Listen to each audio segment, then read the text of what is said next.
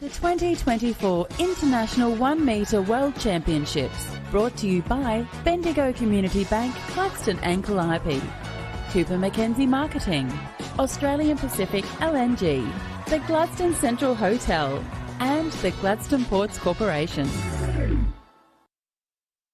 Good afternoon and welcome to day 3. We're still waiting for the wind to fill in from the right direction. We have good breeze, but I have the pleasure of talking with Baron Bremer, our competitor from the United States. He has a stellar history, which he is going to share with me now.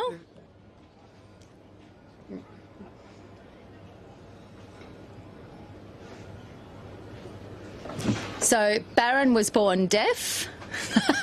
He just wrote something else. Baron was born deaf, and his parents can hear. Yeah.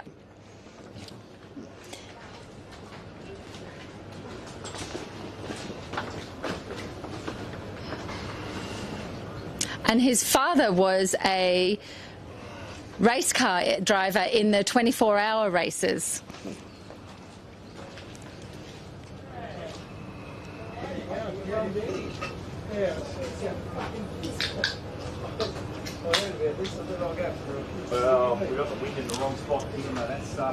So this is a sport that Baron and his father were able to do together, sailing on Hobie 16s originally. I think like many of the sailors we have in our fleet, people have sailed in many different classes.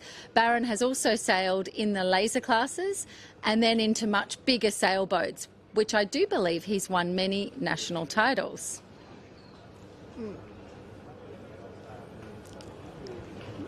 In 2014, which is 10 years ago, Baron began sailing in the model yachting category.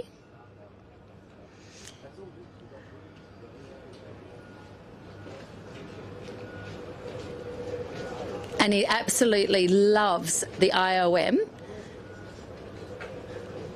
This is a really cool interview.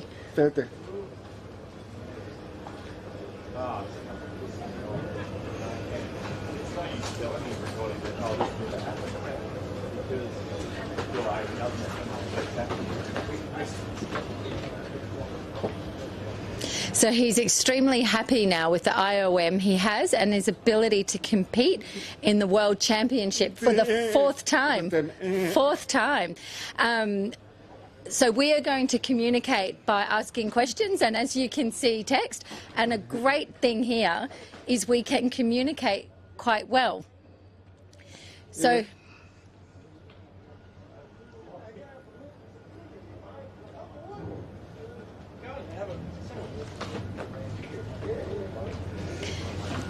Baron is part of Team USA. We have a very colourful group from the US. They're really into the spirit of this race and placing quite well. And the team from the US support Baron using the X flag, and it will beep and vibrate through his watch, which supports him. And he uses hand numbers to be able to communicate. You may have heard Jordan and Tertz and I talking, and Grant, that when you use numbers in IOM racing, you don't say 73, you will say 7-3. And Baron's explaining using 7-3. And so the hand signals say 7-3. Yeah, correct. Yes.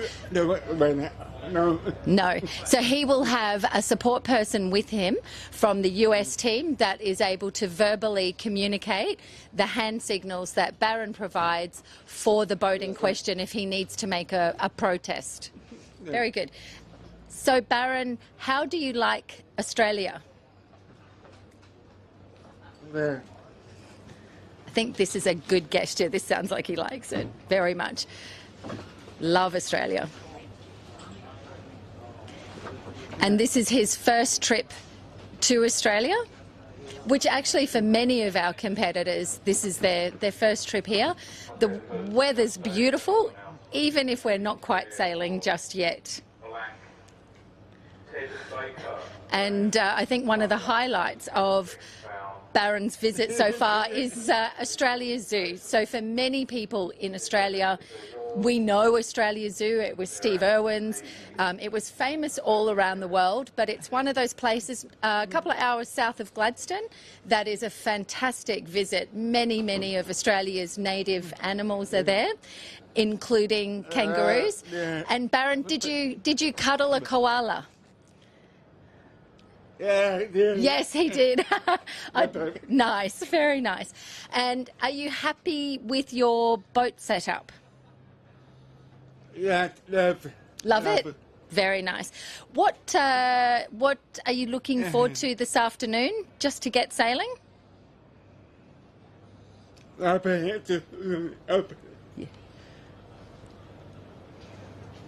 Yeah. Yeah, we're all waiting for the wind. And for you tomorrow, it's a lay day. Do you have plans tomorrow? Okay, rest. Yep. A lot of our competitors are saying actually the intensity this week, because we are finishing quite late due to the wind really coming in later than we all would like, that tomorrow is a day of rest. Barron, you have had quite a big sailing career with many big achievements. Could you share some of those achievements with us? So we were talking before about Barron started sailing in 1975. You look so young. And in Atlantic Beach, Florida. Wow, he's done Laser Class, Sunfish, Thistle Class, Flying Scot, Morgan 24s.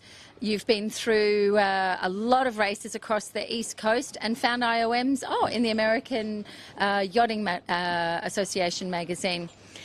Barron is also the former national champion for 2010 in the EC12s, Micro Magics, and the US 1 meters, as well as DF65s. And he's hiding something from me. So he's had a very good sailing career. It is a pleasure to have you here with us in Gladstone. We hope you feel very welcome and you enjoy the sailing. Thank you. Thank you. I'm standing here with Philip Pride from New Zealand, and the Pride family name's synonymous with sailing around the world. Phil's been an international competitor for a long time, whether it be in Etchells. And last time I caught up with Phil was in Pilat in France, sailing 1 metres over there. How are you finding the regatta, Phil? Welcome. Well, thank you very much, David. I'm finding it challenging, in a single word.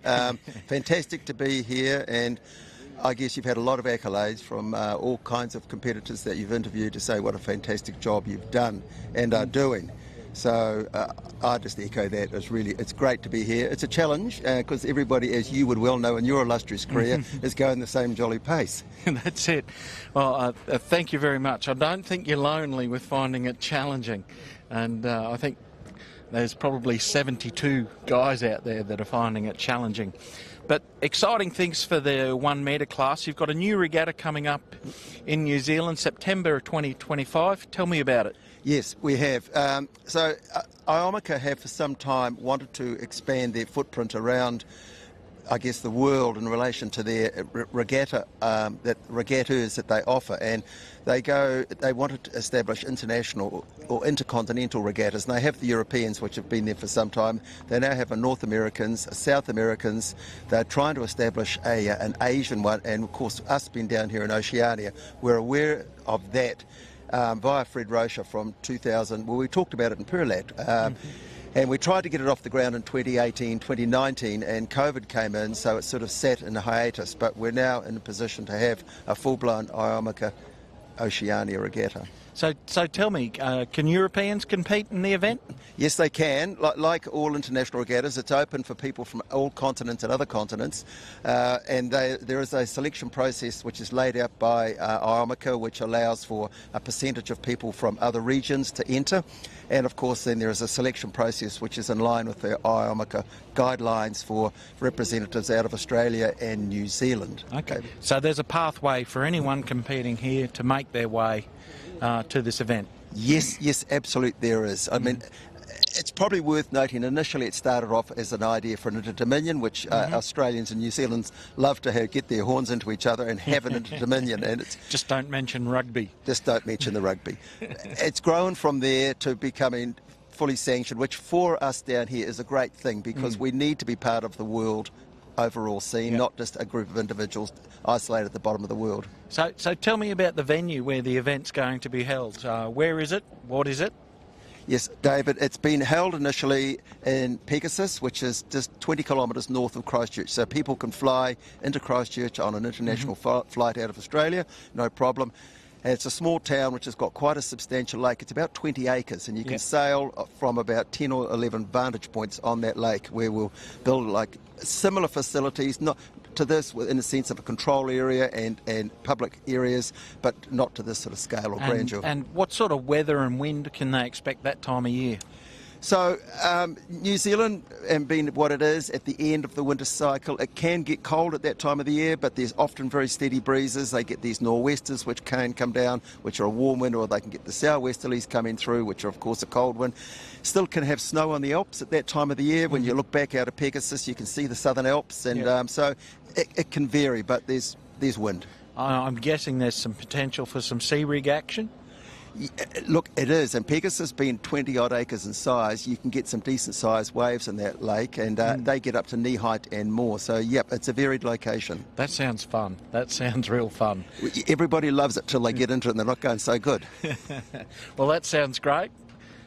May even sneak it onto the calendar. Thanks for telling us all about it.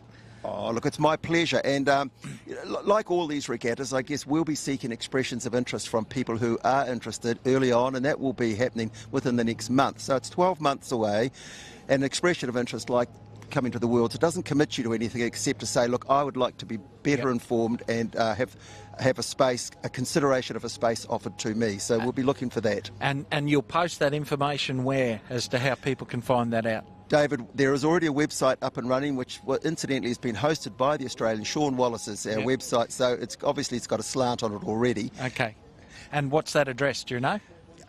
I cannot tell you that off the tip of my tongue, and you've caught me out on that one, David. There'll be a link on the ARYA website, I'm guessing. There will be a link on the ARYA website, yes there will. Fantastic. Look it up, get yourself there. It's a fabulous place, New Zealand. Plenty to do and see before and after the regatta. And it is the home of the America's Cup. Thank you, Phil. Thank you very much, David. That's it. Well done. Good on you, mate. All right, good morning. We are in the setup period, early morning of day 3 here at the International 1 Metre World Championships. I'm with a young man currently ranked number 15, Alex Scapin. Congratulations, big 2 days so far. Yeah, thank you very much. It's been a pretty crazy 2 days. We've got 5 races down, which is good. The scoreboard's showing it. We're going up and down, so looking forward to what the next 4 days have in store for us. Yeah, you're racing really well. I see that you're racing very tidily, and there's a lot to be said for clean races where you're not getting caught up. Yeah. Tell us a little bit about your thinking as you go into the start lines. They're quite congested, how you pick your end and how you want to get away off the start. Well, this championship's just because it's a lot tighter on that line. I don't want to get closed out on that pin end, so I guess a bit more of my strategy. I shouldn't be giving away this, but just clean sort of midfield in that start line just provides you more options, I guess. It does. We've seen a few people get really squeezed out at the pin end. It's not favourable, but it sort of gives you that options if you want to tack off or keep staying with the pin end field. So. And talk to us a little bit about your boat. Sure. So we notice all the Kiwis name their boat. Have you named yours? I haven't named mine. No, it's clean. Yeah, it's just 106. I've just never named my boats. I think it's just clean. Clean, nice? Yeah, okay, clean, there you go. The only other people I know that don't name their boats are the Dutch fishermen. So there you go. Yeah, they there we number go. theirs I as can well. mix it with them. So just looking at your setup Yes. today, are you finding you're needing to do a lot of tweaking during the day, or you're pretty... I've sort of, learned as I do more and more 1 metre sailing, I've learned not to touch it too much. So I sort of set it up in the morning and just do minor tweaks, whether that's the stays, the back stay, or, just Cunningham. Just real simple stuff, trim setup on my remote. I don't go too crazy into it because I don't want to slow it down. Fair enough. Still learning. Yeah, and look, I was just going to ask you about that because you're one of our youngest competitors at Yes. 26. I think Yes. you mentioned, you'd probably still like to be in the juniors, but in the big wide world of just open missed out. competitors, just missed out. But again, from a learning perspective, this is a rapid ascent, right? You're mixing it in a fleet with the best in the world. I know, it's pretty surreal to think that, because I remember when I was 10 years old, I was watching I think it was Mars Seal, is that how they say it? Yeah. In 2007, and that inspired me to sort of get into the 1 metres. I saw that on YouTube, and now here we are in the World Championships, You must have 13, been 14 very years later. little Yeah, when you were I was, watching that. very small. So under 10, Yeah, So you yeah. would have been smaller than your boat, technically. Definitely, I could barely pick it up. There's a photo online, and just little Taka That's holding this boat, awesome. bigger than me. Now, you're from Adelaide, and your wind conditions down there are tending to be more of that, down towards the roaring 40s and a little bit more gustier and windier. So you're feeling pretty familiar with these sort of conditions that we see building? We get this, when we sail in the afternoon, we get that sea breeze that comes in. So it's sort of a lot of the time it is that top end A. So, we're sort of used to that, but it's another thing that I'm sort of trying to, conquer. Is that top end A, because it's quite challenging at times to tack and stuff, so you got to be strategic with how you do it. Pick your waves, yeah. And so just speaking about rig choices, we've seen a couple of people, put a bit of courage on and try a B rig. It hasn't really paid off. Yeah. Chuck yesterday from Bermuda did put in a B rig, paid off for him for one race, didn't pay off on the next race. So it's a big decision, isn't it? It is a big decision. You sort of want to hold out as long as you can until that downwind work is just, And that's you're just very duck diving. So, hold out as long as you can, otherwise you just get left behind. Yeah, wonderful. Now, last question. You knew I was going to ask this. You are performing very strongly. We're going into day 3. After today, still another 3 days to go. What would you like to see for yourself? I just want to see more clean racing. Just try and get back up into A today, this morning, first race up. And just, pretty much just stay in A as long as I can and just, get some good results. Single digits would be nice. Single digits. Yeah. Well, there you heard it. We will continue to keep a close eye on you. It's a pleasure watching you sail. Thank you very much. Again, have a great day and let's see what the day holds. Yep, keep it up. Cheers. Thank you. The 2024 International 1 Metre World Championships brought to you by the Gladstone Regional Council, Bendigo Community Bank, Gladstone and Calliope, the Mantra Gladstone, Australian Pacific LNG, and Signtech Gladstone. All right, good morning. We are in the setup period, early morning of day 3 here at the International 1 Metre World Championships. I'm with... Hello and welcome. That interview with Saskia and Alex was so good we replayed it twice. Welcome to a beautiful day. Have a look at that world. This is Gladstone Marina looking out over Gladstone Harbour, and you'll see the tugs heading out to grab themselves one of the ships that are waiting on the outside to take some wonderful minerals around the world and create incredible wealth for the people of Gladstone and Queensland, as Queensland awakes to a whole new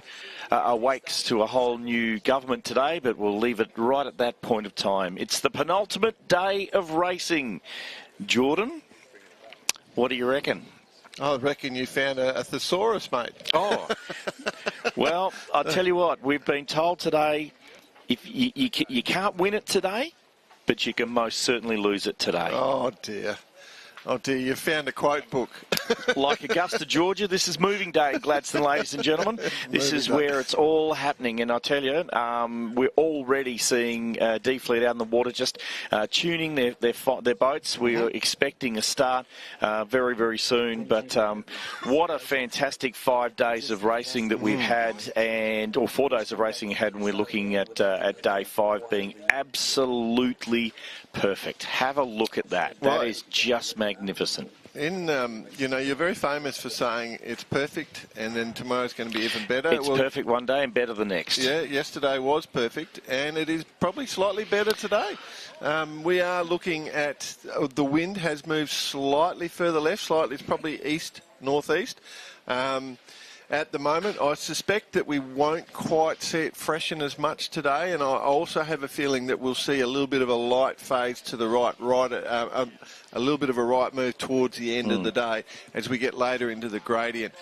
But we do have 2 more days of World Championship sailing ahead of us. The podium is still open, perhaps only the top 7 realistically with a chance of that podium, but it is still open, and it is the sport of sailing. So large scores always lurk around the corner, which is not what we want. You want a low score in sailing. Yeah, absolutely. We're looking at, I think it's 18 races to get another drop. Is it 18 or 14? I always get that one mixed up. But anyway, I think it's 18. And then out to 24 to get another drop. So, look, it's a stretch to get to 24 races in the next 2 days. But we'll definitely get another drop for most competitors. And there's... one more drop, I suspect. Yeah, I think so. Yep. And then in that case, it really does throw the scoreboard around. You know, you can see people at the moment holding some reasonable scores. But in the last couple of days, found themselves, in that top. And I'd point out Mark Gollinson in this sort of situation. Great racing yesterday. He got a couple of bullets back-to-back in the A Fleet, and he, on the first and second day, had a couple of outside of the top 10 type scores. So I feel one more drop for him, and he'll be a mover into that top 5. So, look, incredible racing at the moment. We've got 2 out the front. We have been talking about them quite a bit. But it is, at this stage, it's a 2-horse race, but you've got that third boat. If they comes back today, Alexis Carré, if he starts posting some good numbers, he's not out of the picture. No, as I said, there's quite a few, so Alexis is in touch. I think regardless of where your interest lies throughout the fleet, the international 1 metre, the sailing here at the Worlds is intense. And it's exciting, and there's going to be great racing right across the fleet. So I'm very exciting and happy for it. The good news for all our viewers is that we're going to be continuing to bring this live stream to them for the remainder of the event. The thing we've really enjoyed has been all the feedback that's been coming online. Absolutely. With all the questions, the information, and the data. So that's been really good. Of course, our commentary team is the beautiful David Turton. He was... wow. He has started working as a lingerie model lately, I have been told. We've got Saskia I don't know if there's enough lingerie material for him to be a lingerie model.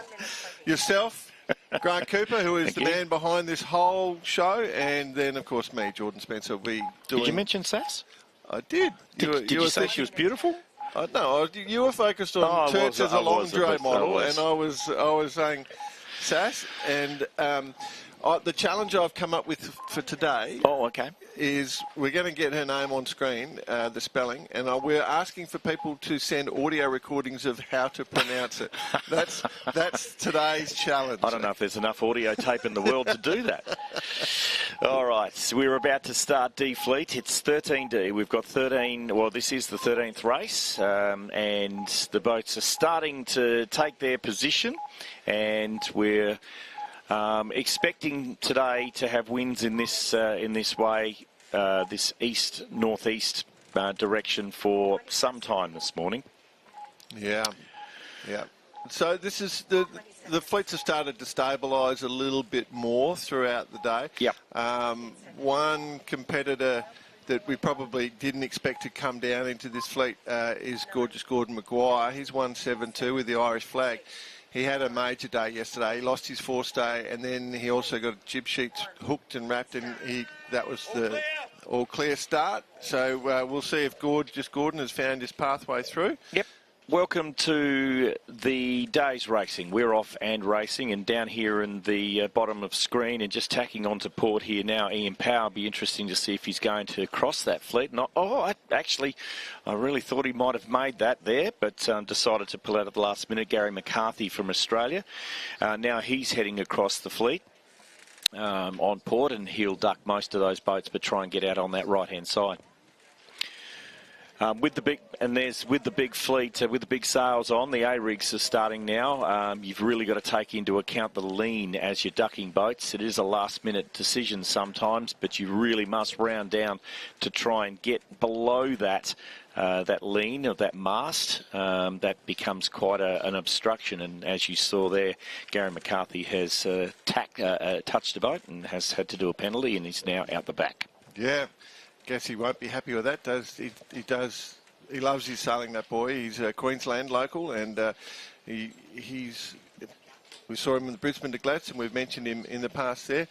So he will be very disappointed with himself. Ian Power, the New Zealand boat there, and then just tacking off. One of the boats that we sort of thought may have had a bit of an issue yesterday, being falsely called. I think that's one thing we discussed this morning, Grant, whether you can get falsely called out there. And I suggest that perhaps our friend there in 123, which is Philip Pride, we had that interview with Philip just before, may have been one of the ones that suffered. Look, it's the best way I'd like to put it is, and sometimes our judges get quite hammered for some of their calls, but it's like an umpire in football or tennis, or it's the naked eye. They have to make a decision, and I like that. I mean, I don't like it if it was me, but I certainly like the fact that they're making decisions, they're sticking by the decisions, and the racing has been fast and furious because of it. We've been able to churn through fleets, and it's only because we've had zero protests, and that's because we're judging each race. There's 76, Will Van Cleef, and we've come quite close to Will. He's a great guy, actually, and he's become quite friendly with the commentary team. Enjoy his company. I was on the phone to a friend this morning who went around the world with him in the Volvo Ocean Race. And good morning to Nick Bice, another good friend, family friend of ours, and g'day to the Bice family back in South Australia. Okay, so Lindsay Walker. I was going to mention to you that Lindsay is probably out of fleets here. He's a very talented yachtsman. He's been in the game for many, many years, and I'd like to see him C fleet and above. But Lindsay's had a few little problems. He won the Cogra Classic just recently in New South Wales. He's ranked 12th in Australia at the moment. But look, he's a great yachtsman, and he's a wonderful ambassador of the IOM class. His beautiful wife Anne is also scoring, so it's a family affair. Yeah. So Will and Lindsay, the two that have led and split to both opposite sides of the course, and it is actually quite interesting how they're going to go. So at the top mark we see them turn around the outside and in, at the bottom mark it's inside gate, and so they go inside and out. That's a good course if you've got half the fleet going one way and half the fleet going the other way. Beautifully set up, and I did sit out and watch the water this morning for a while. A lot of pressure initially less, and then some of the gusts started to come right. So it's a phasing and shifty breeze. You're definitely trying to sail this back to the middle. You're trying to sort of give yourself every option of chasing and tacking what you want. So it is a beautifully laid course. With the further move to the left that I mentioned at the start, it sets up very, very, very well for our layout of our platform and for spectating. So you've got all sorts of spectating. In fact, you might get quite fit running up and down trying to see everything today because you're going to be well placed. As I was leaving home this morning, I noticed that the electric scooter that I have at home was just sitting there, and I thought of throwing it in just to come up and down this jetty, which is a good 120 metres from the viewing the skipper's platform to where they're rigging up. So steps are certainly up on all of our skippers and volunteers. coming into play is Graham Cross from New Zealand. He's number 64 on the boat. He builds his own sails. He's probably just down the next ladder lung down. He's at the front there, but straight further along Grey Hull. So he's just started to come back into play. Now, this boat's going to be for sale, Grant. I suspect you might be sniffing around. You're so excited with the 1 metres at the moment. Yeah, well, I'm in the market. So, you've said it. Yeah, I'm in the market. So if any of the ones would like to sell their boats, let me know.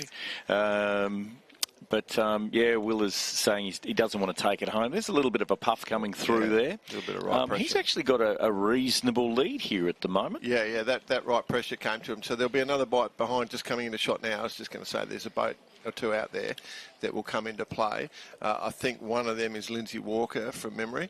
And so that little right pressure, but it's beautiful pressure. Like, this is as good as it can be. And this fleet is exactly what you're saying, Grant. This fleet going both sides. Yep. So we're happy. So I'm pretty sure Will did just go around in first. Yeah, a lot of them have come out to this. We may have had a little shift in the course because actually, to me, I think this is one of the rounding marks and this is the other rounding mark. So at this point in time, I think most people have gone out to the left. Yep.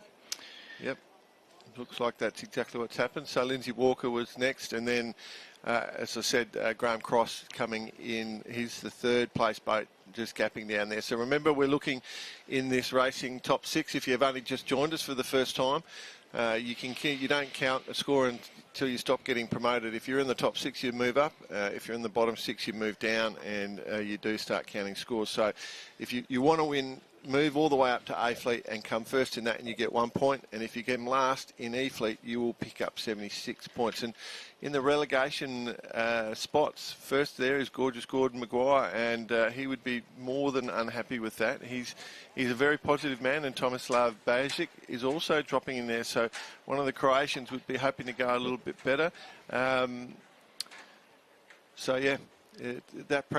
That pressure and that potential for relegation is always there.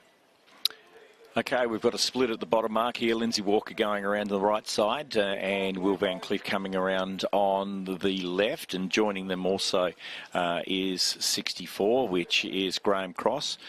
I was just having a quick look about Will, and he's a professional sailor, been in the game for the last 30 years, in fact, and part of 3 Volvo Ocean race teams, and managed a number of race boats. Right now, he's managing race boats. So he's got a speed shop at home. Yep. Which basically means he gets yachts and makes them faster.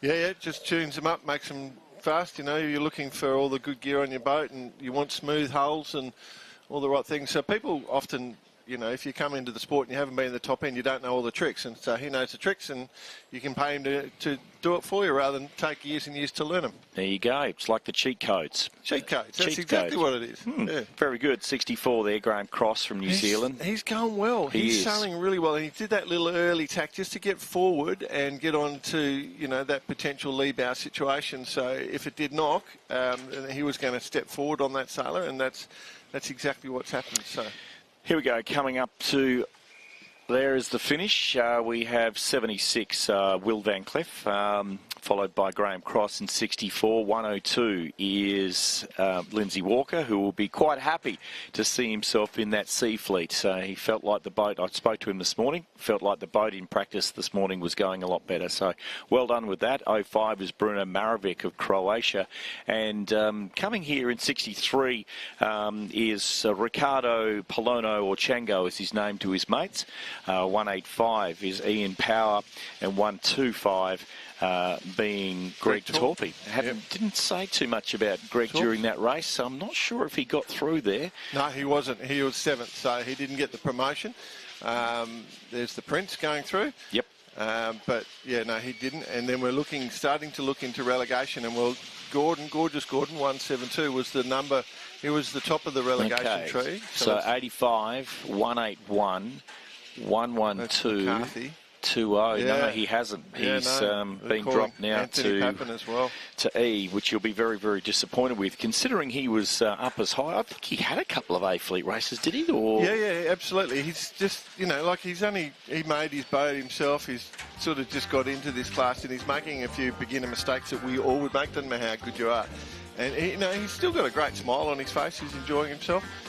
So he said, don't give him too much grief. Is all he's asked. But yeah, that's great stuff. Listen, that's our first E-Fleet race of the morning, and we will be back in just a few moments. We'll give us a slight break here to Jordan so we can put some coffee in our mouths, except for you, Jordan, who doesn't have coffee, even though I offer it to him every morning.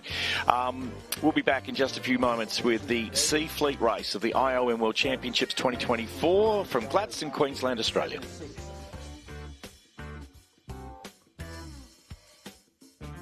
The 2024 International 1 Metre World Championships, brought to you by Gladstone Regional Council, Stage and Audio Event Solutions, The Capricornian, Steel Supplies, and Promotion Products.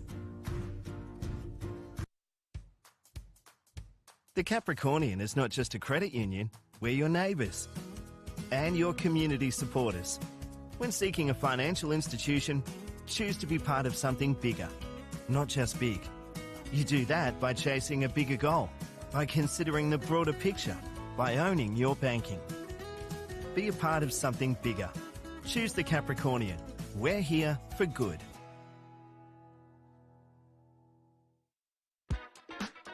Karen and I opened our business in Gladstone about 20 years ago with a view to changing the way that real estate was practiced. And growing up in a family real estate business, we learnt early on we're not just agents.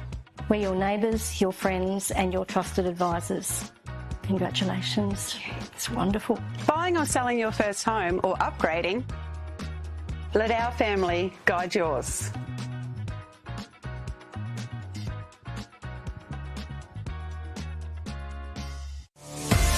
Red Ant Radio Yachts is a proud sponsor of the 2024 IOM World Championships in Gladstone, Australia. For 20 years, Red Ant Radio Yachts has been translating a passion for innovation, a thirst for winning, and the love of radio yachting into a world-class range of boats.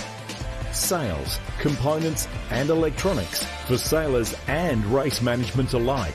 Explore the range online today at redantradioyachts.com. You're great at what you do and your business thrives because of your skills and expertise. But sometimes even the best need a helping hand when it comes to reaching your audience. At Cooper Mackenzie Marketing, we specialise in turning your business goals into engaging marketing and communication strategies. Let us handle your marketing so you can focus on what you do best. Cooper Mackenzie Marketing, proud to be the local design, marketing and communications partner of the 2024 IOM World Championships. Morning. Glad to see you made it. Glad you made it.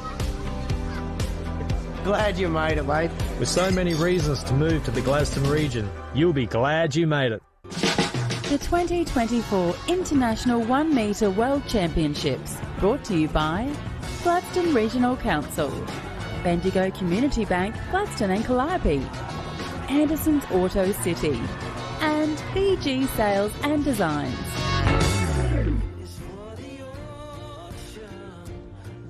Listen up, competitors. We're getting to go for starting. G'day and welcome back to the 1 Metre Worlds. We are here in beautiful Gladstone. We're into Heat C. Now, Mr. Cooper. Roger. We've got two sailors that have kept coming through the fleet from E-Fleet yesterday, late last night. Mm-hmm. They've just promoted themselves again through D-Fleet, and they're here in C-Fleet. So I just want to point that out. So Bruno Maravich and Graham Cross having a good race, a good time. Yep, absolutely. So that's what we're looking for. You can let's see if they can make it to A-Fleet. What do you reckon? Look, I don't think we've had anyone go All E the to way. A. Yep. I think we got one went E to B, but I don't think we got E to A. I didn't see that one. I thought our biggest run was 3 fleets, but yeah, Okay. you could be right. Perhaps someone in the main tent area watching this on the LED screen can advise us if they know of anyone that's been from E to B in this regatta. But even if they know anyone in a major event who's gone E to A, that would be very interesting. One of the ones that I'm interested in this fleet, my friend, and we just saw them on screen a little minute ago, is Patrice Montero. Now, he's a Frenchman, and he comes from Regatta de Vannes, the club which was formed in 1843. Absolutely, and I was talking to Patrice last night at the debrief, and he's got himself a beautiful pendant or burgee, as I think they're originally named, and he's going to swap that with the Port Curtis Sailing Club while he's here, which is a wonderful gesture, and we're looking forward to seeing that, and that'll happen on presentation night, hopefully. I've got a little pin that I was given by the Royal Cork Yacht Club, which is the world's oldest sailing club. It is a great honour, and I had to present a life membership award to someone there last year. I dialed in, and it was a great honour to be part of that. So I love the tradition of the old clubs, although I don't understand the tradition, because I turn up and I'm in my shorts and T-shirt and they're all in suits. And blazers, yes. Very New York Yacht Club of them. Okay, here we go. Fleet C.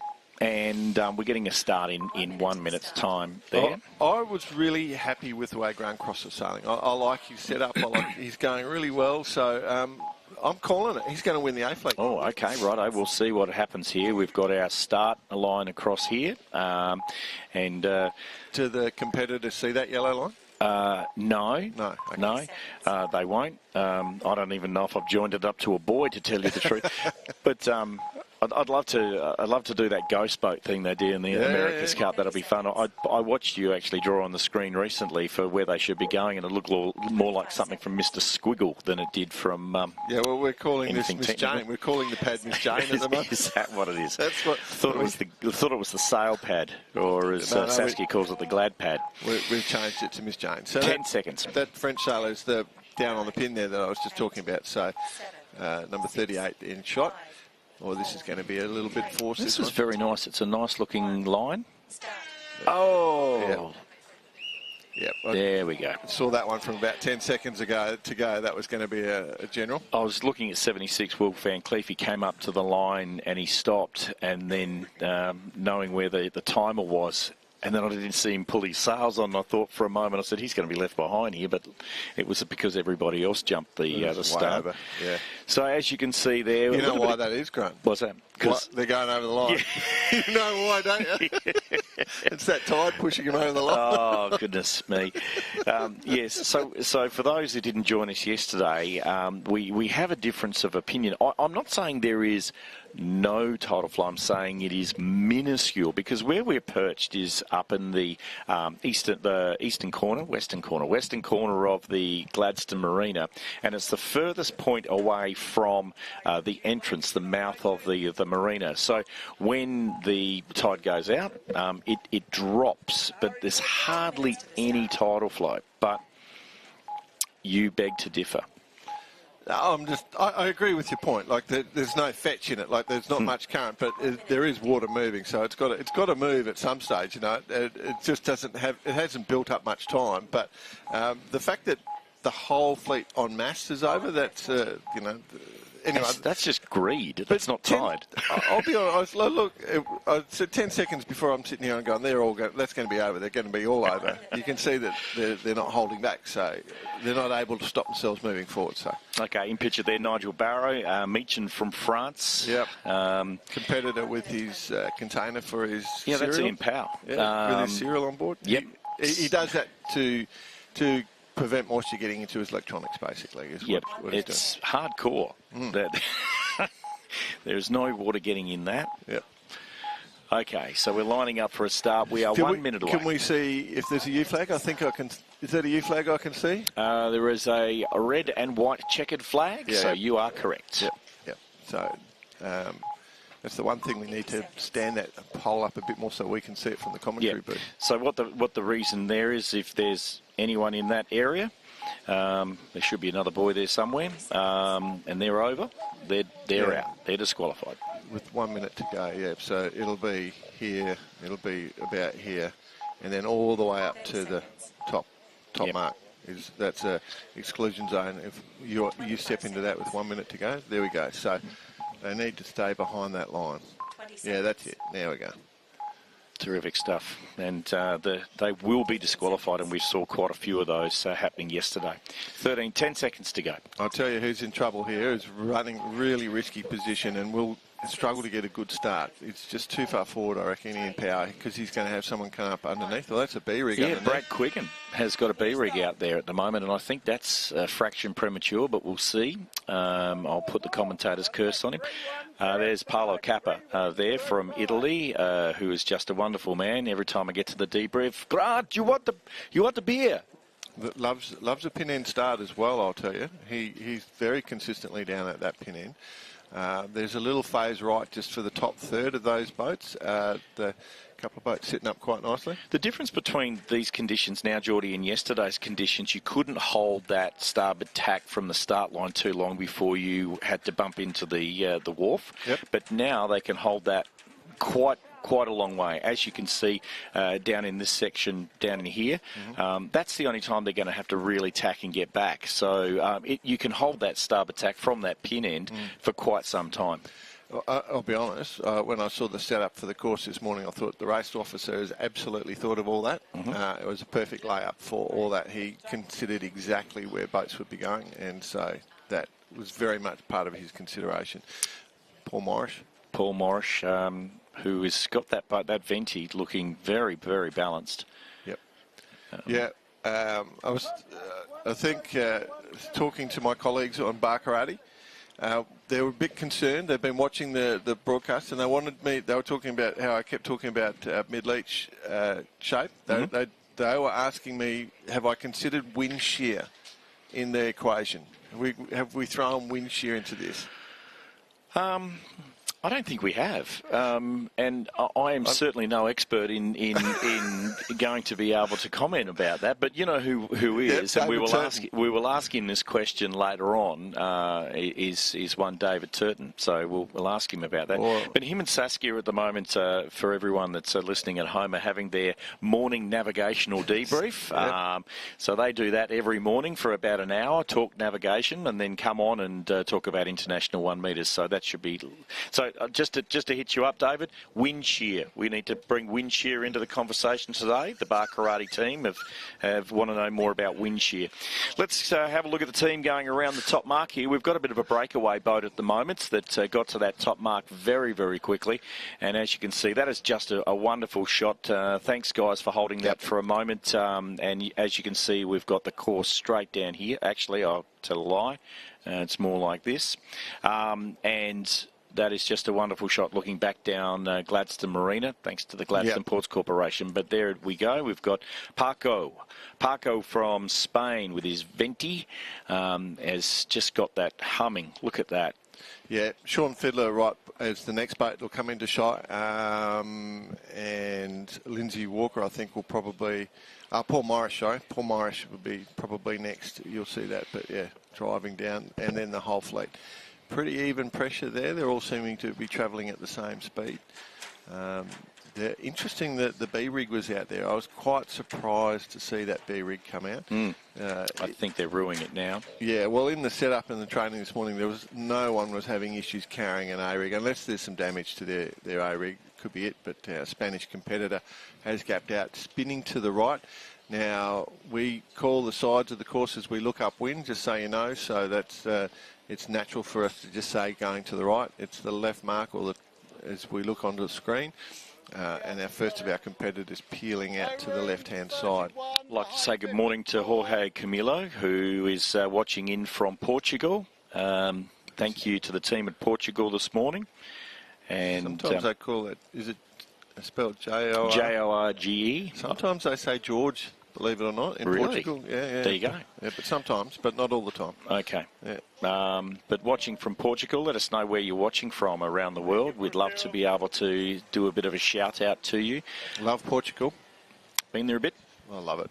Spent a lot of time in Portugal. Love it. In fact, yes. Yeah. You would enjoy it immensely, my friend, is all I'll say. Just waiting for that big commentator contract to come through after this event. Yep. There's our leader, Paco from Paco from Spain, and He's from the Almere region, for those who are the Spanish friends that are tuning in. Been sailing since 1984. Did the old windsurfing program, Coops. Nice. Yeah. He's got a big lead there. Yeah, he's sailing well. I'm interested to Ben Taylor, the Aussie from Lake Macquarie. He's just starting to come into show there. He's in the green boat, the number 90 in shot. 70 in shot, then 91 was behind. That's why I threw myself off, which is Sean Fiddler, who has always been there at the front. And then Graham Cross is the one I was talking about before. I was really happy with how he's going. I was hoping he was going to keep going. He's in touch for the promotion. Can I tell you about Sean Fiddler? Yeah. Actually, I might be getting this a little bit wrong, but let me just double check here. No, I'm not going to say what I want to say because it's more about Mark Gollinson than it is about Sean Fiddler. But I'll bring that up when we bring Mark into the fray, and Mark will be racing in some of the next fleets. So Sean's got a bunch of national champs in dinghies and yachts and stuff, and he's into sailplanes, which is something that I don't understand. I think I don't know if that means it's a remote control thing or not. But well, I will bring this up. Sean is actually a champion sit-in glider pilot. Yeah, that's it. That's sailplanes. I was wondering if that's what he meant by that. Yeah. Sit-in glider pilot. I'm very intrigued by that. Yeah, I'd love to find out more about that. Look at that beautiful scene. What a performance by Parker, hey? Oh, that is moving away. Look at that. Parker Berserke. Oh, geez, he's given... He didn't want to touch that mark at all. So from a viewing perspective, the platform, it is quite a long way. It's right out on the extremities of the eyesight range, so they are very, very cautious. And there's that turn down, so you can't quite be sure when you're around it, so there's plenty of gap there. All right. Oh, here we go. It's starting to come in from left and right. What? Oh, I just saw two boats just heading towards each other. One was Windward Boat, one wasn't Windward Boat, and now one is going to have to do a bang, there's the turn. There's a penalty that's definitely going to come out. Actually, the only thing that might save that, and I'll have to jog my memory, it looked like the Windward Boat was on starboard. So, Yep. So, yeah, the port starboard coming into play as you bear away coming into these marks as they come across. It does get a bit fiddly because everything happens instantly in the 1 metres. And so that does really throw things around. So Vedran Vezonovic has come into play. I'm interested.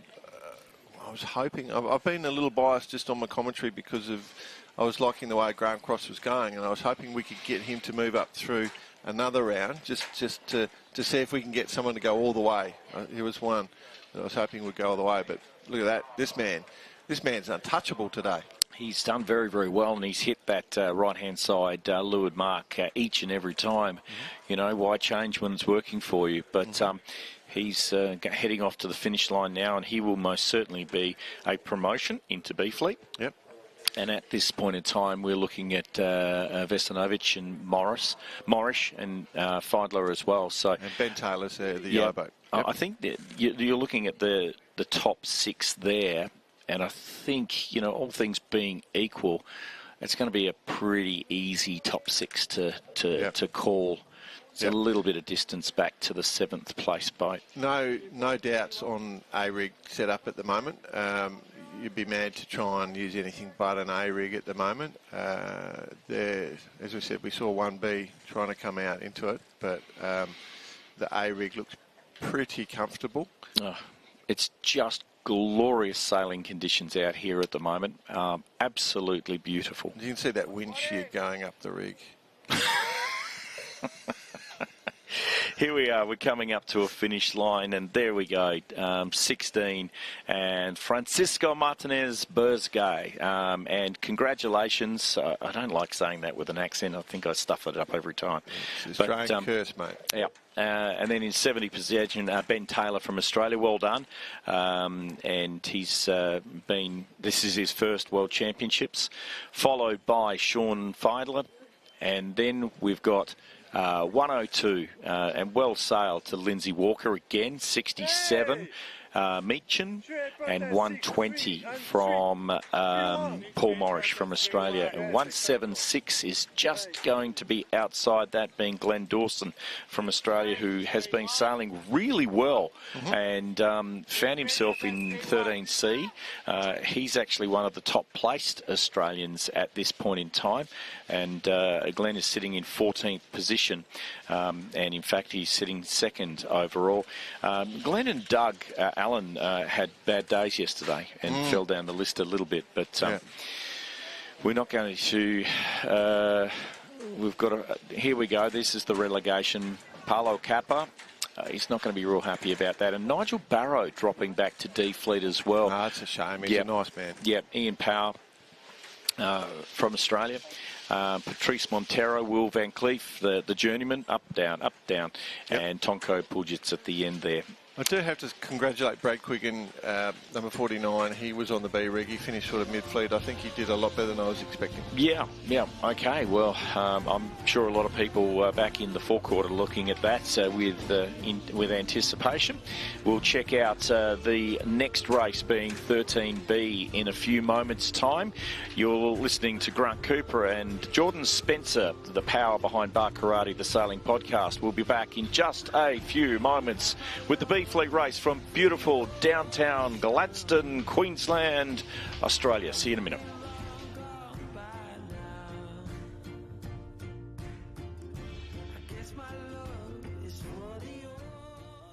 The 2024 International 1 Metre World Championships, brought to you by Gladstone Regional Council, High Risk Solutions, Cooper Mackenzie Marketing, the Gladstone Yacht Club, and Joseph Engineering. Larking around is fantastic. These are, without a doubt, the most fun machines to operate. The town of 1770 in Agnes Water is just like a little country town, but it's on the coast. We literally have golden sandy beaches, rocky headlands, we've got surf, the Great Barrier Reef's just offshore, and it's surrounded by a national park. So there really isn't a more wholesome coastal experience that you can find. So we run 3 separate types of tour. A short 1 hour tour. We have a 2 hour experience, which is lunch on the beach, the Larkin Lunch, and our signature tour, which is the day tour we call the Paradise Tour, that visits the Bustard Headlight Station with the sandboarding, scenic views, and of course the majestic coastal area of Bustard Bay. These machines have got all bases covered, and we do it in comfort and style. Everyone can go larking, everyone can experience this to the fullest. We moved here for my husband's work. We decided we'd come here, just work for a couple of years, and then probably move back to Melbourne or back to New Zealand. My son was 1, but he's 11 next month. 10 years we've stayed. I think it's the community sense that I get from my son being at school. When he started prep, he started sports. And so we've been heavily involved with a lot of different clubs. Since we've joined those clubs, it's such a sense of community. Just seeing everyone wear the same club sport tops, like even parents wear them. They don't do that in other places. But I find here in Gladstone, you don't all have family surrounding you, whereas here we are each other's family. I've found a lot of friends to be just like family. I feel that that's probably what's kept us here. I do love it here. My kids love it here. My mum has visited here, and even she's told us not to move back to New Zealand. She loves it. She just said she thinks that we have a family here and that we should stay here and just visit New Zealand. Yeah.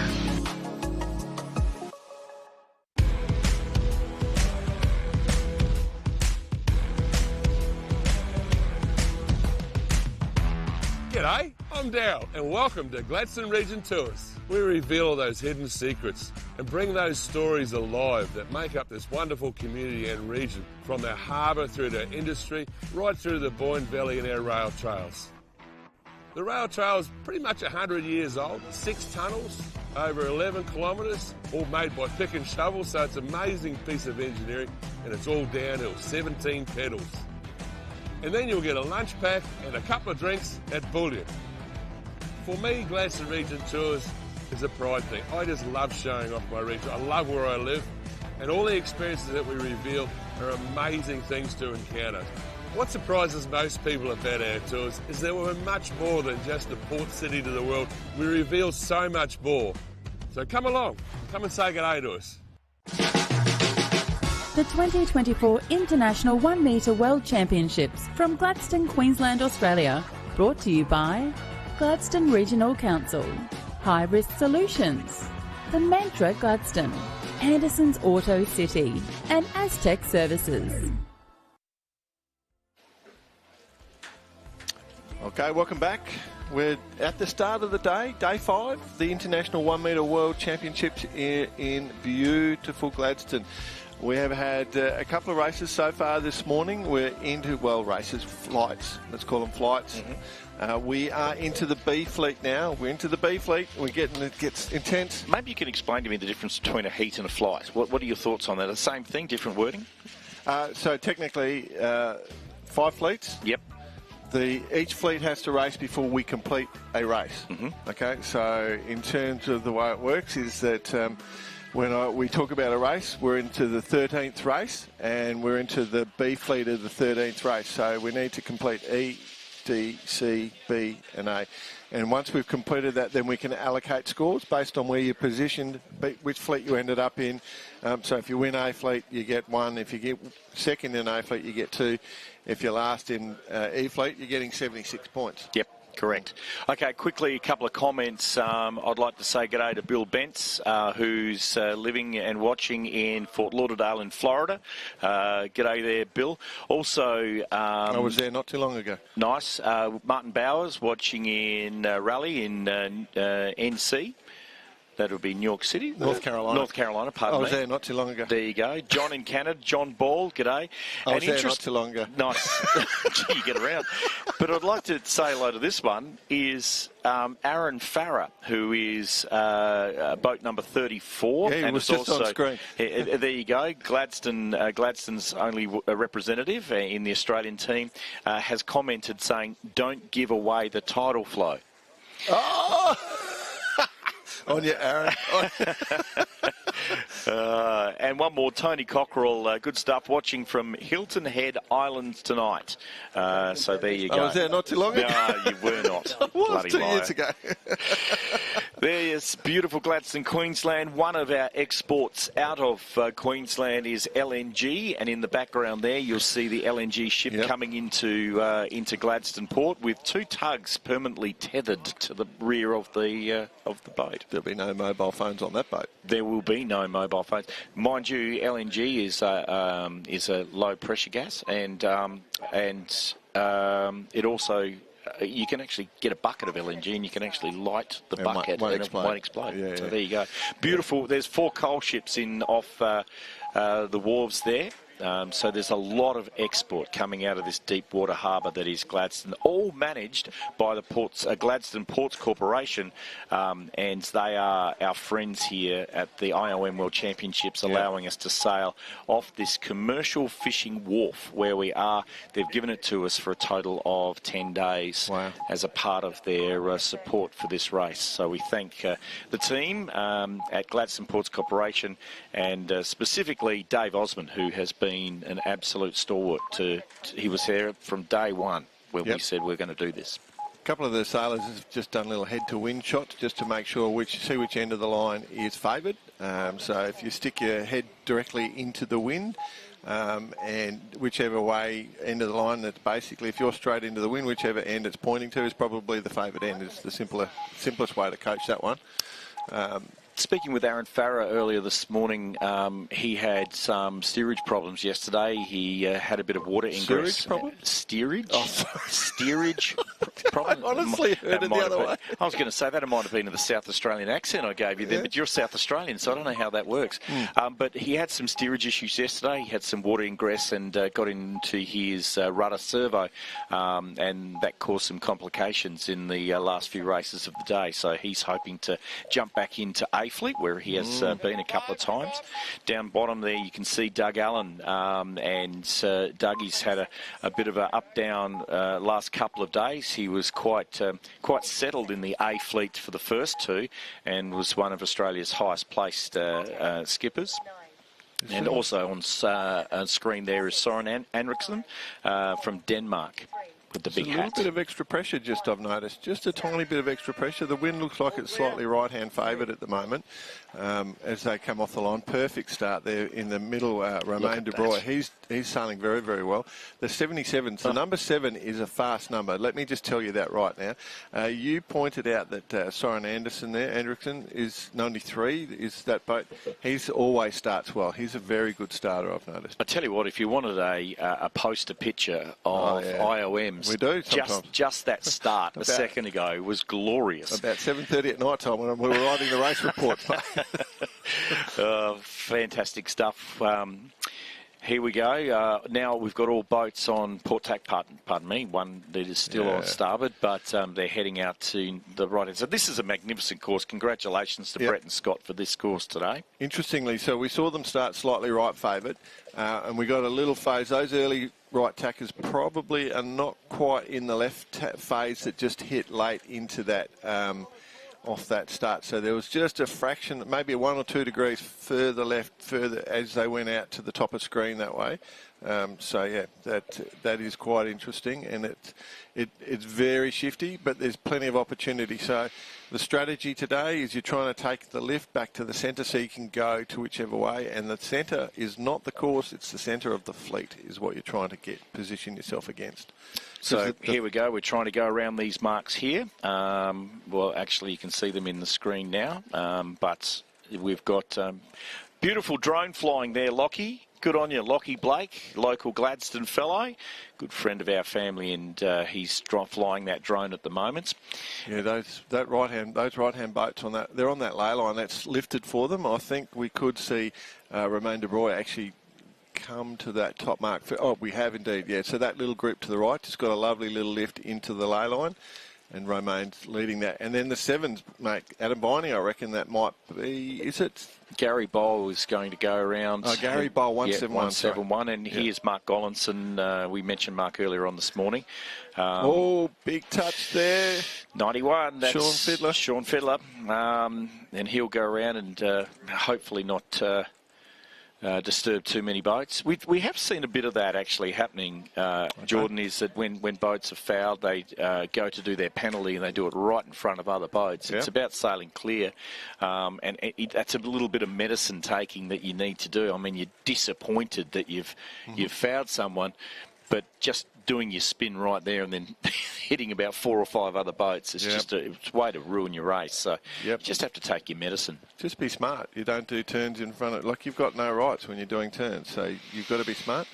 4 Australians in the relegation position here at the moment, and I'm pretty sure that Pierre Michin from France would like to see himself getting up there. But talking about the French, there's Romain there on screen, 77, and he's got a little bit of a break on other boats. Gary Bowl, I think, and then it'll be Ruben Muir will be there, I reckon. I reckon that's Ruben Muir just back in there, the New Zealander. So that's Gary. We can hear Gary from here. Ruben Muir, I reckon, is it Ruben? I think it is. Anyway, pretty certain. And then we've got a few coming around. Ross Bennett, I think, was also in there. And then we start to get back down. So Ben Taylor, I think got promoted. He's come up.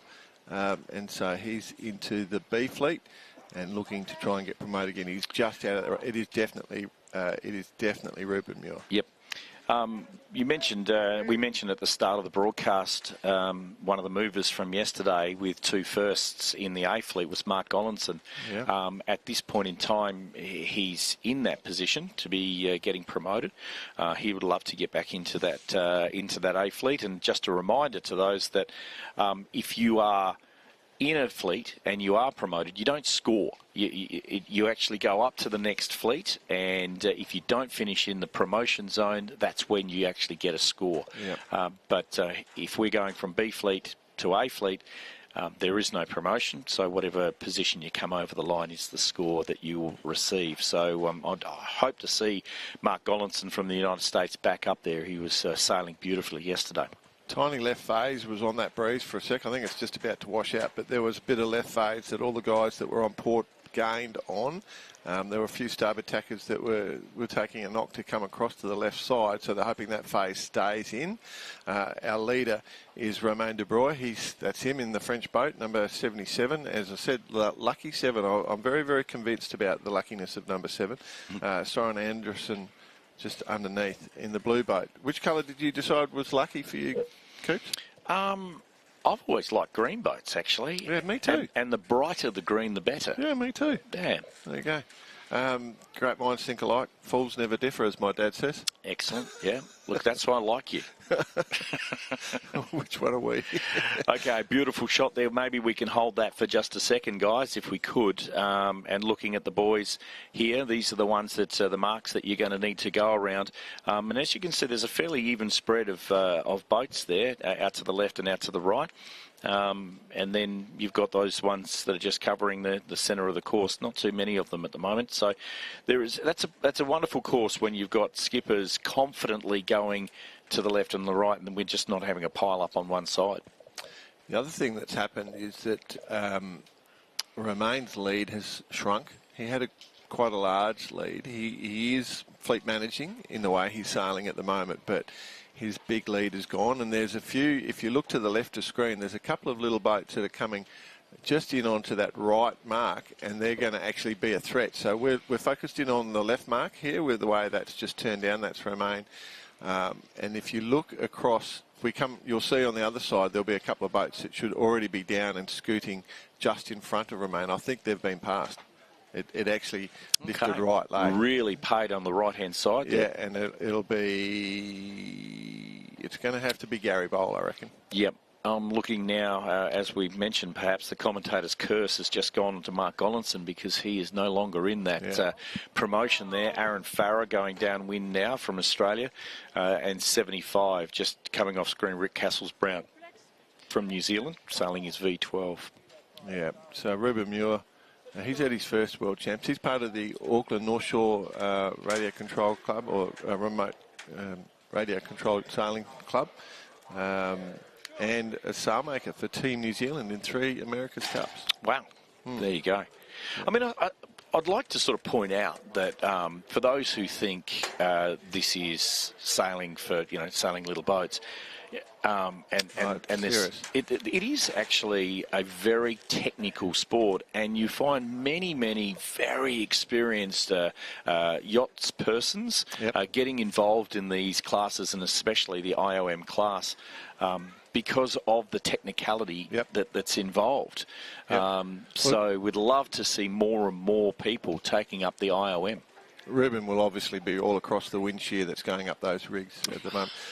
Hey, I've had a comment on your wind shear, and I'll find it in just a second. Romain de Broye is absolutely came down that run beautifully. I think he just got himself back in the lead at that bottom mark. So Gary Bowl there, 171 right behind. But Romain sailing brilliantly. Okay. John Ball from Canada has said, do you mean wind gradient rather than wind shear? No, I do not mean wind gradient. So wind shear, we're talking, so the gradient is the wind in the weather system that sits over us. So you get thermal breezes and a gradient breeze which comes off whether you're in a high, low, whatever, that's the wind gradient. I'm talking wind shear where as you go up a rig, as you get further and further up a rig, the wind starts to bend, move. It shears around that the wind gets bent as it goes around the rig. That's one of the reasons we have twist. And as you get, really tall masts, you get a lot of wind shear, and we have to take that. So when you're sailing the old America's Cup boats, you've got to take that into account. And we're talking wind shear at the height of these rigs. We have to consider wind shear in 77's the winner for this one. We'll circle back to that. Well done, Romain. And there's five boats across the line. The last one across the line will be Roscoe Bennett, who will be promoted. And unfortunately for Mark Gollinson, he won't be one of those. 91 is Sean Feidler. 34, Aaron Farrer in B Fleet, consolidates his position. As we said, Mark Gollinson. 23 will be David Lindsay across the line from Great Britain, followed by 75, Rick Castles-Brown.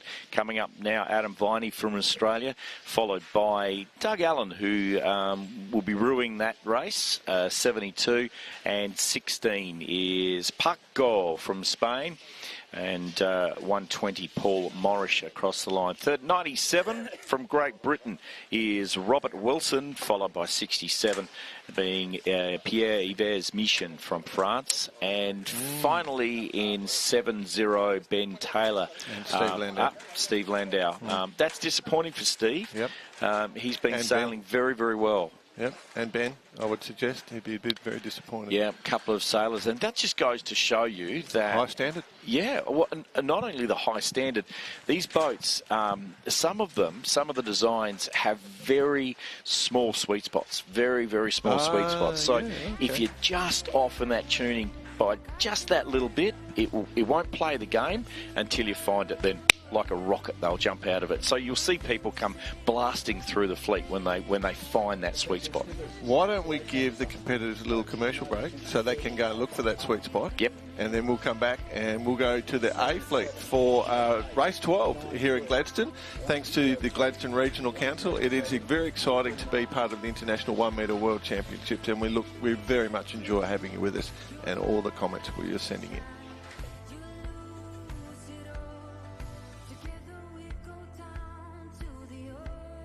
The 2024 International 1 Metre World Championships from Gladstone, Queensland, Australia.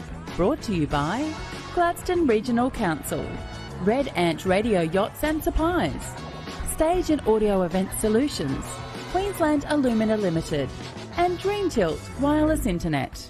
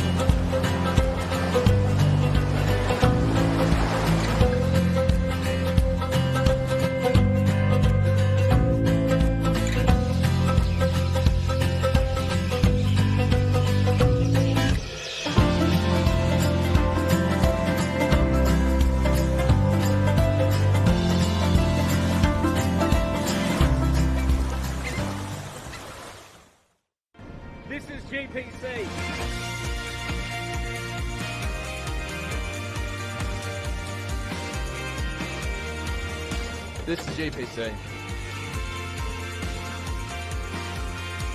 This is GPC. This is GPC.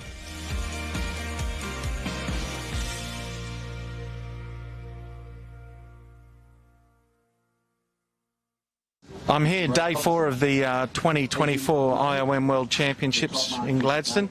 We have one of our furthest travelled volunteers, Andre Bennett, wife of Roscoe Bennett, number 39.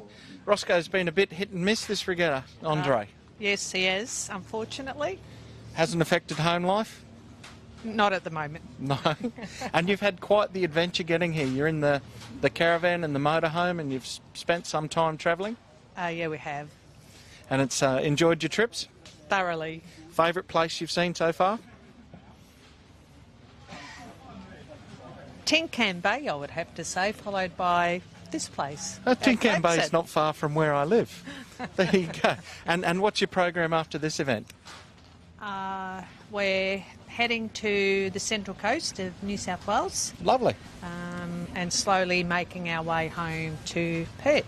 And what are you doing here volunteering for this week? What job are you doing? I'm working with Andrew, entering the results. Yep. Yes, so all that nice, interesting work. Well, these events don't happen without people in the background doing all the work, making things run smoothly, and we can get the results and information out to you all over the world. Thanks, Andre, for all your help and your contribution to the event. Enjoy. The 2024 International 1 Metre World Championships from Gladstone, Queensland, Australia. Brought to you by Gladstone Regional Council, High Risk Solutions, The Capricornian, Macca's, and 360 Sales. G'day, viewers. Welcome back. G'day. I feel like I'm just about to say welcome back to the cricket. Yeah, g'day, viewers. We'll chuck another shrimp on the barbie. And can I just say to the world, Australians do not say chuck another shrimp on the barbie. No, we'll say chuck another something on the barbie, but we call them prawns. Well, there's no such thing as a shrimp in Australia. We call them prawns. There are shrimps. They're people that when you go camping with, you call them a little intense. Yeah, or vertically challenged. Yes, absolutely. Speaking of that, 148 on your screen right now is Pepe, who is just a lovely man, and it's wonderful to have Pepe here from Spain. He's done very well this morning. He's been up from D, correct? Or is it C that he's come from? But he's sailed very well this morning. And also on screen there is Soren Andriksen. And Soren is from Denmark, sailing a Genesis. Now, we haven't said much about a Genesis. No. And Mirage radio yachts. We've got one of our judges here is Mirage radio yachts. Coops, tell me about, we just got a good view of the skippers, and they're holding those little devices, the remote control devices. Yes. Tell me what's the technology there? Like, how complex are they? How do they communicate? What's going on there? Look, it's varying. Some people like nice, simple controls where your right-hand side is usually your steering, which works on the X-axis, left and right. Makes it nice and easy. Your sails in and sails out is on your left hand, and that's on the Y-axis.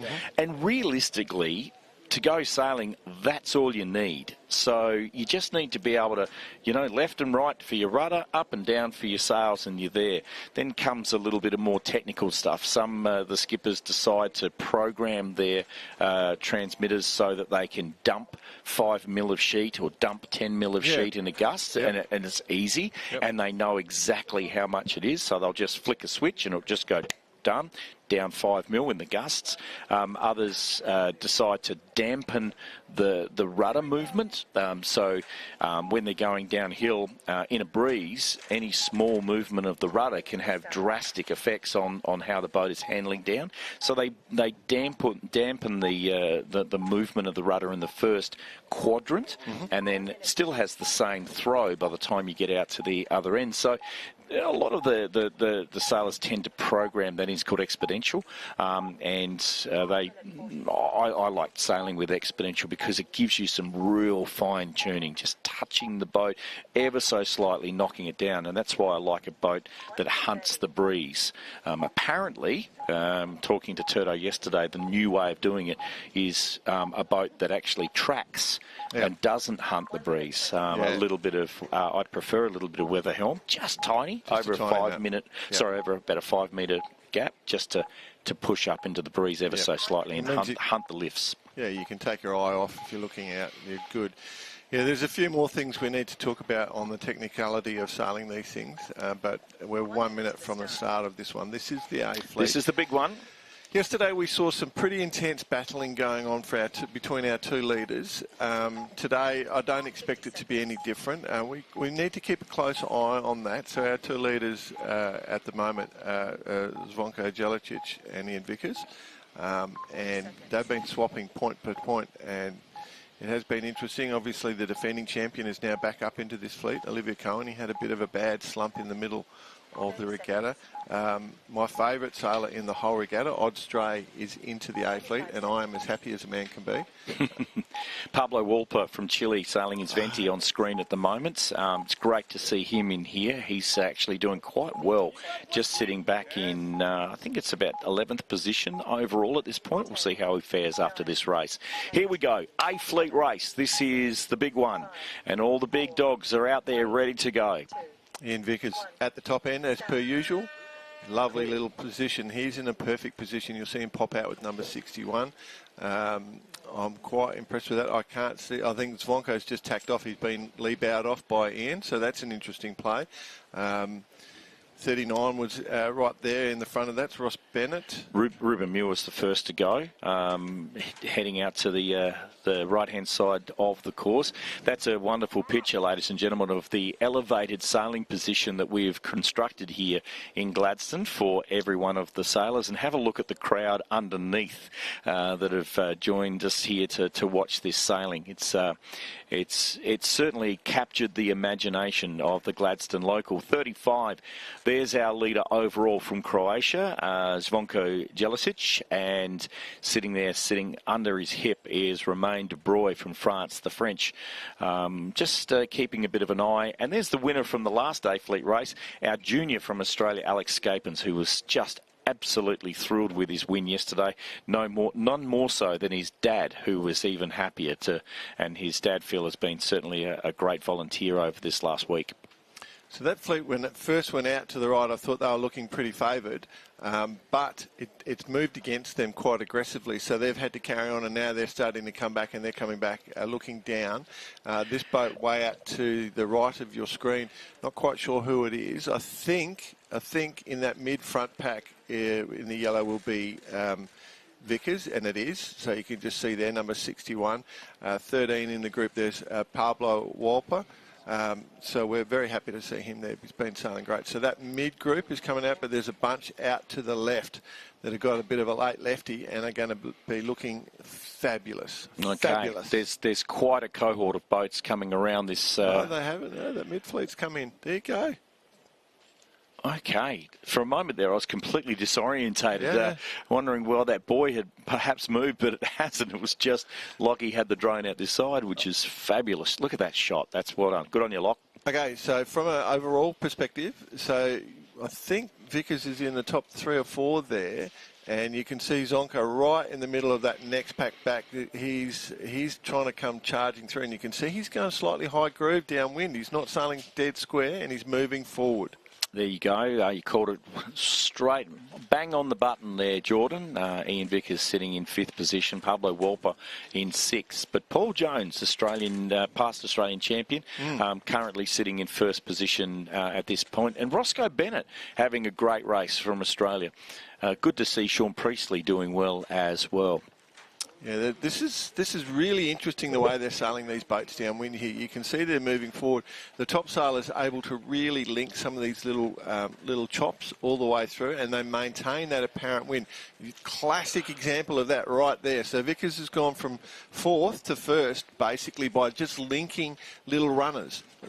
I don't think Sean's actually in this event, but shout out to Sean, who's had a bit of a tough run from Great Britain, but I believe he's back today using a new hull. It's all been measured up. And is that what happened? Good. So there might be a bit of confusion there with numbering, but we'll get back to you on that. Let's have a look at the first lap has been completed, and out in front at this point is it's Ian Vickers. It's Ian Vickers. Yeah. So he sailed straight through. So this is him coming at the bottom of your screen. Then I thought he had actually spun back to cover across because I think Zvonko's gone out to the right, but Ian's pretty happily. He's just going to sail his race today. So very interesting how this is all playing out. Yep, that's him.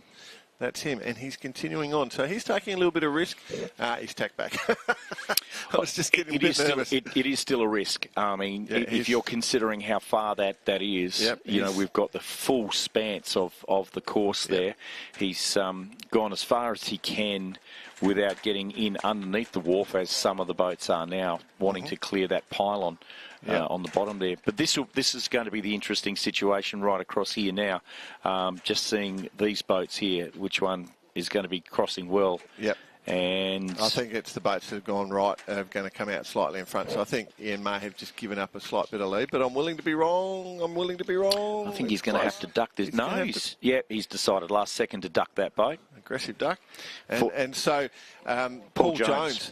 Just beautifully sailed. So Paul is a very talented sailor. He's had at his 6th world champ. I think he's been 3rd at the Worlds multiple times. So, and Australian champion multiple times, like 5 or 6 times. So. Pablo Wolper in screen here from Chile, sailing his Venti. Best is 5th in the Americans. So and he's been a birthday boy just the last couple of days too. You managed to sing him a song, Greg. We did. We got the whole of the debrief crowd to sing up a bit of a song, and he was very appreciative. Actually, Pablo and myself have had a little bit of a rough start to this event. In measurement, he stood his keel up by itself, resting against a bag, and as I've come past, I've nicked it and it's fallen over. Look at this massive lefty. Massive lefty. No, it's gone. It was just a flick. Alex Scapin's coming in. He's just... That lad's going to be winning a world championship in a couple of years, I tell you. Yeah, no, he's... With my coaching. I better continue on this story because the story is I knocked over his keel and it just landed on the table. It didn't damage or anything. But the death stare that I got from him... Oh, my goodness me. I thought, here we go. It's on. But we have mended our ways. And so Australian-Chile relationships are still very, very good. Yeah, well, you were eating some chili last night, so that's probably a sign. We did. Actually, beautiful Thai food last night. Absolutely. Okay, going around the top mark for the second time. Yeah, we've got Paul Jones from Australia leading the pack. Yeah, this is intense. Oh, here we go. Yeah. Alexis Correa, who is sitting in third overall. This is big. This is big. This is big for him, and this is moving day. Oh, no! No, right on the top mark, turned down into a boat, and he's doing his turns. That has basically just changed the whole play that's going on. I'm pretty certain that was Mr. Vickers, and remember, he was leading at the bottom mark. I'm willing to be wrong. Zonko, he was gone. He's passed him just then. And so Alex Carre is now into the lead. This is, there you go. Wow. Yep. Wow. Oh, my goodness. Changed everything. Oh, wow. Yep.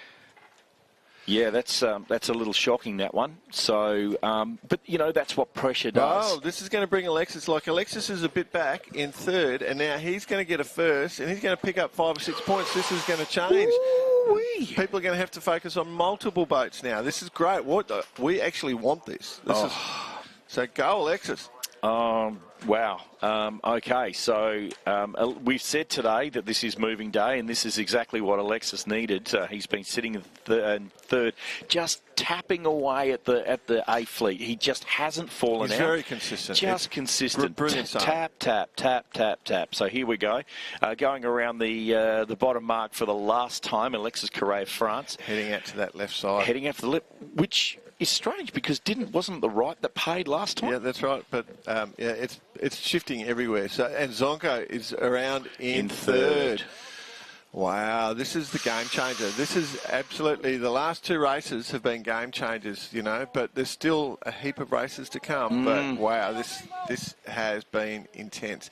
Zvonko's going to get up to second here. I think that's Paul Jones he's fighting with for second. But yeah, wow, Alexis on his own sales as well. He's making his own sales. Yep. Ranked second or third in his country at this stage. Lovely man. Actually, his name came out of the barrel at the debrief last night, and he won himself $100 cash from the ARYA, so he's quite happy with himself. Yep. He's been second at the World Champs before. Yeah, so. I don't think Paul Jones is actually giving up here, but I thought he was tacking onto it. I think Zvonko has found himself in second position. There's Zvonko just going ahead of Paul Jones there now. And that's going to have ramifications at the top of the leaderboard. So there we go. Well done, Alexis. And that's a great win. He's come from the clouds there. Zvonko, our overall leader, will consolidate in second position. 93 is Søren Andriksen from Denmark, but he's not going to quite get there over Paul Jones from Australia in third. Søren, perhaps Olivier, the current world champion, in fifth, and 148 being Pepe from Spain. And then we're going into our other places. Alex Scapin hasn't been able to quite do what he did last night, but 39 is Ross Bennett, sailed well. Just might have been pipped there by Sean Wallace. Here we go. Now we're starting to look at relegation. Yes. Trying to shoot the mark is 88. That's it. Side is finished. So, Vickers has been relegated. This is going to come up as relegation. You watch, because... Boom. Oh, whoa, wow. Wow. That is going to... That is going to have some real effect on That's a big score to carry. it's going to have a massive effect on the overall standings. Because he carries his points, but then he goes down, so he has to come up. He can come up out of that B fleet, but he has to carry those points now going down. So yeah, he dropped last night's A-rig debacle, and now he's going to have to carry some other serious points. It'll be very interesting, but it's almost left Zvonko off the hook a little bit there. Yeah, this will be very interesting. You know what? To tell you all about the carnage that has just happened in the A-Fleet race and to break it down point by point is our A-team. We've got the beautiful Saskia and the beautiful David Turton coming in to warm the seats for you for the next 5 heats of the IOM World Championships 2024. Don't forget, we're broadcasting live right throughout the day till 5:30 this afternoon. Hope you can stick with us.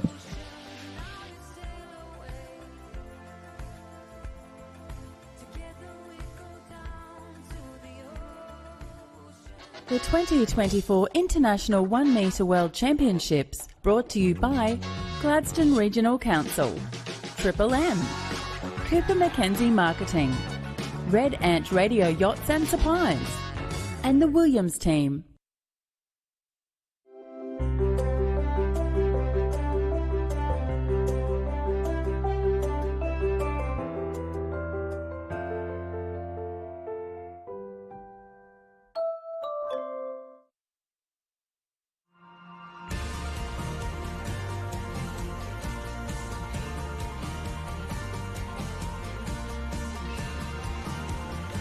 My name's Isaac. I'm the operations manager here at 1770 Reef, and I also skipper our main vessel, the Orca, doing tours out to Lady Musgrave Island. We have the glass bottom boat, we've got the island tour, we've got snorkeling.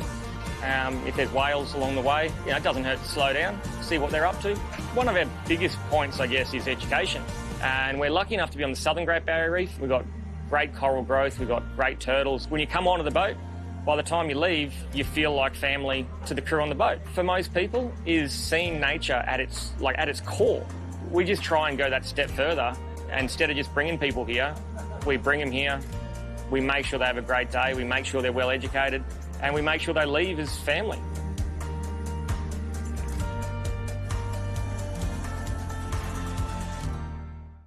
Shiny lights and purple sky, everything's so bright. 기다려왔어 지금이야. Turn off your phone and off your mind. Look at you so bright. 멈출 수 없어 지금이야. Oh, I'll take you to the moon. Come on up and enjoy your ride. Oh, I'll take you to the moon. I'm here with Chris Watts, Chief International Judge for the IOM 2024 World Championships in Gladstone, all the way from sunny England. How are you finding the weather? A lot better. A lot better? Has your wife caught any fish yet? Oh, yes, she has been. She's doing very well. Fortunately, she didn't catch the stingray that was jumping down there a few minutes ago. And how are you finding the event? What is your role here as Chief Umpire? Well, we've got to try and make sure there's fair play. And actually, now they moved to a gate, it's actually been a lot easier. Yeah. Because we've got only half the number of boats going around each mark if it's a good course. So that's been a lot better than it was the first 3 days. Good. And we're coming up to 9A race. A little more intensity in the fleets as the alphabet goes to A. And as the days tick by as well. Yeah. So we're all ready for Monday. Oh, yeah. And late in the afternoon, is there a little more tension on deck? Possibly. You also get tired of judges in the afternoon too. It's a long day, isn't it? Yeah, because actually at the moment we're keeping nearly all of the judges up here just to try and make sure we're on top of everything. Okay. And after the event, what are you up to? We're going down to, was it Fraser Island? Oh, lovely, just near where I live. Oh, okay, we got a couple of days down there. Nice. And then flying down to Sydney for a couple more days. Right. And then back to sunny England. Oh, lovely. Lovely. All right, thank you for participating. Yeah, no problem. Enjoy the regatta. Thank you very much, anytime. The 2024 International 1 Metre World Championships from Gladstone, Queensland, Australia. Brought to you by Gladstone Regional Council, Triple M, The Mantra Gladstone, Steel Supplies, and Avis Gladstone.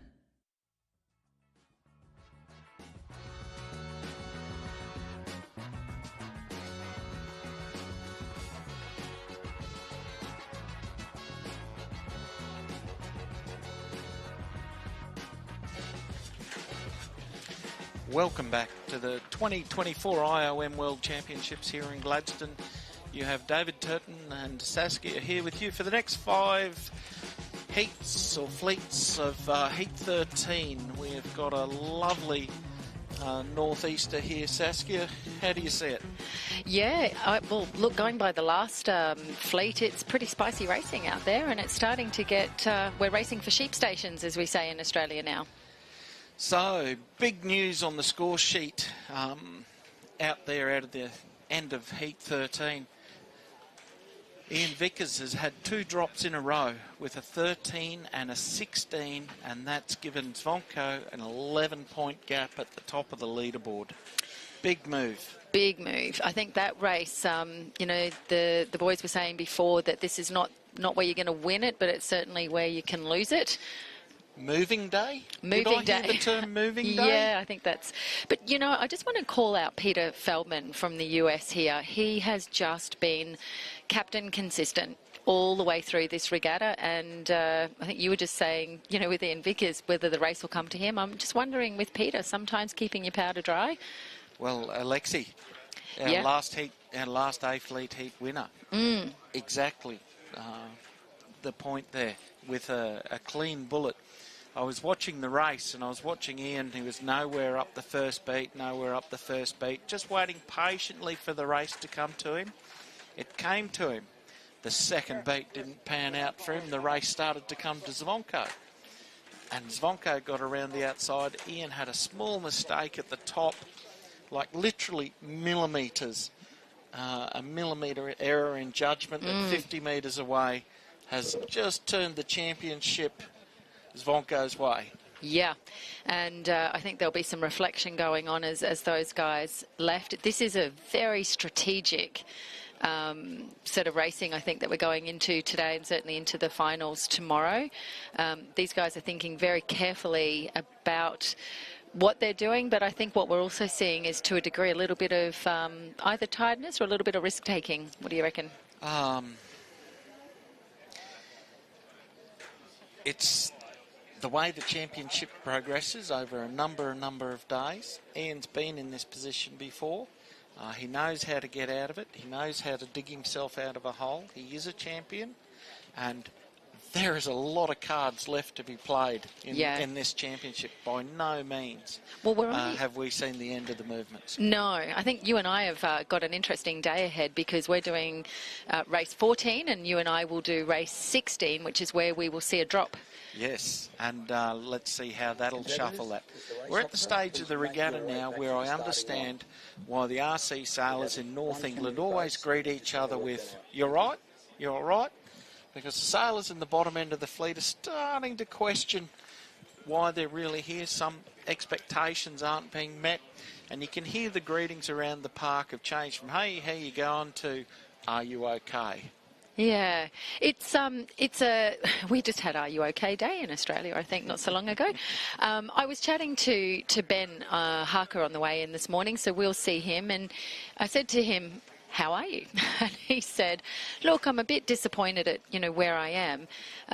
But he said, "I'm just learning so much." He said, you know, what he went into the measurement room with in terms of boat setup, he said, having seen the conditions, he would have made some very different choices. And that's another thing, right? These guys are making their best, you know, guess when they go into measurement. But, you know, this is not flat pond racing. No, I've only met Ben this regatta, and I had a good chat to him with his boat. And I bet you at night he's got the PC open, the CAD software open, and he's faring in a new boat to print. He's already got it designed. He confirmed this morning he's already on, this is his H30. That's where you can see it in the screen there, just coming up past the buoy, the orange boat 122. Yeah, he's already got it in the making. So, you know, and he's 2.5 years, I believe, in IOM, so you've got a pretty new to the sport, and he's just enthralled with it, and he's enthralled with the design principles and what makes the boat go. I was talking to Nigel Barrow before when he came out from the UK, and he's saying, you know, he said, the boat feels good, but I'm just going backwards through the fleet when I'm out there, and it's just those minute adjustments that need to be made, right, for these conditions. the level of precision and the speed of the decision-making process is what's separating the fleets and where we are. We have Alexandre from Brazil there on the left of your screen, concentrating on the start, minute 43 coming in. Shout out to the race committee. This is race number 66, I think, if I can do maths okay.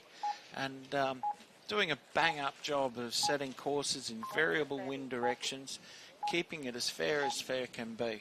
We can see our little, just over here, I'm not sure if that's going to come up. If you're looking just under the 120, there's two gentlemen sitting in a dinghy out the back there. Those guys are busy, and one of their wives, I believe it's Greg's wife, has kindly bought us a box of absolute deliciousness. So we've got a, yeah, so how, I don't know what the other guys, did they see it come in? No, we don't want to share any of it. I had one of those, it was a Nutella cookie yesterday. Oh my God. I'm happy to take the calorie hit for the team. Yeah. Well, you're currently holding the box, so you and I will be having a debate there. So looking at this line, if you look at the jib booms on the boats that are just luffing there on the line, see how square they are at the line between the two buoys. You can tell how fair this line is just by the way the front of the jib boom's pointing, and it's pointing marginally at the far buoy, the committee boat end, the right-hand end, however you name it. Yeah. Boats are bunching up at the top end of the line. Another way to describe it. We've watched all week, actually, as every... 22, keep up.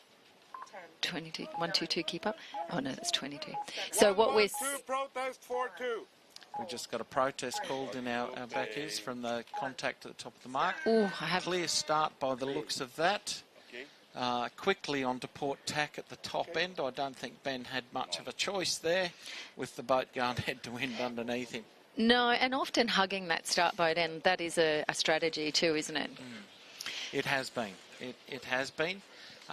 With a little bit of bias on the line, it's making it tough for the boats to tack out and get to the other side of the course. And this course, I think, is also, you know, a bit of a handful in the regard that you can only go so far to on that leeward side there. Yeah, you can see number 21 and 11 there coming in. The jetty and the pylons are going to come into play, but it looks like a little lefty is come across the fleet there. Yeah. Interestingly, for the Australian sailors, a lot of them have a new experience with two top marks going outside in. There has been very little to zero sailing in Australia using this top marks, and it's a whole new way of thinking about it. We've seen in some past races where the old habits have just kicked in and you're going, oops, that's right, it's different now.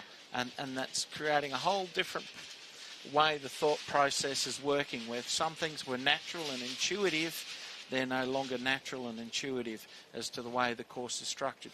A little bit of a different way you have to think about approaching the top mark. New experiences. Some are making good gains with it, but quite a few are struggling across the line. We've got Gordon Maguire there in 172, who has sailed in A, B, C, D and E. He's having the full social experience. He is. I think he was embracing the social experience last night after yesterday. And at the debrief, he was asked what drink would he like, and I believe he replied, an entire bottle of whiskey, thank you. So that's Chuck just ducking Tim Hand there from the UK. So Chuck coming up to... We've got our first boat around the right mark at the top. Yep, that's... 11. That's, 17. That's Bob Lewis from Canada. Lewis, He's our sole Canadian representative. We owe him an interview as well, so we'll go and find him later today. It looks like he's fixed his outhaul. His outhaul failed on him yesterday afternoon, and he was had a mainsail that looked like a basketball. Yeah, which is not what he would have wanted. No. Chuck is, our favourite Bermudian. So we've got a few people here that are sole representatives for their country. And he's here with his FIS. He's also had a few different movements between the fleets, but talking to him, thoroughly enjoying it. I believe that's Jimmy Teo, number 33 from Malaysia. Another sole country representative. Yeah, I think that's what we've got here. We've got our Swede in there as well. And number 2 coming down there is Mike Cameron from New Zealand. Also, I think Mike would agree he's had a bit of a mixed regatta.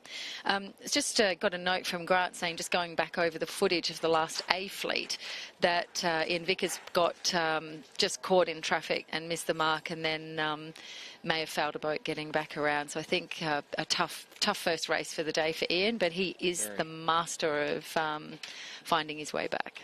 Long way to play yet. Long way to play. Okay. So Bob's done a nice job down that run, maintaining a solid lead there. You can see he's identifying marks with 2 draft stripes close together on the top of his sails, making him quite distinguishable. Has its advantages. You can see your boat. So can the judges, so can the umpires, and so can the RO. Sometimes it's a great thing, sometimes it's not. Yeah, I think we were just discussing yesterday, generally in most fleet racing, you go for a white boat, so you're not so distinguishable, but I think that would be an absolute nightmare in these conditions. We have had some instances in this event where contacts have been called for the boat with the white sails. It's very specific how you call a contact and the process of identifying an infringement. It's quite specific. It must be the boat number 17 protest 65, 17 protest 65. That draws the interest of the umpire. The observers may call it as 17 contact 65, 17 contact 65. That alerts both competitors that there has been a touch identified or an infringement identified. One or other or both may elect to take a turn of their own choice and do a 360-degree turn. If the umpire makes the decision, the offending boat will have to take two full complete 360 circles, 2 tacks, 2 jibes. What's been interesting being down on the platform, I think a bit of a shout out, it's not an easy job being an on-water umpire, and they're very clear and they're very quick to make their decisions.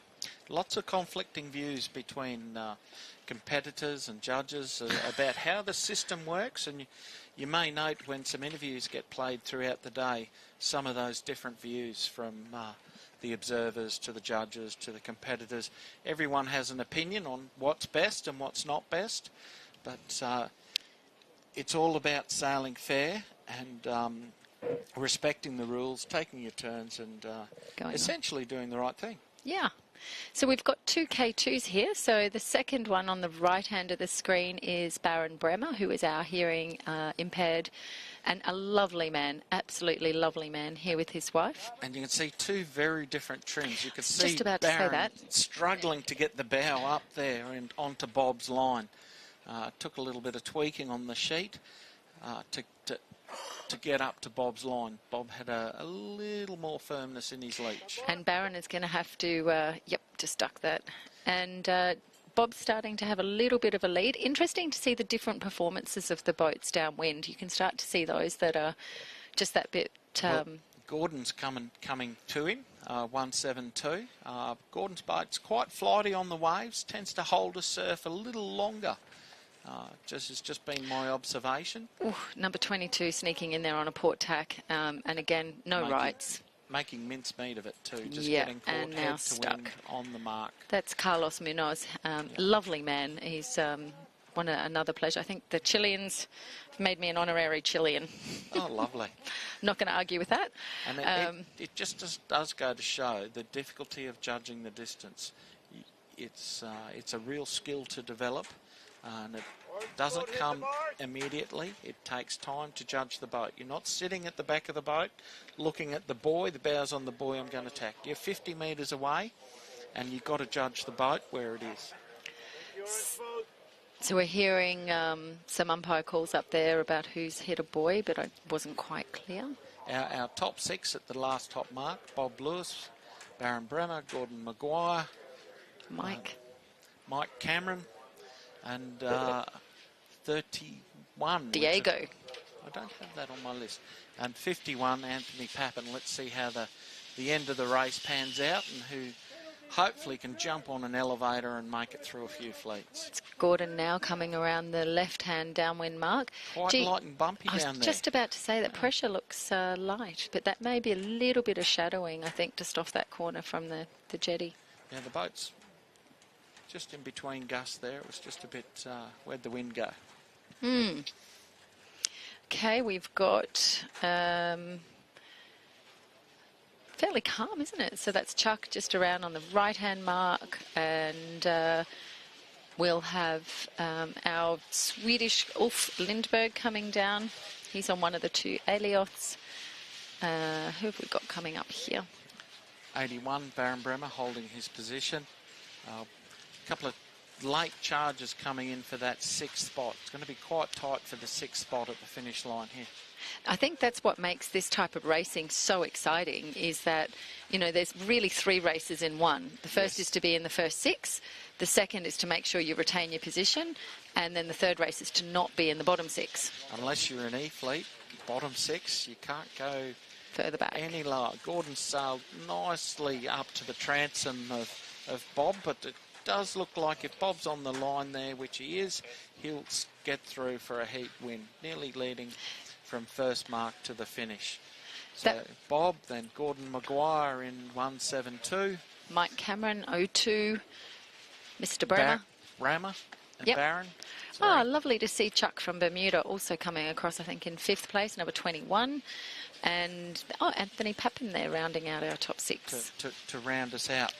I will say congratulations also to our Chinese competitor, Yang Zhongjin, has had a fairly consistent regatta. We've seen him move between the divisions too. Yes. He had a cracking run yesterday morning up through the different fleets. There's Gary McCarthy across the line, 87 as well. Sean Priestley in. People may know it's not a blue boat, which threw my eye a little bit there. He has been enabled to boat change because his old boat resembled a sieve. Yeah, more what than a happened boat. there? Unfixable leaks has caused electronic chaos downstairs in Which his it often boat. does in boats, doesn't it? In salt water, most certainly. And I've been to places around the world where people aren't concerned that their boat leaks because they sail in fresh water and that makes it okay. Oh no, we won't sail in salt water. Our boat leaks. You were teaching me yesterday actually about IP ratings and electronics. So what IP rating do our boats have here, do you think? They need to be IP67. They do. So for those of you interested in IP ratings, particularly if you're buying electronic equipment going in a marine environment, it is ingress protection. We'll be back in a few minutes. We're just going to go to a sponsors break for a D-Fleet race. See you soon.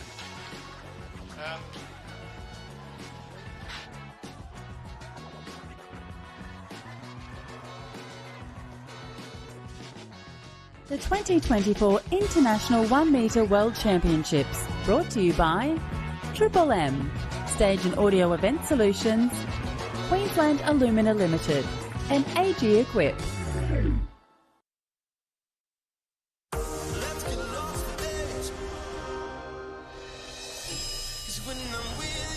We're just bringing a bit of light entertainment into your life. I love chatting with sporting legends on my podcast, The Howie Games. What about these guys? Watch this here. Ooh, that's good.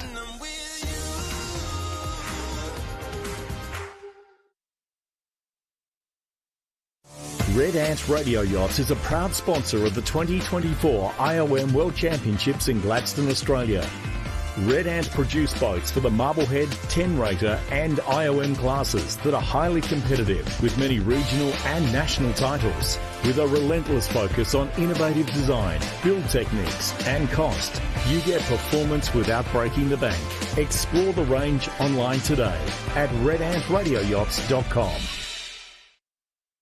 Now it's away for Casey Maguire. Here's a try. After I retired from rugby league in 2012, I got an offer to come up when the gas plants were being constructed on Curtis Island. Just fell in love with the Gladstone region, especially out of Tannum Sands there, and we've been here ever since. We've really enjoyed raising our kids here in Gladstone. We just love the climate. The sun is always shining. You can swim all year round. Lake Awonga, Tannin Beach, beautiful parklands. There's no traffic, beautiful reef fishing, and just a lot to do up here. Yeah, so we've met a lot of good people here in Gladstone through the schools, through the community sport and the sense of community that, everyone sort of knows each other and we can keep a look out for each other's kids and everyone sort of working together. So if you're considering a move to the Gladstone region, it is a lovely place to live. It's a great place to raise a young family and very proud of where we live. And yeah, like I said, when we came up here, we just really love the place and we haven't left.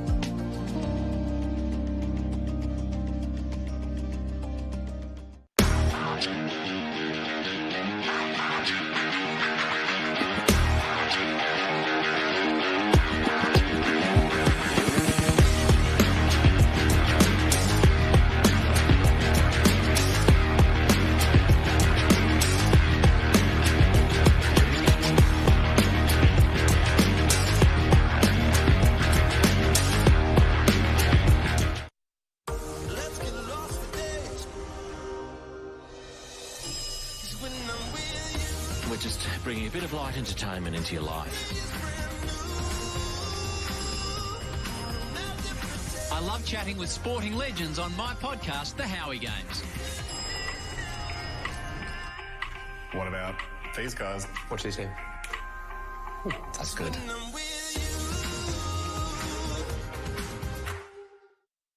The 2024 International 1 Metre World Championships from Gladstone, Queensland, Australia. Brought to you by Gladstone Regional Council, Triple M, the Gladstone Central Hotel, Macca's, and Sailboat RC.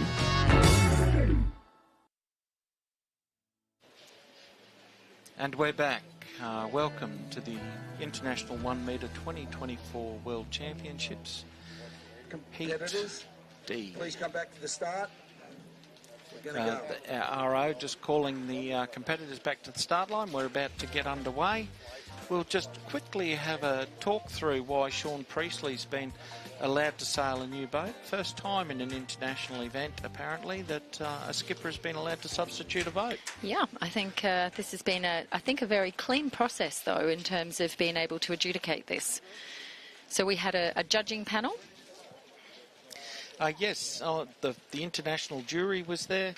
The IMICA, the international authority, was involved in it. A representative of IRSA, which is the international authority that oversees radio sailing for all classes, and the event management was there. So, yeah. Under an amendment to the sailing instructions, Sean Priestley has been allowed to replace his boats due to damage sustained by his boat. He couldn't control the leaking of it, and he has now got a new Britpop hull to sail with, a US 1928. So he's effectively done like for like, and I think that's an important call out here. Britpop to Britpop? Yep. Even though there is a number of manufacturers of Britpop out there, they're all out of the same shaped mould. A Britpop is a Britpop. So officially it is class rule C.5.1a, and it has been replaced by the wording, so the hull shall not be substituted during an event is the original C.5.1a, and it has been replaced by, except when a hull has been lost or damaged beyond repair, the hull shall not be substituted during an event. Replacement may be made only with the approval of the IOM ICA. I think that's actually a good. Yeah, otherwise, your regatta's over. A long way to come to have a boat failure, not of your own doing, and not being able to participate. 50 seconds to go here on the start line. Again, we're looking at the line. We're looking at draw a line between the two boys. Look at the jib boom of the boat's luffing. Where the front of the boom's pointing is what is the favoured end, and the degree of the angle is how much favour there is. So it's marginal boat end, looking fairly even. Which is a good starting line setup, right, from our team, because you want it as perpendicular as possible to your windward mark. There's a lot of theories out there as to what's the best line. Some classes and ROs have a habit of giving it 5 to the port end, not enough for the port tacket across the fleet. but enough to open up the course for people to tack off. Everybody has there's different outcomes for different bearings, but the breeze is flicking. We're away here. 6-6 has been recalled. That's Claudio Mendonca.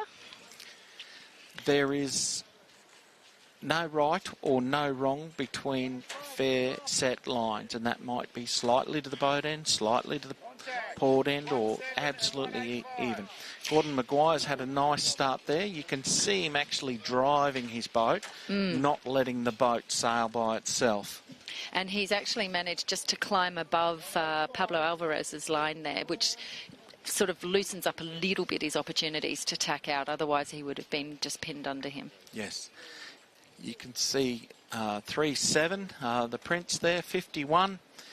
Anthony Pappen, all getting held out on that left-hand side of the course. Sounds like we've had a port starboard. Last fleet winner, Bob Lewis there, taking the sterns because he wants to get back to the middle or the right-hand side. He can see some wind coming down the course. On your screen, you can identify that by the darker colours of the water. Just watch the direction they move and their shape. And that's what the sailors are looking for. And they're also looking for, if you're going upwind, bumpier water might represent a little bit of water movement under going into the waves. Flat water might represent a bit of movement going with the waves. Nice lee bow there with Croatia, 150 onto Baron Bremer, who tacked out straight away. It was all fair. Very fair. So when we get another shot, Dave, just of the whole fleet together, it'd be good to get your insights, because you can see, and we were talking yesterday a lot as the wind freshened as well, about that leach tension and what it's doing for these boats, or in some cases not doing. So some of our competitors do tend to sail looser. Yes. What's your thoughts on that? Oh, as Grant says and Jordan says, I'm going to sit on the fence and give an each way bet, because it is completely condition and wave dependent as to how you set up your trim and your personal preference as to how you sail the boat. Some skippers like to sail with a bit of feel in the thumbs, where they just have to rest their thumb on the helm. They're sailing with a bit of weather helm, which means the boat's going to climb up to weather naturally. They're just holding that back to drive the boat up, release a bit of tension on the thumb, and up the boat drives, and then they'll bring it back.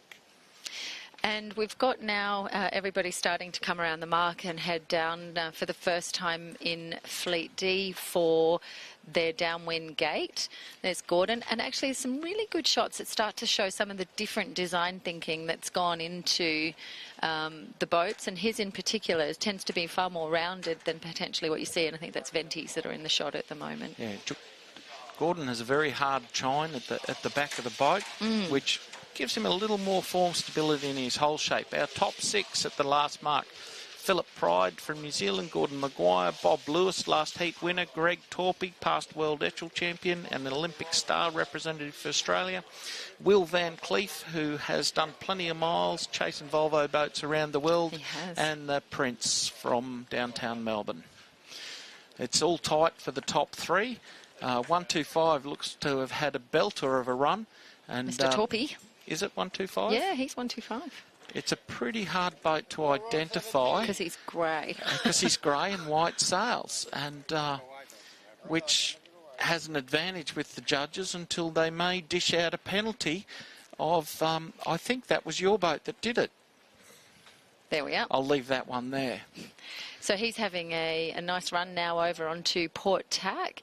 And just, again, I guess you're going to answer and say that this is a personal preference. I know with different boats, some you can flick through a range of tacks and make up to the mark. Some you really want to minimise your tacking. Yeah, absolutely. Tacking takes time. Doesn't matter if you're an AC 75, a Volvo 70, a 1 metre, a DF 95. Tacking takes time. Yeah. And we had a really interesting comment actually on the chat forum on YouTube. So if you're out there, you're very welcome to engage with us. And I think John Ball made an interesting comment. It's a protest against 150 about why OMs are a challenge, and that they are quite a let's call them finicky boat, two-handle with very millimetre adjusters. And he says comparing an IOM to a sail GP boat, where both typically sail 1 boat length per second, which is a scale speed of 54 kilometres an hour compared to a foiling GP sailboat and bigger fleet. So good observations. Keep them coming. There you go. Thank you very much. We can see the leading bunch heading into the left-hand side of the racetrack, looking for a shift. 125 looks like he's in nice air. The determination button has been repressed, and he'll be back to sailing in the usual typical style of Mr. Torpy. So looking at him here, we'll need to zoom out. There's Gordon hot on his heels there. You can see Greg has a touch straighter leach at that top batten than what Gordon is. And it's given the breeze is a bit lighter, you probably want a bit more. You can see 125 steering the boat to weather as he's got good pressure. Boat's leaning over. The breeze is coming to him. He's got a lift thumbs there. off. Sails with a little bit of feel in his boat. And you can see the way that boat's just driving up, looking for that jib to luff, back down, drive up. And he's driven up to the line of Gordon and put him in his air and said, okay, you can stay right there, son. And getting used to going around the left-hand mark, taking it to starboard, a new skill of outside in we go. Right, so he'll be coming around, and he's lined that up nicely without having any fleet crossing him here. He's through the traffic for the time being that we can see. Gordon in second place in 172, 123. That's Phil Pride, 123. 37. Patrick Parisian. 21, Chuck McMillan. Yep. And 40 is a new person in the top 6. Right, so they're coming down to their downwind mark. They're good length courses, these, aren't they? So it gives people that time to both be strategic, but if you've got to recover, there's so 40, sorry, Tonko, 40 evaporated from my screen. Here we go. So in our current relegation fleet, so Mike Cameron, I believe he just came up actually from E-Fleet, and we're seeing that, right? And so it's same with Barron, Baron Bremer, that it can be hard to, you can get promoted, but staying there's another question. You can see Gordon working the inside line, trying to get an overlap inside 125 for a bottom left-hand turn at the mark. The door just got shut, and 125 leads across the around the bottom mark with 172 in second. Here we go. Boats, first 6 boats are what you'd call within QE. Correct. That's an expression we don't hear too often anymore, is it? There's not a lot of spread there. The top 6 here will be very tight by the time the finish comes around. There is a split rounding at the bottom mark. Will the guys on the right-hand side who are outside the top 6 come through? Yeah. So Will Van Cleef, number 7-6, tacked out early there. I see he's going to try and come back across on starboard here. And we have the left-hand side boats marching across the right-hand side to shut down that risk. Here we go. And they're across the right-hand boats now. I think Torpy and Gordon are having a magnificent joust here. Yes, you can see 125 still driving that boat upwind a little more, not letting the boat sail itself. And the difference there is by being able to point that bit higher and take the height every time you can get it, you're sailing less distance to the mark than perhaps what your competitor is. If you're going fast enough and your velocity made good to the mark is higher, and it certainly was in that instance. Here comes Greg Torpy up to the line. Nice port tack. No one to give him any grief on starboard. He'll go across the line, get out of the risk area, stay clear of his fellow competitors. Ooh, look how Gordon. tight this is. Just 37, 1, 2, 3. Oh, Gordon may have just missed out in that. I think he did right at the 11th hour from second all the way and literally pipped at the post. Yeah, it's a bit like you hesitate and you're dead. Yeah. The quick and the dead, I think that expression is. That was hesitating. That was. I'm Paolo Cappa, number 130, coming up from Italy, just breezing across the finish line there. And he will be looking to be in a higher fleet. Larry Grant from the US there, just not having a spot to get back into the... No. Find his way in the starboard tackers to get across that line. He was just below the lay line there.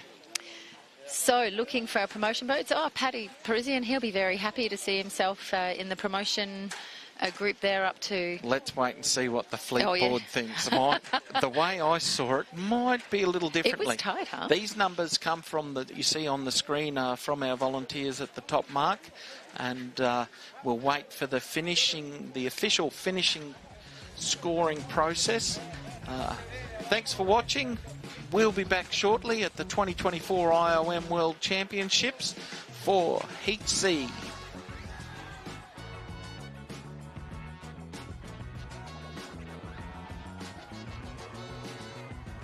The 2024 International 1 Metre World Championships, brought to you by Bendigo Community Bank, Gladstone and Calliope, Cooper Mackenzie Marketing, Australian Pacific LNG, the Gladstone Central Hotel, and the Gladstone Ports Corporation.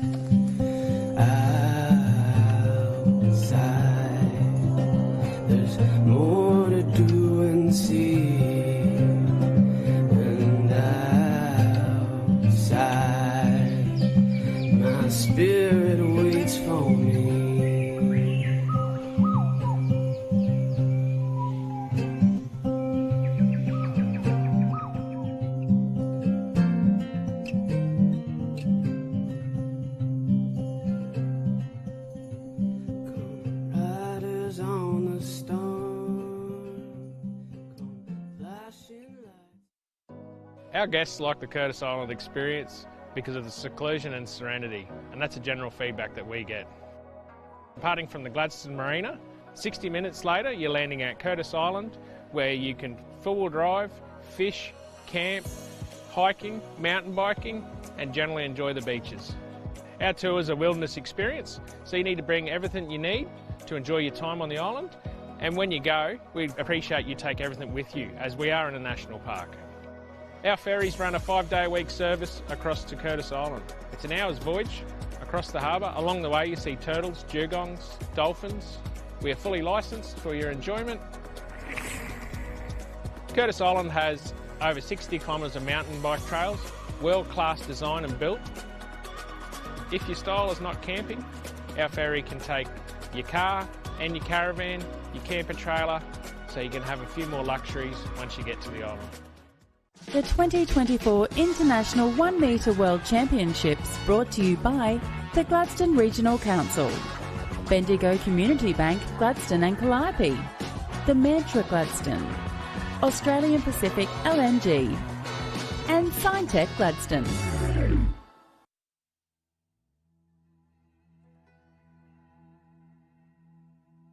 IOM World Championships 2024. A big thank you to all our sponsors and supporters and provider of in-kind equipment to make this event what it is. I'm getting the sense here at the regatta that it's this regatta and what the Gladstone town is putting on is a direct result of the community support and involvement. The place has a real community feel. As a Gladstone girl, what are you thinking of your hometown? You proud? I'm super, super proud. And these events take a village, so to speak. And Gladstone, Gladstone's always been passionate about looking after people. It's a very international town. You have a very stable base of people here, but you get a lot of new people coming through. You will have seen in some of the Gladstone Regional Council ads that are here just about how livable this area is.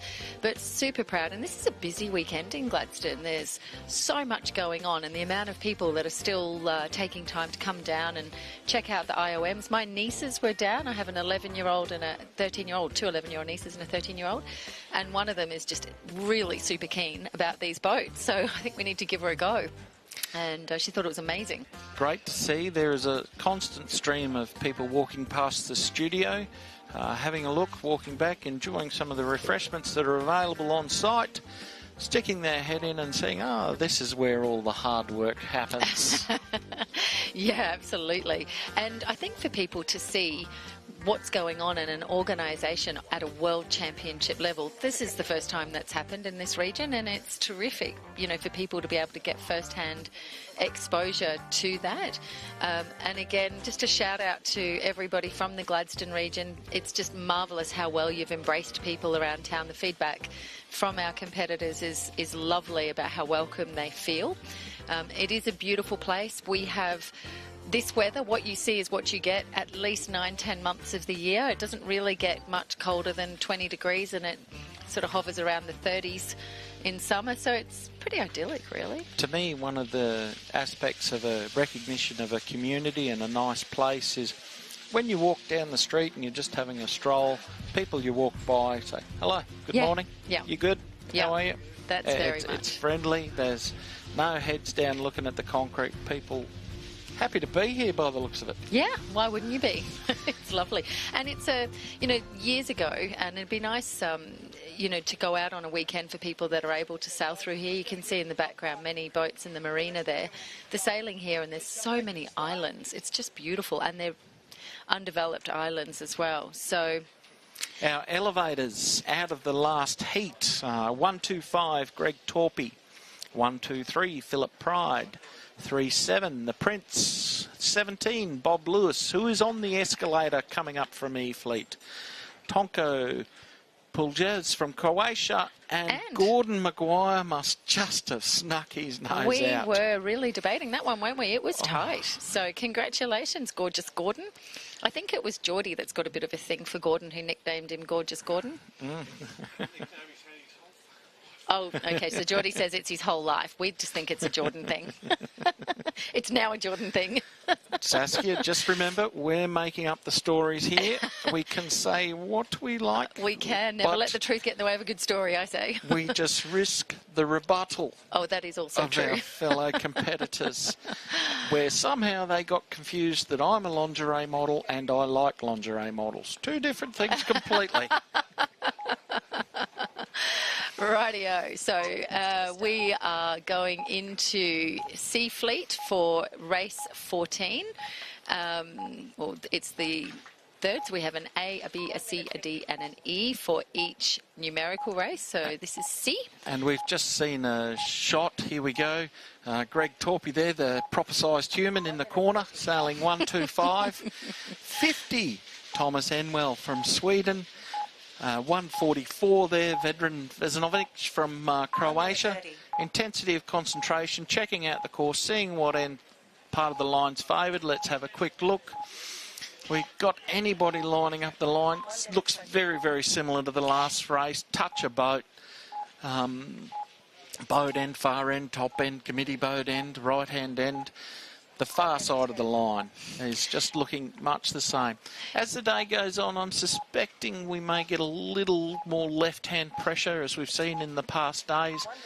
But no 2 days have been the same. You can't say we've had a groundhog day here yet for conditions. They've been similar but not identical, and the racing has been very entertaining to watch, and it's never the same people at the top. No, it's highly competitive, and watching the different strategies and what we've seen also as people, you know, who have been demonstrating a particular style of racing, you can follow, you know, and almost predict where they're going to go, start to try some new things, in which case, you know, a couple of times it hasn't paid off, and the last A Fleet race was very interesting. I think we'll be keen to see that.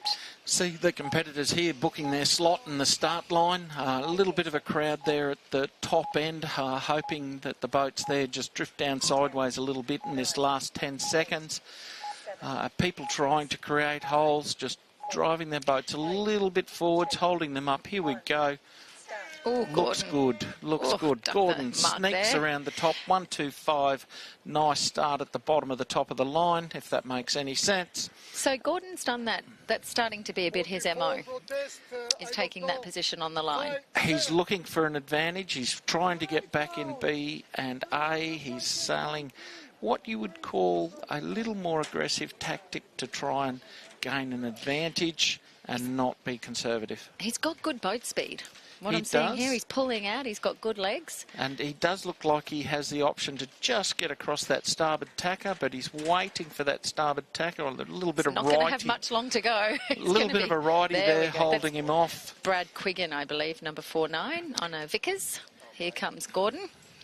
Now, he's on the most windward boat at this point, although further back. There we go. It's Tonko tacking across from Croatia. We see Steve Landau leading the right-hand charge back. Patrick. The Prince underneath him there. Steve Landau living nicely on the hip of 40 until he gets infringed by a ducking boat of 63. So Chango will do the penalty turn there. He was on port and had no rights. Doesn't help Steve. No, because that's a bit of a handbrake. And Steve's just been collected again by Bob Lewis. Okay. So Steve Bob's having getting the run of the green, so to speak. Here he's going to have to battle his way back from a nice position into a difficult position, and hopefully the fickle finger of fate can turn his way a little.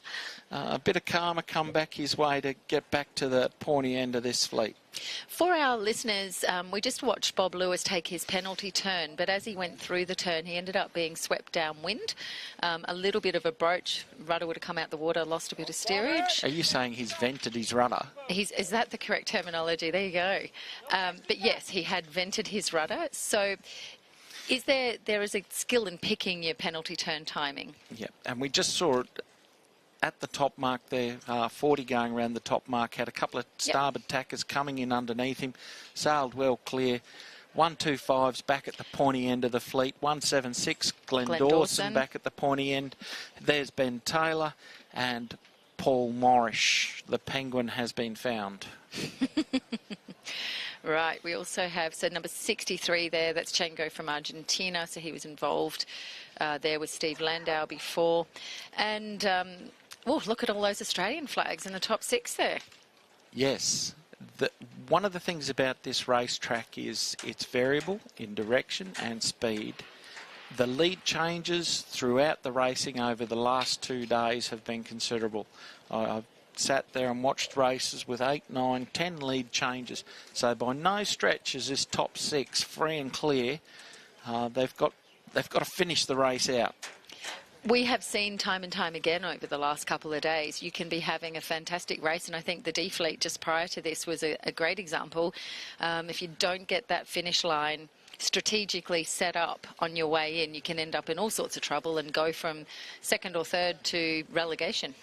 Yep, we're seeing Tonko round the bottom left-hand mark looking upwind, going around in first. He's had a nice little run, stretched a couple on 125.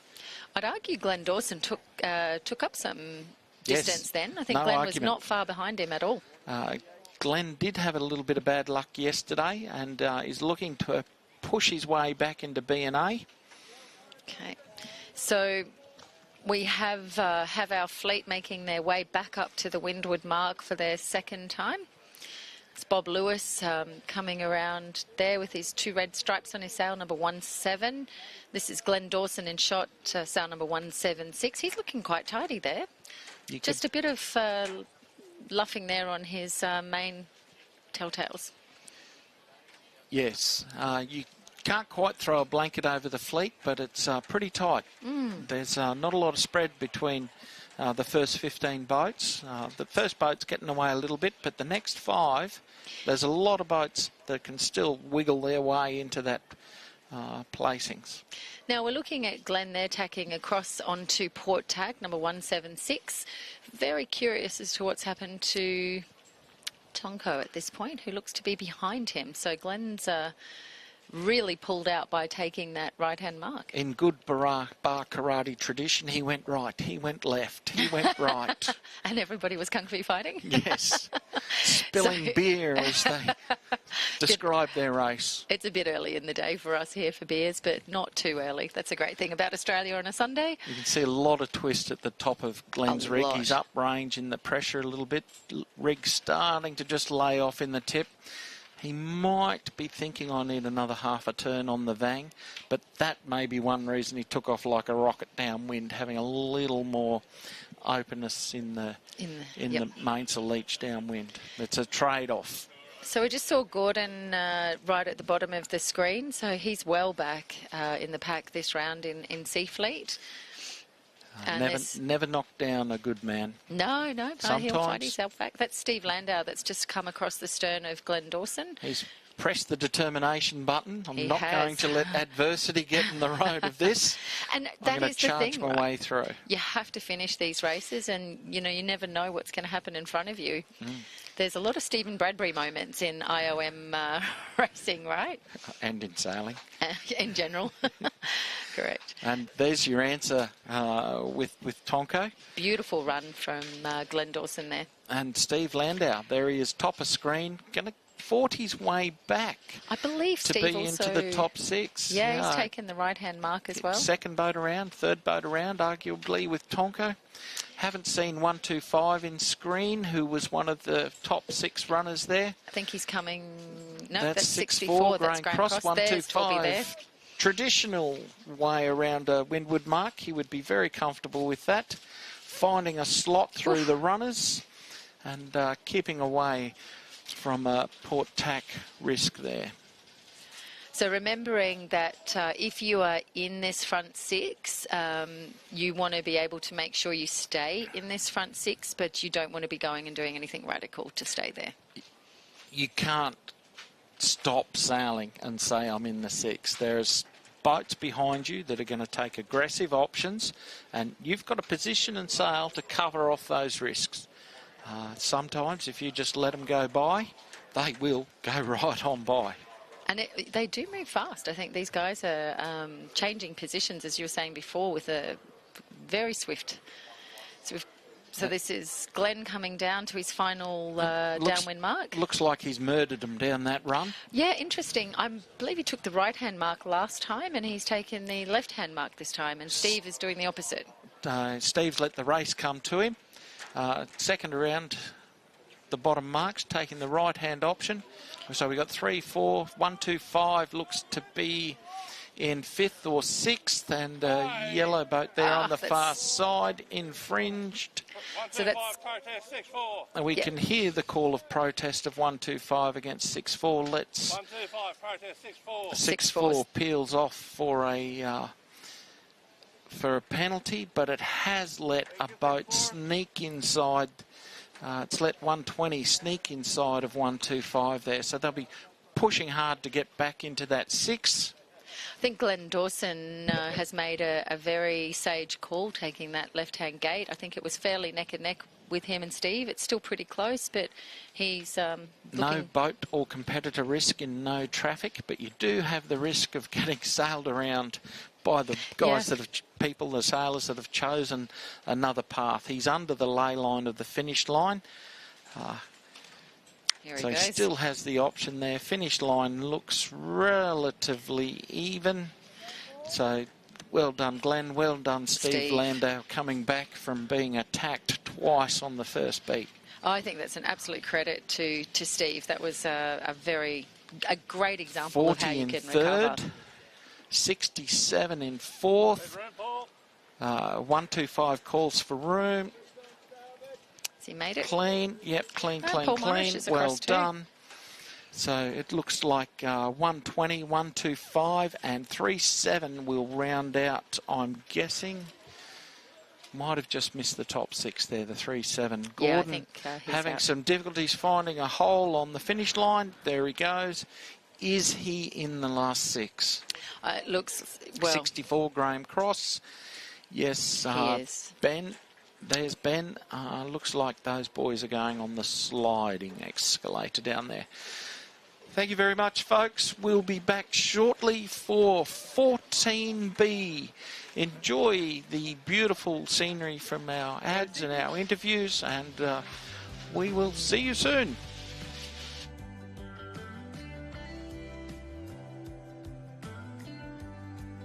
The 2024 International 1 Metre World Championships, brought to you by Gladstone Regional Council, Stage and Audio Event Solutions, The Capricornian, Steel Supplies, and Promotion Products.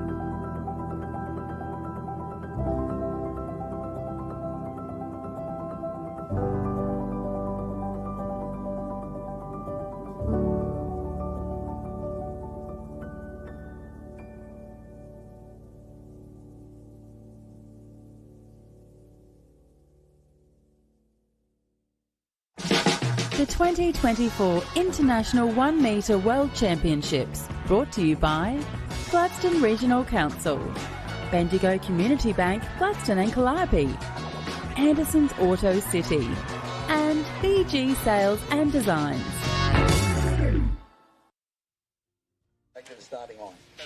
Welcome back to the beautiful Gladstone region. You've just seen some fabulous photos of what it's like to spend some time in nature's wonderland that is around this region. Absolutely stunning images.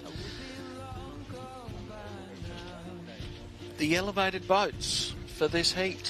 What are we looking at? Oh, it's going to be busy. So we're seeing, I think, a very mixed fleet for B. We're seeing some people in B this round that we would normally see in A. We're seeing some people come through like Steve Landau, who just had a good race. Ian Vickers, Ian Vickers is here, which we don't normally see in B. We're also seeing... Torpy came through. We've seen Glenn Dawson come through, so we're just talking about the Aussies here. But this is going to be, I think, there's Ian Vickers in shot there, number 6-1. This is going to be a very hotly contested heat fleet. I can tell you there'd be some anxiety amongst the last C fleet skippers in those positions 4, 5, 6, 7 and 8. That was a tight finish. Oh, yeah. Heart and mouth moments there for those sailors. But a heart and mouth moment here for Ian Vickers. First time in B Fleet this regatta. Was our regatta leader. 10 points adrift of Zvonko. Needs to get himself up back into A Fleet and get back in the hunt for this championship. He's looking. I mean, he's a master of knowing where he wants to put his boat on the race course. I imagine he will have gone and regrouped and had some good thinking about where he wants to be in here. Upstairs, mentally, the way you think as a sportsman, the way you think as an athlete, the way you think as a sailor, sometimes makes a big difference in what the outcome of your result is. The strength of your self-talk, the rationale. Now's not the time to worry about the past. We've got the race in front of us. He'll be going through his process, looking at the wind, looking at the waves, knowing who he's sailing against, looking at the competitors, what side's favoured, who are my high-risk people, who are my low-risk people. So you were talking to me the other day when we were discussing start lines and start line tactics, and one of the things we were talking about is, you know, knowing how to dig a hole, find your spot, but then also knowing who you're next to and who you trust. Absolutely. Which I think, you know, more than anyway, given the spread of people into this fleet is going to be quite paramount for this start. And as you go up the fleets, your level of trust increases. Then, how do you say it? Not as wobbly on the thumbs. Not wobbly thumbs. Yeah. And here we have Mark Gollison, 55, absolutely dominated 2 races yesterday. And also in this heat is Alex Scappens, who also won a heat yesterday. His first ever World Championship heat in the 1 metre class in A Fleet. His dad was still pumped this morning. Yeah, how could you not be? He was, how did they say, proper fizzing. Proper fizzing. Proper fizzing yesterday afternoon. And I think the thing there is Alex is only 26. So, you know, he's got an extremely bright future ahead of him in this class. Well, there's a couple of active sailors in the 1 metres in the 90s. They're not here this event, but it is a sport you can do all through your life. Looking at the boats here, looking to book their slot on the start line. Same sort of start line as we've seen. Hasn't been any real change in the breeze direction. Still a smidge to the boat, just a smidge. I think just looking up there, Alex has clearly got a strategy that he's looking for. I've seen him prefer that boat end fairly consistently throughout the last few races. He's tight on 61, 7-7's tight on him. Ian's tight underneath, looking to protect his position, looking to hold his line, stay away from being infringed, close to the line. Watch Ian's boat control here as he sails the boat back from the line a little bit. He's above Aaron Farrer in 34, got a little slot coming into the last 10 seconds. Uber critical, your approach to the line, how you get your bow down, how you accelerate. Watch this.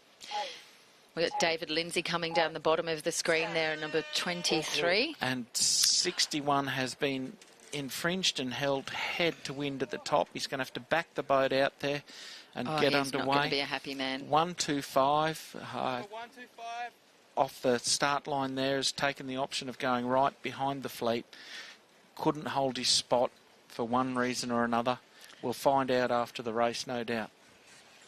Okay, so David Lindsay's found himself with a nice clear spot down the bottom of the screen there in the red boat. Oh no, Ian's lost a jib sheet. Something's happened, whether it's been caught. Okay. Yeah, if he's been in an altercation and he was right away boat and he's had damage, he has the opportunity to request redress. But I can see a boat doing circles. I hope that. Now, generally, that redress is particularly, I think, the wording, and we've had some personal close proximity to this racing rule in the last few weeks in a Queensland yachting series. But generally, the rule is if a boat causes substantive damage to another boat who can no longer participate in the race, that boat should also withdraw from that race. So Ian's retiring from the race. As soon as we hear whether he was infringed, we will let you know and let that play out. I think tight race here. I think we'll see race. Doug Allen, number 72. That was the green boat. Also take a penalty turn. There was just an altercation in the top of the screen. Just going to do a quick shout out to our GCRYC at Palm Beach, postcode 4221.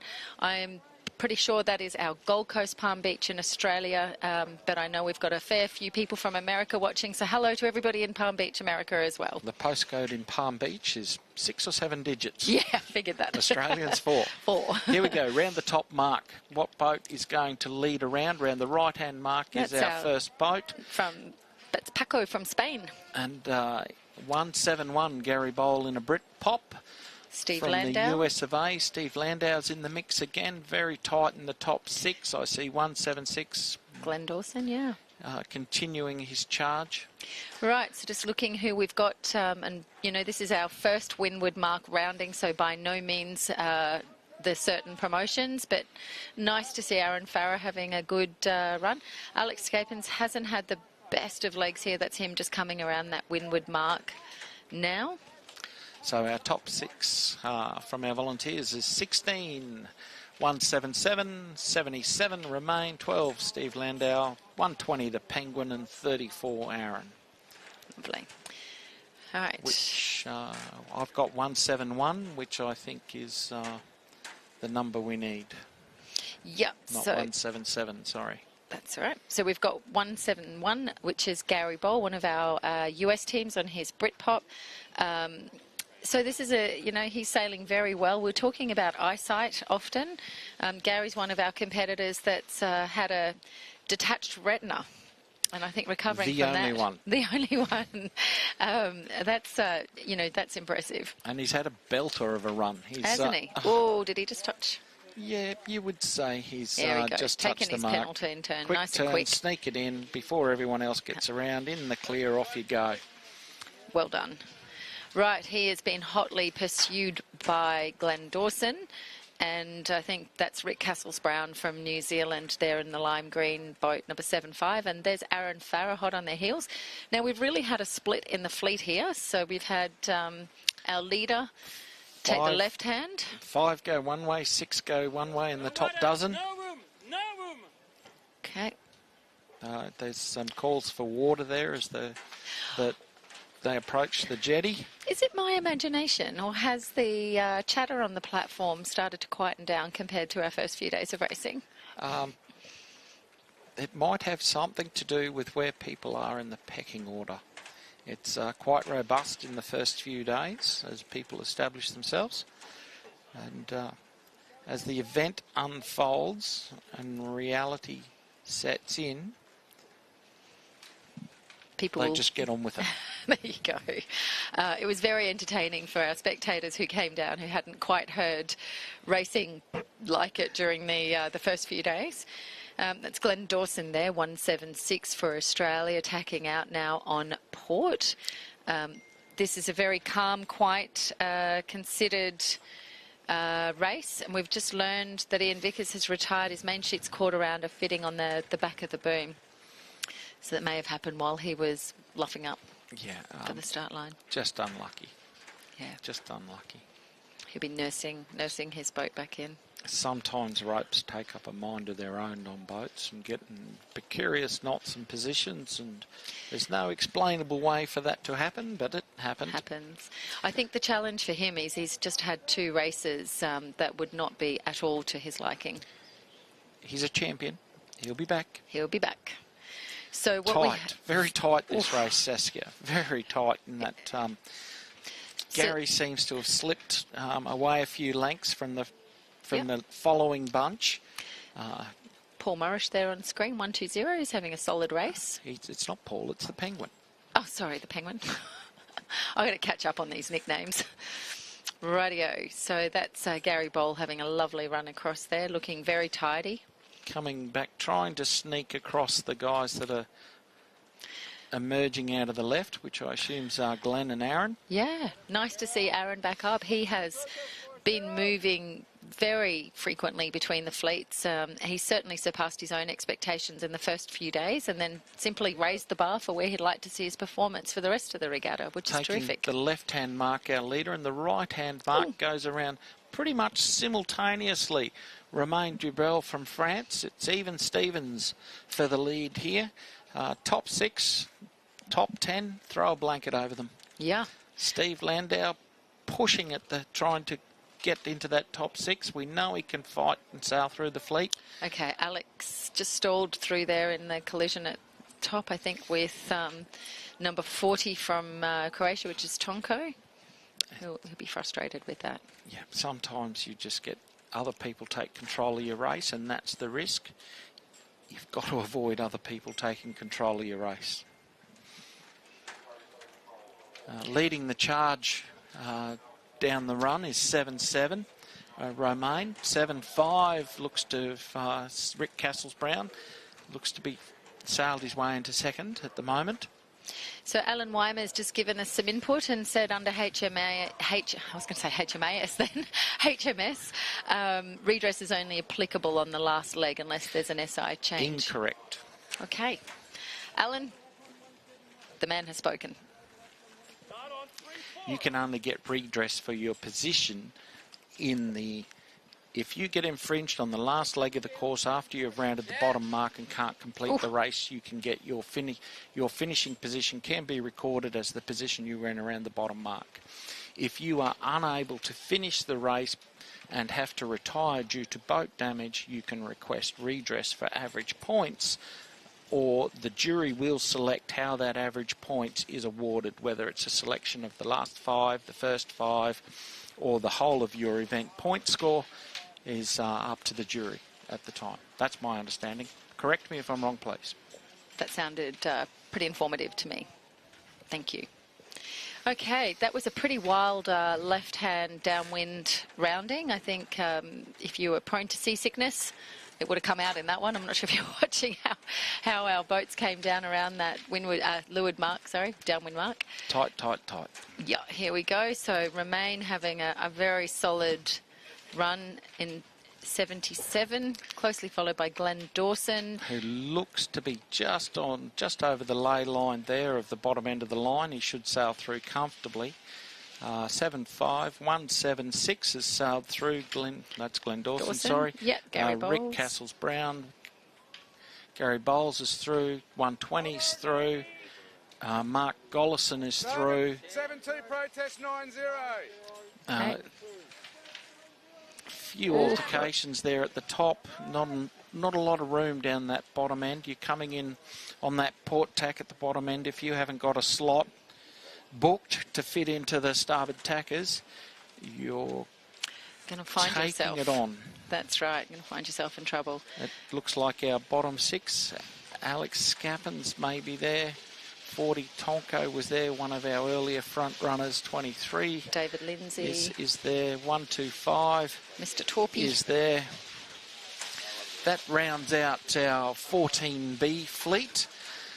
We'll cut to a break in a short period of time, and with an A fleet race coming back shortly. Enjoy the break, enjoy the scenery. We'll talk to you soon.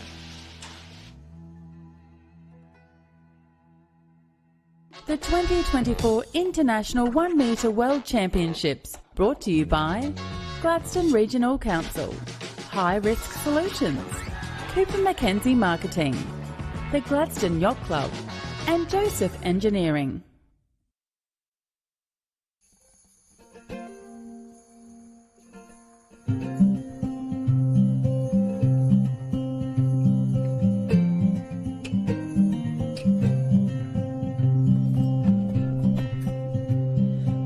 Spirit in the sky,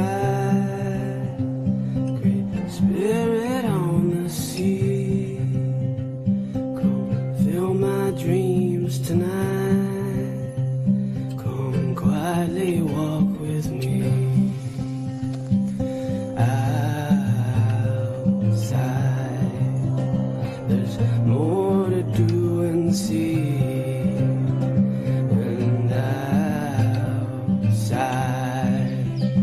My spirit waits for me.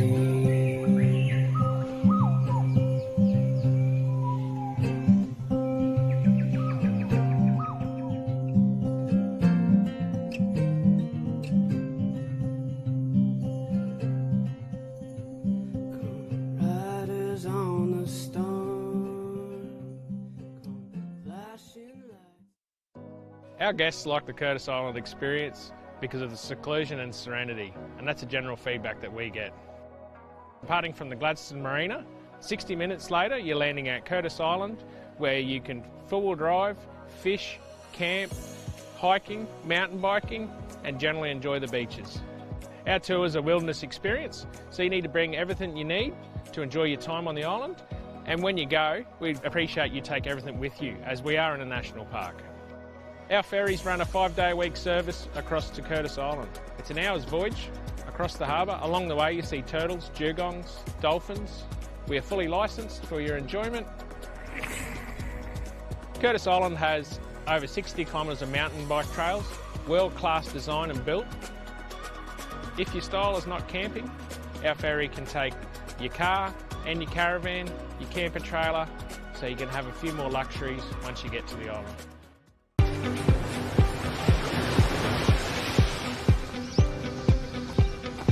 Morning. Morning. Glad to see you made it.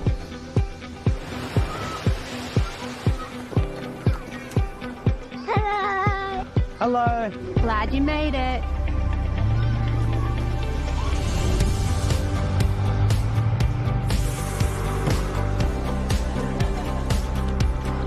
Good morning. Can I please have a Skin latte, extra shot with a hint of vanilla. Thank you. And don't forget your cookie. Lovely. Thank you very much. Glad to see you could finally make it out here, mate. Glad to be here. Let's get to work.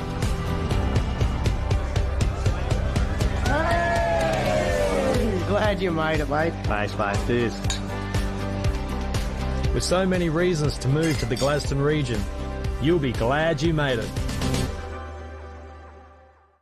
Whether it's your backyard project or big industrial project, Steel Supplies Gladstone has got you covered. From steel plates and sheets, aluminium and stainless steel, fencing, rural supplies, and everything in between. We are locally owned, so there's no corporate nonsense. Just good old-fashioned customer service with a smile. That's service with a smile, Tom. Steel Supplies Gladstone, proud sponsors of the World IOM Championships.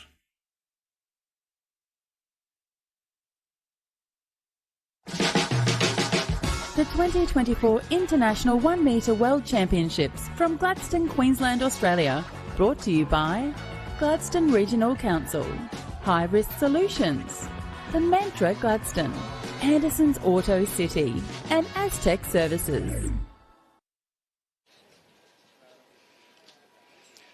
Welcome back to A Fleet Race, the pointy end where the points count and the competitors are looking for the minimum score possible. Shout out to our viewers. We're having fantastic coverage and fantastic viewing. Share the link with your friends, share the link with your family, get it out there. This is good to watch for anybody. A Fleet, big race. Here we are, and certainly the intensity is ramping up with every race that we have. This is the 14th race. We have 5 divisional races per race. So overall, we've done 14 times 5. So we're really starting to get up there. 70 races. Our first A-Fleet race without Ian Vickers, and first A-Fleet race with Lindsay Walker. Lovely to see him. He's an absolute gentleman to talk to. We've got some other fairly consistent players. I think I call Peter Feldman Captain Consistent over the last few days. Alexei also. I think Ante Kovacic has been... Super Mr. Consistent as well. Yeah. We're getting a good mix of boats, so we've had a real range of conditions over the regatta so far. But what we're seeing is it's, you know, between the different designs of boats that are here, they're all in the mix. It's coming down to the skipper, the trim he puts on it, where he positions it, and how he manages the regatta, the fleet, the race, his competitors. You just can't be fast, you just can't be smart, and you just can't be lazy. You've got to put it all together and have all the ingredients for the success that the competitors are here chasing. That's Ross Bennett, number 39, and also in screen 148 from Jose. Spain. Yeah, Jose El Pepe. Seen a bit of 148 in A-Fleet this regatta. Has spent some time sailing up through the fleets and holding his position. Our past world champion Olivier from France in 100. Checking out the wind, the direction. So after this race, we will update the leaderboard on the website. We've had close to 13,000 interactions with our website, individual interactions. We're getting around an average of 12,000 viewers per day with our screening on YouTube. It's just amazing to see. When you go onto the leaderboard, I think this particular race is going to open it back up again. Yes, absolutely. We've still got a lot of sailing to go. You can go on a pretty fast slide if things go against you in the back end of the regatta. It only takes a few races to find yourself in C Fleet and fighting your way back into A Fleet. We'll probably only get this regatta to have 3 drops in. Not a lot of errors you can carry forward. You need to be consistent. So Zvonko, I imagine, will be looking to consolidate and really try and draw away with a lead from this race and the overall point standing. Yeah, he's looking to gap. He's looking to gap and cement his position. He'll be looking for a low point score. Will certainly be looking to sail a clean race and capitalise on the opportunity that's being presented to him here. I imagine we'll be seeing the same from Olivia Cohen, who'll be wanting to put in a good race and achieve some low points. So this has opened up the podium for second and third now. After this race, we'll go through the results and the scoreboard. We're underway with the countdown. We'll get a look at the line shortly, see what ends favoured. There doesn't look to be any real change to the breeze direction or strength. Looking at the flags lining the dock, the 20-country flags, which help to give the regatta village a real international feel. Yeah, it's the dynamic here is just lovely, and as you walk around the race village, it's constant animated chatter. We've got a tent screening on a big screen, the coverage that we're providing now. So shout out to all of you in the tent watching. It's lovely to have so much participation. It's lovely to hear 6, 7 different languages being spoken. It's not an experience we get to see often here. So we've got everybody starting to bunch up down what we would call the boat end again. Yes, they're looking to book their slot on the start line. If only it was that easy. Hold your spot, hold your spot, protect your spot. It's Peter Feldman there in the black boat, sail number 44, one of our consistent competitors. We also have hanging at the back there, number 120. So Paul Morrow should be with Penguin. Let me get that right. He'll be pleased to be up in A Fleet. There's Olivia Cohen there, number 100. Trying to find a little spot for himself where he can keep his powder dry. Mr. Consistent 44 has booked his slot in the middle of the line. And he's owning it. The bottom of the top third of the line. He's owning it. Look at the way he's managing his boat. Sneak sheet, shoot up, drift sideways, sneak sheet, shoot up, holding his gap from the boat leeward. Coming in the last 5 seconds. Tight congestion at the top. Let's see how we go. Oh, he was just over. Smidge, yeah, and it was a hair's breadth that he was over. Zvonko there, our current overall leaderboard leader in sail number 3-5, just sitting there together with Romain Debrel, sail number 7-7, and Gary Bowl there in 1-7-1. And there you have a 12 to 13-year-old design, matching it with a brand new design sailing up. It's the skipper. It's a good call out, actually. It's trim, person, positioning. You don't have to have the absolutely latest and greatest. Just tacked on port with no rights onto Pablo in boat 13. And here he goes. Onte on starboard there. So you can see the quickness, so paying attention to what's going on around you. That looks like Zvonko making a covering move there, or just wanting to tack out. I would suggest that they've both seen some clear water and clear air and go, let's charge off in this direction and sail our own race. No need to be caught up in a group of boats going slower than we need to be. That's a big spread fairly quickly, isn't it, that we're seeing here? Even though we're only on a 100-metre odd length of course, it does spread out. There's a lot of leverage there. If the breeze goes 5 degrees one way, that's a lot of distance if you're on the end of that pendulum. Yeah, so we saw boats in an earlier race, I think it was the E-Fleet race, really go to the left-hand side of the course looking for that lift. Not quite getting it, meaning they really oversailed that first mark. A couple of tidal waves coming through the course here with some boat wash. That is the equivalent of a tidal wave. If you scale that up and you're on a yacht, that's not a good feeling. And if you were coming in tight on the top mark there, you'd be hoping you'd get around before the waves wash you onto that mark. Reckon you can catch it? Well done, Romain, 7-7, a leader from our last race, has got his mojo. Gary Bowl. Gary Bowl again, 1-7-1, having a belter this morning. There we go. Our boat's cleanly getting around. Everybody's given each other a little bit of space there, wisely. You can see the gap on that top mark from the drone shot. Now remember, the guys are on in the right-hand screen there. They're on that control area. They're not at the buoy. They're not on their boat. It's depth perception and your judgment is an absolute critical skill in this sport. And that also goes for our on-water umpires. They are only able to make judgment calls on what they see, and what we are screening on video, we get obviously a much better view because we get all the views, but that's not admissible. So we're geniuses in hindsight. Oh, absolutely. Armchair critics, I think we're called. Wasn't there two Muppets that used to sit in the side of the wings?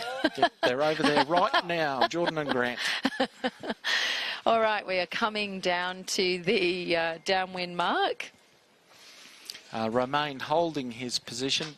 Gary having a little charge. The temptation here for Gary might be, if he can't sail around the bow of Romain, is go the other way. But you wouldn't think he'll do that from there.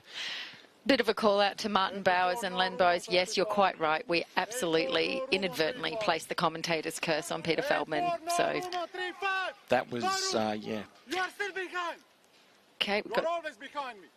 Why did I went wide? Why? Because okay, you can hear the tension from the control deck there. So that's calling on Zvonko, number 3-5. Skippers making very certain their position is understood. But if you want your competitor to hear you on the control deck, you do need to be loud, you do need to be clear, you do need to be succinct. Now, you're a relatively gently spoken person, Dave, but you've raced these, so how's your voice going? You dust it off? There's probably 45 people around the world from past IOM World Championships rolling around on the floor right now. I had my moments. You had your moments? Okay. Ooh, tack it and luffed up just around, no, snag that pylon. You can just see, and in this left-hand corner there, you know, trying to sneak up around that pylon hasn't paid off. Pylon 1, IOM 0. true. Right, this is quite an interesting race. So I think the marks are really sorting out who ends up. Yeah. Okay. Oh, very close. It's tied at the top. You've got the couple on the right. There we have Mark Gollison hooked up on the Oysters. Unfortunate. Let's go back to the race. 7-7. That's Romain de Breuil. Closely with his countryman Olivier Cohen there in 100. He's tacking out to find some fresh air. It looks like the Romain has just managed to stay in front. There's not a lot in it. Don't be surprised if we see some right-hand boats sneak across their bow coming up to the top end. Okay. No, the conditions are staying nice and consistent with the breeze. So this afternoon we may well see that freshening breeze start to turn into bullets down the course. But right now it's been pretty consistent. The trend has been as we approach 3 o'clock for maximum breeze. Has been the trend over the last few days. You can see excellent drone shot there of how tight it is at the top and the different angles of competitors coming into the marks. Nice big gaps on the marks at the top. Looks like when they look at hindsight at these views. So Romain and Olivier Cohen and Zvonko are all together, taking Romain and Olivier split and took a different windward mark each. Zvonko is really riding the back of Olivier Cohen's boat there, which is a perfectly normal tactic. We've got number 30 heavily caught up there. Is that 7-5? Our top six, finishing out our top six is 171, 73, and Zvonko in 35 has in the top three. He's not giving up. He's not being conservative, saying I'm happy with 3. I'm racing hard. I'm pushing my way. I've got an opportunity here to create a big gap. We still have our 2 boats caught over here on the right-hand side of the course. They've just drifted out of the... Race is done from them. The leaders wobbling their way down. Not a lot of gust on here at the minute. It's just really precise sailing in this lighting air, trying to pick up any advantage to get your boat running on a wave. You can see 100. It's just stalled out behind a wave and had 7-3 on a little runner there, sailing up down by his lead. Just looks to be have a little more run as the transom lifts. Yeah, you can also see here with 35 and number, I think it was 7-3 there, with just much lighter luff tension than perhaps what Olivier Cohen has on 100. Zvonko still in third around that bottom run. Not a lot in this. He's taken the opposite side to the 2 leaders. Let's see how this pans out. He's coming back across. Looks to be a smidge of right hand there to him at this point in time. It'll be tight till the finish line. Yep, so these guys are making their way up. The last few boats are still coming down around the downwind gate. I think we have 4 or 5 still to finish. Oh, we've just had and I'm not sure who that is. So it's a downwind boat with one of our windward boats.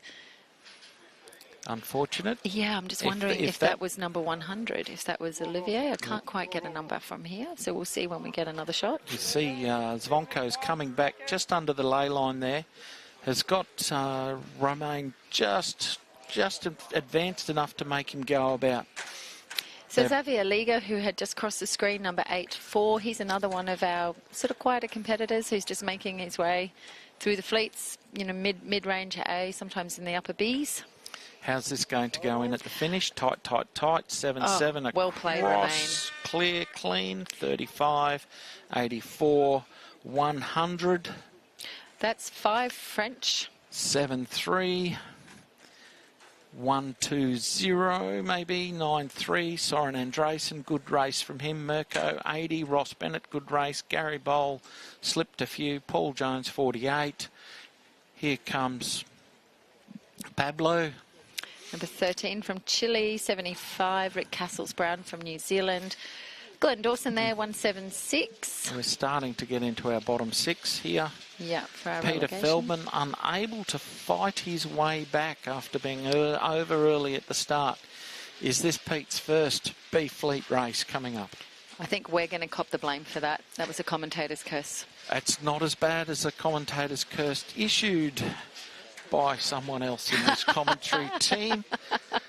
Who was about to take over from us. And accept full responsibility. Lindsay Walker, Onte, just coming through. Well, that's our A fleet. We'll be back with our gorgeous duo of commentary shortly to take on our next round of an E fleet race and discuss that last A fleet. Enjoy the viewing. Go and grab a cup of tea or a cup of coffee or have a refreshment break. We'll be back soon. Thank you. Thank you.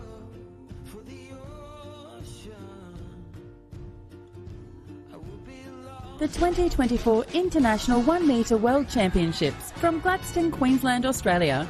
Brought to you by Gladstone Regional Council, Red Ant Radio Yachts and Supplies, Stage and Audio Event Solutions, Queensland Alumina Limited, and Dream Tilt Wireless Internet. The Capricornian is not just a credit union, we're your neighbours and your community supporters. When seeking a financial institution, choose to be part of something bigger, not just big. You do that by chasing a bigger goal, by considering the broader picture, by owning your banking. Be a part of something bigger. Choose the Capricornian. We're here for good.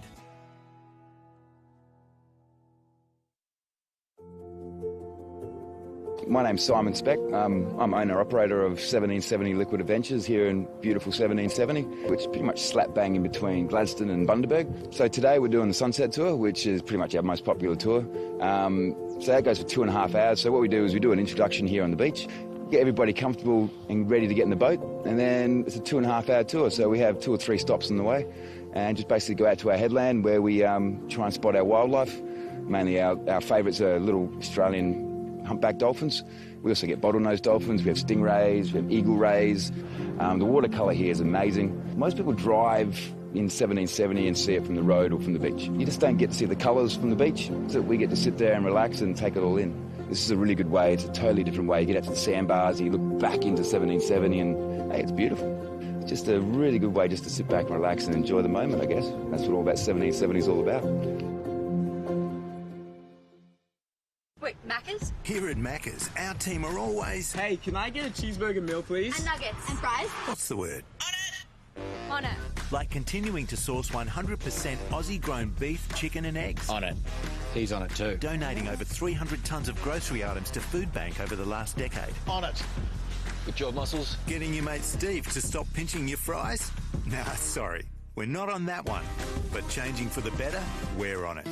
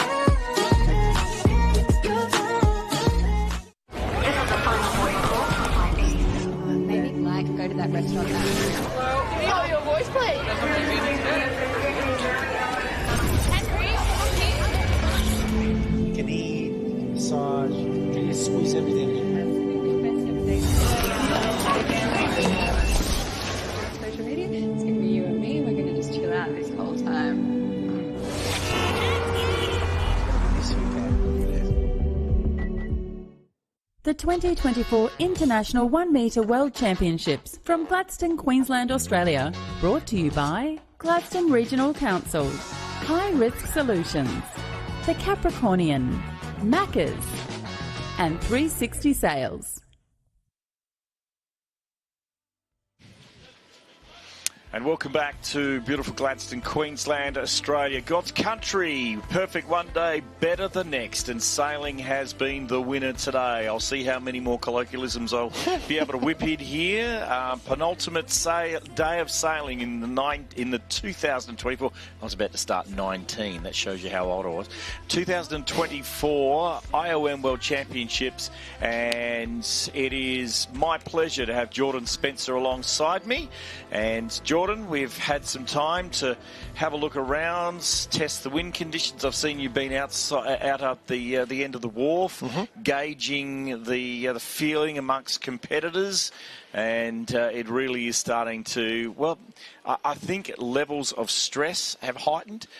However, we have seen some real movement at the top of the table, and a clear favourite is now evident. I'm feeling guilty. Are you feeling a little bit of the commentator's curse starting to come in here, Jordan? Because, you know, my goodness me, you wouldn't be that person, would you, who just... No, well, that's the addition. You know, on bar karate, we give the reverse curse. We don't, you know, anyone that comes on bar karate tends to go off and win the next big major regatta they've done. And unfortunately for the whole 1 metre fleet, the person we had on bar karate was Zvonko Jelicic. And look what you've done. Well, I've done it. Well, our team has done it. And unfortunately for Vickers, that was just a disaster. So now it's all... it's a clear margin. Yeah, look, that's a big number now. If you remember at the start of the day, we were sitting with 2-point difference between Zvonko Jelicic and Ian Vickers, and now we're looking at a 22-point difference. And that's brought Alexis Carré into second position. Well, you know, an opportunity to have a crack at second position as well. Have a look along the line of Alexis there, and super consistent. He's dropping at this stage a 9 and a 12, and he's not carrying anything higher than that. Yeah, but a 7 next. He's very threatening. I've just come up with a shirt name. I think bar karate are going to have the "Don't mess with the curse." You know, like. Yeah, there you go. I'd just like to make a shout out to the fellow who's you can't see him on camera at the moment, but Chris Struick. You can hear him off camera, but Chris Struick was actually one of the very few. Well, myself and Chris one night over a red wine decided we missed sailing, and so we bought 2 radio-controlled yachts, and that was the birth or rebirth of the Gladstone Radio-Controlled Yacht Club. So it's good to see him down here, Chris. It's good to see you. Yeah. It is spectacular, and we've got 1:25 until the start of the 15E. We're in the 15th race, and it's beautiful, isn't it? Who's 171? No, you'd be looking at 171. Who is 171? I'll have to have a look, mate. That is Gary Boll. Gary Boll from the United States, so... Righto, well, we can't have a little tete-a-tete, mate. We're going around the world here. This is big. This is big stuff. So 1 minute to go in E-Fleet as the race. Yeah, righto. Thank you, mate. Race starting in 50 seconds. Those who know Chris Struick is... We do appreciate the public comments, though. Yeah, absolutely. Yeah, it's very difficult to stop Chris talking after he starts. 40 seconds to go for the start of this 15E race, and centre there is Claudio Vaz Mendonça from Brazil. Also sitting there is Nigel Barrow. What the heck is Nigel Barrow doing in E-Fleet? That's what I'd like to know. He's been sailing well all week. I want to also point out number 22 is Carlos Munoz. He is the southernmost located human that in this fleet. He's so far south on the South American peninsula there that he is an honorary penguin. Here we go. The last 8 seconds, and we're on our 15th flight. So, we've got a couple of... I was waiting for it. Yeah, General. Yeah, general recall there. So we'll get another shot at that. The PROs, Brett and Scott, will have another start here. And we've been advised the U flag is now up. That means if you're in that triangle across the line before the start, you will be instantly disqualified. Yeah. It's interesting. We've been here for 5 days now. We've gone through 14 races. We're on to our 15th race, and it's still very interesting. It's still very exciting, you know. Like I think everyone's having a grand time. Obviously, not standing here in dry suits and having to sail is a big win.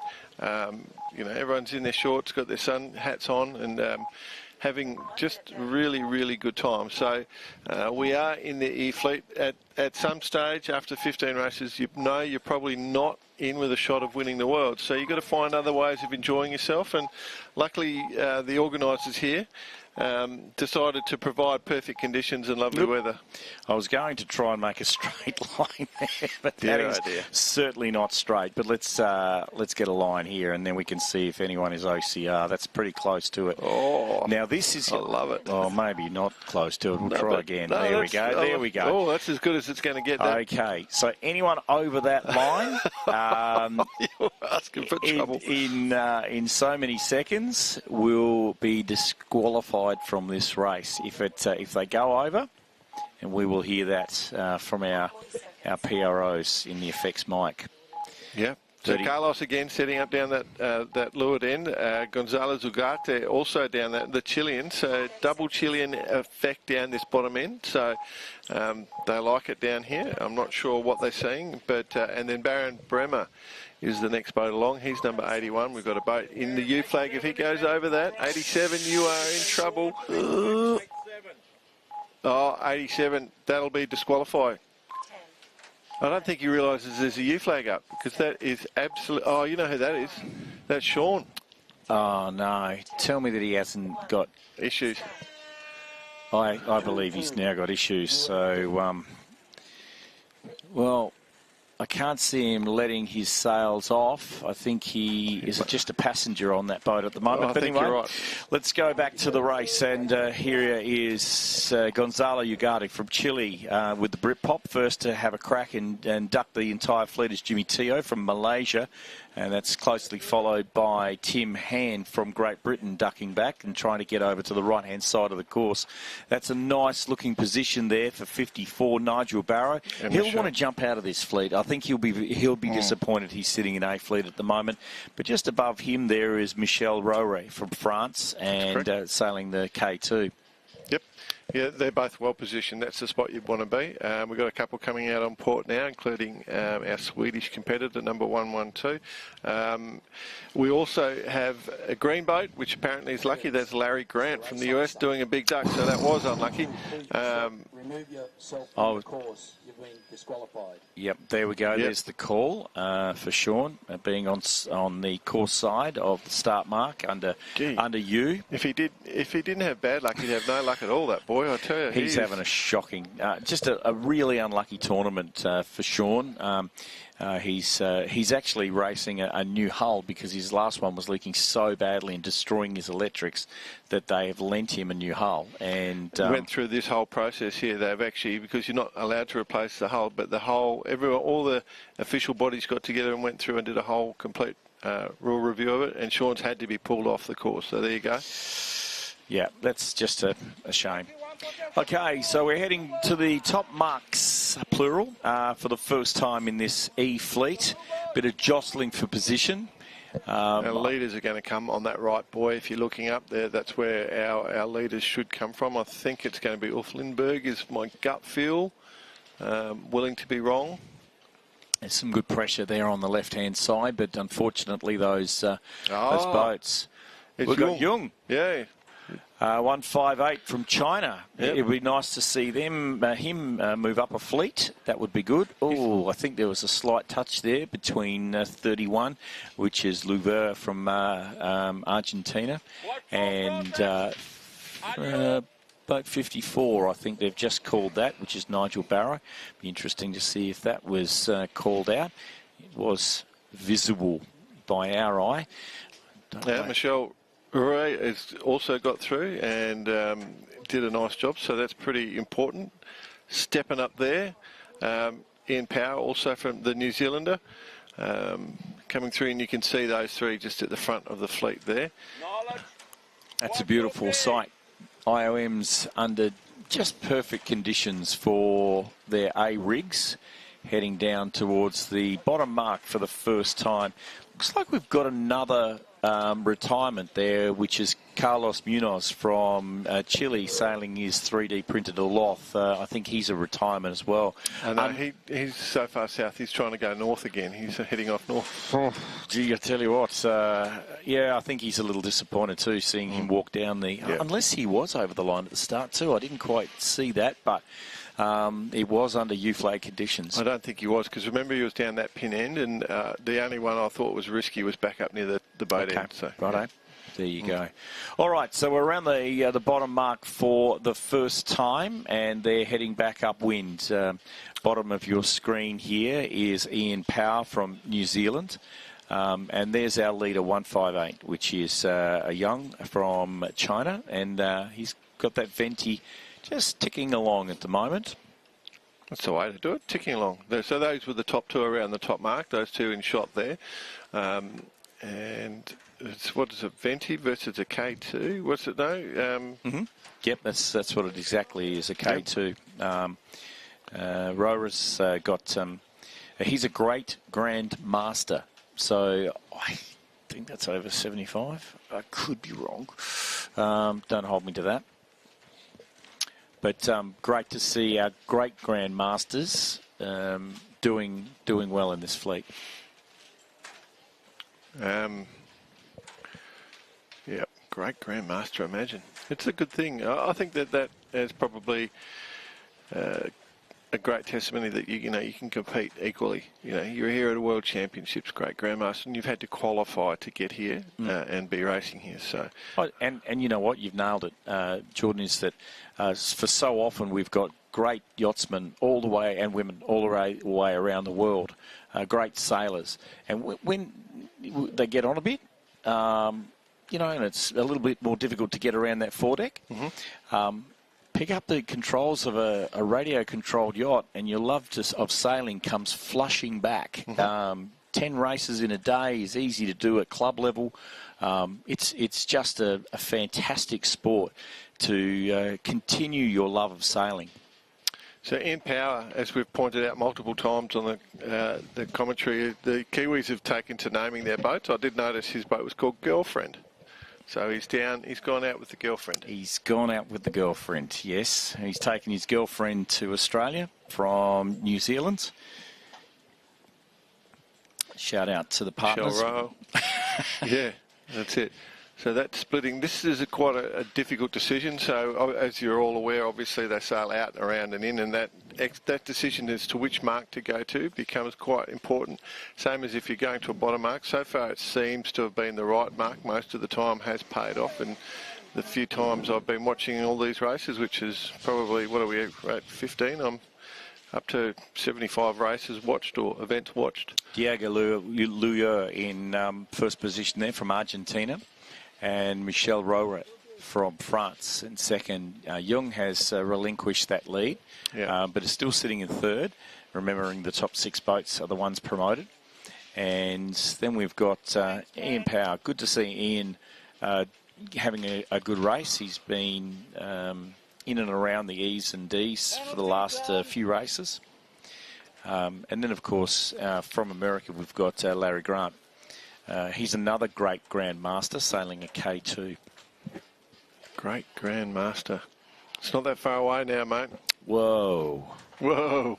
You got me by a year, Spencer. Just remember that. All right. Heading down to the bottom mark for the second time. Once they get around here, they'll turn for home.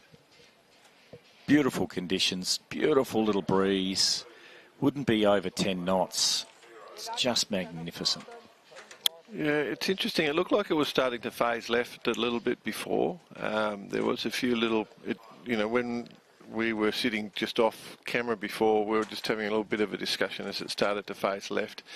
And it feels like it tried to. I think the course got moved slightly, but it's still very consistent.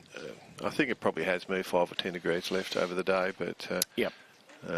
Yeah, we did start with those bottom 2 marks closer, spun around a little bit further towards the jetty, but still it hasn't overly affected the course. Perhaps shortens that first leg from a starboard start. Perhaps. At the intro today, we also said that we didn't think it'd get as windy today because it just didn't look like it had that same sort of strength to it. So we thought they'd probably stay in A-rigs, and we've been spot on. So let's just patting ourselves on the back there, just in case you missed it. Nothing like a bit of positive reinforcement. Yeah. Diego Lua, the Argentinian. Could probably do with a little bit of Cunningham there. Yeah, he's going to go through the finish line first here, I think. So he's probably happy with his setup. Yeah, I was just about to say that. 31, good on you, Diego. Winner of race 15E. And then doesn't really matter about these two, but first and second, 191 is Roro from France, and 185 is Ian Power from New Zealand in fourth position. 158, Jung, which is great to see our Chinese competitor get up into that D fleet. And then the next two boats, one boat, 85. Very great. Yeah. Luo just went out the outside. It's now getting off the course to get his boat. Well, this is going to be close. This is for the last relegation position. Promotion position. Oh, sorry, promotion position. My apologies. Oh, this is going to be tight. With Gary McCarthy in the orange, flying it in there. Everyone's attacking on everyone. Oh, shoot the line. Oh. I reckon it's our friend Will Barrow in 54. I reckon he's got up there, Nigel Barrow. But, yeah, let's see how that unfolds. Nice close racing. There you go. That's what we like to see. Yeah, you saw it coming from a way out, like it was always going to be, there was a collision. Oh, there we go. And is that 1-2? Are they still racing? Yeah, Ben Harker and I think it was Tim Hand, so that's not good. Well, Tim's quickly done his penalty and is going across the line there now. So there you go. An exciting E-Fleet race there. That was good to watch. And in fact, all racing has been great to watch, and it's only been made possible by our fantastic sponsors that have put all this together. I mean, it's an incredible community, Gladstone community. And if it wasn't for our wonderful sponsors, we wouldn't be able to send this message around the world. Have a short break. Be back with our D-Fleet in just a few moments. You're watching the IOM World Championships 2024.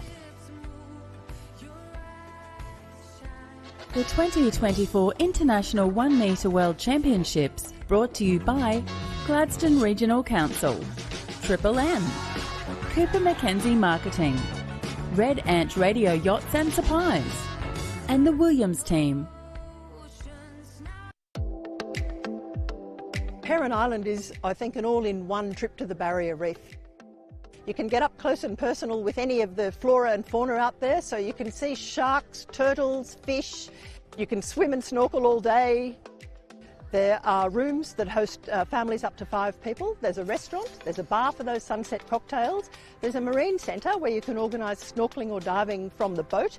You can snorkel and swim just around the island on the high tide. And there are activities guides, mainly trained marine scientists, who can take you on reef walks and explain to you what you're seeing. Diving's always spectacular, visibility can be excellent. It's really what you make it. Heron Island is 50 nautical miles off the coast of Gladstone. We have a vessel, the Heron Islander, that departs from Gladstone 5 days a week. The other option is to fly on a helicopter that departs from the Gladstone Airport. Get away from life, get away from Wi-Fi, get away from devices, and just relax in nature.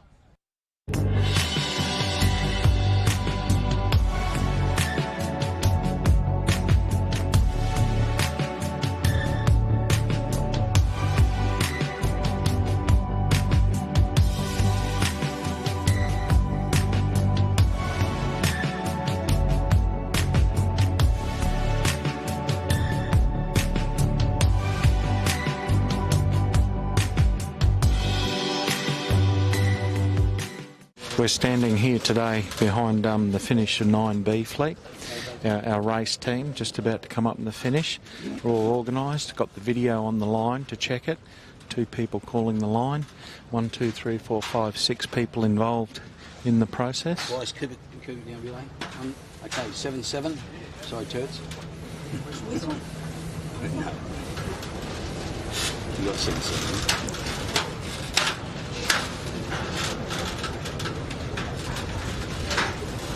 125 48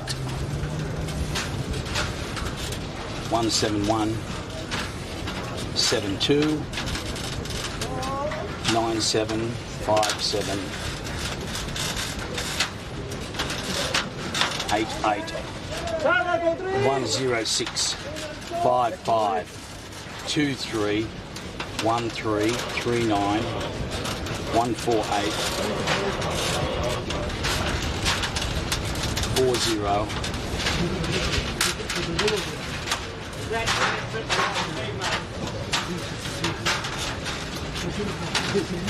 13050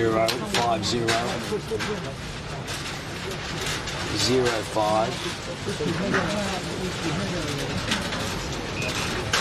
177, and the boat's missing and tired. I think it was 105. Ruthless efficiency. The 2024 International 1 Metre World Championships from Gladstone, Queensland, Australia. Brought to you by Gladstone Regional Council, Triple M, The Mantra Gladstone, Steel Supplies, and Avis Gladstone.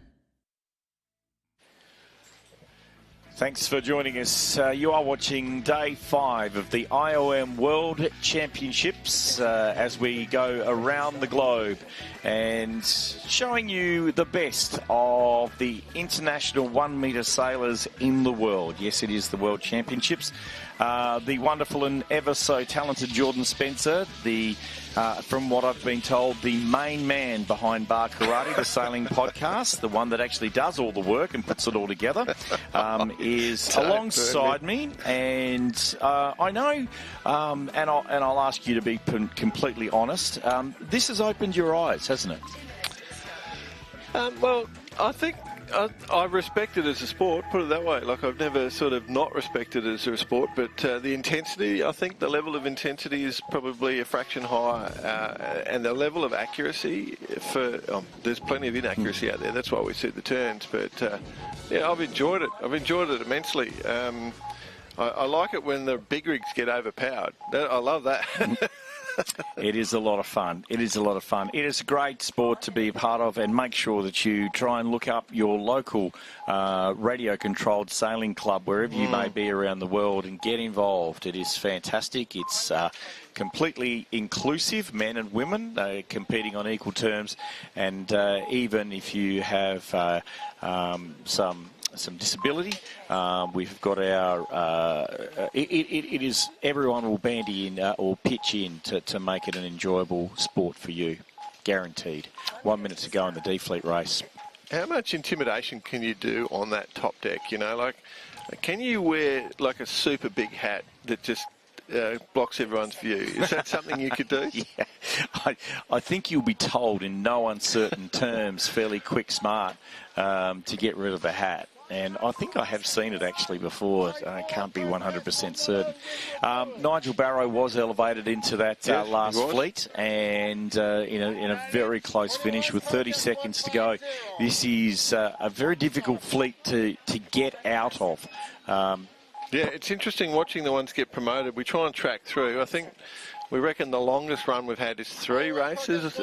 Saskia says 4, but, you can't trust what Saskia says. I've got to say, I think it's 4 races, but there you go. Okay, well... 10 seconds. Ramping up from the bottom there, 7-4, Pablo Alvarez from Chile, trying to get a little bit of a run at this, and will.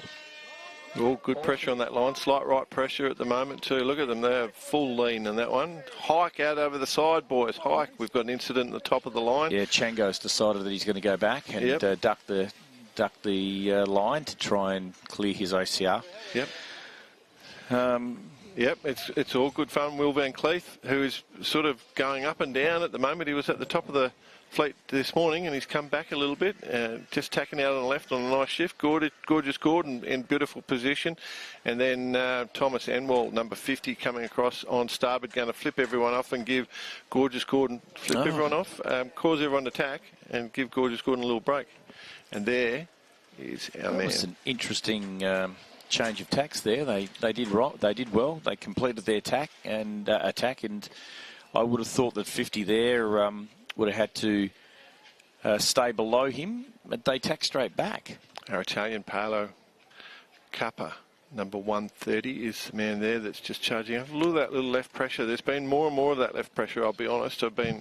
As we've gone through later into the day. So Michel Rouret, who just did get promoted up from that previous fleet, looks like he's positioned well and fighting for the lead here at this moment. Graham Cross also came up sailing on his... no, that wasn't Graham that came up. It was the boat behind him, I think, that came on up, which is... So Graham Cross and then Ian Power right behind him sailing with his girlfriend. Yep. The name of the boat, just so everybody can understand. Yep, well, that little line there. Now we've got a nice little puff coming down through the fleet now. Just at that top mark, just at the right time. Tomislav Basic, I think, has also just gone out. He's heading left to screen, I think that is. Might be wrong. No, it's Gary Winton, I reckon. Starting to get there. I'm going to have to go to the optometrist, getting out of the range of my glasses. Here we go. It looks like those right-hand boats have got around first. I have a feeling that is it 7-1 or 171? Light blue boat. It's 31. 31. And 74. So it was Pablo Alvarez and then the Argentinian Diego Loya, who also, I think, came up from the previous race as well. Yeah. Coming in hot. That's an easy boat to spot 74 because of the wind indicator or the little wind pennant on the top. Yep, one of the few boats that are sailing with a wind indicator. I remember once upon a time we always used to have cassette tape coming off the top, but as there's less and less cassettes of getting around, there's less and less tape. I never thought about that. Yeah. Go to Turdo would have quite a few still. I threw all my cassettes out only about a year ago, you know. Gorgeous Gordon Maguire making it into the top 6 there. Number 21, Chuck Milliken, he's sort of been up and down. He's probably the number 1 ranked US. He's the president of the AMYA, so he does a lot of the work to try and make it better for him. Ex-470 J24 sailor and multiple Olympic coach. Wow. Okay, coming into the bottom mark for the first time, it's Alvarez with his Venti, closely followed by Luyer. That's big right pressure there for them. Could be camera angle too. Gordon's gone on the other side from Islands there, and he's decided to get straight around onto that starboard tack. He wasn't taking that port tack out too far, and he's going to come back through the disturbed water of all the fleet. But it doesn't seem to be bothering him too much. I think he just wanted to get back over towards the leaders again and not let them get too far away. Yep. It sort of just flicked left. That's why a couple of boats jumped to the port tack pretty quickly, but now they're coming back this way. So Tomislav Basic just throwing in the tack. Speed wrinkles there on the sails of 31. Ever since I said, that might need a little bit of a tweak. I'll tell you what, he's been winning. That, my friend, is an overbend mast. That's an overbend crease on that mast. He needs a little bit of mast ram. He's got a lot of hang on, or he's got something to over, or he just forgot to do his ram up. So yeah, that's what I reckon might be doing it.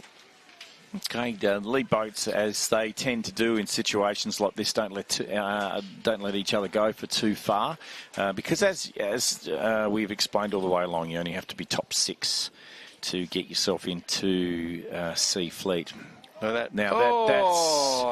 That's a port starboard, and that's unfortunately going to hurt Tomislav Basic from Croatia. He's going to have to do a loop. Didn't have to happen. Didn't do much for Gordon either. He just didn't duck. He should have ducked and got out of the way. But yeah, I think at the last second he released all his sails. But luckily there was no collision there, but certainly a foul. All right. Big left hand, everything's starting to pay out left at the moment. There's that right mark still at the top seems favoured, like it seems to be shorter or something, but it is. Yeah, we have seen an even split around that top mark. Today, for those who are sitting back saying, what's going on, why is there 2 marks, we've decided to have that outside in. And in fact, it was in play yesterday as well. It certainly has reduced the amount of collisions at the top mark. A couple of these boats, it's quite interesting. Their masts seem to be going out of column. They're overbending to windward down to leeward, and they're losing a little bit of the bottom of their rigs. I mean, that Argentinian boat, it is a overbend crease of sorts, but he's still in column when you look at his mast. So that's, I mean, I might be overseeing it. Could be the curve in my glasses or something. Could be, error looking at the screen. I mean, if you go out sailing and your boat is seriously not, if your mast is bent or in any way, shape or form before you go out, you're just not doing your job. A lot of these guys will stare down their masts for hours to make sure they're bending the right way. Okay. Well, Diego moves to the lead.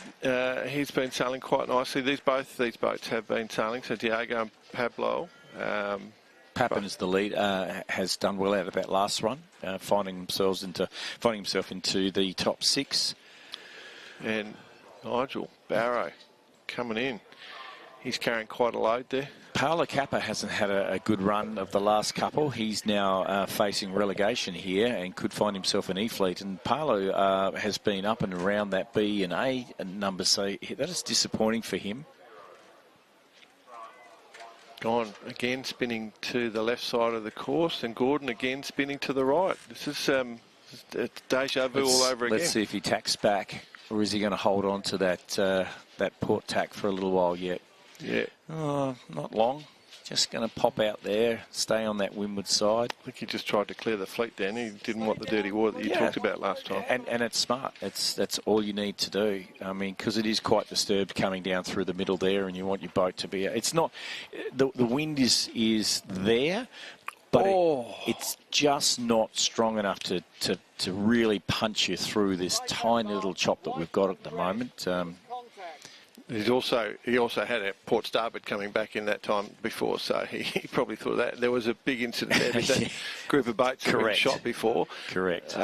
They on the mark rounding, so there's a bit of a protest claim on that one. That's just trucking nicely. They've moved through the water. They do look like big 100-footers, you know. You can, if it wasn't for the little bounciness of it, you could expect that's a big 100-footer. But there you go. Congratulations to Diego. Just point out that he won the E-fleet. He's just won the D-fleet. Yep, he's up into C, followed very closely by Alvarez from Chile, and there's Gordon from Ireland. In 172. He'll be happy with that. He wanted to get up into the lower fleets, and that's in C now. Gordon, see if he can stay there. 191 is Michel Rohrer of France. Apologies for those if we're getting these names slightly wrong.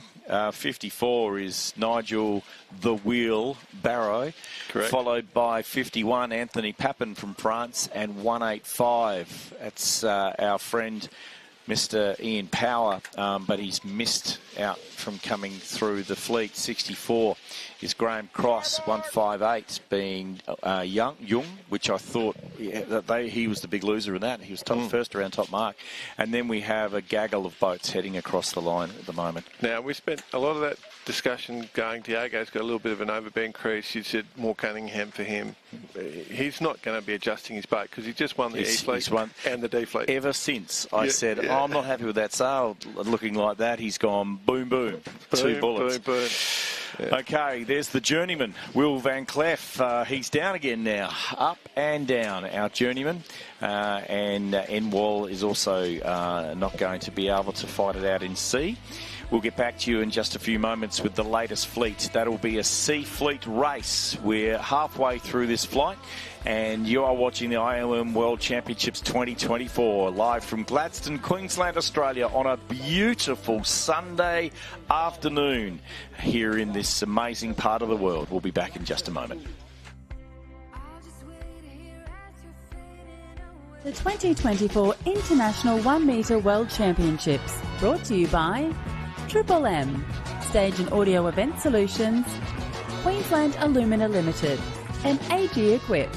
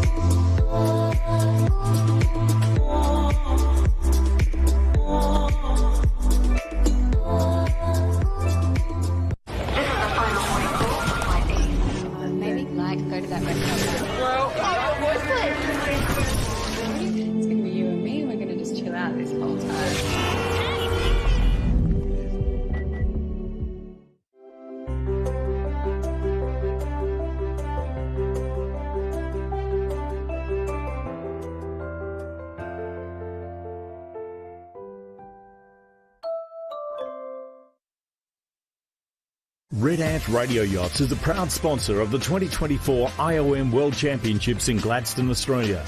Red Ant Stinger Winch and an ever-expanding range of servos, sails, rigs and fittings that are providing radio yachting with high-performing, reliable options that are the culmination of many years of research, development and competition sailing. Explore the range online today at redantradioyachts.com.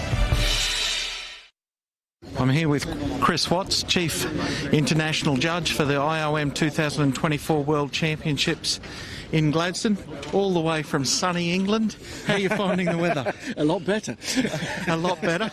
Has your wife caught any fish yet? Oh, yes, she has been. She's doing very well. Fortunately, she didn't catch the stingray that was jumping down there a few minutes ago. And how are you finding the event? What is your role here as Chief Umpire? Well, we've got to try and make sure there's fair play. And actually, now they moved to a gate, it's actually been a lot easier. Yeah. Because we've got only half the number of boats going around each mark if it's a good course. So that's been a lot better than it was the first 3 days. Good.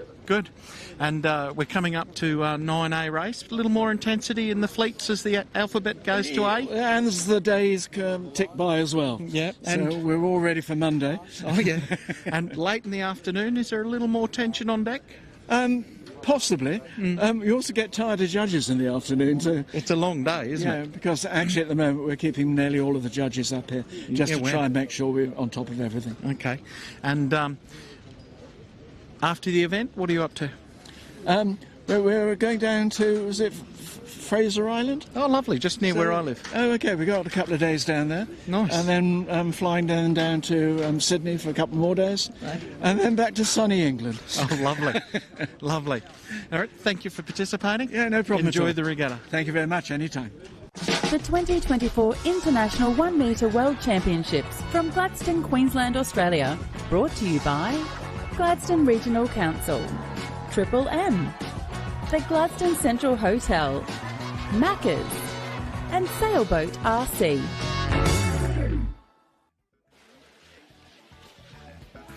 Thanks for joining us back here at the IOM World Championships. Day 5, the penultimate day of racing here at the IOM World Championships 2024. I can't believe it after a year and a half of planning. We've only got 2 days left, but here we go. This is moving day, and already we've seen some big moves at the top of the table. This is Sea Fleet, but in saying it's Sea Fleet, Jordan, there's a lot of boats that have been contesting A Fleet races that are finding themselves in this race. My Lord, this is one of the crazy ones, mate. This is just the implosion that we've witnessed. The most impressive one, we had 2 boats clear ahead at the top of the world tally 2 races ago. And now Ian Vickers is down in Sea Fleet, and he is very much determined to get back up because he's fighting to stay in the top 3. Yep. I will say yesterday in that sliding door moments when Ian launched his boat yesterday afternoon with an A rig on there, and his closest competitor, Zvonko Jelicic, went out with a B. And we said at that point in time, could this be the sliding door moment for either of those competitors? And here we are sitting here watching the New Zealand champion now fighting his way out of Sea Fleet. Unfortunately, and very, very unluckily in the last race, Ian found his main sheet wrapped around a fitting on the back of his boom, which didn't allow him to bring his sails in. He had no other option than to retire. So, you know, it's as good as a gear failure. So, yeah, look, he's just had a shocking run of bad luck in the last 2 or 3 races. So, yeah, so now he's going to be fighting his way out of this and trying to get back into that A Fleet. So he's got 2 races that he needs to win. And he's gone up against the red-hot Diego Luyer at the moment, who's just win-win, coming in hot. The other one coming in hot is Nigel Barrow. He's gone from E to D to C now, so they're on form. They've got the rig set up with the overbend creases, so they're going fast. Yep, that's right, speed creases. It actually isn't necessarily slow, I'll be honest. Speed creases. Yeah, speed creases, there you go. Under the minute. Also in this fleet, look out for 106 Alex Scapins, the junior from Australia who won the final A Fleet race of yesterday, and his first ever World Championship race win which was just fantastic. He was over the moon. And another one who possibly should not be in this event, this flight, 125 Greg Torpy. We're into the last 30 seconds. I was just going to say, when you're talking to Alex, Bruno Marovic is in this, has been the junior world champ the last couple of times. 25 seconds. So Alex, if he was a few months younger, would have been fighting with Bruno. 15 seconds. Okay, 15 seconds to go before the start of this Sea Fleet race. Okay, now Vickers has traditionally been starting up near the boat end. He's in the middle of the line now. 2, 1, and he's just trying to get himself a clear lane. I don't mind how he started. He's well placed. Really good start there from our friend Patrice Montero from the world's oldest France's oldest yacht club, I think it is. And we've got a little group of them. Philip Pride just up there. Oh, big cross coming. Oh, wow. Wow, that was gutsy move. There's some cojones there. Oh, Argentina wanted to get across and then clunk. That's not a good place to be. Everyone's heading left and there's no way to get back to tack onto port at the moment. Even Vickers is getting trapped here. They're getting pulled hard left and it's a high risk position. It has been bending left, so I don't think they'd be overly nervous. Bruno Marovic there in the grape coloured boat. And then Patrice Montero, who we mentioned before, going across on one of our Croatians. Just tacking in. There's Alex. I think Patrice is setting up a nice beat to windward here. He'd almost have to be favoured to getting around that top mark in first. But let's have a look at the right-hand tackers as they're coming across from that right-hand side, the starboard tackers. Yep. Interesting to see where they all are coming out here now. Coming out well placed. So you've got no choice when you're coming back. So sometimes, you know, they can take the shifts as they come if they're middle of the fleet. And, oh, look at that. Flying out of there, Brad Quiggin. Got a belter out of the right. And here's the man without the keel. That's right. And good to see. You know, he had a shocking run yesterday. He's got his sheets out a little bit. He's decided that he's going for power up that run. And now tacking on to port tack. Just in front of Vickers there. Nice little puff coming out of the left here. And Bruno Marovic from Croatia is looking okay here. Nice. He'll throw his boat over onto port. Probably in time with Montero. No, he's just in front of Montero there. Now he's going to try and pinch. This is going to be very ugly. Yeah, and he made a mad mistake there. Yeah. Now it's going to go around the wrong way and is going to cause havoc at the top mark. What is he thinking? And getting through, I tell you what, by the skin of his teeth is our New Zealand top boat, Ian Vickers. Yeah. Alex right behind him. That could have been disastrous. Yeah, Brad Quiggin. Oh, goodness me. Yeah, wow, that was just like, I don't know, the brain fade. Oh yeah, look, it's a bit of brain. It's a bit of distance too. That mark is a fairway way, but you know, when you're on that side and you see the buoy in front of the boat, you know you've got a problem. So holding a reasonable lead here and representing his wonderful country of France is Montero from France. Yes. Oh, I was just looking. Alex has just sailed straight past Ian Vickers downhill, like he's just zooming along down. He's picked a nice little pressure line. That's right. Yeah, nice. He's got mad skills for a young fella. He's got good thumbing skills for a young fella. What I noticed yesterday when I was speaking to them, he's very he's very confident. He's confident in his own ability, which is good to see. And you know, like, let's face it, the kids nowadays are quite good with radio-controlled equipment and, you know, muscle twitch fibres and all this sort of stuff. That Torpy coming into play as well. So Alex has changed direction. That is a very aggressive move across there. He could have very much had to have given room there. So completely changed direction at the end of that run. Left Vickers to go the other way. So he didn't want to play over there. He wanted to have a little gap And he doesn't mind the boats behind him because he's giving them dirty air. But, yeah. Oh, it was a definite decision by Ian to go to that right-hand mark. I feel like he felt like he missed out coming out to the left the first time up. So he's now saying, I'm not going to get caught out there. I'm going to have a crack at this right-hand side of the course. That's very straight, Mast. I'd go a little more backstay than that. But he's winning, so I'm going to keep my mouth. Oh, goodness me. Where's...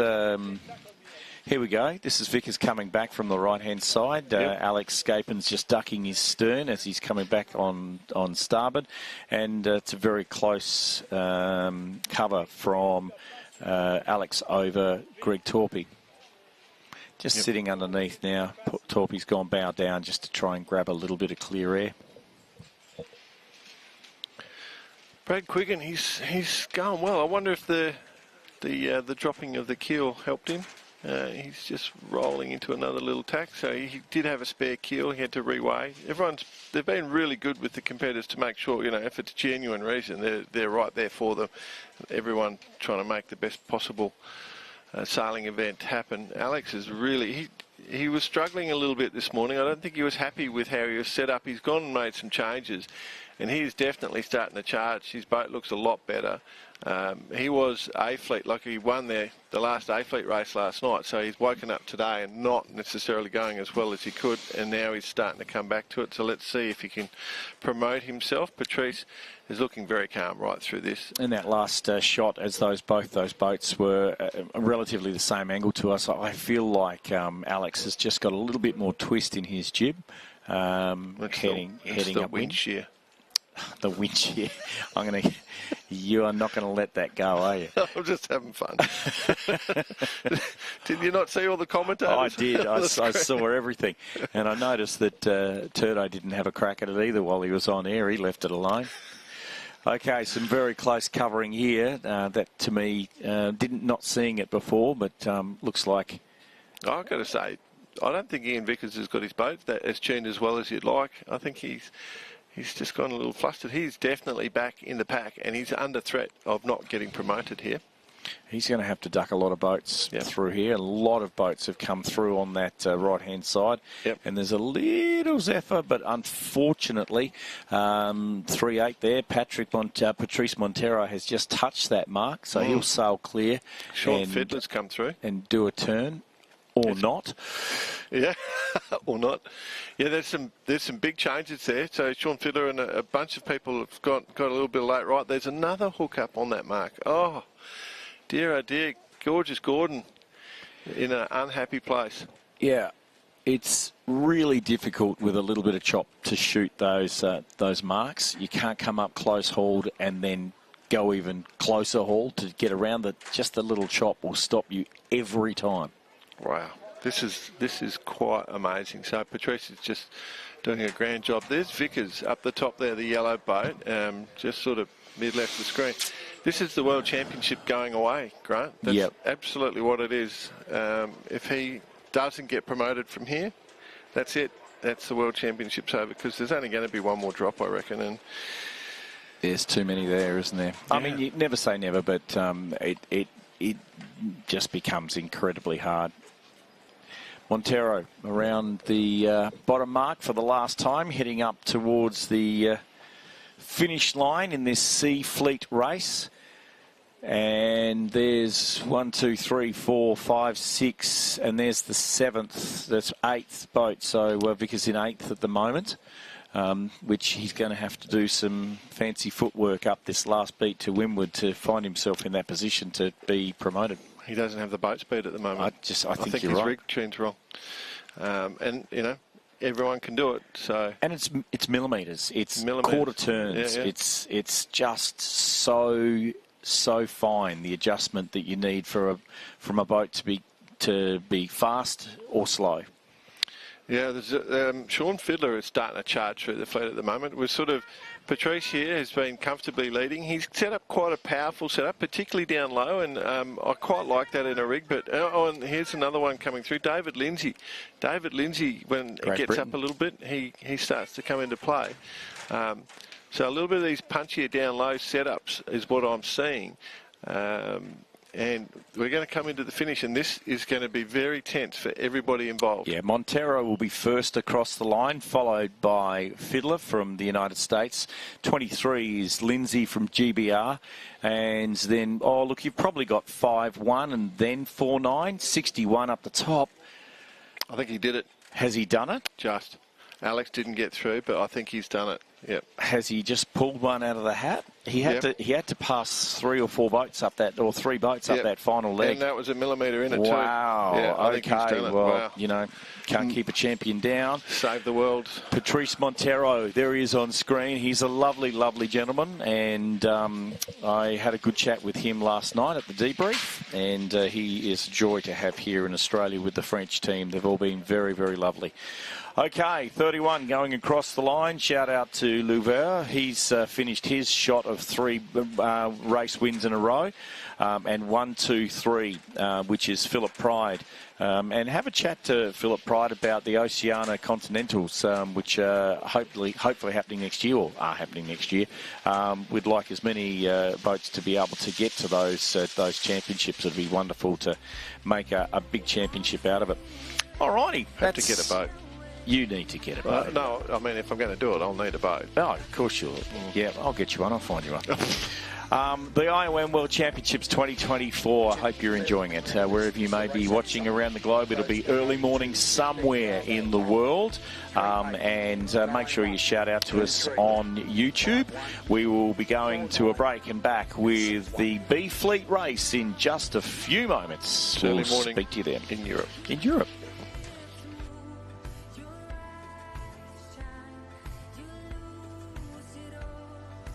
The 2024 International 1 Metre World Championships from Gladstone, Queensland, Australia.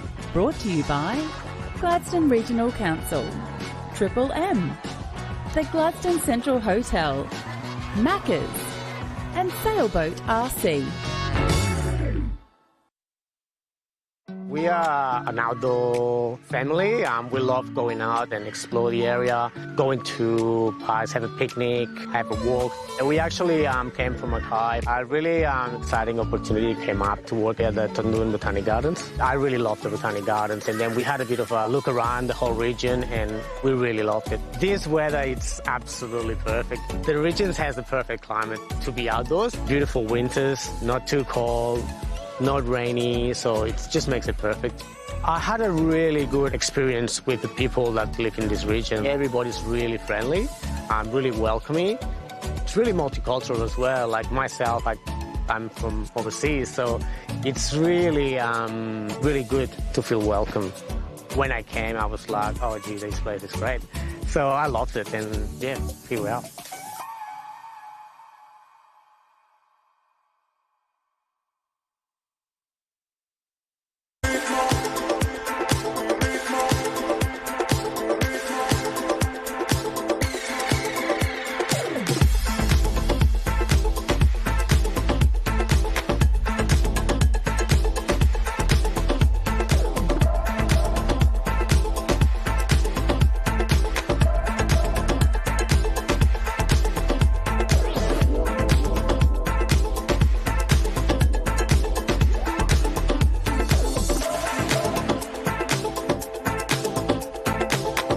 Multiple World Championship competitor, also an international judge, and has just completed a round as an observer, assisting the judges. Tell me what you're doing as an observer. What are some of the things that go on? Basically, we are an additional set of eyes for the umpires, and we try to help and see the incidents that are maybe not observed with the umpires. Mm-hmm. Are you talking to the umpires as the incidents evolve? Yes, we are talking to them, and we are, having maybe small chats, but basically we are allowed to hail contact, and if there is any protest later, we can be as a witness of the incident. And the system's evolved over a number of championships over several years. It's getting better and better? Yes, but personally, I'm a little bit against this observing system because I don't like, sailors being penalized maybe not showing for observing. It should be voluntarily. Yeah. And you know, we are here to have fun, and so sometimes it gets some bitter taste when you get penalized because you were, I don't know, on the toilet on lunch or something like that. And as observers sometimes can be you know, interested party in some cases, because with the EMH system you can have a guy from top 10 sailing sea rig and observing sea heat and observing to his let's say sailors who are close to him on the competitors which are close to him on the results, you know. So the system really does rely on fair play and honesty from all those involved. It is, and you know, we are always trying to improve, and we talk and we change things, and that's good, and we should continue to do that. You saw now Windward Gate is working perfectly. Yep. We have now option. We have deleted E5.2, and the judges can be on Windward Mark watching for port tackers coming in. So we are always, you know, changing things, putting some new ideas from other classes as well. So I think the class is developing, and we should continue to do like that. Great. Thanks, Marco. Thanks for your time. I'll let Thank you, get David. to your boat. Thank you. The 2024 International 1 Metre World Championships, brought to you by Bendigo Community Bank, Claxton and Calliope, Cooper Mackenzie Marketing, Australian Pacific LNG, the Gladstone Central Hotel, and the Gladstone Ports Corporation. There we go, looking down on the magnificent Gladstone Marina, and have a look at that. A glorious day, the penultimate day's racing here in the World Championships of 2024, day 5, and we've had some beautiful course positions today, and it just has, I've noticed the Port Curtis Sailing Club tender, which is helping us with buoy positions, has been moored over the other side for nearly 3 races, so that's a fairly constant breeze, I would suggest. Love it. It's a glamour day, mate, and we're into the countdown. Everyone's happy. It's as good as it gets. Like, if you were trying to organise a world championship and there were promised conditions like this, you would take it every single time. Maybe not in a bigger dinghy class where you want to really smoke around the course, but this is just perfect for 1 metre racing. It's right at the top of the range. It's not sort of mid-range, I guess, at the moment. There's Steve Landau in the picture, or just was in the picture there, and Paul Todd was on saying he's Steve Landau's neighbour. He's watching from Savannah, and he's just finished 3 years of America's Cup in Barcelona.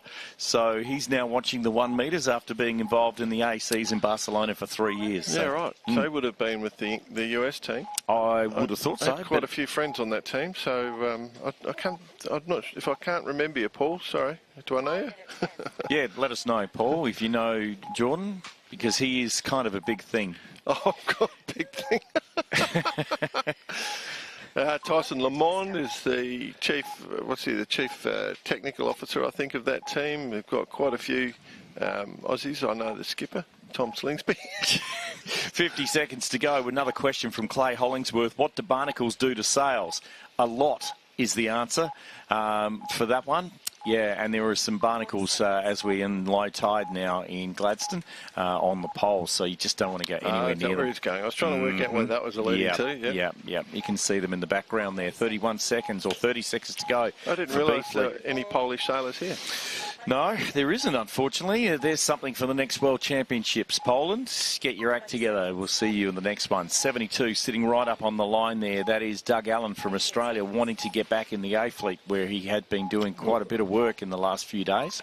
Okay, I'm going to tip that we watch out for Dave Lindsay, because David is... he's been going very well in the choppy world. Obviously, Vickers, we want to keep an eye out on that. And then the other one that was fast in that last race was Patrice Monteiro, the number 38. Vickers has got a lane below him, so he's going to be happy there. He has one boat above him. The rest of the boats are fairly pinned, so no one's going to be tacking out.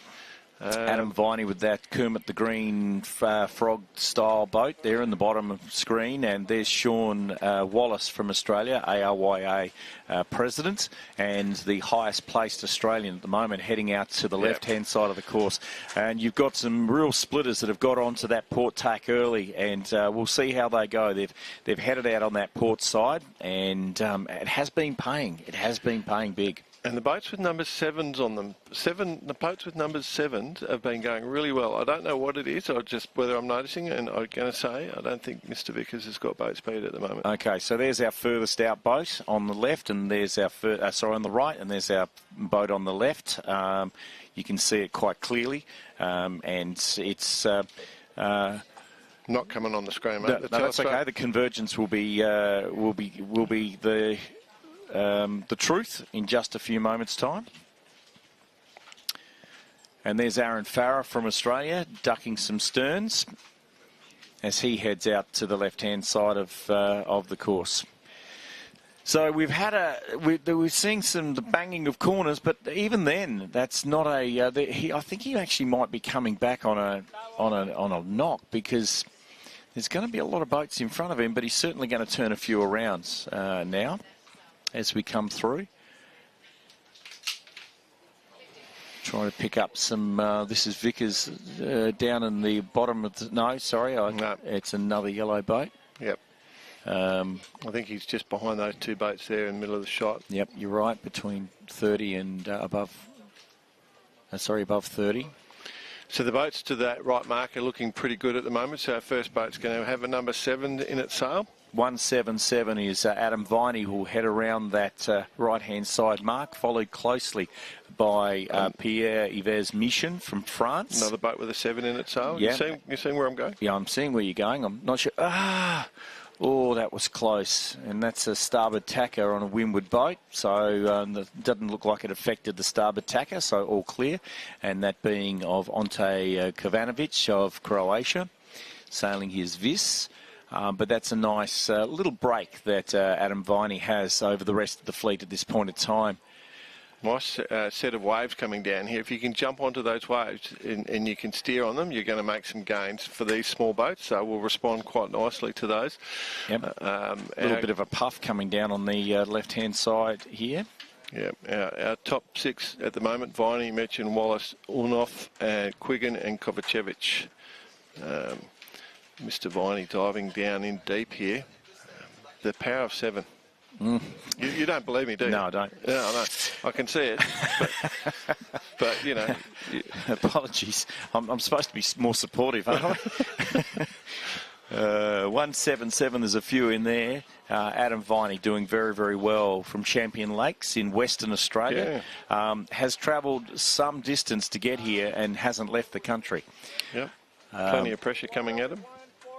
Okay. It's that pressure that I said coming down the left-hand side, and we've got... this is... trying to see who went around this side of the mark over here. I couldn't quite see. We'll have a look as we come back. Okay, this is going to be important because we've pretty got equal numbers splitting both sides of the course. Mention over there. A line coming left and a line going right. A lot of them splitting. The ones going right have tacked back to come to this side. Yeah, Vickers is buried in about 10th spot in the honest part of that. So that's why I was quite interested. I was going to see if they do knock. So Mr. Vickers is going to have to start taking a little bit of risk. That's Zvonko Jelicic, actually just on the right of shot there. So the man that is currently leading the world champs, and he is taking a close view of this racing. So he will be up next. And what do you think he's thinking, mate? I think he'd be a lot more comfortable now than what he was at 9:30 this morning, that's for sure. Yep. Australian champion Sean Wallace in 71 there. Above him is Doug Allen of Australia in 72, and Pepe from Spain in 148, who has been sailing very well today. Yep. Peeling off, here they go. Yep, they've gone a long way left, so they do need to take that dig back.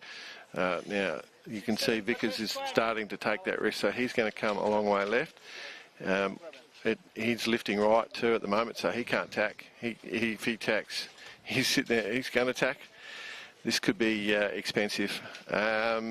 Anyway, There's two major sheeting positions there from Vickers. As he was on that starboard tack, it looked like he had the boom off the post a little bit, trying to cut through the waves on that particular one, and then he's tacked across, and it seemed to me that he was sheeting that in a lot closer, going in this port tack. For the wind shear. For the wind shear. Purely wind shear, nothing else. No, well, you can often, sometimes you do sheet differently for chop versus, so if he's going cross chop, he'd sheet differently for going into the chop, a little bit more twist going into it, and you can go slightly tighter leeches going alongside it like they are, and there's a little runner that's going to give this right-hand boat, this little wave, that's come off a boat or something, but... There is some marina traffic in or traffic in the marina. Okay, and again, this top mark, the right mark, everyone's been going to it. It seems to be shorter. Okay, so here we go. This is going to be interesting. I'm thinking from Worlds here. I know we're being a little bit focused, and it's all over. Oh, it's a long way down. It's all over. Yep. Yeah, he's in touch. He's in touch. He's pretty quick downhill. Needs something special, but we're asking some man that is quite special, being involved in the racing fraternity, IOM racing fraternity, for many, many years, and not only that, builds his own boats, so he knows how to sail these things. Adam Viney from Australia is in good position here, and followed by Dougie Allen, who was sailing exceptionally well and was the highest placed Australian after 2 days. And right down to, good to see Sean in that top 6. He'll be pushing to get back in that 8 fleet. And at this point in time, 67, Pierre Baz Michin from France, sailing his V11, will round out the top 6. But we've got one more windward work to go. Yeah, we forecast that the wind wasn't going to pick up too much today. We thought it might actually stay reasonably light, and they have stayed in the A-rigs the whole day, and it actually feels like it's just starting to lighten off fractionally, just looking at it at the moment. So, yep, there's a great shot of the skippers from their elevated position looking down upon these boats in a fantastic godlike view. And here we go. This is the last beat to windward. We've got 7-2, Dougie Allen heading out to the right, and Adam Viney heading out to the left. We'll see how this plays out in the next few moments. Well, Ian did have a good run, I'll say that, for those that are hanging on. There he is in shot, and he has closed in quite closely on Pepe there. Boat's bouncing. He'll be holding Pepe out there and not making him intact until he wants to come across. Exactly right. Dougie Allen, 72. Okay, so here we go. This is very, very important. Yep. This is for A fleet, top 6 boats to get back up there. As you, for those who have been watching for a little while, I know we're a bit Vickers focused at the moment, but he's scraped into this fleet in 6th position. If he gets a knock, it's going to be ugly because there's quite a bunch of boats out there, but he's slightly right in favoured. It's slightly right favoured at the moment. Sorry to talk over you there, but no, that's okay. That's okay. It's a great position there with the drone looking down on this fleet. But here's our winner, 7-2. Doug Allen. Well done, Doug. And look at this. Hey? From nowhere to somewhere, 148 being Pepe, and there's 61 for Ian Vickers. He went around that top mark in 10th, if not more, and he's finished in 3rd position. And look, you can throw a blanket over the next few boats. Good luck calling that. And here's our volunteers that have called it: Doug Allen, Alcaraz, Vickers, Landau, Viney and Lindsay in the top 6. So well done to our team out on the end of the wharf for doing that. They've been out there for every day, sitting out in the sun, calling back to our AV van who's doing what. And they've pulled those ones out, and that's just not a good race for Aaron Farrer. Finally, Brady Quiggin will finish in last position. So there you go. B Fleet 15B is completed, And we'll be back with a very special guest that's going to help us call the last race as we get into the IOM World Championships A Fleet race. It's happening in a minute, and you're talking to two flabbergasted commentators here, where Vickers just pulls it out of the hat, and here he is back in A Fleet, worked his way back, and the contest continues at the IOM World Championships 2024, back in just a moment. The 2024 International 1 Metre World Championships brought to you by the Gladstone Regional Council, Bendigo Community Bank, Gladstone and Calliope, the Mantra Gladstone, Australian Pacific LNG, and Signtech Gladstone.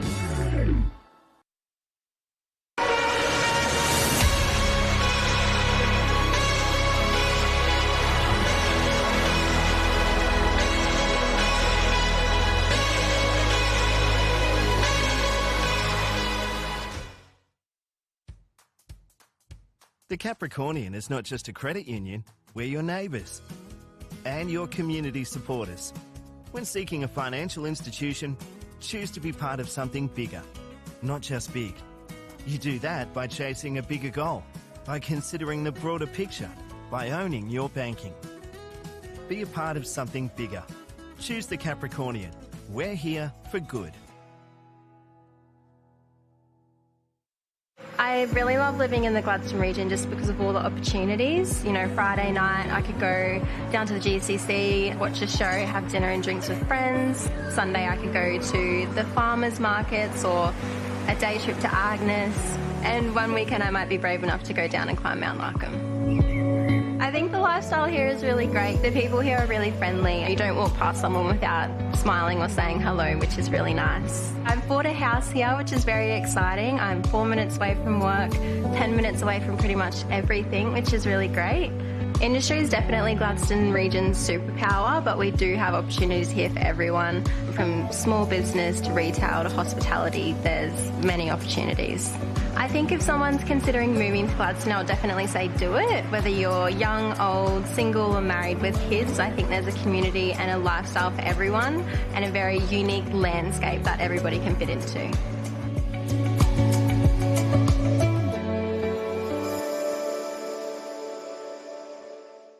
I'm here with Phil Scappens, father of 106, Alex Scappens.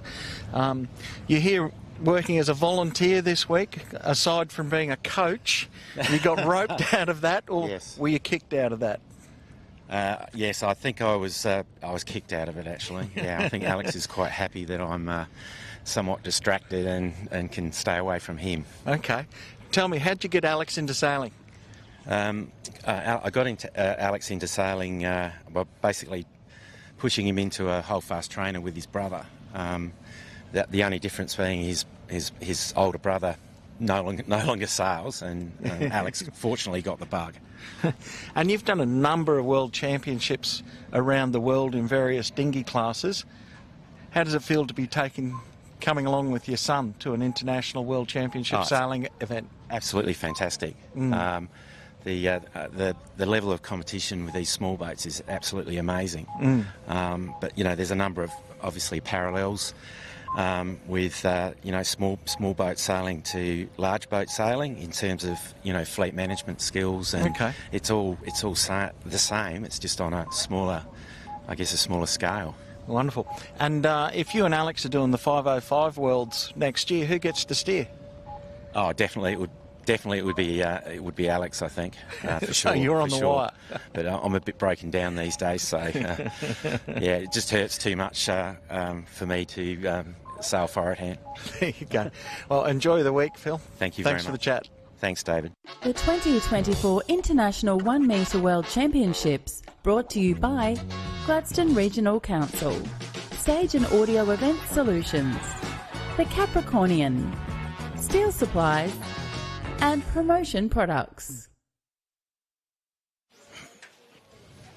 Welcome back. Here we go. A Fleet race into the 2024 World Championships of Day 5. And we've got it. This is the big guys.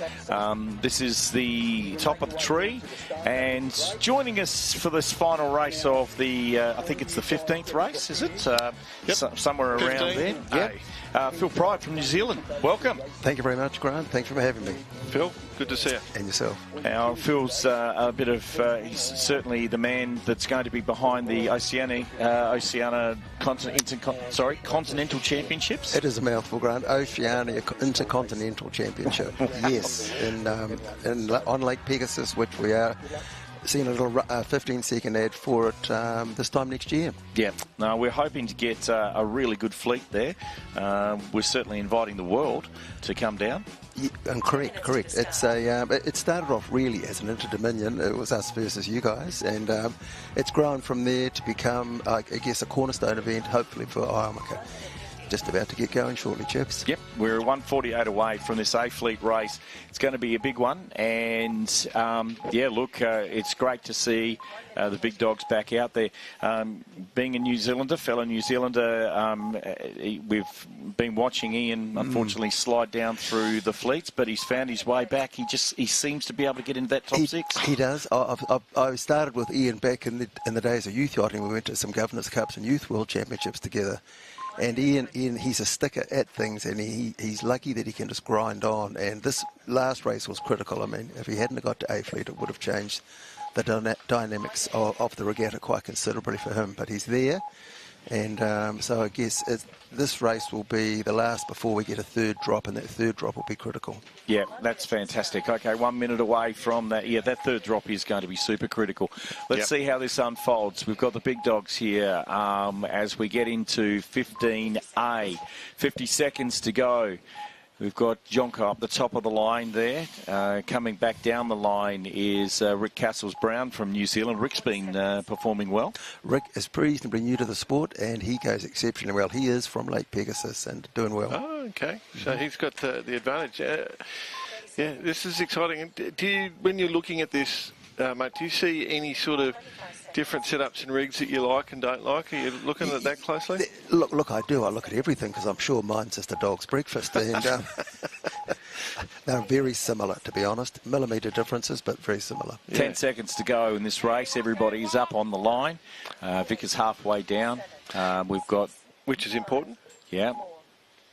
Look at Jonko very just much. sitting that's on that. Ian's place. That's where he comes from. He just slipped out underneath that guy there in the blue boat. Yeah, he had been starting closer to the boat end before, but now he's just come back down a third of the way down the line, which exactly right. He just looks... That's where he's comfortable. He just likes to put the throttle down and see where he looks after about 50 metres. He did dig a nice hole underneath him there and let the boats disappear underneath him. And like you said, throttled down, got some pace, and now coming up onto the breeze. There we go. As we head to the left-hand side of the course, most boats holding on to that current starboard tack, which is going to be difficult for those boats now coming back across the other way. One breakaway on the left. Interesting there, if you look at that shot, middle, the front boat there is Dougie Allen, and Vickers has just had to tack off because Dougie's quite fast off the line. He's been consistently coming off that line quite fast. He might have his boat set up really well. So that was a forced tack, and everyone now on to port. Pretty even. The guys that went out right early. All coming back now. Not so good. All coming back now. So you'll see that Ian is sort of in that pack. He's only just sitting off there. He's just sitting off the hip of Soren Andrickson. They're a little phase left now, so he's going to be quite happy with that. De Bruyne coming through. I reckon he's just a bit flat down low. Castles-Brown. Yeah, well, he has been sort of taking... Ian used to sail with a lot more shape than that, and I think he has got a firmer setup down low in his sails these days. Landau decided to tack just above... Vickers just above Landau. I'll get it in a second. Yeah, and then Pepe is number 148 there. That just slammed on top. Okay. In terms of out there, how you're finding the course with wind, like really shifty? No. Yes and no. There are shifts out there, maybe 10 degrees or so. It's more the bullets that come down the wind. So if you get in a wind line, it can be a lift on either tack, and it brings you up. It makes a dramatic difference. I think Ian will be looking to get round this top mark in reasonable shape, not brilliant shape, and he's been going exceptionally well downhill this regatta. Exceptionally well downhill. There's our leader of the World Championships, and there's our second place of the World Championships at the moment in 1-2 with Zvonko and Alexis in first and second. Anderson from Norway up there too, and Landau from the US in fourth. Ian Vickers has popped around in fifth, and Glenn Dawson, secretary of the ARYA, in sixth. Yeah. It's very interesting. So 2 different boat shapes there going on, but Alexis just really started to come to his fore. Alexis has never really had a bad race. He's sort of not been getting the wins though, and he's got a win today, and he's looking like he's in contention for another win here today. One man, as you said, mate, is that quick downhill is Mr. Vickers, and he's sliding down quite nicely, coming into play here. Yeah, it is. And if you note, each time Ian tends to take one side or the other on the run. So there's a gust coming down, and it'll be left or right. Ian has got an uncanny ability to pick the side where the gust will come from. And you'll try and get in that gust line and create a passing lane. There seems to be a little bit of wind puffing down through here now. And Zvonko around in first, Alexis second. Just being held out there was Vickers, and I'm just trying to get the number of that boat, but Ian will come around in fourth position. This is the 15A fleet race. Every position counts in this one. There is no promotion. I think it's Pablo Wolper, I reckon, was just in front. Oh, no, 93, yes. Yeah, Anderson from Denmark. Yep. He's coming back over. He's actually sitting quite nicely there. And that boat is going too. Here's Zvonko on screen. Dougie disappearing off to the right. Let's keep that in the back of our minds. Okay. He's been going everywhere quickly, just not necessarily straight. We have a new leader. Yep. Denmark. 1-0-0, which is Olivia Cohen, the defending world champion. Yeah. I'm not sure who he said he was protesting on, but 7-5, which is Rick Castles-Brown, your countryman. Yeah, well, Rick will be unhappy about that, and he doesn't speak that good of French. Is that his excuse? I don't understand your French. I'm sure it would be. Well, being an English tournament, everyone must speak English in the skippers area too. Has that been? Have you noticed any different languages up there? Oh, look, well, there's a raft of them up there, but you feel a little bit humble coming from the southern hemisphere, don't you? Because these guys are all just so adept at understanding, even if it's only terminology from each other. And of course, they all speak a little bit of English. And here we are stumbling away. We can hardly read the label on our beer cans at times. We have trouble understanding you. What are you going on about? Well, here we go. This is interesting, guys. We've got a little left flick there here, but on the outside, on the top of the screen, it bent back to the right. So I'm wondering if there's a little bullet just there. We've got Zvonko, it's positioned centre of screen right there, and then we've got Vickers and a few heading off right, and they are actually lifting. Ian will really want to, in this race, not to be more than one place behind Zvonko, preferably 2 in front. It doesn't really matter if it's 5th and 6th, 7th and 8th. He just wants to get back in that points phase with them. Yeah, absolutely.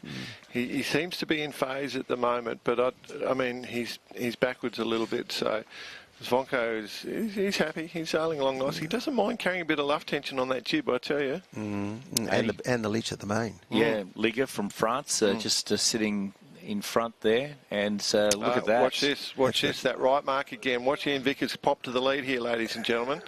Boom. Picking the right mark. It's been paying and paying and paying. It's like a broken casino machine at the moment.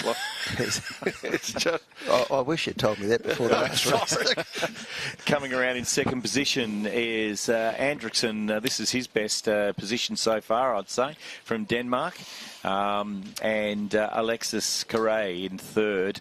Landau in fourth. Bennett fifth. Dawson sixth. And that's a minimum of 6 positions in front of Jonko. He'd certainly want this to settle out. He'll be very happy. Remember, if we just look back, what are we now? Race 15, race 13 when the trouble started, I think it was.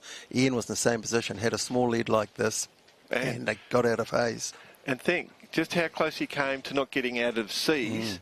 And then almost didn't get out of B's, and now he's at the front of A's. And just getting run down here by the Danish boat. Yeah, well, there's a good pressure line coming through. Yeah, massive pressure line. I fear that looking at that, I think Zvonko is actually in 4th position at the moment. Olivia Cohen is in threat of relegation. Oh, no. Yep. Again, the current world champion there is. I think that's died off a little bit on that left-hand side. We'll see how we go as it comes into the bottom mark. The other thing I've picked up, Philip, just is that boats with number 7 in it are doing really well. Yeah, I heard you chaps talking about that before, and I'm thinking to myself, I didn't know that. How come I didn't know that?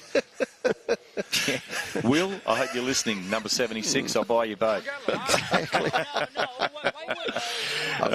There you go. And out on the right-hand side, just got above all of the running boats, is New Zealand's Ian Vickers, and coming out on the left-hand side here, hoping for a little bit of a left flick, is Soren Andriksen from Denmark.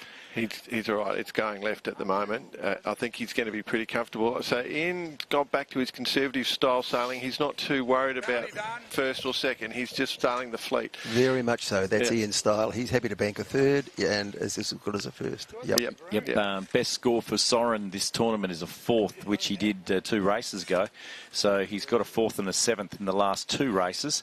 So he'd like to get a 1st to finish that off nicely. He looks like he's sailing a V11, I think, 73. And there's Zvonko just there. Yes, here we go. V12. V12. There we go. Wow. Ian Vickers back. Wow. That just shows you how this sport can change in the blink of an eye. 73 in second positions with Alexis Carre. 84 being Xavier Liga. 35 is Zvonko. And then we've got Steve Landau, 77, being Romain Dubreuil. 176, Glenn Dawson from Australia, but I think he was pipped by 93, being Soren Andriksen. Had a shocker on that last one. So the right-hand side paid for that particular race. Yeah, we've got some of the boats that are going to start being delegated. And remember, I said to keep your eye on that boat digging out there to the right, Dougie Allen. He was looking fast. But here you go. I mean, we said keep an eye on him. He was going right, and we were saying he was paying out of the right. And here he is lucky to, well, no, he's in relegation. He's in relegation. So I think that just goes to your point where you're saying it can pay out of the left or pay out of the right. You just got to pick it. Where the pressure, it's from my humble observation, digging around the C&D fleets, it's where the pressure lines are, is where the lifts are, and they come in intermittently from that shore, which the ocean really, chaps, is only 400 metres from here, isn't it? A bit more. And they come in off there over that bank, and through they come in fingers, and if you can get in phase with those fingers, you're away. And we saw that with Ian in race 13, correct me if I'm wrong, where he was in the lead and he just took 3 tacks in a row, out of phase, and he went, that was it. Correct. So there'll be a lot of guys. It's now, what is it now? It's 5 o'clock in New Zealand, so there'll be a few beer cans got popped off just about 10 seconds ago. There'll be many thousands, I really think thousands of guys in New Zealand sitting up and watching this. Yeah, fantastic stuff. Yeah. Thank you, thanks for being with us for this. I would love to have you back sometime over. And good luck with the Intercontinentals next year. I hope it's a real success for you. And it's the first time Oceania's having an Intercontinental Championships. Yes. Is it ever? No, not at all. They've had. It's a bit like the Europeans, which are an Intercontinental regatta in themselves, and they've got an American, a North American, South American. This is the first Oceania, and it's on a 2-yearly cycle, and the next one will be back in Australia. There you go. Thank you very much, chaps. Appreciate your opportunity. Yeah, thanks for coming in. Best of luck for the rest of the regatta, and looking forward to having a beer with you at the presentation nights. Good on you. Excellent stuff. You're listening to and watching, thank goodness, watching over beautiful Gladstone. There's some of the black gold that gets shipped out of here. That is the coal black gold. And being a port, multi-commodity port, deep harbour, boats come in here on a regular basis and leave this beautiful place. It's rich, resource rich out in Queensland, and it's a pleasure to have you on board for this fantastic World Championships. We'll be back with E-Fleets, and we've got a change in commentary. We'll have Dave Turton testing out my seat to see if it can stay up and the gas doesn't go down, and the beautiful Saskia with her new Bermuda hat. How did she get a Bermuda hat? This is the World Championships 2024. Back in a moment.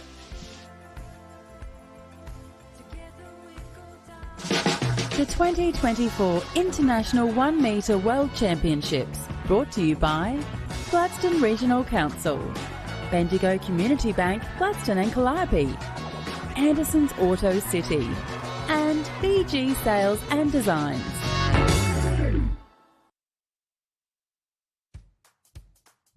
The Capricornian is not just a credit union, we're your neighbours and your community supporters. When seeking a financial institution, choose to be part of something bigger, not just big. You do that by chasing a bigger goal, by considering the broader picture, by owning your banking. Be a part of something bigger.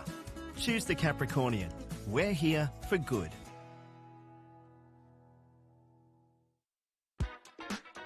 Karen and I opened our business in Gladstone about 20 years ago with a view to changing the way that real estate was practiced. And growing up in a family real estate business, we learnt early on we're not just agents. We're your neighbours, your friends and your trusted advisors. Congratulations. It's wonderful. Buying or selling your first home or upgrading, let our family guide yours.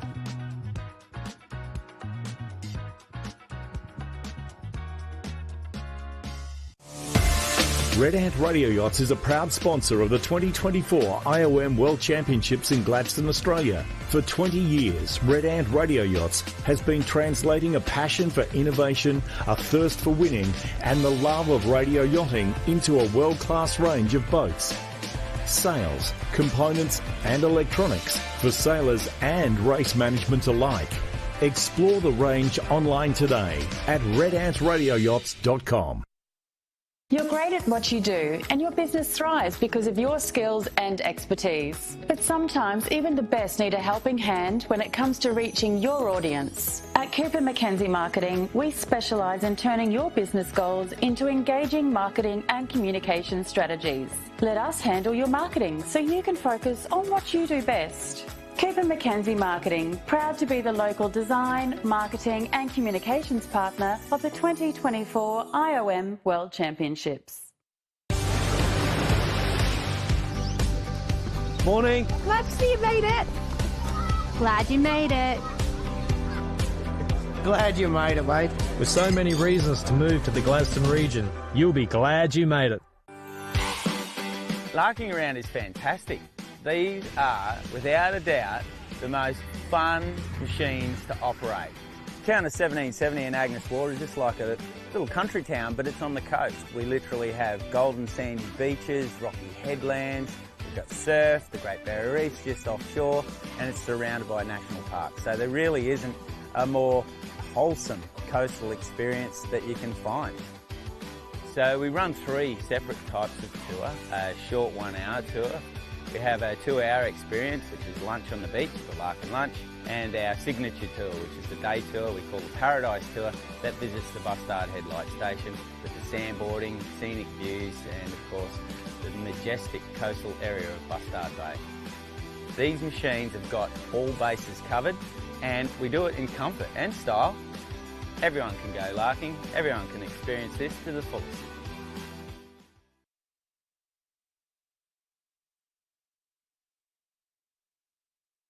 Little housekeeping. Welcome back to the 2024 IOM World Championships here in the wonderful Gladstone Harbour. What a race that last day race. Ian Vickers came roaring back by the skin of his teeth through C, through B, laid it down in A, put his foot down. I haven't gone away. I'm still here having a crack. No, but I have to say I'm loath to say almost anything about our competitors here because we seem to be giving them the dreaded commentator curse. Had a chat to Ian before this round just to see how he was, see what's going on, and he had the unfortunate incident of his main sheet getting caught in a 1 in 1 million incident, and that didn't allow him to sheet on his jib. No redress, no fouls, just pure unlucky. But he sailed his way back. He's got a new drop score to carry with 35 and 16, which is holding him on his 19 points. The gap to Zvonko, he just gained 3. Long way to go yet. Still a lot of races left on the board. I think it's worth pointing out too, I think talking to Ian as he was walking back after the incident with his sheet there, he's so calm and collected. Yep. He keeps his cool. He's very clear. I just need to go and regroup and sail my way back. We'll talk about this throughout this round some more, but some of our top 10 find themselves in B Fleet for progressive races. Here we are with an E Fleet start. Line looks much the same as we've seen most of the day. Breeze unchanged. Let's see what the race brings. Now, this will be race 16 is another drop race, so we will see a shuffle on the leaderboard again after we go through all 5 races in this flight. It's a bit quiet in the competitor area. Everyone's doing their maths. Can't think and talk at the same time.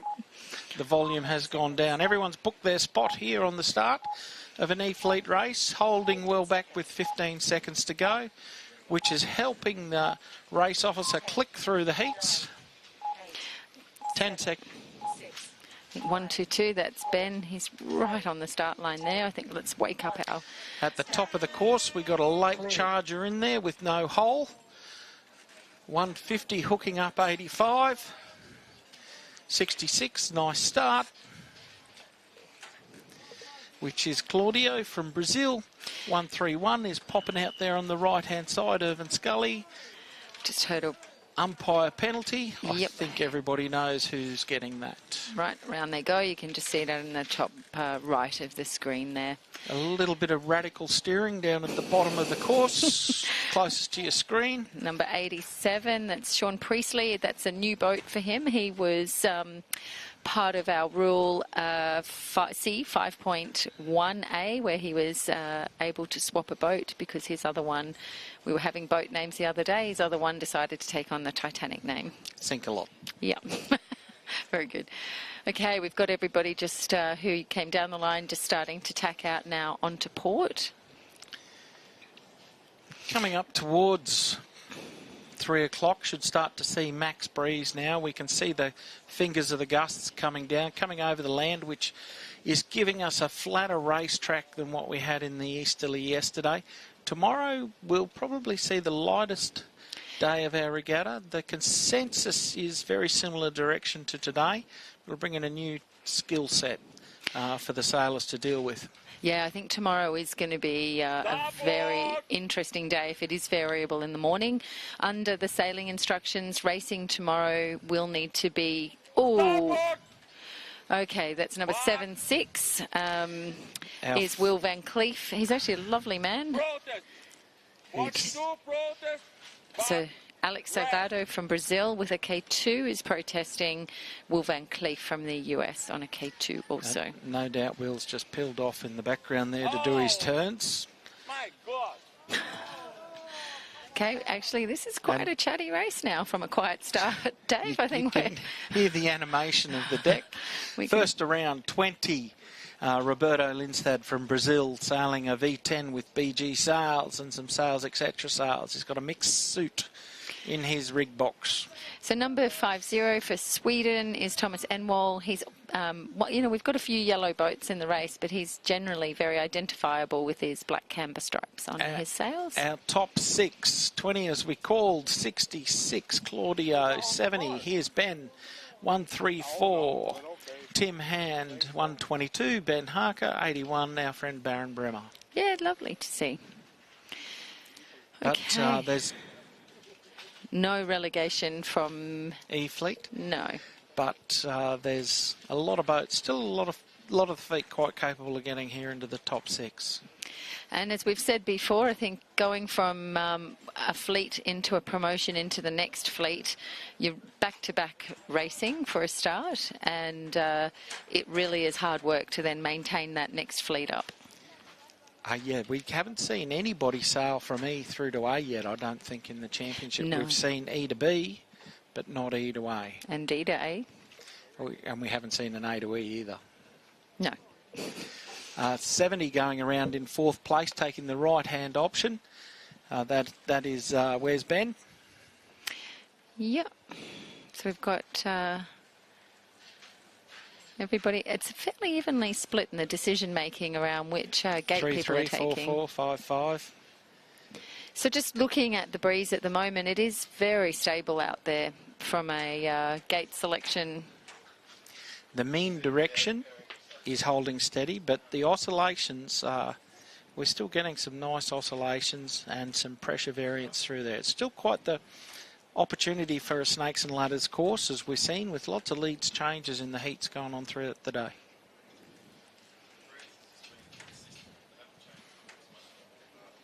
Okay, we've got number 70, Ben Taylor there, looking quite tidy together with Tim Hand and number 134. Baron Bremer was just briefly in shot there, number 8-1. Looks like the right-hand mark has just come back across the left-hand mark halfway up that beat. The first couple of boats that chose the right-hand mark looking upwind at the bottom have popped their bow out. We've had a couple of our fleet go very far on that right-hand side of the course. You saw Ian up that last A fleet. Put a hard one into the right, come in from a long starboard ley line. I watched the race. He could see the gust was there, backed himself. Zvonko was in a group of boats, sort of held out to the left-hand mark, gave Ian a lot of leverage to come back round to that leading bunch in that last race. I think that's a really good demonstration of being able to sail your own race. Yep, absolutely. Be able to pick conditions and do what comes to you. And we've certainly seen for Ian over the last few days that has been his trend. Got some wind coming down through there and across there.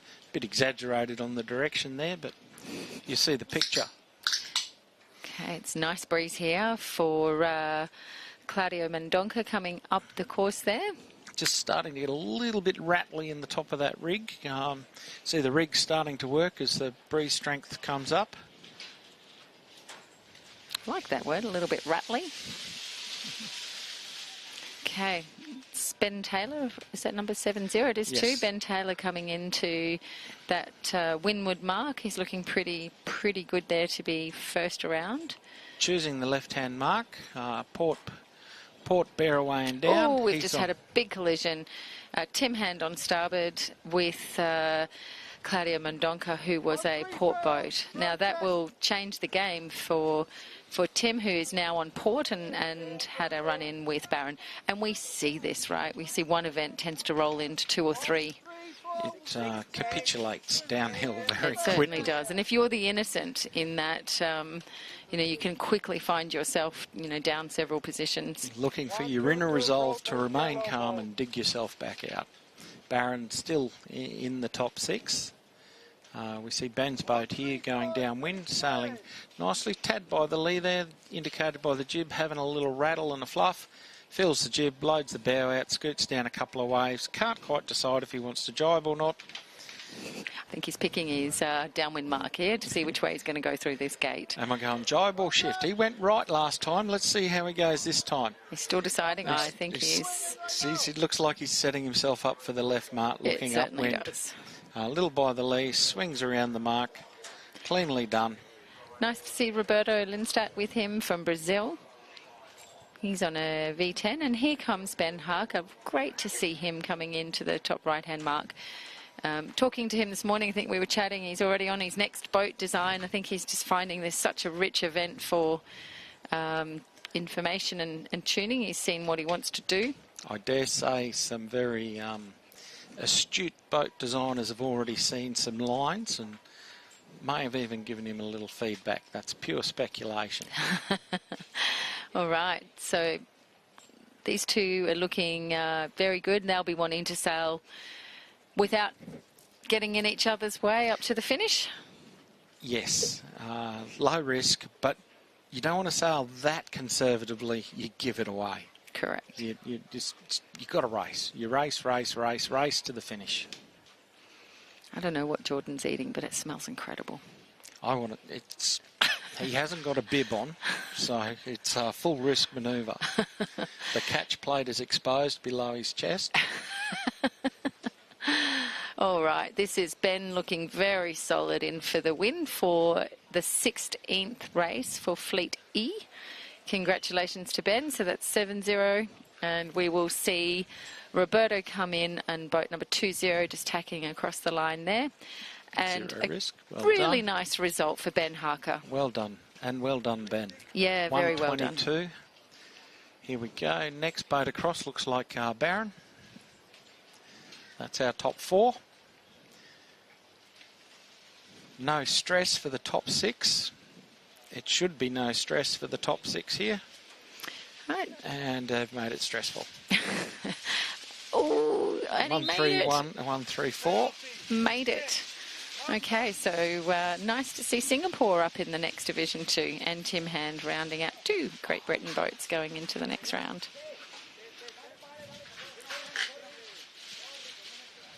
Okay, we'll just watch the rest of the fleet as they make their way upwind for the final finish line. It's Bob Lewis there, just on the finish line, number 17 for Canada. This is Claudio Mendonca coming up to the finish line. Jimmy Teo, we've seen a bit of him over the last few days in boat number 3-3. And just to make it stressful. Yeah. 33, 36 coming along. Getting a bit wobbly there towards the end, but he'll be fine. 116 is Gonzalo from Chile. Been sailing since he was 7. Can be a lifetime addiction to live with this sport. I was talking to Will Van Cleef, number 76 there earlier today, where he was talking about going to France for a stint as a rigger and found himself going home 11 years later. And I don't know what Sean's done, whether he's walked under a ladder, broken a mirror, got a banana in his boat, but he has just had rotten luck this number regatta. 87. So he's on the replacement Britpop. And he had a cheat hook up and jam then. And gee, you've got good eyes. Thank you, folks. That was 16E. We can see our competitors on the deck. We'll get the fleet ready. 16D coming at you in a short period of time. We'll be back shortly. The 2024 International 1 Metre World Championships, brought to you by Gladstone Regional Council, High Risk Solutions, Cooper Mackenzie Marketing, the Gladstone Yacht Club, and Joseph Engineering. We moved here for my husband's work. We decided we'd come here, just work for a couple of years and then probably move back to Melbourne or back to New Zealand. My son was 1, but he's 11 next month. 10 years we've stayed. I think it's the community sense that I get from my son being at school. When he started prep, he started sports. And so we've been heavily involved with a lot of different clubs. Since we've joined those clubs, it's such a sense of community. Just seeing everyone wear the same club sport tops, like even parents wear them. They don't do that in other places. But I find here in Gladstone, you don't all have families surrounding you, whereas here we are each other's family. I've found a lot of friends to be just like family. I feel that that's probably what's kept us here. I do love it here. My kids love it here. My mum has visited here, and even she's told us not to move back to New Zealand. She loves it. She just said she thinks that we have a family here and that we should stay here and just visit New Zealand. Yeah.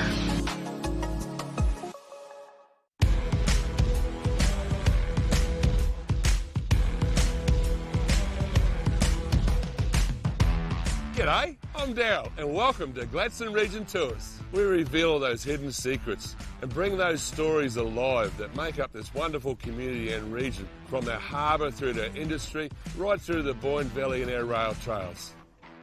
The rail trail is pretty much 100 years old, 6 tunnels, over 11 kilometres, all made by pick and shovel, so it's an amazing piece of engineering, and it's all downhill, 17 pedals. And then you'll get a lunch pack and a couple of drinks at Bullion. For me, Gladstone Region Tours is a pride thing. I just love showing off my region. I love where I live, and all the experiences that we reveal are amazing things to encounter. What surprises most people about our tours is that we're much more than just a port city to the world. We reveal so much more. So come along, come and say good day to us.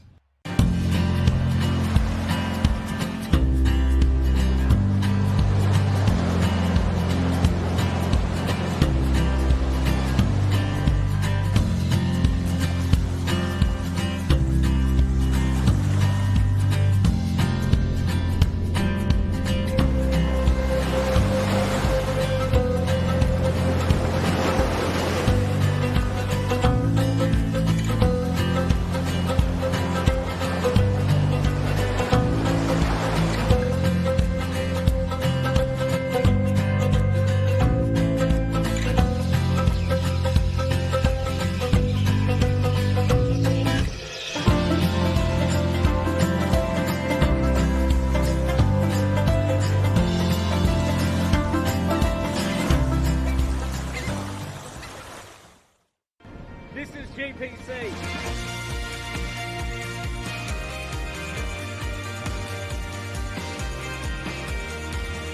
This is GPC. This is GPC. This is GPC.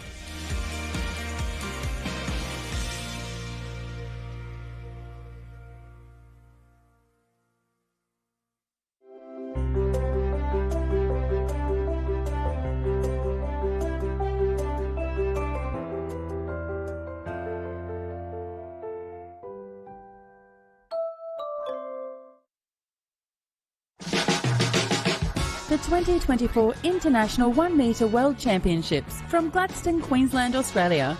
Brought to you by Gladstone Regional Council, High Risk Solutions, The Mantra Gladstone, Anderson's Auto City, and Aztec Services.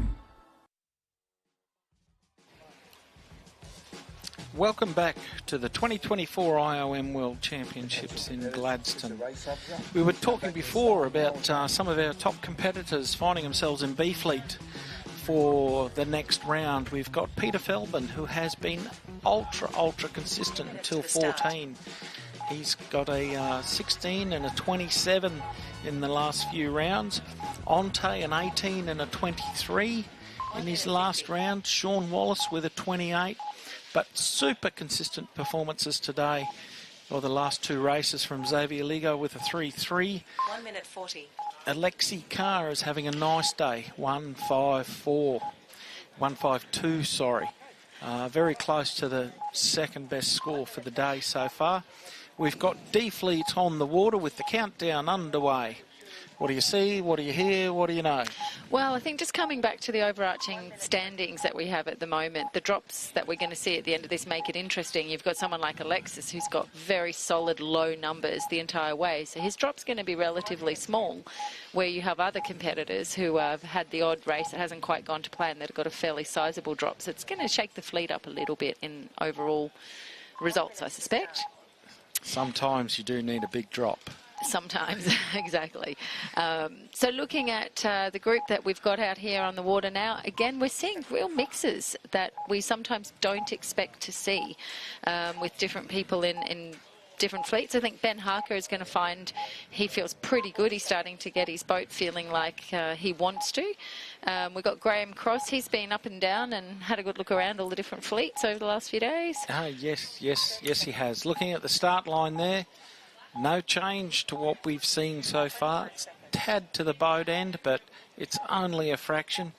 You probably want to avoid the crowds at the very top end and give yourself a fair crack at the race by being just below that bunch. See Ben Harker's taking your advice there and positioning himself at the leeward end of the start line, and Diego's decided he's going to do the same thing. They're calling each, Diego's calling. There we go, clear start, well off the line. Well off the line. Makes it easy for the RO. It does when we have some tidy starts, so good to see. Now what's going to be very interesting is when this fleet starts to tack over onto port. Number 64, Graham Cross, has already done that from New Zealand. Diego's a bit pinned here, and so is Ben Harker, needing to wait till Tim Hand and Vedran make their... All these boats are locked in by the boats starting further up the line. One of the traps of starting a bit low on the line when there's a little bit of boat end bias, you're at the mercy of the right-hand side of the fleet if you want some options getting off that line. So if you look at Diego there, number 31 for Argentina, he just can't go. He cannot go until Tim Hand. No choices. You are being told where you can sail. Well, you can take the option to go behind everybody, of course. Yeah, so essentially to peel around to port, but that would be expensive. Yeah, it's also a big pride swallow pill to swallow. It's hard to swallow that I don't really want to go behind these guys. I'll just wait. Sometimes that can be the absolutely worst thing you can do. So we just watched Ben Harker there just dump his sails and let the boat go through. He does not have rights while he is on port tack, so he very sensibly avoided any altercations and gave way as he's rightfully due to do. First of the fleet coming back across on starboard now, and we can see those boats that started further up the line and then tacked over early coming across with an advantage. Holding the left-hand boats, very much. Turn them around. You can see some breeze coming up there at the top of the course, which the right-hand side might benefit from. Yeah, it's Baron Bremer, number 81. Closely pursued by Graham Cross. Diego trying to get through his tack there on 31. He just did a turn. He just had a small infringement there.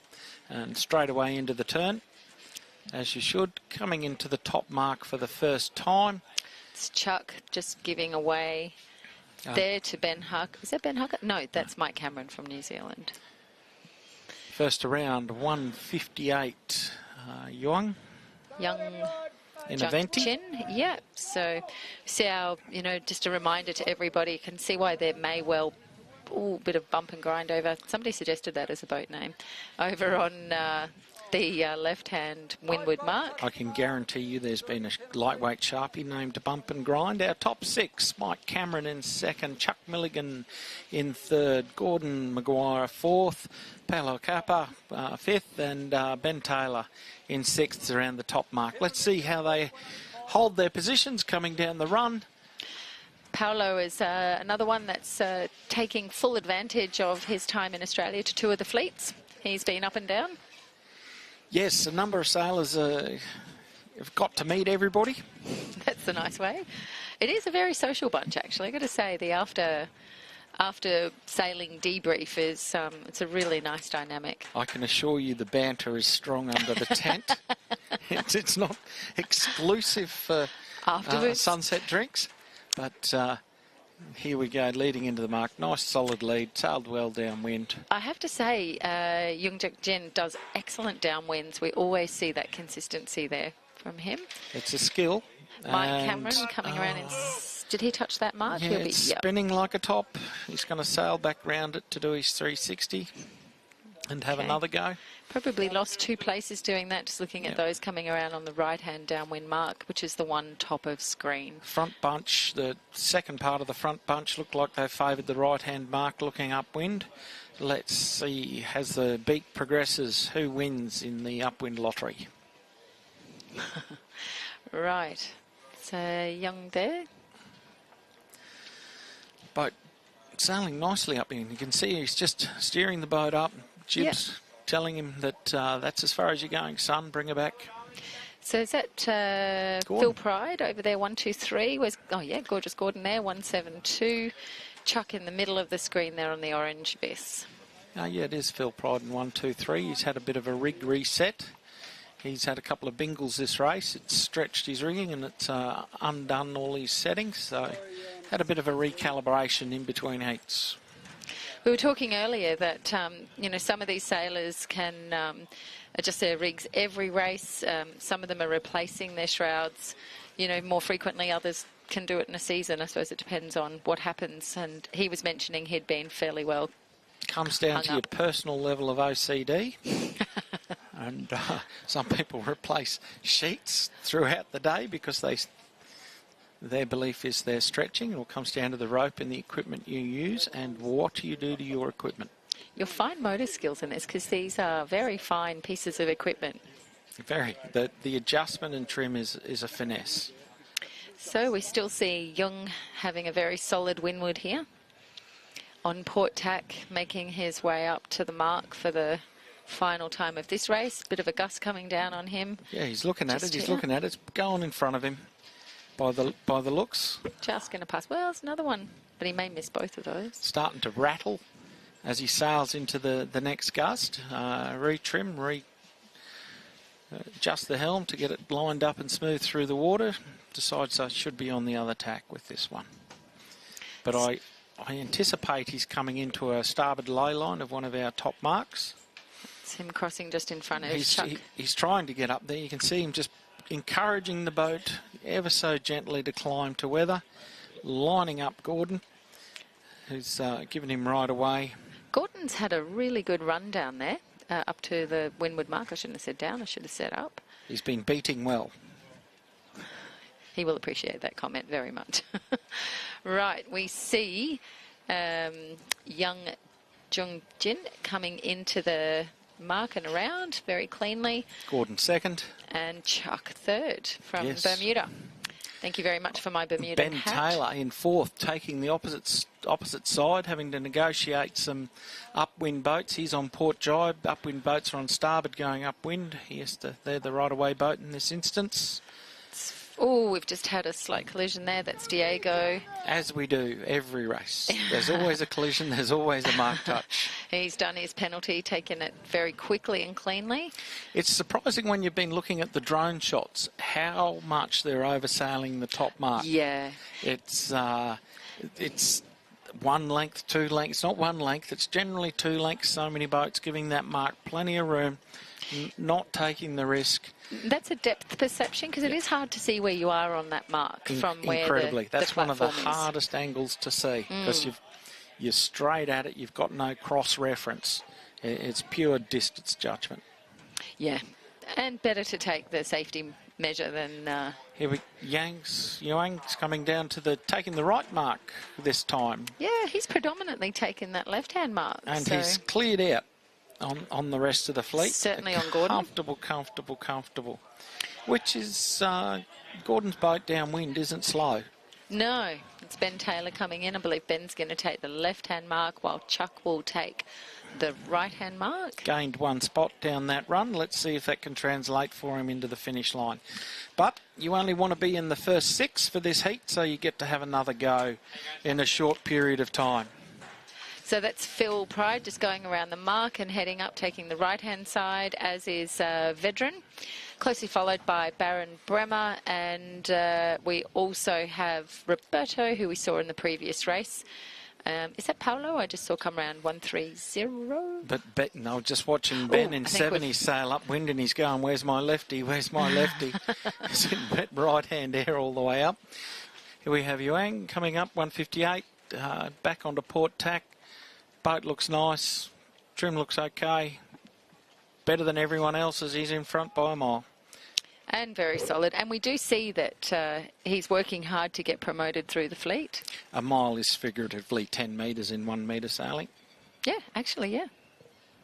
Let's call it a mile. Okay, we see Gordon coming in for a second. He'll be happy with that. He'll be looking forward to moving up. Will he tack or will he just go straight through the line? Happy to be. He'll tack to get his second place. 21 Chuck, 70 Ben. There's your answer to the question that we posed at the bottom. Chuck wins, Ben fourth.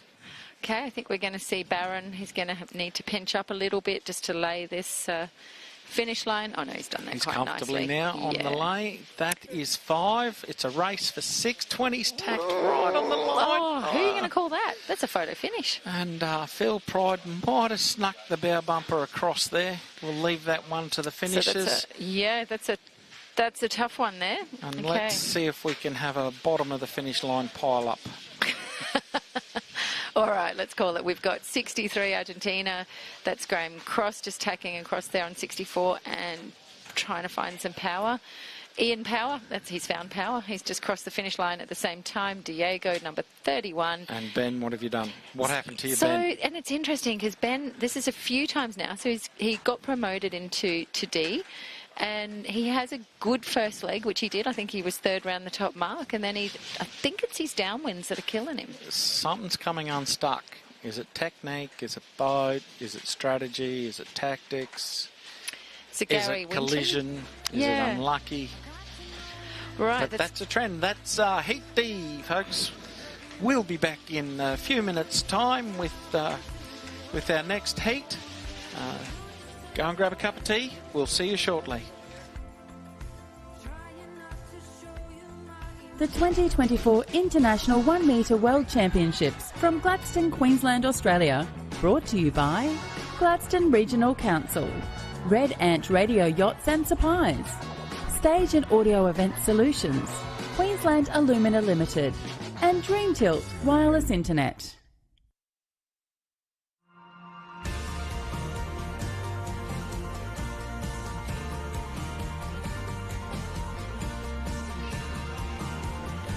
My name's Isaac. I'm the operations manager here at 1770 Reef, and I also skipper our main vessel, the Orca, doing tours out to Lady Musgrave Island. We have the glass bottom boat, we've got the island tour, we've got snorkeling. If there's whales along the way, it doesn't hurt to slow down, see what they're up to. One of our biggest points, I guess, is education. And we're lucky enough to be on the Southern Great Barrier Reef. We've got great coral growth, we've got great turtles. When you come onto the boat, by the time you leave, you feel like family to the crew on the boat. For most people, is seeing nature at its core. We just try and go that step further. Instead of just bringing people here, we bring them here. We make sure they have a great day. We make sure they're well educated, and we make sure they leave as family.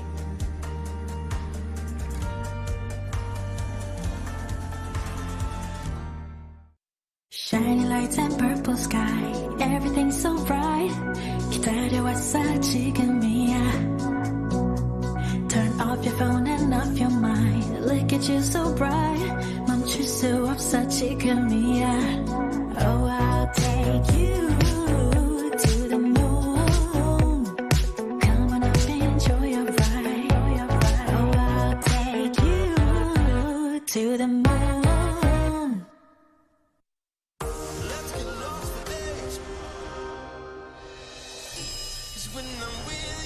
We're just bringing a bit of light entertainment into your life. I love chatting with sporting legends on my podcast, The Howie Games. What about these guys? Watch these here. Ooh, that's good.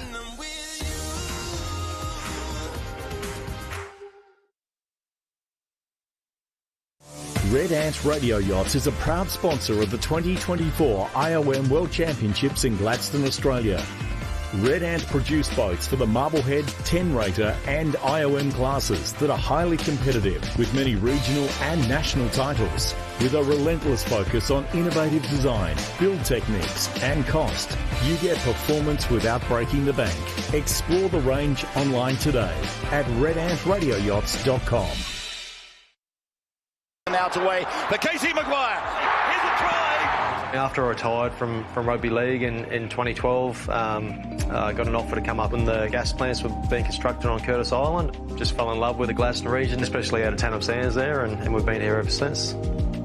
We've really enjoyed raising our kids here in Gladstone. We just love the climate. The sun is always shining. You can swim all year round. Lake Awonga, Tannum Beach, beautiful parklands. There's no traffic, beautiful reef fishing, and just a lot to do up here.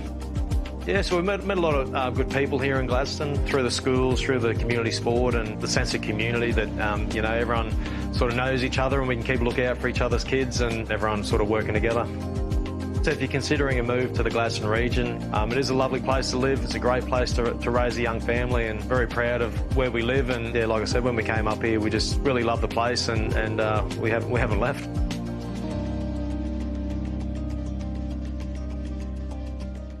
The 2024 International 1 Metre World Championships from Gladstone, Queensland, Australia. Brought to you by Gladstone Regional Council, High Risk Solutions, The Capricornian, Macca's, and 360 Sales. He's moved back to the start. We want to get going.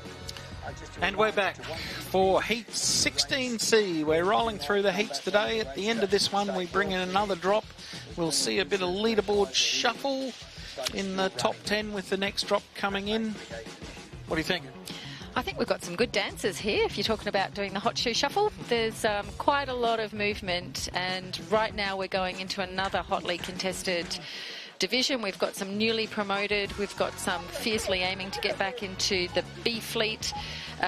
Looking at the conditions, they're still very stable, but talking to a lot of our competitors today, they're really struggling with their rig tune. They are. It's a little bit different today. The breeze hasn't quite got the guts of yesterday, for the want of a better description. Hasn't quite reached the peaks of yesterday.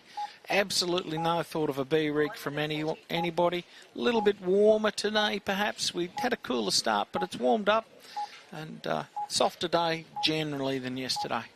We've been talking a fair bit about leach tension and talking to a few different competitors. Some are saying they feel with a bit more leach tension on, they're really struggling, the rig feels choked. We've seen some others where we kind of look at it and go, wow, that's, you know, quite loose. Absolutely. A little bit of leach power is a little bit of power, but it's also putting a bit more feel into your boat, a bit more weather helm, maybe too much. You're 5 days into a regatta, you need to pull your rig out, put it back in, recheck your settings, recalibrate your rig. Things have stretched, things have moved. Boats aren't used to sailing day in, day out, day in, day out when you've been sailing every other weekend. You're doing 5 or 6 weekends in a week, and you've got to do the work that you'd normally do over 5 or 6 weeks in a week. I think that's actually very sage. What we're seeing here is a grouping again down towards the boat end. I actually thought for a moment there we might have seen a bit more of a spread, but as we go into the last 30 seconds, definitely a preference continually for the boat end. We can see number 74 there, which is Pablo Alvarez, who's going to find his own, what'd you say, book his spot down on the leeward end? Yep, you can see some early starters booking their spot. The risk you have is you've got some people trying to come in and fill the holes around you, but we're nearly 5 seconds to go. A little bit more pressure on the line in this C Fleet race. Let's see how we go. Looking all right. Brad Quiggin just did a last-minute dart around the mark. He was slightly over, and again, you know, one of the greatest skills you need to have in these, and we are armchair advisors, which is a wonderful thing to be, the equivalent of a backseat driver. And we operate in hindsight. Which is just perfect, right? So in that way, you know, if you're looking at, as an armchair advisor, you know, getting that skill set to be able to balance your boat on the start line is just really, really valuable.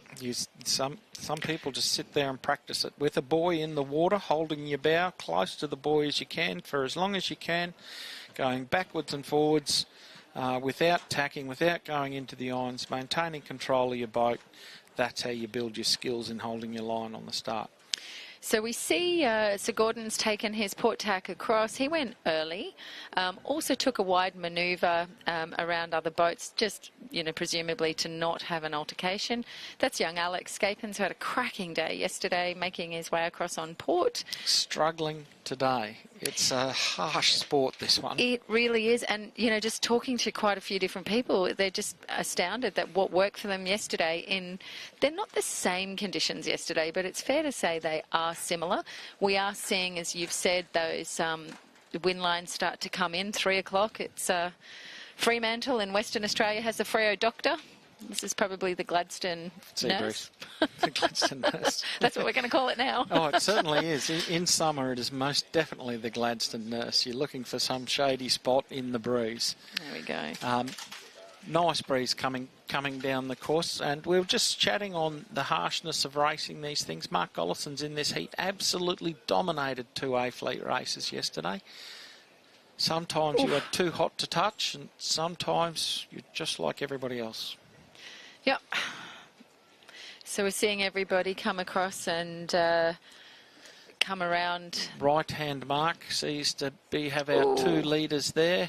That looks like the Prince is first around on the right, and Patrice from France taking the other side, followed by Baron Bremer a cluster of boats up at the top end. The top 6 is tight. Yeah, Gordon's in that top 6, so he'll come down. Aaron Farrer there in the far right of the screen, number 34. We also see Torpy there, 125. I think he's had his fair share of snakes and ladders, as you call it. Yeah, visiting the fleets. Although he hasn't seen, I think he's seen D, not E. That's Brad Quiggin up there on 49, coming down. He's in a V10 Vickers. Nice pressure up there on the top of the screen. Oh, you can see when they get it early, though. Look at that. You can just see as the wind hits the boat, the bow goes down. You're looking to get on a wave and surf it, release the pressure of the bow. Now, that is Patrice Montero. He is from a sailing club that was founded in 1848. Has done a lot of championships for a long period of time. In M class, in 10 class, in 1 metre class. Doesn't mind a bit of a sail, doesn't mind a bit of an adventure, and will travel to events far and wide. That's commitment for you, isn't it? It's the obsession. Tight. The first 6 are around, and then bang, there's another 5 boats right behind them. Okay. All pushing. Aaron demanding some buoy room there. I think that's Chuck, number 21 from Bermuda, hotly followed by Torpy. Now those guys have just tacked straight on to port. Interesting move. Yes, he's just tacked and stalled, sheeted on, held it high. Just, you've got to let it off just a little bit, ease the bow down and free yourself up to engage the foil. Good to see Barron having a nice run. We just saw him tacking across right on screen now. See Brad's rig just starting to work in the gust at the top there. He might have that coming on a little bit early. That was Brad calling Barron, and Barron could see. And this is again where your depth perception. I mean, it's hard enough actually when you're on the water on boats to see whether you're going to cross in time or not. But it's really hard to be able to see it with these guys. Yeah, they're not sitting on the boat looking at the land behind them, whether they're gaining or losing a bearing. That's right. But you can judge it. It's just time on the boat, time on the boat, time on the shore watching your boat. They're the words I want. Time on water. How we go with that? No, you're on the land. The boat's on the water. That's where I fell apart. Still calling time on... No, we don't still call it time on water. Yes. Okay. Okay, 38 and 37. Actually, while we're just talking this through, let's talk sail numbers. These are boat owners' personal choices for sail numbers. No. Not in this case. Sometimes. You are allocated a number from the registrar.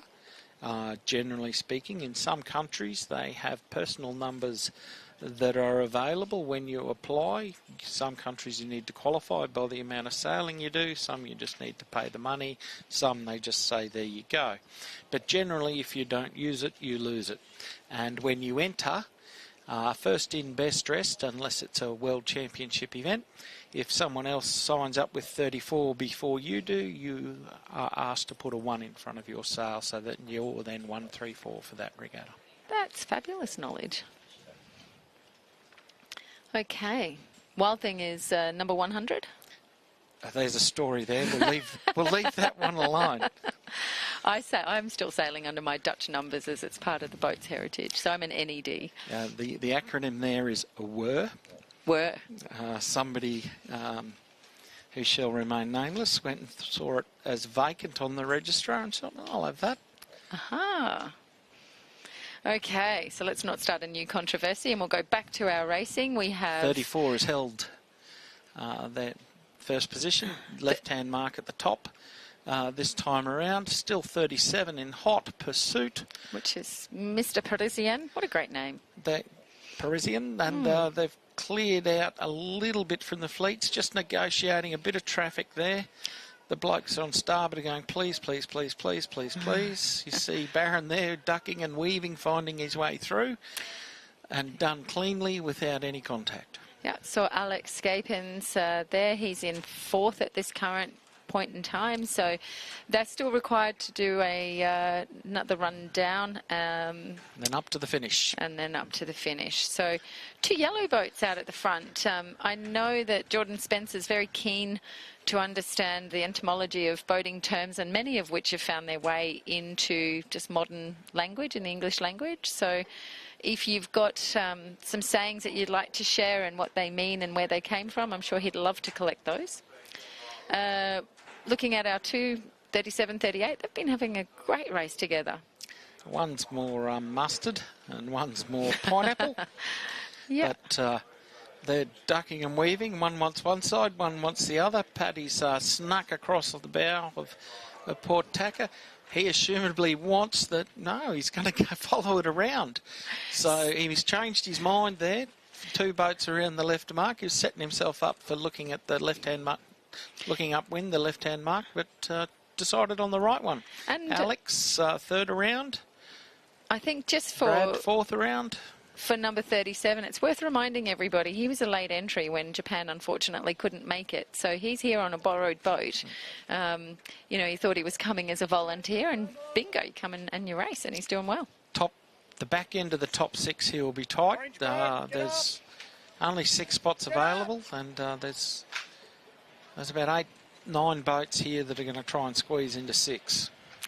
Okay, just looking at their wind indicators, nice trim. They're looking very tidy coming across there, looking at their sails. I think they're having a really nice little battle together.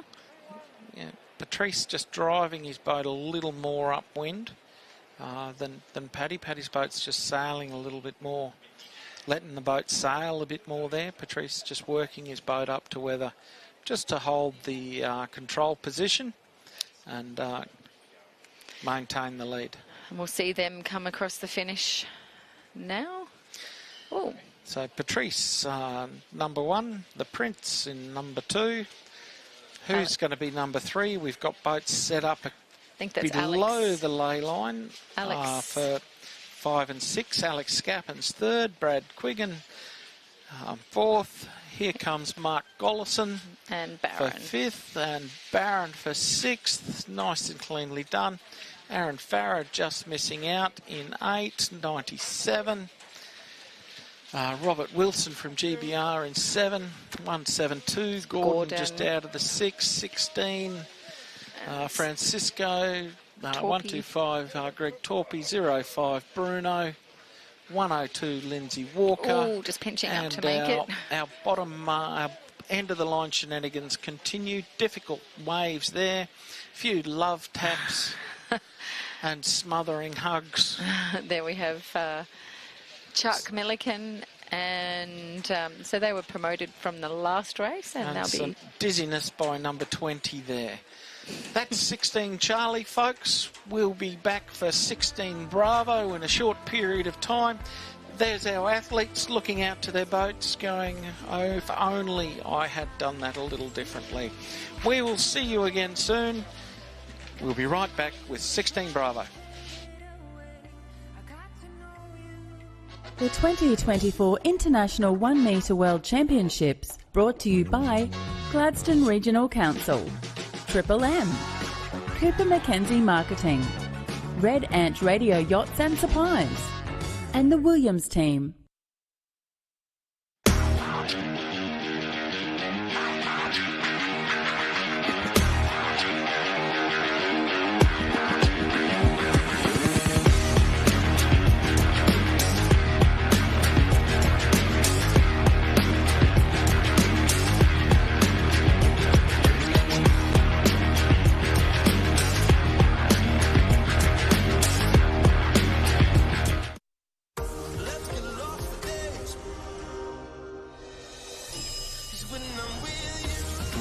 Bringing a bit of light entertainment into your life. I love chatting with sporting legends on my podcast, The Howie Games. What about these guys? Watch this here. Ooh, that's good.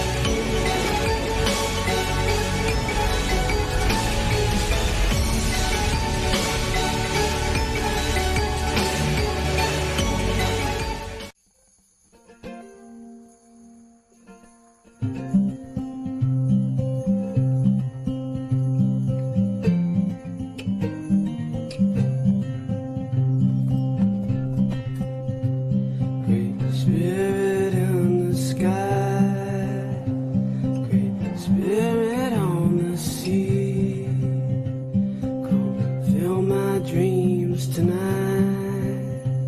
Come and quietly walk with me. Outside, there's more to do and see. And outside, my spirit waits for me.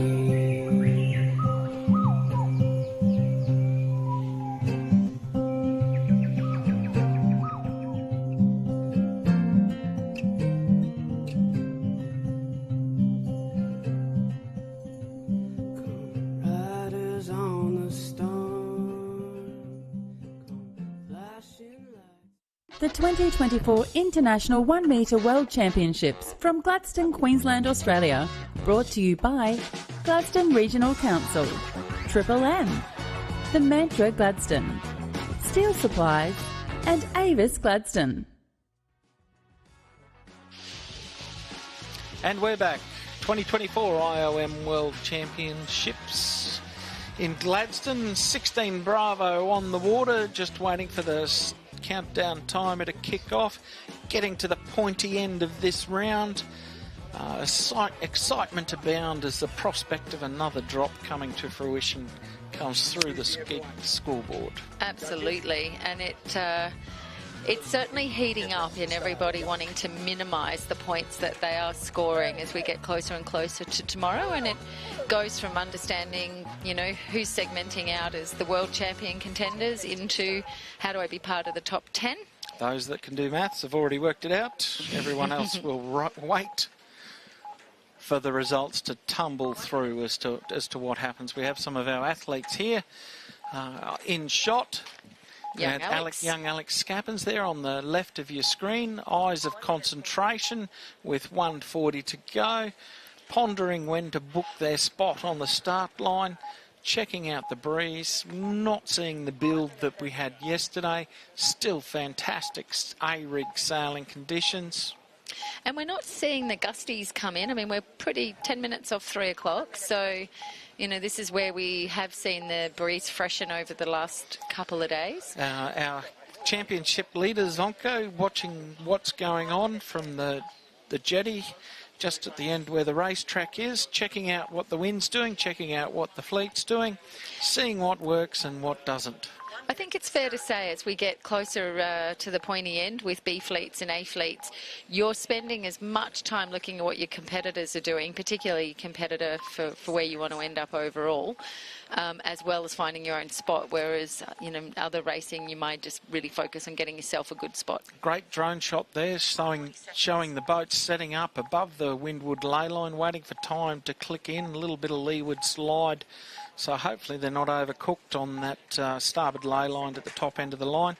Line, much the same as we've seen all day. Tad a boat bias. Boats are booked in their spot. Those that haven't are praying for a gap to charge through. Yep. Risk manoeuvre. You don't want to hook up the boat you're trying to pass. So we see David Lewis, number 23, down at this pin end. That's typically where we've seen him start from over the last few races. And we see Peter Feldman again in the middle of the line, having another crack. There we go. 9-0 was called over. Now, I was watching where Peter sails from. He sets himself up on the left-hand side of the control area, so he is as close as he can be to the top mark. Has a great view of the start line, although slightly looking down across the line. His judgment in A fleet, which saw him demoted down to B, was bow bumper width. So he's 67 from France. Great start, scratching across the starboard tack as they're on port tack. I think for number 91 there, Sean Fiddler, also a very experienced sailor. He just came across the back very tidily there, which can be fraught with danger, but he did it without giving away too much room and got himself over to the other side where he clearly wants to be. 176, Glenn Dawson and number 13, Pablo Welper, together at the top of the course there. And you see 90, who was over at the start early, went back, charged out to the right-hand side. Can't see where he is really in the fleet, but he's in there amongst it. Looks like there's a little righty that is helping him along, and the drone shot shows you not bad shape there, looking good. Yesterday seemed to be dominated by left-hand shifts. Today It's much more even on left, right, left, right. I think we're seeing the fleets also get a lot better, particularly at the port starboard manoeuvres. So we're not quite seeing, and when we still see some action, but we're not quite seeing the collisions we were seeing earlier in the regatta. You can see our 2 windward marks at the middle of your screen there with the red course boat just to weather of them. The boat's tacking upwind. You can see their tacking lines and the angles of sailing close hauled up to the top. We've got some boats a long way out on the starboard lay line for the right-hand mark. He's trying to be a buffalo girl out there. Around the outside. So we're seeing very consistent breeze across the course. There's slightly, little gusts, but they're fairly solid. Yeah, they're there. They're there. There's pressure variation in strength and direction. It's a sailor's race. You have to race. You have to sail. You have to sail the fastest course to the top mark by getting your shifts and your pressure variation. And there's 90 around the top. Odd. Yep. Together well with done. Glenn Dawson. From OCS. I assume he went back. Yep. Mark Gollison, Patrick Parisian having a cracking run up through the fleet again. Okay, number 75 from New Zealand, Rick Castles-Brown just smoked it into that top mark. All right. Alex Scappin's also in the promotion group at the current moment. And that was a classic Daniel Ricciardo move of lick the stamp and send it. Not a shoey. No, you've got to win it to have a shoey. All right, so we can see Odd Stray coming down the course there together with Glenn Dawson from Australia. Now, I did read that Glenn Dawson was so engrossed in his sailing one day he walked off the end of a wharf. Yeah, and every now and then he gets called swimmer. He can swim, but only just enough to save himself. That's helpful. Okay, so Odd continues to have a very nice run downwind there, coming down to the downwind mark. There's umpire penalty there in the background. And 90 just sailing by the lead to get around the left-hand mark, looking upwind at the bottom of the course. Nice gap to the rest of the fleet. 1, 2, 3, 4, 5, 6, 7. Sean Wallace in 7, trying to sneak his way into the 6. Has he got his bow inside there? No, he'll follow him around and charge through this beat. Watch for Sean to sail into A fleet. He'll be pushing his cause to get back into that top fleet to get some more low point scores. Great vantage of the course there. I think Mark Gollison went around in 3rd, but he took that right-hand mark.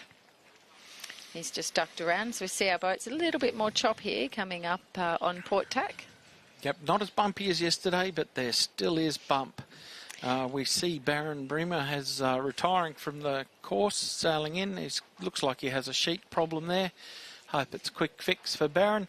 But back to our race. Our leader is still charging away on port tack up towards the top of the course. Got the fleet filed nicely away behind him and below him. Nice positioning, not getting out to one side at all, middle of the course. I think Patrick Parisian's also retired here, which is a shame. Both of those were coming very nicely through the promotions fleet. Let's remember that for our bottom 6. It'll be the bottom 4 at the end of this race as to who comes through. Glenn Dawson having a nice windward run. And Patrice, who sailed through from the last heat. Yeah, having a very nice. There's Odd up in the top of the screen, sailing very well. Going back with the fleet, just protecting his position. I'm going where you're going, and I'm staying between you and the mark. So just looking Odd until this race is placed 24th overall, so he'll have a drop after this race, which will make he'll be happy when he gets a solid result. This is B Fleet race. He's up in the contenders to go into A Fleet. Sailing one of our sponsors, Sailboats RC's latest designs, Fizz, and doing a nice job of it. You see Patrice getting a header in that gust, convincing Glenn it's a good idea to go back, and like synchronised swimming, they tack. Okay, that's Odd there coming across the screen. Nice little gust that he's in there. He's going to tack us, maybe coming back to that windward mark. I'd call that colour bronze. Do you think bronze? Yeah, I'm going bronze. Yeah, bronze. It's a bronzy orange. Yeah, it's a bit metallic-y. That's why I'm going with bronze. Sean there, Can't see exactly where he is in terms of his top 6. There's plenty of boats in there. He's 5, 6, 7, 8 or thereabouts. Number 7-1, Sean Round Wallace. the top. Oh, this is great viewpoint. It looks like the right-hand mark has paid for someone to sneak in front of Odd. That's Mark Gollinson leading the charge. He can pick a shift from a mile away, sniff out a gust before anyone else, as we saw with his Port Tack start earlier in the regatta. Filling in third, 9-1. Glenn Dawson, 176. Patrice in 38. Peter Feldman, who's been ever consistent, looking to push his case to get back into A fleet. No doubt Sean is in there somewhere going, I'm coming. Don't forget me. Wait for me. I think Peter Feldman, over the last few days, he's consistently been in the top 7. Had a couple of little odd ones in race 12 and race 14 where he was 14th and 16th. Apparently he knows strategy, he knows numbers, and he knows maths. I'm absolutely sure of that. The power of probability is strong in his thinking. So I do have a request from the US to stop talking about him because it seems we're cursing him. So we'll do that. So Mark Gollison there, I think he's got a fair bit of support back home as well, who are very active in our YouTube chat. Feel very welcome to keep sending us your thoughts as they come to you there. You see Mark just struggling to find a bit of power in the breeze there, going from one jibe to the other. Just a bit square to the wind, even around the bottom 2 marks between Odd and Mark. Yeah, and quickly followed by Sean Fiddler. The next 4, 5 and 6, 7, throw a blanket over him. Let's see what happens. Getting increasingly vocal as we get towards the pointy end. Of the day? Yeah. Okay, so we have 75 as Rick Castles-Brown sailing together with Peter Feldman on 44. Sean's thereabouts, 5, Right 6, behind 7, them. 8. This is going to be tight at the finish. Yep, we're going to have the two sides of the course start to come together. And the bottom end of that finish line will again be paramount. How you approach that, getting in there cleanly. If you're coming in from port, have you booked a spot amongst the starboard tackers to sneak through? Let's wait and see. Mark's controlling position on starboard tack, goes across cleanly. Control across the line, port tack. Well He's done, Mark very, Gollison. very well there. 91 and 176. Call that a draw, doesn't matter. Second and third. Fourth, 90. Fifth, 38, Patrice. And the sixth is up for grabs. It's a clear screen. Who is going to charge through? And we have a boat on starboard tack lining them up. Yeah, nice to see. There you are, Peter. And not much in it for 7, 8, 9, 10. Sean, Alex, and 7, 5, Rick. All of those guys will be going close, but no cigar. No. See there, number 51, Alex Pappen. And who else have we got coming across? Anthony Pappen, sorry, my apologies. Gary Bowl. Number 171. We've seen a fairly solid performance from him today. He has sailed in every fleet. Yeah, he has. And David Lewis just stalling it. Put the bow over. He just needs to have a clear of the line. Is this your Penguin? 120, yes. Paul Morris? Yeah, Paul Morris is there. His So- mum hasn't started calling him Penguin yet, but we're working on that. All right, and then Brad Quiggin, who 49. was featuring early. Yeah. So it's only the bottom 4 because we've had 2 retirees from this race. That is 16 Bravo. We're back with 16 Alpha and a drop after 16 Alpha to see how that shuffles the leaderboard. We'll be back real soon. Here's some ads from our very, very, very generous supporters. Thank you.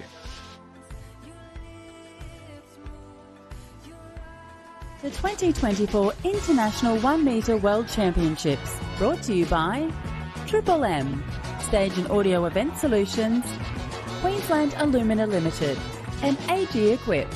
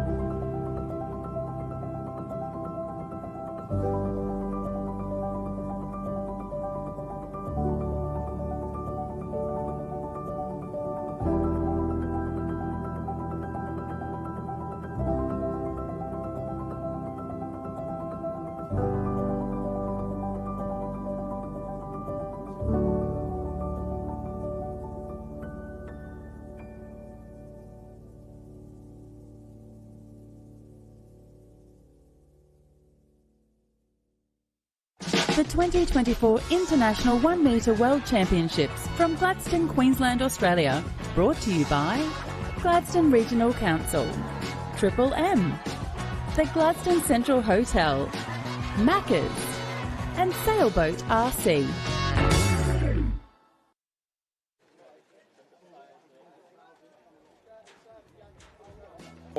Welcome back to the 2024 IOM World Championships here in Gladstone. We're joined by Nigel Barrow, who is just a new resident in D Fleet, GBR 54. Welcome, Nigel. How you loving the regatta? Oh, fabulous. Loving being here. Not loving the results, but loving being here. And I might have made a bit of a comment in the last race that your boat does 6 weeks of racing in 1 week. Did you find that out last heat? Yep, I had a shroud break, and that's the second shroud I've broken since last October. What weight shrouds are you using? 80 pound. 80 pound? Yeah, probably a bit light. How much wang are you putting on those? A little bit. Here we are, 16 alpha on the water. Start line doesn't look like much change. A little bit of boat end bias. We're not seeing the number of lefties that we saw come through yesterday. Today, what's it like out there, Nigel? Good steady A-rig conditions, shifty. Seems to me as though the right side generally pays. Occasionally you get a big lefty on the left-hand side, but every race I've seen, the boats on the right have been fairly dominant. Is there a pattern? Possibly. Possibly. We see on screen there one of our athletes, Doug Allen, looking seriously at his boat, going, where am I going to book my spot on the start line? Where would you book your spot, Nigel? Windward End. Windward End, even with all the traffic? To be honest, I would find a gap. What I would do is be at the back with a minute to go and then wait for a gap and just gently sail into that gap so you've got boats to windward, room to leeward, and then you can get off the line quickly, but certainly on the right half of the line. So Nigel was pointing at a gap on the line. Lots of people booking their spot on the start line. Congestion at the Windward End, 25 to go, pressuring that end of the line. Haven't had many OCSs or general recalls today. Let's see how we go here. I think the boats to watch in this race, Zvonko number 35 and Olivia Cohen number 100. I think the competition between the two is quite fierce, and they're together here on the start. We're off. Yeah. General recall. Will that tempt the RO to tweak the line just that smidge? He hasn't so far. No, and I think rightly so. The breeze has been pretty straight today. A little bit of oscillation at the start, but unlike yesterday, we're just not seeing the constant 10 or 15 change. The median seems to be holding fairly true with only small movements either side. There's a strong gradient breeze which is holding the wind. What's interesting here is you get narrow bands of breeze coming down the course. And if you can get into one and get hooked on a little lift in that breeze, it can make such a difference. So we're on a U-flag start this time round. There she is flying in the wind. All the competitors have been told. No movement on the start line. There's our athletes there having a look. We've got Odd on the right and Steve Landau from America there on the left, all with their sun protection. And, looking like keeping careers. those melanomas at bay. Yes, well, looking like careers as bank robbers. some of our sun-safe strategies. So when you go for a restart, for everyone listening, you've just been geared up for a start and you get a general recall and you go back. Does it take long to regroup? Not really, no. No. As soon as they announce general recall, you're thinking about where you're going to position yourself for the next start. And here they'll be a little shyer because of the U flag in place. Yeah.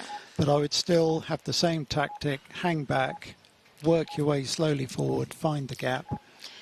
So we can see Olivia Cohen hanging back and Zvonko just in front of him. So I think that's going to be very interesting. Zvonko up the boat end. Interestingly, Ian Vickers has set himself up a little further down the line this time. It was very, very busy up at the top end. And RO has called for a restart. The clock stopped. Not sure why. We'll have that information to you as it becomes obvious. How do you feel now, Nigel? Now, you're watching intently, but just taking into scope the entire event, you're one of the organisers for the next Worlds in 2026. Yep, at Datchet. Right. In April, in sunny England. In sunny England, right. So we're bringing raincoats. Is that the deal?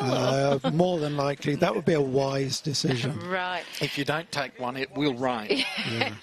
So, you know, looking at the way this event has been put together, so every event brings its own peculiarities and its own blessings as you go. What are some of the things you'd like to take from here and then build on for the next Worlds in 2026? I think the organisation of the people, the way everything is managed, so, you know, calling boats to the marshalling area. We do all of this in our big events at home, but it's just the way it's done in such a slick manner. Also the briefing afterwards, getting everybody together. And we're lucky at Datchet because we've got a nice clubhouse, there's a bar, there's catering, and we're in a secure area as well. So there's a big gate that you have to go through to get in. Get there. So and you're not saying all the competitors are in prison for the event, are you? No, well, they'll be allowed out. Maybe. If they behave. And it's a tremendous amount of work pulling these events together. So imagine you guys are already started? We have, yeah. Yep. The planning has begun. Excellent. But I think Datchet has an advantage where we can generally sail in all conditions. And there are a couple of directions which are dodgy when you sail off the bank. But Thames Water have allowed us to use a big pier that goes out into the lake, so we can actually get racing off the end of that. Will you look at a platform structure similar to what we have here? You won't need it. Okay. You're on a platform. Excellent. Okay. 2 minutes underway, and here we go. What were the Datchet Lakes built for originally, or are they natural? The Datchet Reservoir is a feeder for another reservoir, drinking water reservoir. It sucks water out of the Thames, but it's also used to keep the Thames flowing if there's a serious drought. This is very much in Dave's wheelhouse in terms of interest and expertise. So, an essential piece of water infrastructure in the London community. Indeed. Well, so 1 minute to go. We see Zvonko having a look at the middle of the line this time around, but on port, finding his way back up towards the top. Going, I'm skillful enough to find a hole in all of this and live. I'm interested in some of the games. We know Ian Vickers is keeping his powder dry. I think Zvonko just watched Olivia Cohen sail across the front of him. They are staying fairly close together for some reason. And there's Ian again finding the middle with Peter Feldman. No, the usual participants are in the middle of the line. Oh, there we go. Do not curse. Do not curse. Oh, my goodness. Yes, you're quite right there. So we see number 177 from Australia, which I think is Macca off the top of my head. No, it's 176 is Glenn Dawson in this heat. I think, who's 177? Yeah, Adam Viney. My apologies. Okay. Yeah, my money's on the windward end. Yeah, it's line's quite spread out this time around, and I think, as we mentioned, the U flag. Ooh. Call that one. Waiting.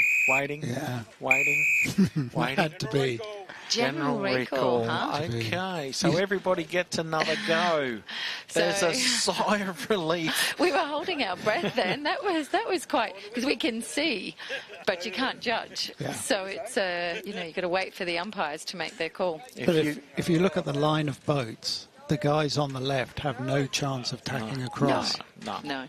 And we see that people are finding their preferences. And for you, have you found you're tending to settle into, okay, I know I prefer the boat end start of the line, and that's where you generally know you're going to go? Yeah.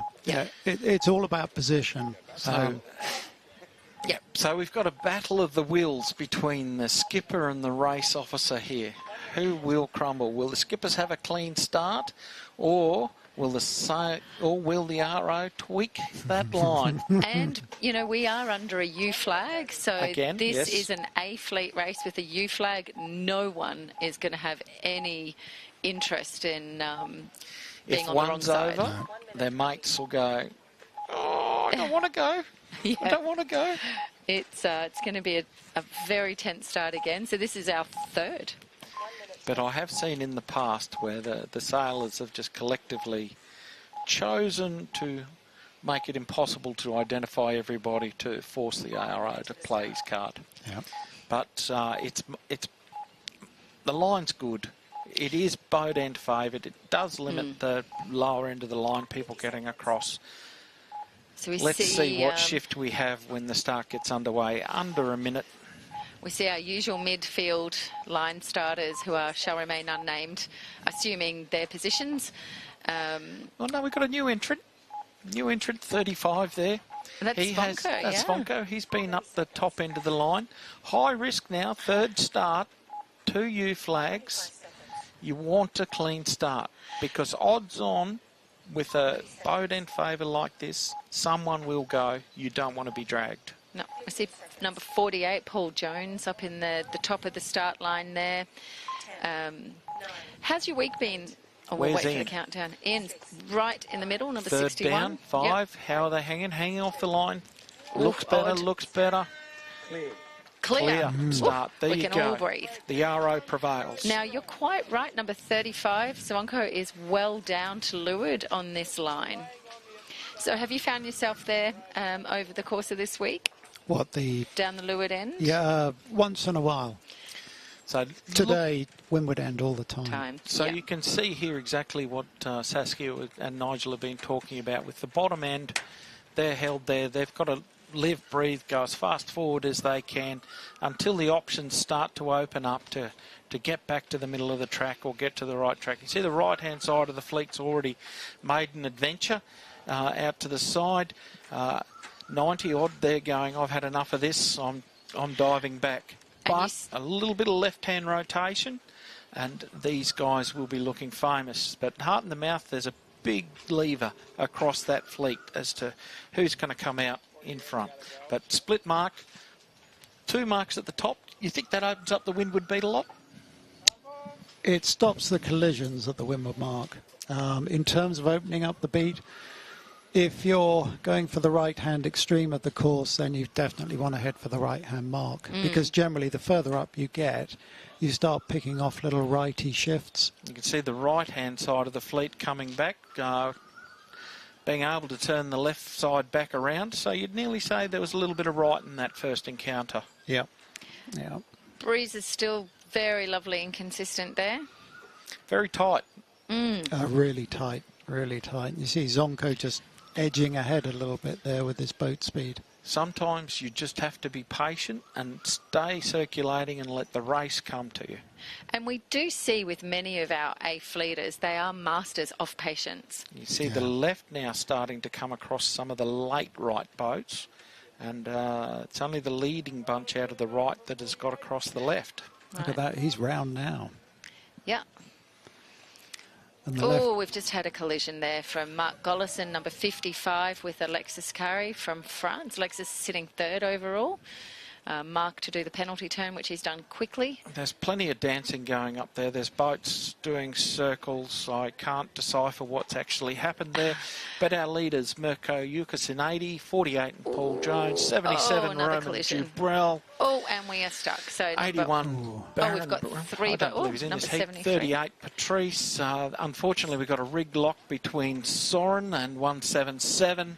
But Adam Mirko Viney out in front in his K2 with a nice little gap, looking to build on his lead. Blanket of boats behind him, just presenting a wall to the wind. You can see the arches of the connected boats in the top of your screen. That's going to be expensive. Let's hope they can free themselves and get on with the race and they don't have any damage there. They're clear. Okay, so they still needed to round the mark from recollection. Okay, they can complete the course. They've got 5 minutes to finish the course after the first boat's finished before a timeout. Lovely. It's Mirko Jukas coming down, looking very, very under control. He's going to take that right-hand mark. He's had a good regatta. Right-hand mark, looking upwind. Very accomplished, done a lot of events. Sailed RC boats for nearly as long as Ante and Zvonko. When he started, he was a teenager. Also an international rules judge. Looks like Steve Landau has had a nice beat on a nice run on the right-hand side.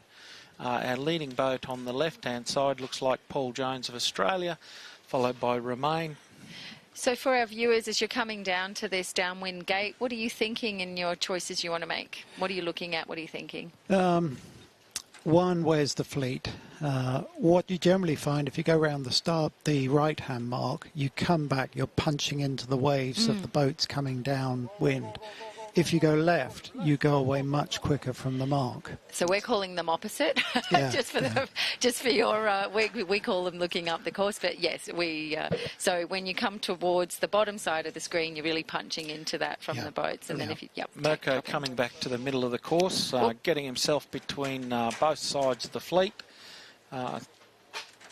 Okay. And back he goes on to port. You can see our boat at the top end, who's Steve Landau towards the middle of your screen on starboard tack, sailing upwind.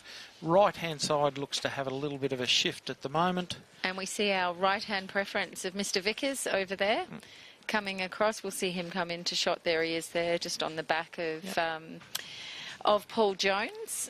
Steve Landau and Romain, all having, you know, dare I say it, consistent regatta. You saw how tight that first beat was. You just got to race, let the opportunities come to you, let the race come to you, but stay somewhere you can take advantage of it. Yeah, if we just... nice trim on there. You can see that top batten just a click above laying off. Quite a different trim to 9-0 in the top of that mainsail. We see Olivia Cohen in the hunt there. Just coming across. Still, I think to use your expression, it's you could throw a blanket. It's a queen-size blanket at this point, but you could throw a blanket. Yes.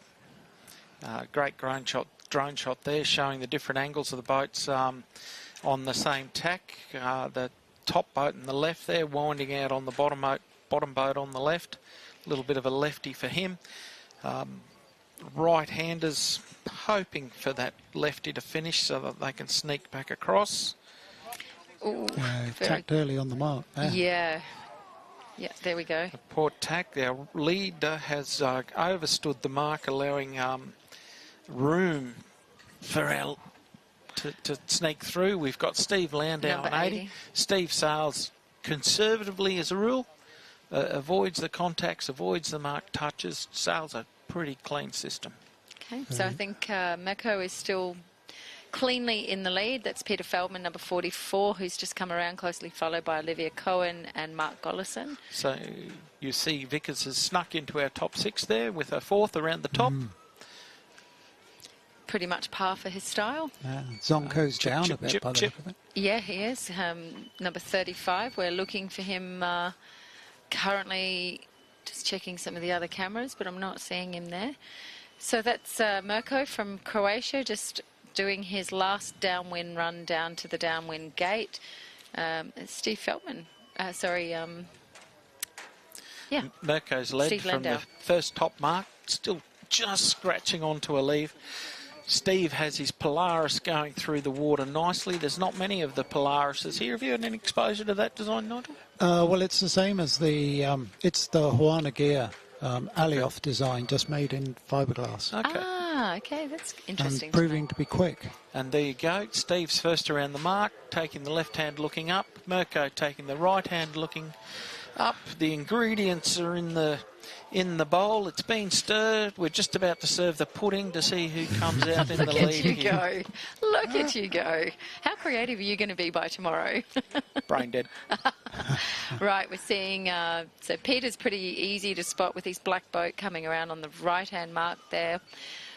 We are seeing a fairly tight fleet again here. I think in sort of 2 to 6 or 3 to 6 is going to be fairly hotly contested as we come up to the finish. This one's for points, and every point counts. It's going to be exciting. So everyone will be at home doing the math. This is the last of race 16. After this, you'll be able to have a look at the leaderboard and see how the drops play out and what that does to the overall positions. Right-hand side has got across the left-hand side. Mirko back in front. by the looks. Steve's come back under the starboard tackers. We'll see where he is on the finish line. He's over the lay line of the bottom end. Mirko first, well done. Steve 12, Steve Landale second, 61. Ian Vickers third, 77 Romain. Where is Volko? How many points has he clawed back? Nice race from Paul Jones, by the way. Peter Feldman cleanly through there by nicely the skin. done. Oh, and very tight. Okay, Zvonko is not going to be liking that. That mark looked like it was spinning. Needs to complete a 360-degree turn. And around he goes. And re-round the mark. Oh, he's going to cut it fine Just again. needs to re-round the mark, folks. Okay. It's 176, 73, 177, 91. There is your 16 Alpha heat. We have seen Ian Vickers claw back some much-needed points. Yep. What do you think, Nigel? It's exciting. Gets better and better. It does. I hope he keeps doing it. We need to close the gap up to the front. There's always twists, there's always turns, there's snakes, there's ladders, there's potholes, and there's just downright good luck and bad luck. Thanks for joining us, Nigel. It's been a pleasure having you. Thank you, everybody. We'll see what the scores bring up. We'll run through the leaderboard after the drop. We're back shortly with the gorgeous duo of Grant and Jordan. Thank you very much. See you soon. The 2024 International 1 Metre World Championships, brought to you by Bendigo Community Bank, Claxton and Calliope, Cooper Mackenzie Marketing, Australian Pacific LNG, the Gladstone Central Hotel, and the Gladstone Ports Corporation.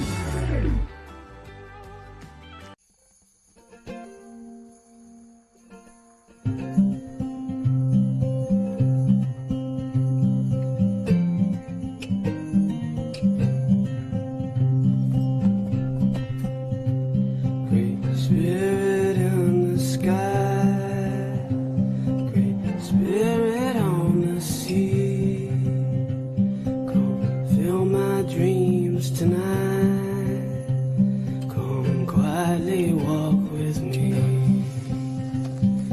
Outside, there's more to do and see.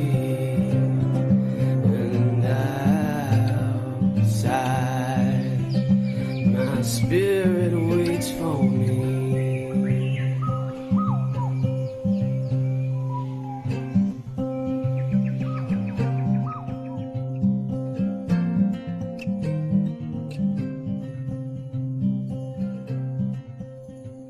Come riders on the storm, come flashing lights. Our guests like the Curtis Island experience because of the seclusion and serenity, and that's a general feedback that we get.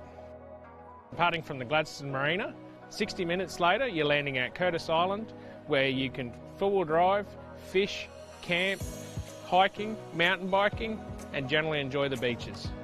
Our tour is a wilderness experience, so you need to bring everything you need to enjoy your time on the island, and when you go, we appreciate you take everything with you, as we are in a national park. Our ferries run a 5-day-a-week service across to Curtis Island. It's an hour's voyage across the harbour. Along the way you see turtles, dugongs, dolphins. We are fully licensed for your enjoyment.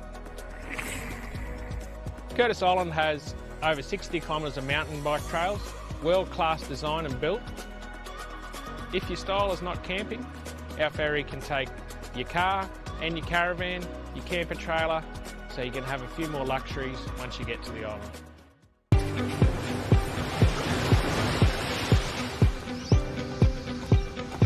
Morning. Morning. Glad to see you made it.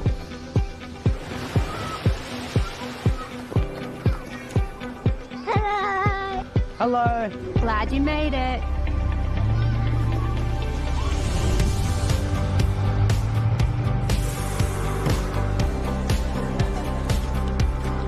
Good morning.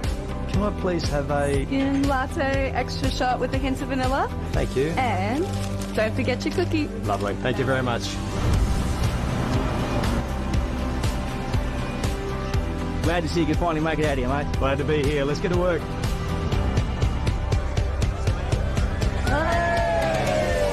Glad Glad you made it, mate. Thanks, mate. Cheers. With so many reasons to move to the Gladstone region, you'll be glad you made it. Whether it's your backyard project or big industrial project, Steel Supplies Gladstone has got you covered. From steel plates and sheets, aluminium and stainless steel, fencing, rural supplies, and everything in between. We are locally owned, so there's no corporate nonsense. Just good old-fashioned customer service with a smile. That's service with a smile, Tom. Steel Supplies Gladstone, proud sponsors of the World IOM Championships.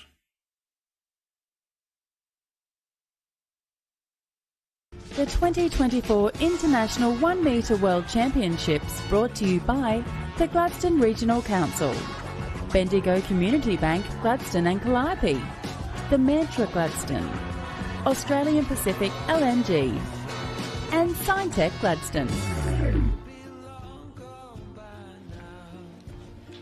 And welcome back, local time, 3:33 in the afternoon here in sunny Gladstone. And the IOM World Championships 2024 is in day 5. I love the penultimate day. It is a day of movement, and we've got some movers and shakers. At the start of the day, we had Ian Vickers falling back through the fleet with a series of unfortunate events. And then in the last few, he found his way into C, out of C into B, found his way out of B into A, so close. Then went into A and did a second, and we're saying right at the moment that Ian Vickers, that's quite a big number difference. He was out to about 24 or 25 points difference. Actually, I think it might have even been in the 30s, to tell you the truth. But in the last few races, Ian has pegged back, but Zvonko has been sitting there saying, no, I'm just going to tick away and get those 5s and 6s and 4s, or as you can see, 2, 2, 4.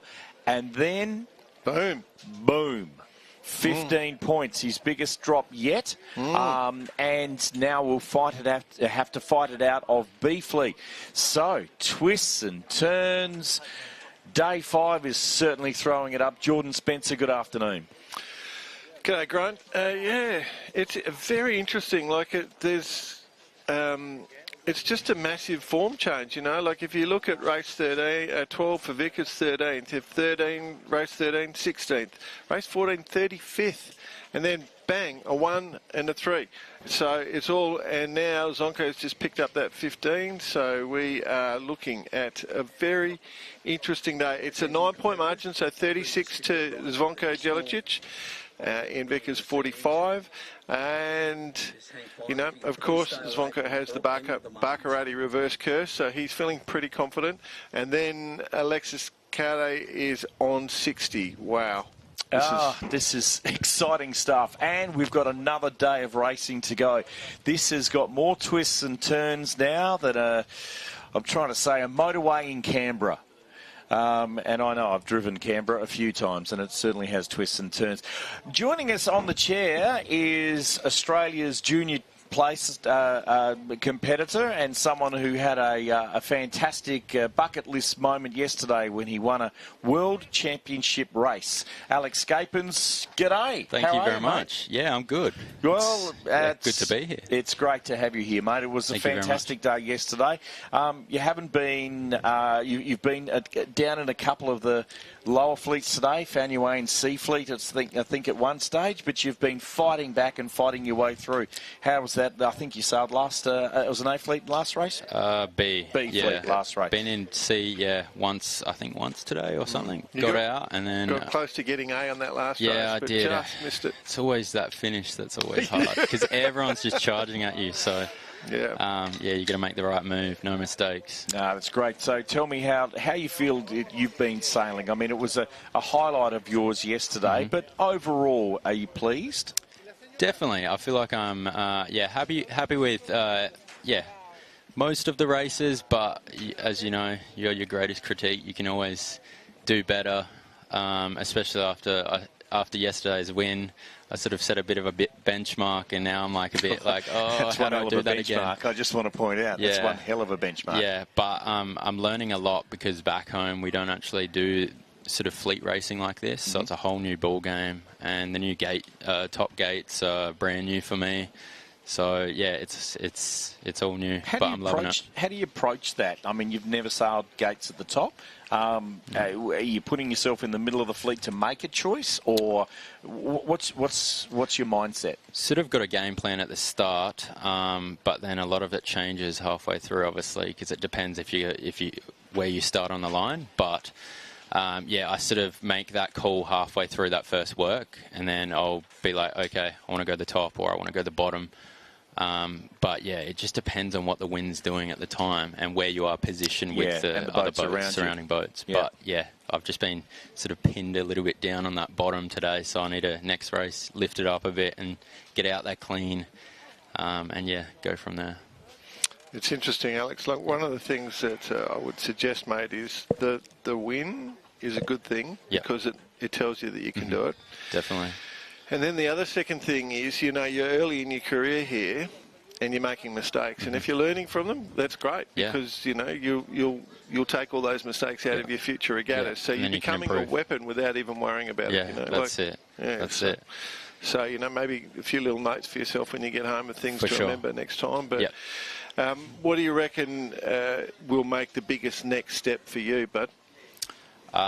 Just some of the, for me, it's just, staying clean on those top marks. If I can get round there, I know I can do good starts. I've done 3/4 of my starts in this regatta have been pretty clean in my own lanes. So that's not a worry. But yeah, it's just those top marks. I just need to get up there clean and not cause any issues. And then also my finishes as well. I think the top marks and my finishes are my weak point at the moment. And if I can improve that, then we're laughing. It's all about fleet management in that situation, isn't it? Yeah. Now, is it true, the rumour I heard, that one of the fundamentals you've been doing is you write down what your dad tells you to do and then do the opposite? Is that correct? Pretty much. No, not quite. No, we go all right. No, I listen. Yeah, that's good. I mean, it's good father-son time too to come all the way up to Queensland and enjoy this. Phil is a great bloke. Enjoyed having a beer with him the last couple of days, so it's good to have him around. It's good to have you around too. Thank you very much. What do you think we need to do to get more juniors into the sport? I'm going to really throw this one at you. What can we do?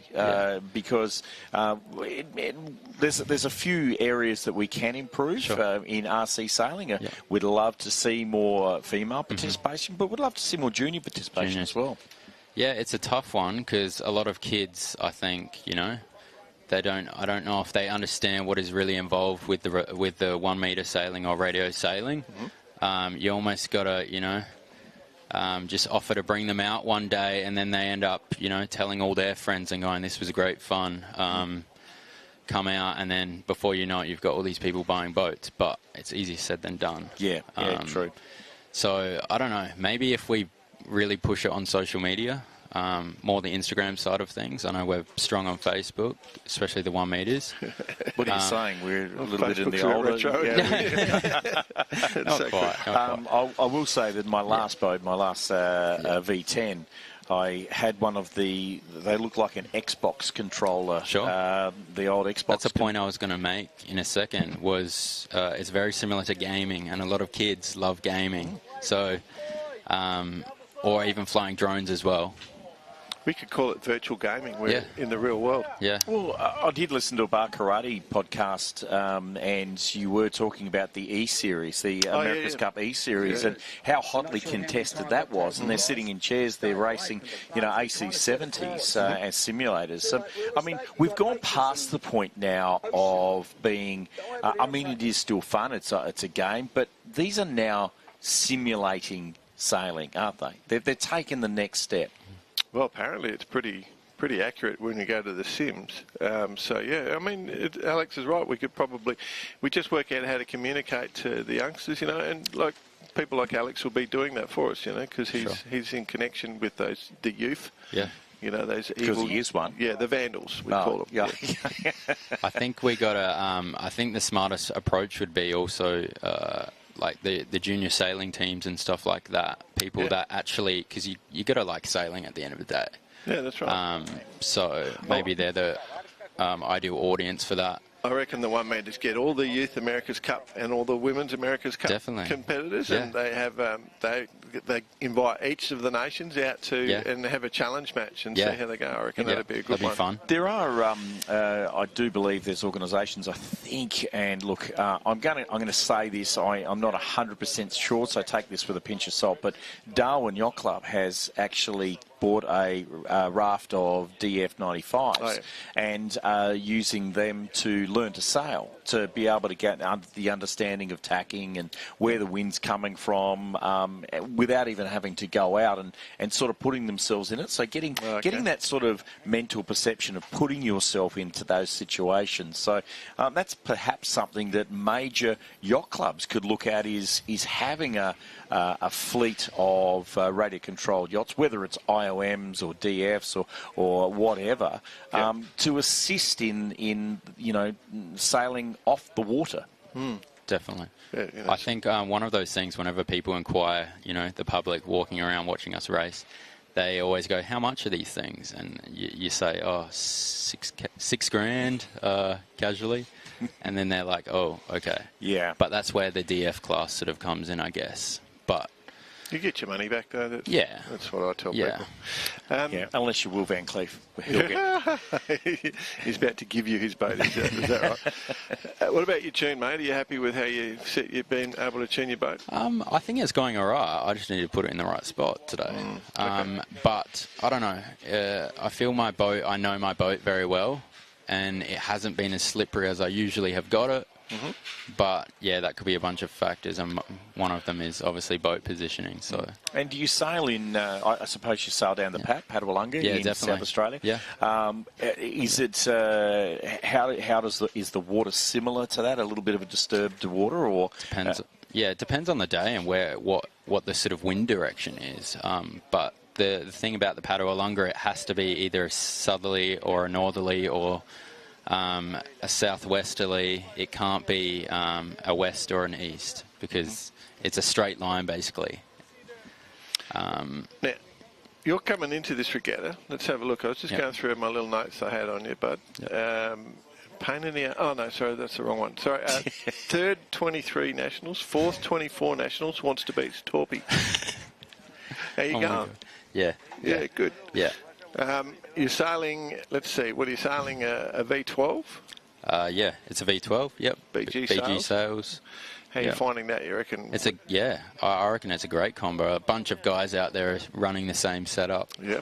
Almost a quarter of the fleet. Yeah. It's going well. I reckon overall it's sailing fast, especially in that B rig. I was praying we were sort of going to get those conditions again today. And I think you're done for B rigs. Yeah. But what are you seeing out there tactically? How are you seeing the wind coming down the course? Is it stable with just little gusts, or is it phasing? What's going on? Sort of every now and again, like I've been liking the left, and then all of a sudden I see the whole fleet take off on the right. So it's a bit sort of twitchy. But at the moment, I feel like that right is really paying off. I was just watching the A fleet before, and I saw a bunch of guys really go right out and then tack across, and they covered the fleet. Yeah.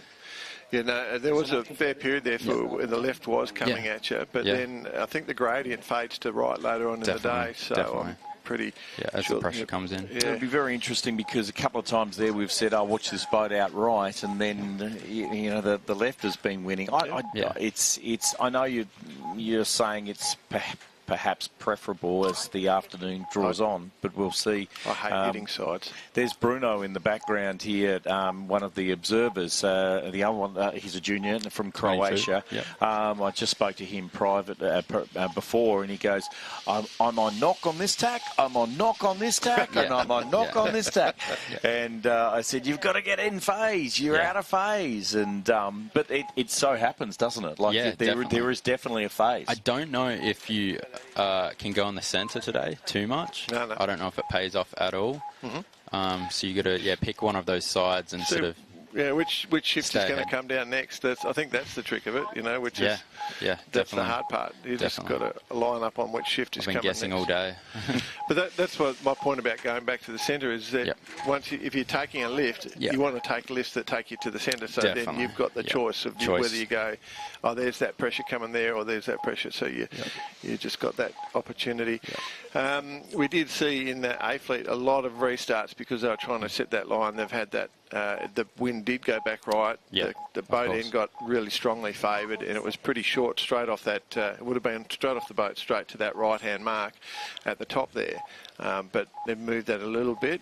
But it still did favour that right in the end. Definitely. 30 seconds to go in the E-Fleet race. This is the one that you don't want to be in. We've got some great sailors in here that have just had such a great time since their arrival in Australia. There's a little bit of a push and shove there. One of our great grandmasters there, Bob Lewis, is just taking none of that from Will Van Cleef and said, get out of there. Yeah. That at the top mark, and to my eye, it seems to be the boats that go to that right mark are sailing slightly less distance as they head up. So a lot of people sort of continue out to the left and go, and I think that's a losing play at the moment, but I'm willing to be wrong. Okay, there was only the one whistle there, so that could be a judging decision.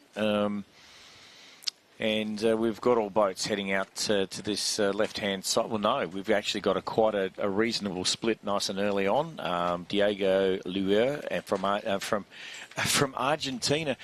Diego must have had a shocker because when we were on there before, he had moved from E-Fleet to D-Fleet to C-Fleet, That's correct. Think. And he won A, and then he won D. And then here he is back in E-Fleet. So, that's a bad tack right in front of someone's water. You can't do that. Yeah, it's Thomas Lavesic has to tack off there. Yeah, I don't think he was in the wrong.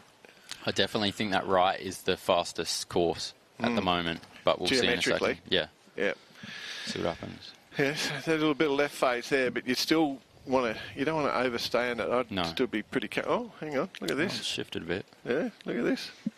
Everyone's coming up left at the moment. This will give you a bit better idea with 66. Well, could have held that all the way, but Claudio decided from Brazil to come back onto that port tack. Maybe as we get later on the day, which I would expect, we're going to see much more. We're going to see bigger shifts as the sun starts dropping its influence. Yeah, but I mean, that just goes to show that the left has paid very, very handsomely in this. It's just one of those things. We're going to try and have a mark shoot here. No, coming across in port, and that's Tonko Puljas from Croatia, who's going to upset a few people, and will need to do some A-turn. And there's 87, Sean Priestley, who has and he's done another one. You're doing a turn right in the middle of all these running boats.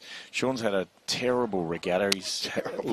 He's just been so unlucky in so many instances, and now he's been caught in the middle of all that. What's your strategies, Alex, coming off that top mark with all those boats coming in? What are you thinking? You're just ducking and weaving? Actually, we saw you come around the left-hand mark and almost get all the way to the right-hand mark before you could actually come downhill one race. Yeah, I think that was a C race or something before I got in the B, back in the B.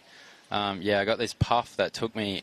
I think I had a bad start, and it took me from last place pretty much to third or fourth, just on one work. I was like, the gods are looking after me. Oh, that's cool. For that race. Yeah, for that race. Yeah. Abandon you other times. Yeah, but I think you got to really work the downwind. Like, watch what the waves are doing as well. Watch where you steer your boat. Don't just sort of head in one direction. Keep the pressure up. Yeah, and I think you can connect the little runners, you can carry a bit of a parent right through these. Big lead for Diego. He's in a good position. Yep. You think? He'll just blanket the fleet. He's going to come out to that left-hand side, the side that really paid dividends in that last beat to Windward. And even better, everyone that's coming around next is all right on top of each other, so he doesn't have to worry about anything now. No. He'll just keep nice and clean and stay out of this. Here he is, coming back around the back of all the fleet. And that's just actually, I'd say that might have even piped up a little bit. Yeah.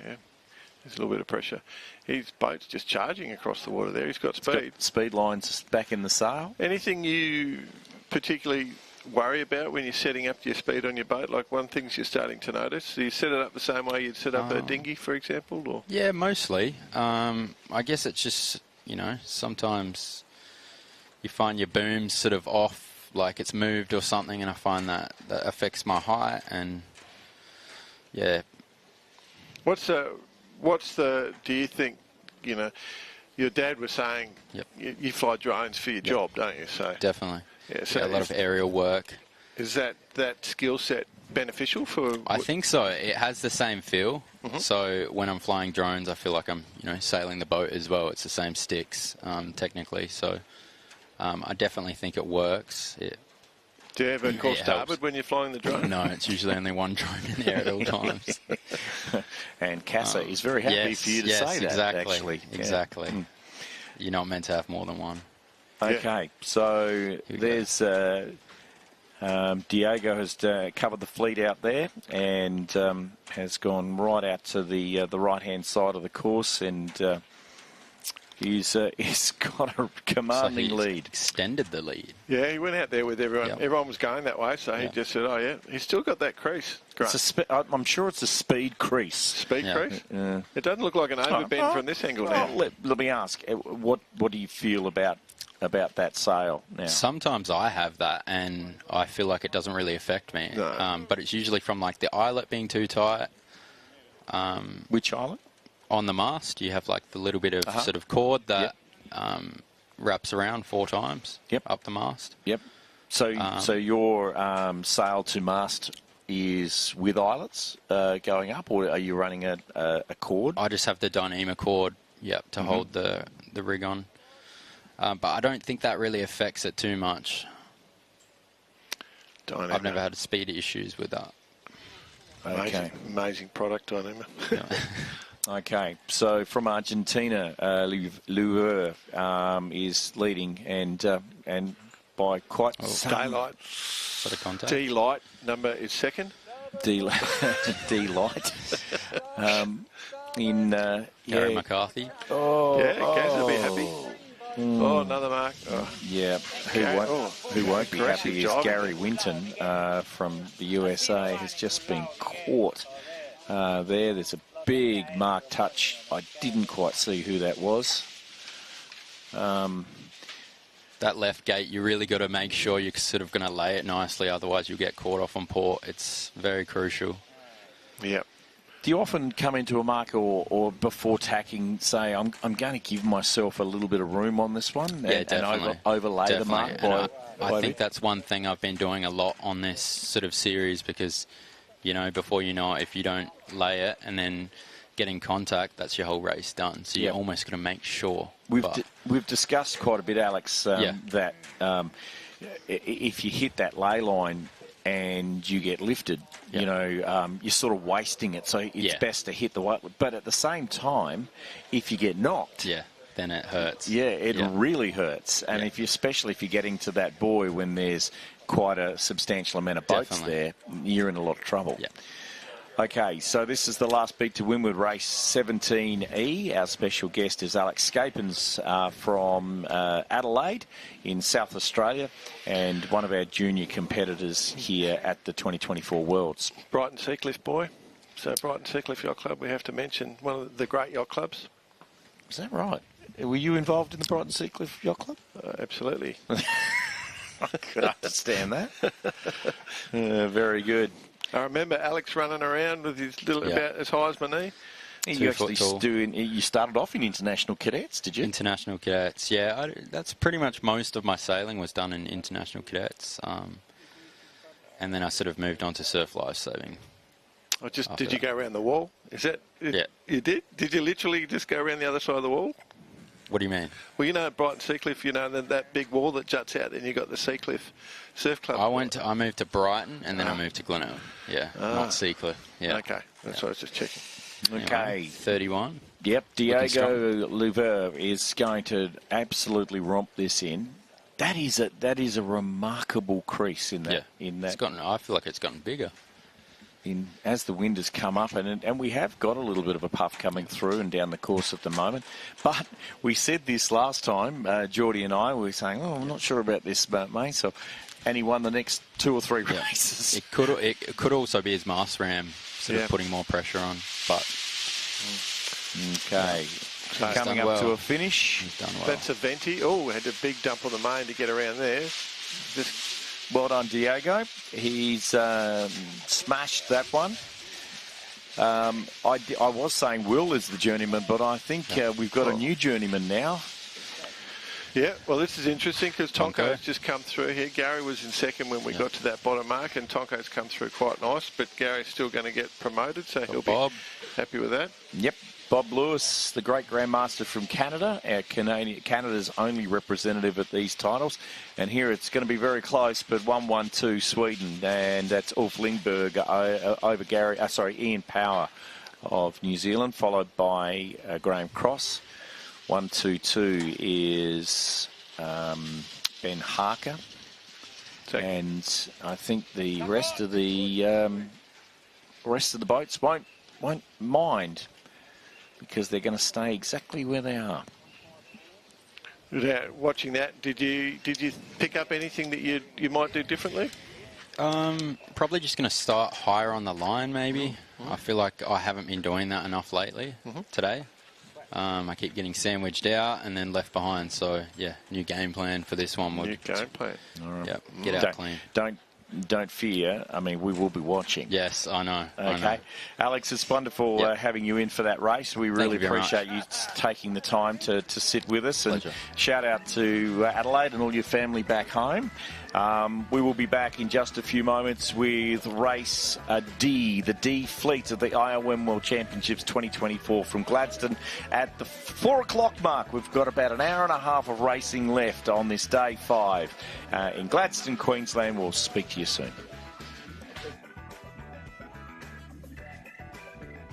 The 2024 International 1 Metre World Championships, brought to you by Gladstone Regional Council, Stage and Audio Event Solutions, The Capricornian, Steel Supplies, and Promotion Products. The Capricornian is not just a credit union, we're your neighbours and your community supporters. When seeking a financial institution, choose to be part of something bigger, not just big. You do that by chasing a bigger goal, by considering the broader picture, by owning your banking. Be a part of something bigger. Choose the Capricornian. We're here for good.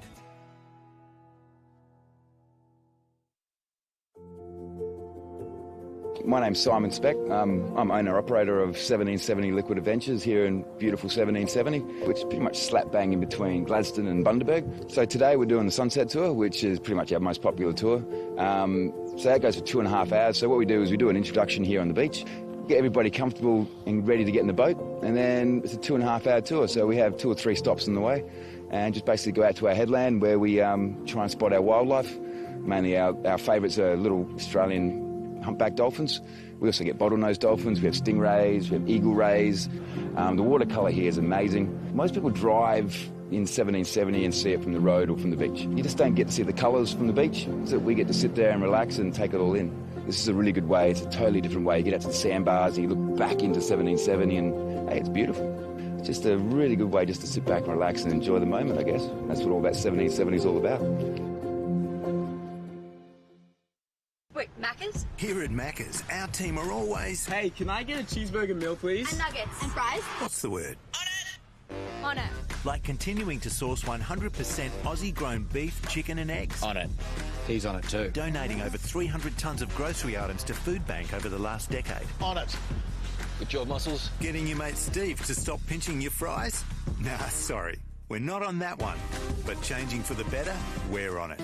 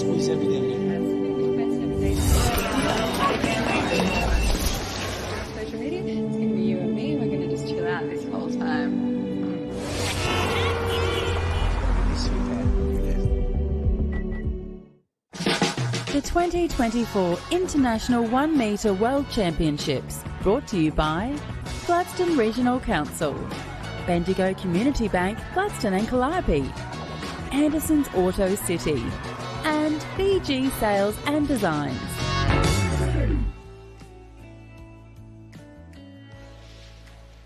And welcome back to Gladstone, Queensland. You're looking over the Gladstone Marina, the beautiful Gladstone Ports Corporation Gladstone Marina.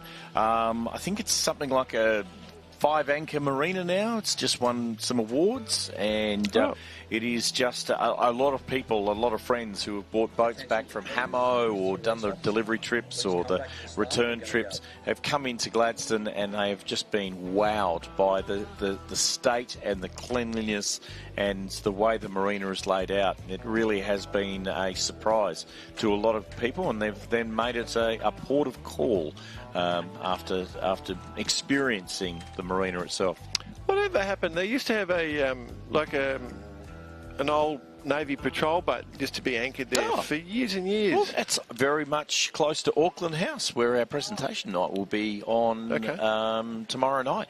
They've actually taken the HMAS Gladstone and they've put it on chocks, and it's there, and they do actual tours through the patrol boat, the old patrol boat, HMAS Gladstone. So it has a new life in East Shores, which is on the alternate side of the marina from where we are now. Right. And the port are doing some more incredible work up in the Auckland Hill side of things that we can see in the distance.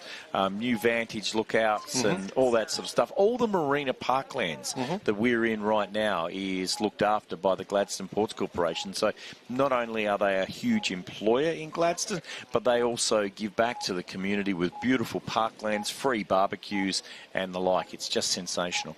Yeah, that's very cool. Good lookout up there too that we can see. It's worth a walk up to. Yeah, well, you can't see it yet. It's still it's still under construction. Wow.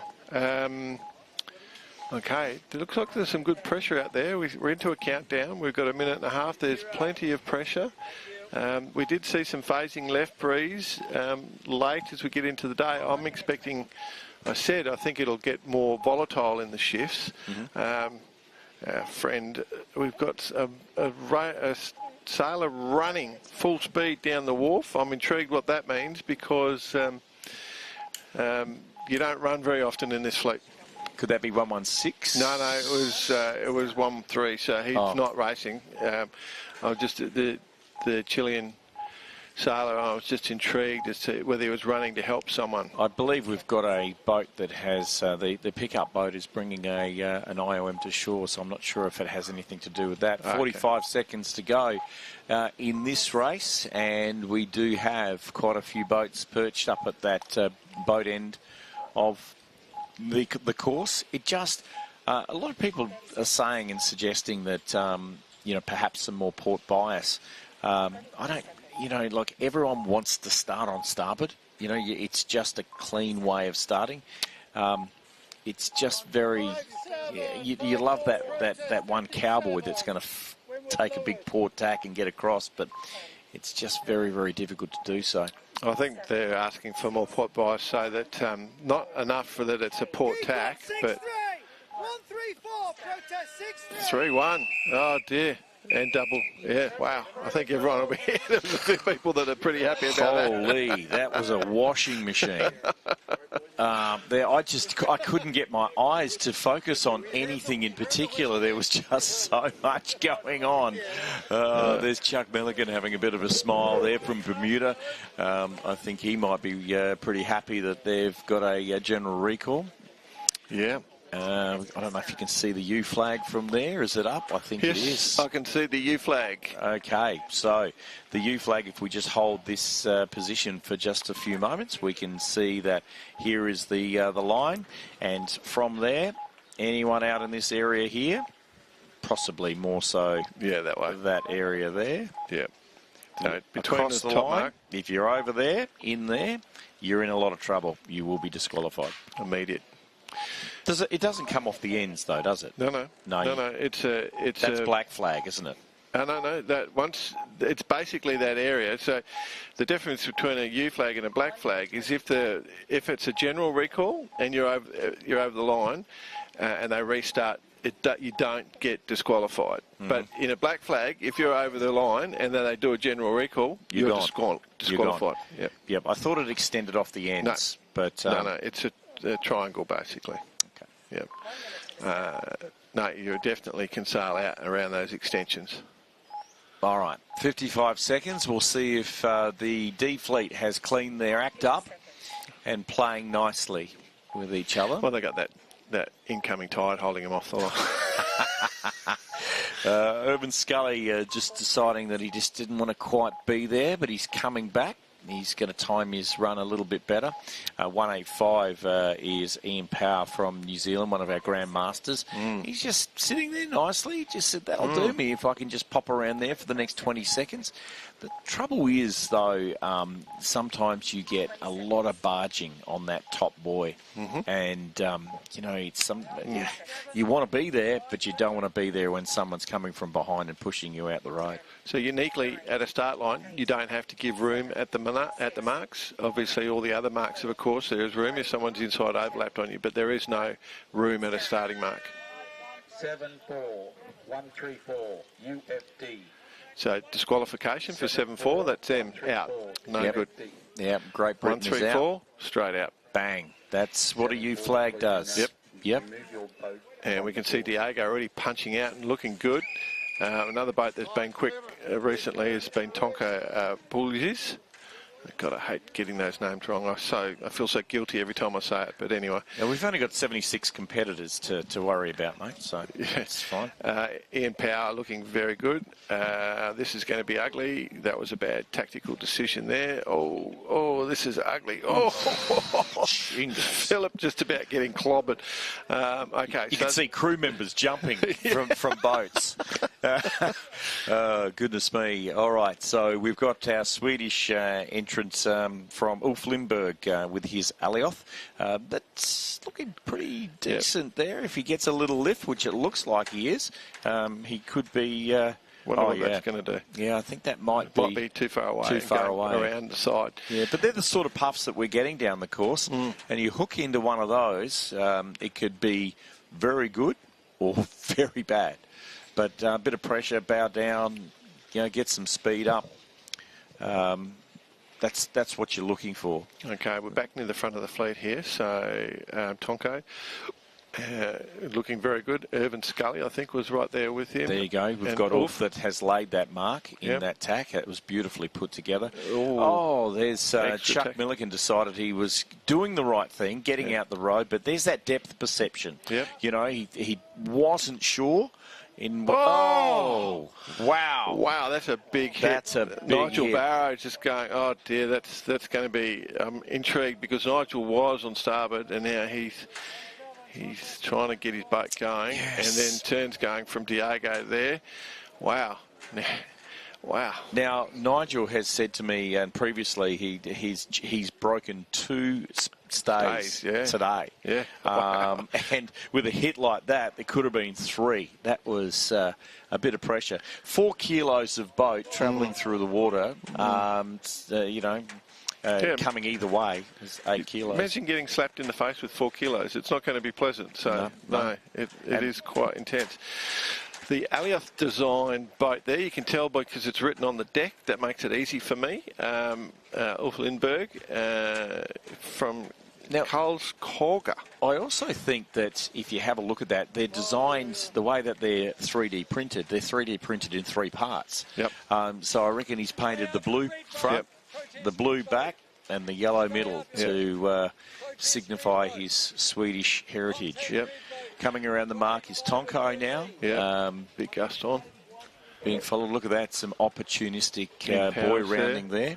Yeah, Ian Powers there. Coming in is Roberto Lindstate in the white boat, number 20. Then a whole bunch starting to split to the opposite side as well. I think that was Phil Pride going the other way. Yeah, Diego Lawyer's just gone around over that side too after doing a few turns. And our leader is Mr. Sweden. Yep. Okay. 131 at 185.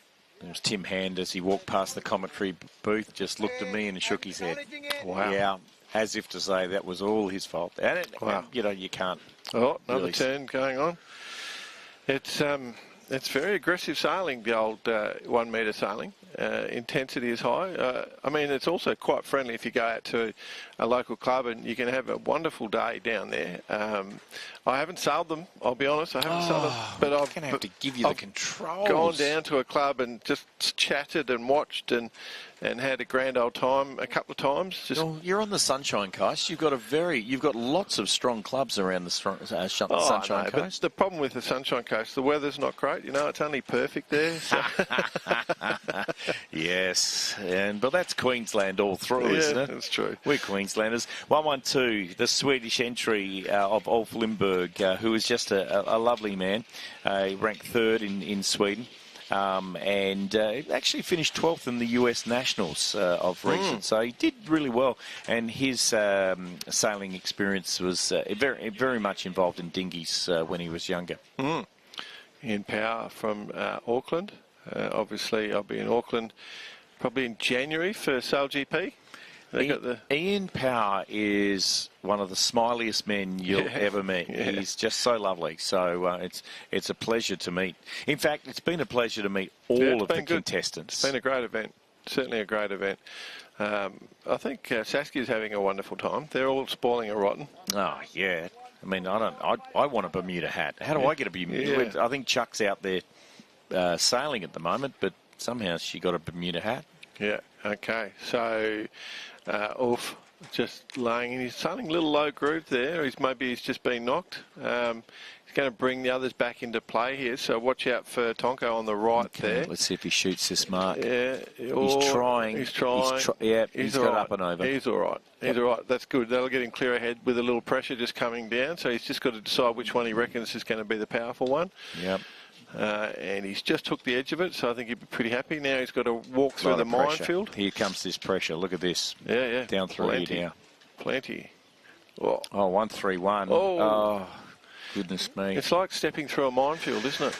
Yeah, again, it's depth perception. Now, he's been found. He's a port starboard, and then he's tried to get out of that and hit the mark. And there's another mark hit there, really spinning that around. In fact, I think there's 3 now. But Ulf has said, I'm out of here. I'll see you later. And is on the run downwind to take his final turn. Feathering his jib there, so he's taking a little bit easy. Might be a little bit of breeze. Yeah, I think so. I think that gust is just coming through. Yeah, there's a good gust running right down into that gate, just looking out the window here. No one's nosediving yet, so we're well within range. Yeah, did see one boat finding it a little bit hard to control. It came out and jibed back onto port. And there it is there. I think it's... oh, wow. Trying to pick that boat. Yep, so 185 just got around. That was Ian Power and Tonko right next to each other, so a little bit of banter going on. Paola Kappa is headed out to the right-hand side. Yep. Is he going to be in 6th position? I'm just trying to pick that. There's one from Sweden, if we can hold this for a moment. Andrew, that's 1, 2... I think the others might be taken out of underneath the camera. There's 3. Oh, here we go. 4. It's like they listen to you. Yeah. I think he is. I think he's going to be sitting there. Yeah. And 5. There we go. I think he's just in that 6th position at the moment. Thanks, Andrew. That was, that worked. Paolo Kappa, who's just a great ball of energy around the course, would love to be back up in those higher fleets, as high as C and A. A. That boat's trucking. Look at it go. Oof. You'd be... if the little tiny widgets inside there, the little tiny midget human beings would be just the cyclists, back. The cyclists. The mini cyclists. Cyclors. That'd be... With a little bit more breeze there, I think, Geordie, I reckon there's... the luff tension on the jib just seems a little loose, but again, each sails to their own. Okay. Well, here he's qualifying, so he's going to get promoted. Does he take the boat in if he's listening to you, or does he stay out, or...?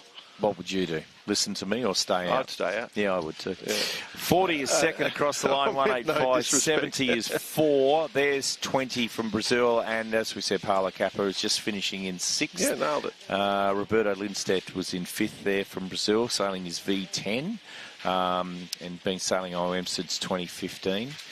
All those pranks didn't work out too well for Diego. So. There's Diego, the winner of the last race. But he's Gary. up. He's up. And Gary, who was looking quite good. Oh, Gary's just gone and touched that mark.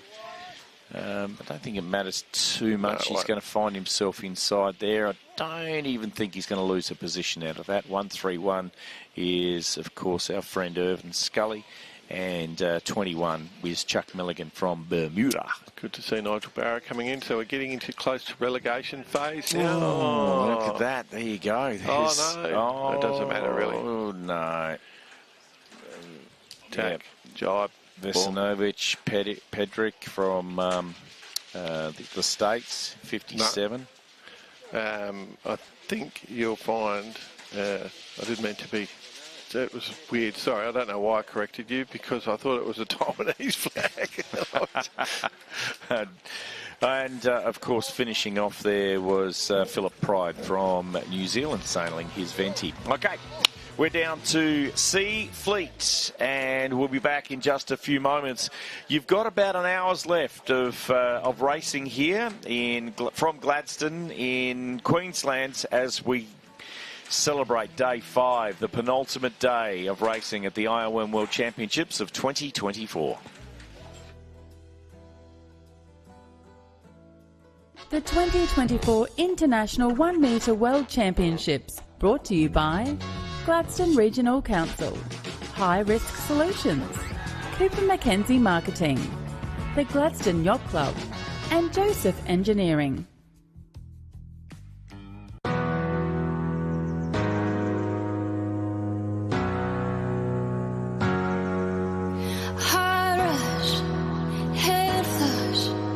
It's like jumping into the lake at night. It's my love too much, 'cause I feel like it's eating me alive. Do you feel the same? Caught up in the way we are made of the same pieces, coloring the grey of the light you gave.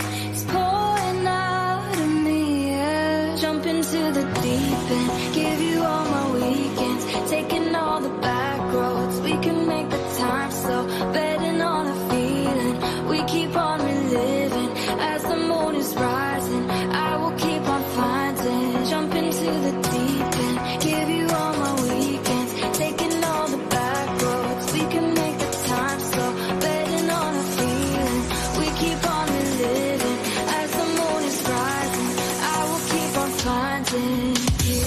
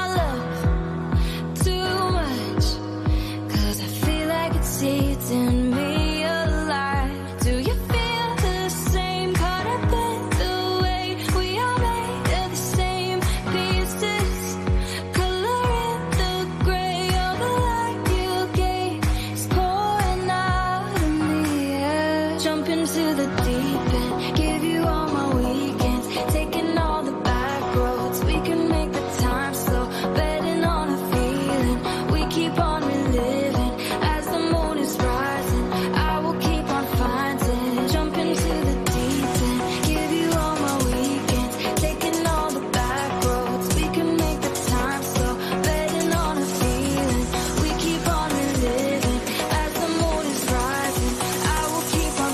finding you.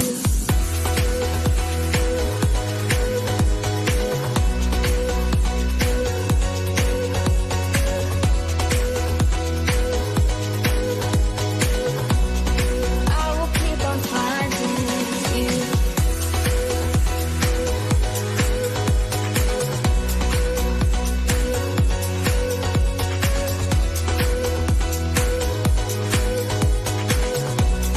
I will keep on finding you.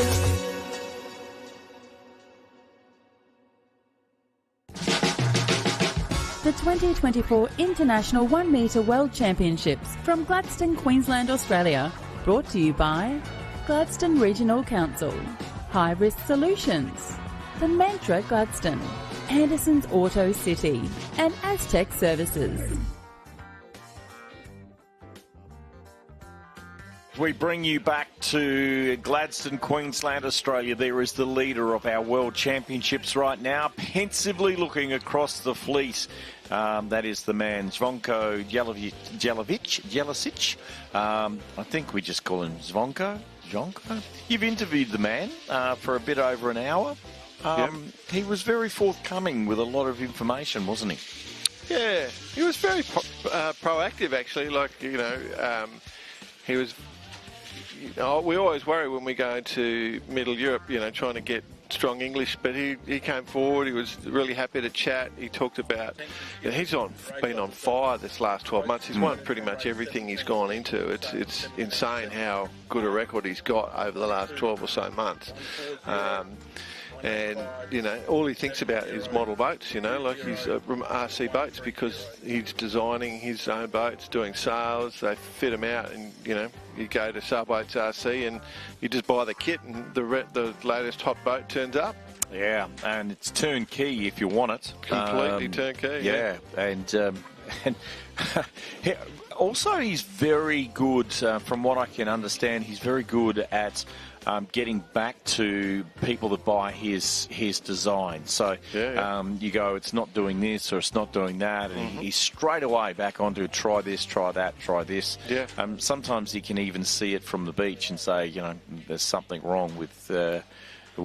I know that Will Van Cleef sent him some information because he's sailing a K2, and he said, "What's wrong with your mast crane?"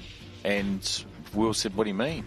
And he goes, "There's something wrong with your mast crane," and he found out he bent it when he was rigging his boat up inside and bumped it into the wall. Didn't think any damage, and from a picture, from a picture, he said, "Yeah, there's something wrong with your mast crane." So that's an eagle eye. So yeah.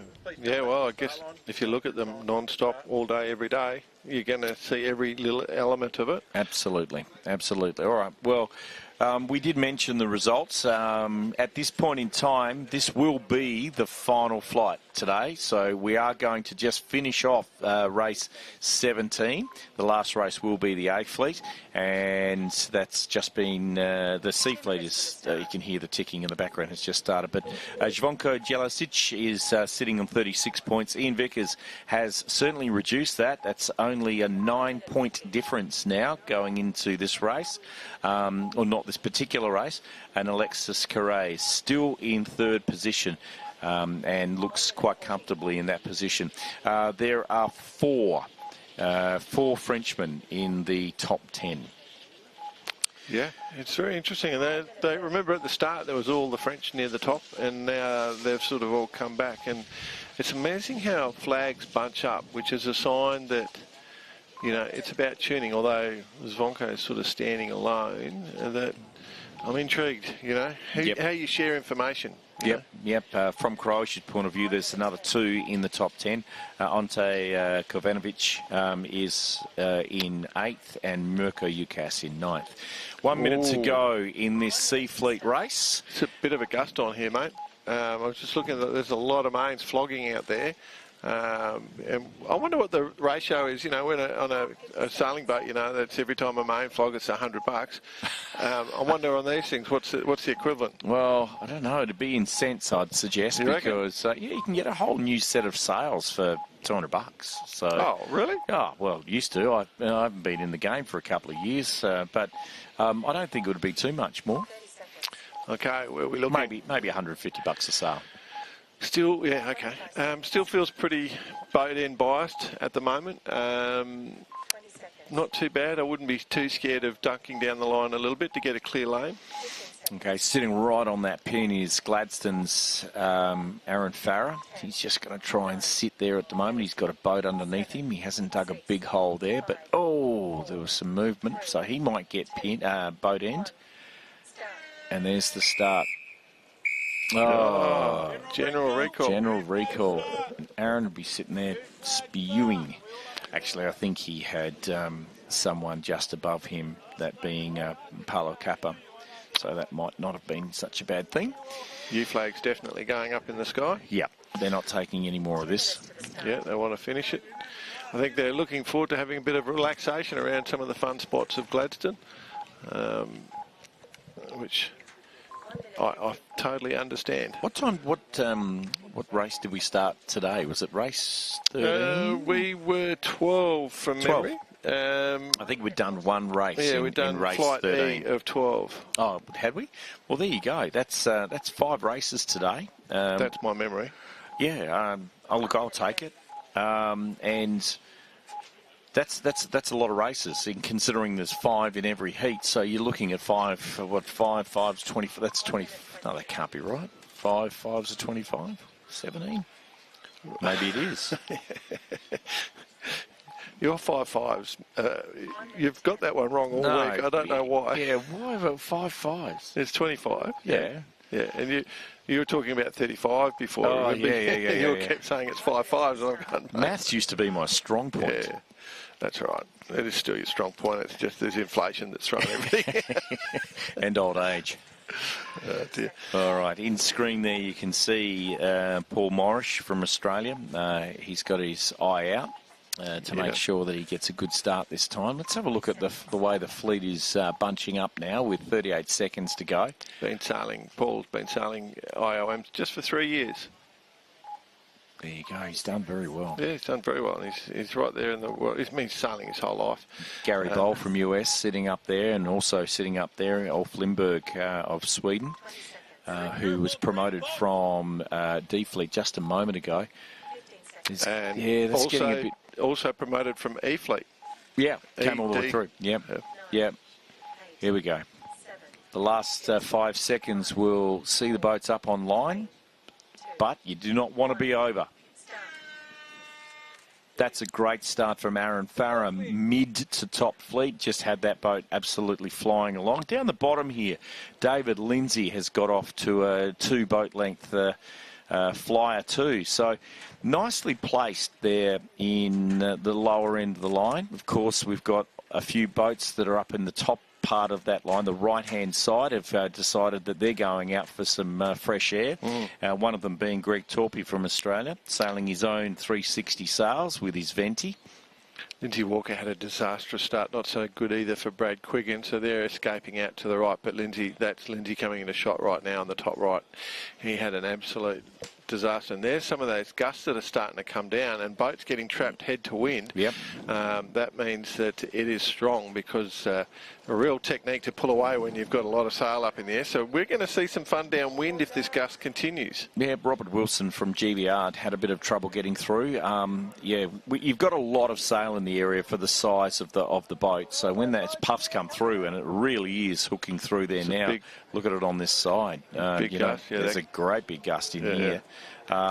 Those guys are going to find it hard to get across. We'll just check on some of these tackers coming through now. Good time not to be doing penalty turns when you're overpowered as well. It's very, very hard to come away and do the turn down. And also do your ducks early is the other thing. Have a look at this. Yep. Is that Torpy's going to lead around? Torpy. All that extra weight. He's leaning hard. Yeah, he's got around that top mark well. And that's, as we mentioned, those boats that went out right. And when that wind filled in, they've just absolutely chowed down. And, here we go. This is the tough part of it. Coming in on that left mark, you've got starboard tackers coming in all the time. and bearing away. So Torpy's going to gap away. Interestingly, Brad Quiggin had a pretty bad start. He was very late and tacked off really early. He's going to be second, I reckon. When we pull out, you'll see Brad Quiggin, I reckon, has come into this. Yeah, that's him right there. There you go, gapped away. But that blue boat in second, Brad Quiggin. So the two Aussies first and second. Disastrous start. Good follow through, gained it all out on the right.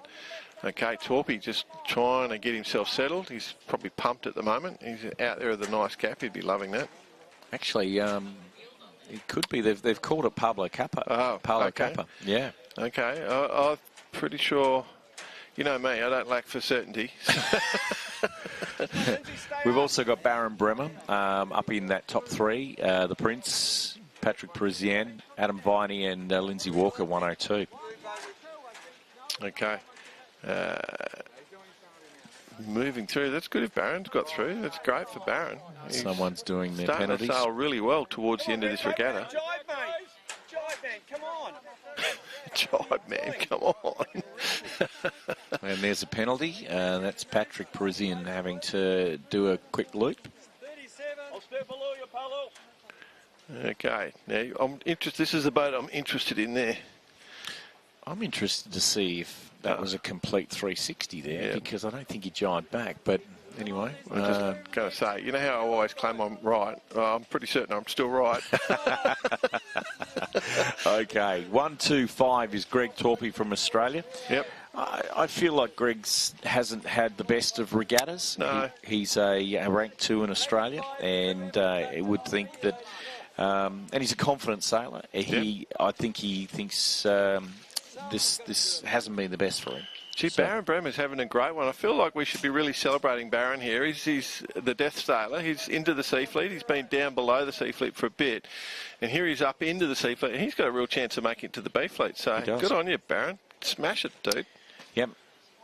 There's Greg doing well. Greg decided to sail his own yacht up here for, so he doesn't have far to go. He just goes down one of the fingers and goes to bed in his beautiful yacht that's moored here in the Gladstone Marina. Well, I'll say this: his partner's brother, a great mate of mine, and he died suddenly.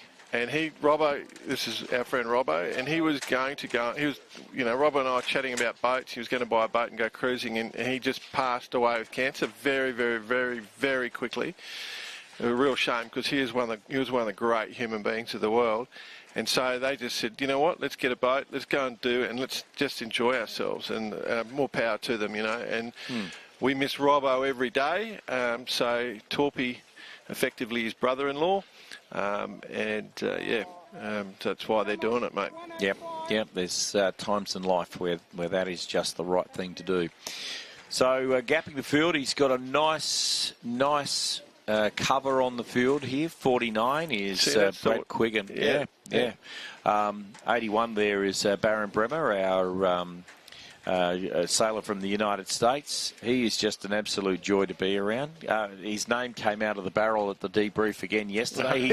He's had 2 cracks at the Joker, and you should see the absolute joy in his face when we tell it. We go, Baron, and he just lights up, and he goes, your beauty. Looking forward to a debrief tonight. Oh, Torpy's going to extend here. He has absolutely raced around that last part of that beat. Now he's got to just find his way through these starboard attackers. Yeah, that's what he's just skipped them all, gone over that pressure line, and he's going to scoot down. Okay, no one around yet, so it's going to be Baron next, I think. He's got inside line on a couple of boats there. Baron's holding him. Oh, he's well past. He's taken well past. And there is Pablo, I reckon. He's just coming into shot. And there then is Brad. So, and then a boat with the number... Gary Bowl. Yeah, 7 in the sail, Gary Bowl. So... got one more to be in that. There's Dave Lindsay. And he's the 6th place boat that will look at to get up into that B fleet. And it's going to be a very interesting race. I've just been reminded that our leader will be starting in B Fleet.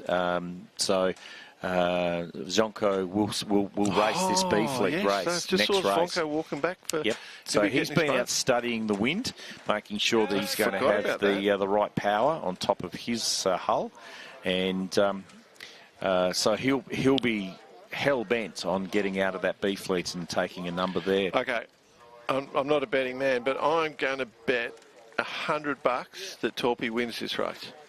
That's what you're going to say. I'll bet $100 that Jonko will be in the A Fleet, and I was saying that's a gutsy bet. Yeah. I'm not even going to take that. You know what? In a 2-horse race, I would pick the wrong horse. So there you go. But Torps has decided. Oh, look at this gust. He's going to get smacked. I have a real feeling that is just an increase in breeze, and those gusts are a little bit more frequent than we've seen most of today. And he's just swinging harder than everyone else. You know, he's hiking harder than everyone else. You can't excuse the hard work on a boat. No. And when it comes to hard work, that's not his cup of tea. Tell me, is there a thing with your remote control whether if you angle it, you could get different responsiveness? Wouldn't that be great? Be able to push weight forward and backwards. Yeah. No, you don't have a lot of control. You simply have the rudder on the left or right, the right-hand side on the x-axis, and the sails in and out on the left-hand side. And then using some of the switches and exponentials and programming to suit your sailing style. He's got quite a bit of twist in that setup, and the way he set it up is actually quite forgiving. So it's set up definitely for this pressure.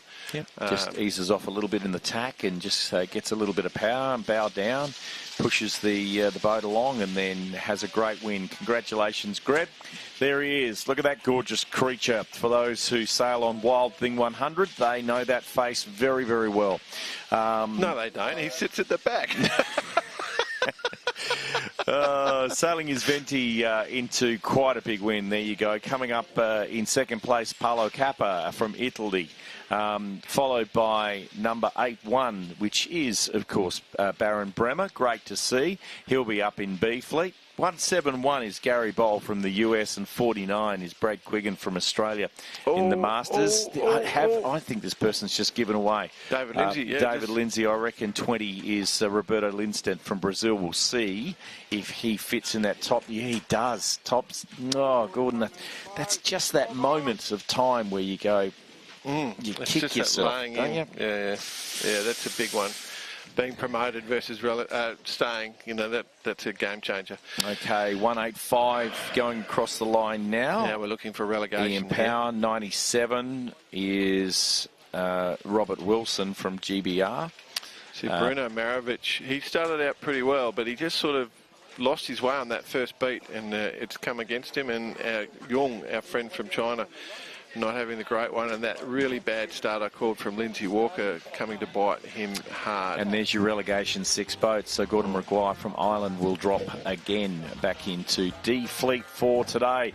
Okay, we're coming back. There's a bit of bar karate happening right out there then. Did you see that? Here we go. There's a bit of bar karate. For those who don't understand what the bar karate is, you just watch the hands. Anyway. Thanks, Paolo. Yes, Bar Karate, the sailing podcast. If you're not listening to it, you're behind the times. The IOM World Championships 2024 will return in a moment with the B Fleet race, with only 2 more races in this day of the 5th day of the IOM World Championships 2024. We'd love for you to come back and join us. The 2024 International 1 Metre World Championships from Gladstone, Queensland, Australia. Brought to you by Gladstone Regional Council, Red Ant Radio Yachts and Supplies, Stage and Audio Event Solutions, Queensland Alumina Limited, and Dream Tilt Wireless Internet.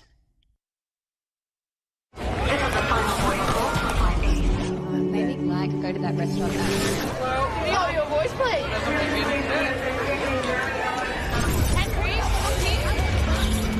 You can eat, massage, you can squeeze everything in.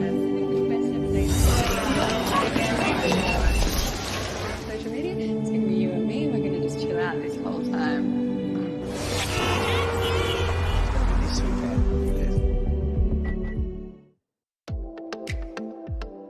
Heron Island is, I think, an all-in-one trip to the Barrier Reef. You can get up close and personal with any of the flora and fauna out there, so you can see sharks, turtles, fish. You can swim and snorkel all day. There are rooms that host families up to 5 people. There's a restaurant, there's a bar for those sunset cocktails. There's a marine centre where you can organise snorkelling or diving from the boat. You can snorkel and swim just around the island on the high tide. And there are activities guides, mainly trained marine scientists, who can take you on reef walks and explain to you what you're seeing. Diving's always spectacular, visibility can be excellent. It's really what you make it. Heron Island is 50 nautical miles off the coast of Gladstone. We have a vessel, the Heron Islander, that departs from Gladstone 5 days a week. The other option is to fly on a helicopter that departs from the Gladstone airport. Get away from life, get away from Wi-Fi, get away from devices and just relax in nature.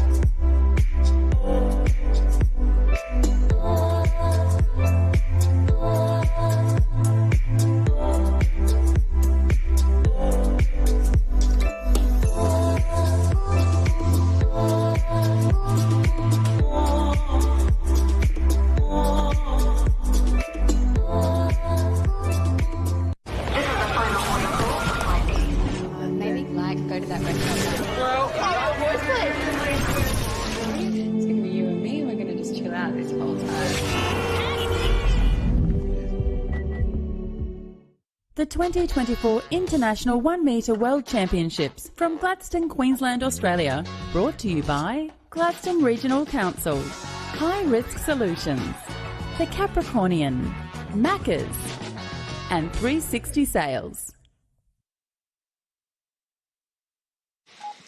Here we go. We're right back into it. Look at that view, ladies and gentlemen. That is looking back over the city of Gladstone. It is perfect one day, better the next. That is a glorious picture from the drone, and you're looking at the Gladstone Ports Corporation, Gladstone Marina, and the Marina Parklands. Sitting front and centre there is Sean Wallace, and he is only one of the few of the big names that are starting off in this B fleet, Jordan. It is scary. There was a whole bunch of them got together in that last A race and got themselves demoted. Ante Kovacevic is in there. There's Zvonko Jelicic, who's currently leading the whole event. Alexis Kade, who was actually third overall. Wow. They've all jumped into this one. And Sean Wallace, best placed Australian, is in this one as well. Yeah. Alex Scapins, who we've been talking to. There is a lot of boats that can finish well above any of those sailors we've just spoken about. There's no easy promotions, what you're trying to say. And as we spoke about, Alex wanted to. He wanted to set a lot higher. But he's found himself in a bit of a position. He's going to have to go back and find his way back into this line. A lot of boats up in that windward side of that start line. There's going to be a bit of barging here. And oh, gee, that's an aggressive spot to come back in at. He's going to put himself third row there, Alex. That's not where I'd park, buddy. Oh, he's trying to get down there. He's trying to... Oh, he's going to get pushed out here. This is not going to work. And he's going back around again. That was a mistake every day of the week. No. Oh, thank you for Alex. Oh, sorry. Just I've for known Alex, him since he was a child. Just for Alex's point of view, even though we're trying to be unbiased, that was a disaster waiting to happen, and a general recall will assist that one.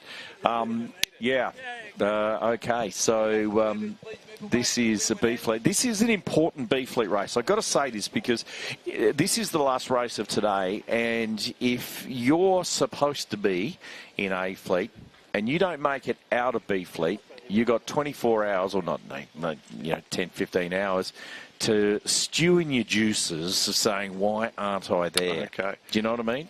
And the gap to the top, you know, we've had snakes and ladders all day. We've had a big slump from Ian Vickers.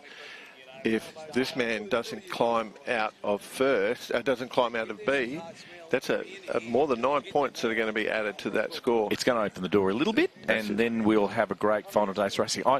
Look, you know, I'm not wishing it. I don't wish it on anybody, but for the theatre of competition, I'd just love to see that a little bit closer. So we'll see what happens here. I can't see it happening, but the U flag has been put up. Not in that picture though. It was up there. I had a look around the corner and I said, oh, there's the U flag, and it looks like it's been taken back down. So yeah. I'd say that PRO's wearing that one. The men in the yellow vests there are the people responsible for the course. Have a look at that platform. That is a wonderful shot. Good on you, Lockie. Don't bang into anything. He's right there around the skippers as we get ready to start this very, very interesting and important B Fleet race. I don't know if you can see that box in the centre of that shot. That is the countdown. It's a visual countdown for Barron, who can't hear the countdown clock. But we've got 1 minute 19, 1 minute 18 to go. Okay, I'm a little nervous. Can I just say that I've got a little bit of one of those butterflies in my stomach at the moment, because there's going to be a lot of boats that want to be in that top. Well, every one of these boats, I suppose. I'm stating the absolute leading obvious, but 20 boats want to be in that top 6. But it's an important start, this one. This is going a lot of boats at that top end, and there is a fair bit of port bias on that. Well, the other thing is that there's been a few gusts that have come hard out of the left, but there's also been gusts coming hard out of the right. Volatility is right there. Alex has placed himself in there. It's not a U flag. That's a pretty good position. I'd be fairly comfortable if I was him there. Have a look at the skills on Zvonko there, just sitting it so high to windward and just sitting there. Yeah, that's pretty to watch. It's the small things of boat control that really set you apart.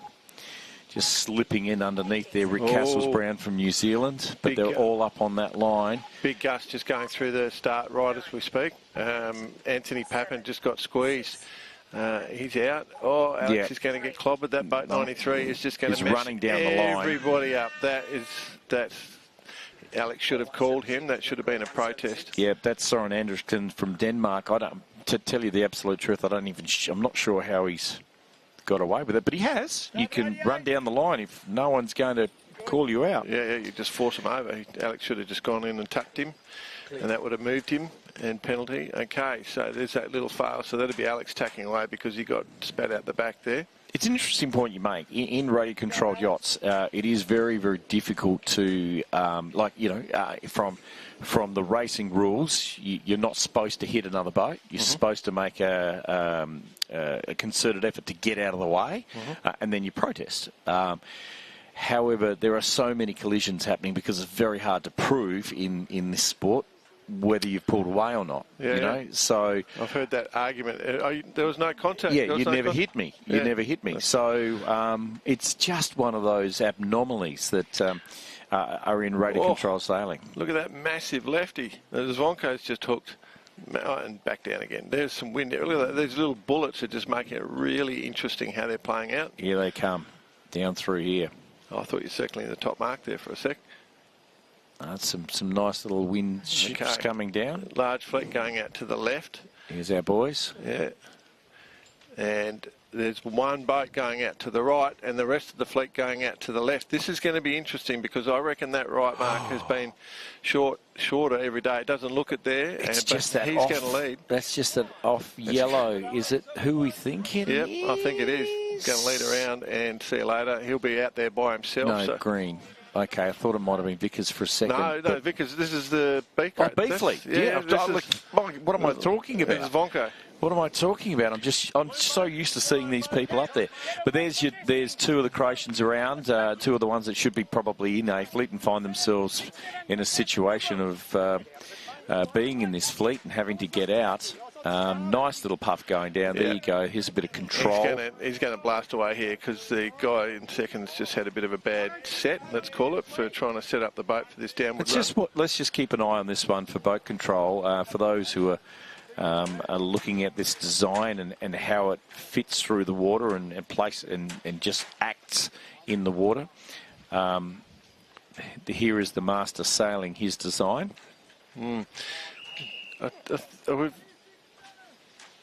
Trying to get what that whistle was for. Penalty back in the course. You can see someone doing turns there, about 4th or 5th place. Doing turns in the strong wind, so Alex has got into 5th. I'm being really biased here. You are. Yeah. It's okay. Sean Wallace has fitted into that 6th position. So there's 2 Aussies, 1 Italian, 1 Kiwi and 2 Croatians in the top 6 at the moment as we go around the bottom mark for the first time. And those press sails, those one what is the word I'm looking for? From a sales perspective, moulded sails. Thank you. Just glistening in the sun. Oh dear, oh dear. Have a look at that for a great shot. Yeah. Yep, we're heading out now.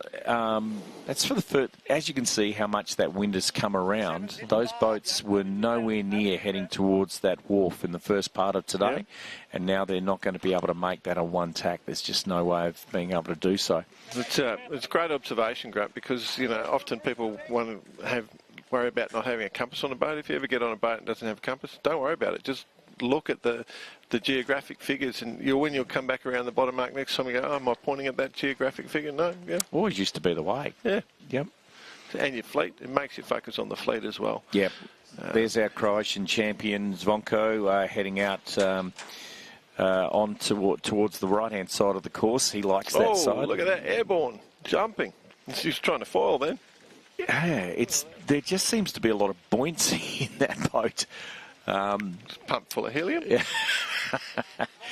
But then again, every boat, have a look at that. There's just that little bit of chop that's come through here. Down on this corner, just tacking out for the very first time, or second time, Roberto Lincet from Brazil with a V10, ranked 2nd in Brazil. Zvonko is clearing out. Yep. So he's doing what he has to do, which is get promoted. Nice bit of pressure. Yep. And sailing the boat well. Boom, up it comes. So, yep. Then obviously Ante and Alexis, we want a spot for them. So you're looking for number 73 and number 30 as other boats that probably want to get themselves promoted. Torpy there, just in the bottom of shot, 125, 75 coming through is Rick Castles Brown. So it's doing all right. Yeah, the Kiwi, and there's 30, so that's Ante. Yep. So if Alexis doesn't get himself promoted, then that means that the top 2 can fight each other a bit harder tomorrow. Mm-hmm. Look at that, just sailing. So that's the way you can sail the boat. All boats you sail like that. You don't have to keep your sails full when you're over pressured. Okay, just covering the fleet, coming back and wanting to get around that left-hand side mark. It's a bit hard from this angle to be able to see if any boats have gone wide right-hand side, but there's a lot of fleet heading this way, or heading to this left-hand mark as we're coming up for the 2nd downwind run. Yeah, lots of pressure here. There's going to be a lot of people trying to spin around and come to the bottom of your screen, or the bottom right of your screen as you look. Okay, well, it's a new leader. Ante has done very well up that beat and put a little bit of pressure on the current world leader, World Championships leader, and also in there is that Alexis? No, I think it's Rick Castles Brown. Rick Castles Brown, yep, thank you. Greg Torpy from Australia in 4th, Alex Scapins and Sean Wallace. Okay, that's good for Sean. Yep, Sean currently sitting in 10th place overall. Yep, Yep. So he'd be very keen to get right on up here. Just a reminder, this is the last fleet of today. We will have 17A after this race, but we'll be starting tomorrow at race 18. What I saw just on that top mark at the back there, Alexis Carey doing some turns. Let's see what happens here. Yeah. I'm not sure how far back he was. There you go. There you go. Good pickup. Very good pickup. Now, that's not going to be very good for Alexis, currently sitting in third place overall. Yeah. But that opens up. He's got a huge gap between himself and Peter Feldman from the US, but it'll be Alexis's first real bad number. You know, yeah. like he hasn't had many wins or got firsts or seconds, but he hasn't had many bad ones.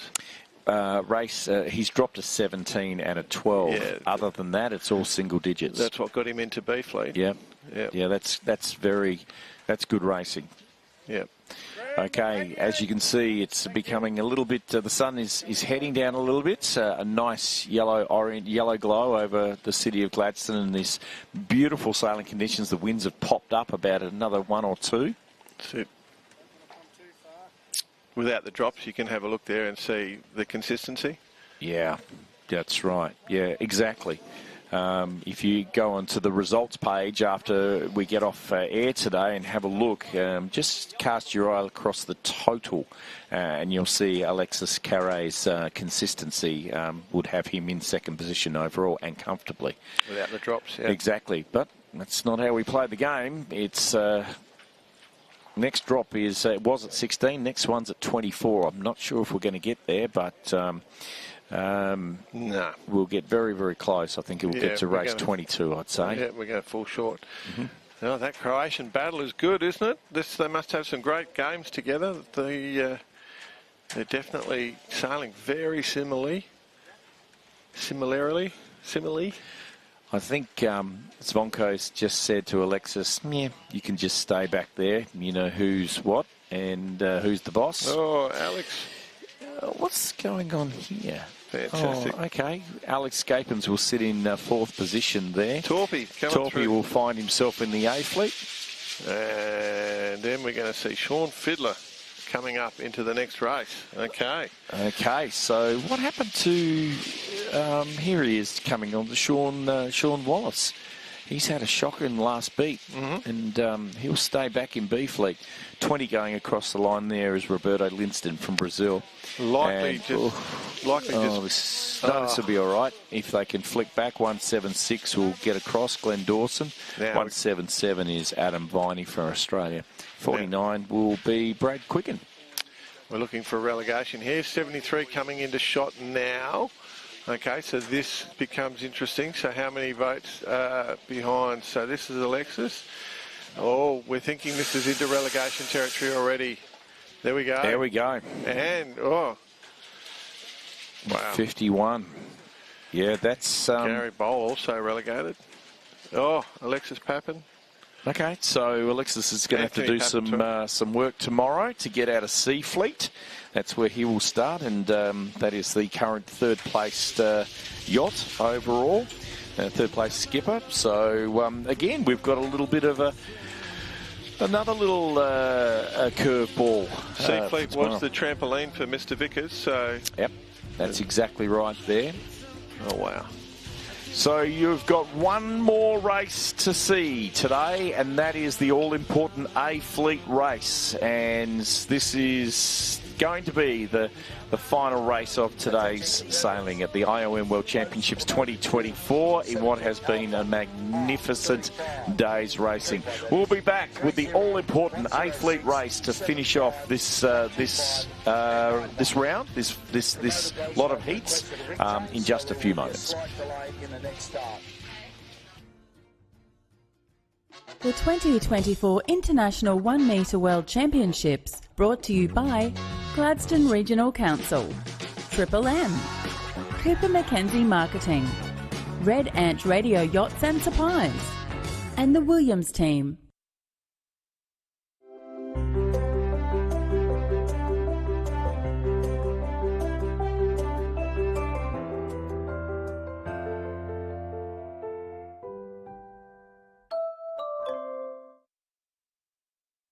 Red Ant Radio Yachts is a proud sponsor of the 2024 IOM World Championships in Gladstone, Australia. Red Ant Stinger Winch and an ever-expanding range of servos, sails, rigs and fittings that are providing radio yachting with high-performing, reliable options that are the culmination of many years of research, development and competition sailing. Explore the range online today at redantradioyachts.com.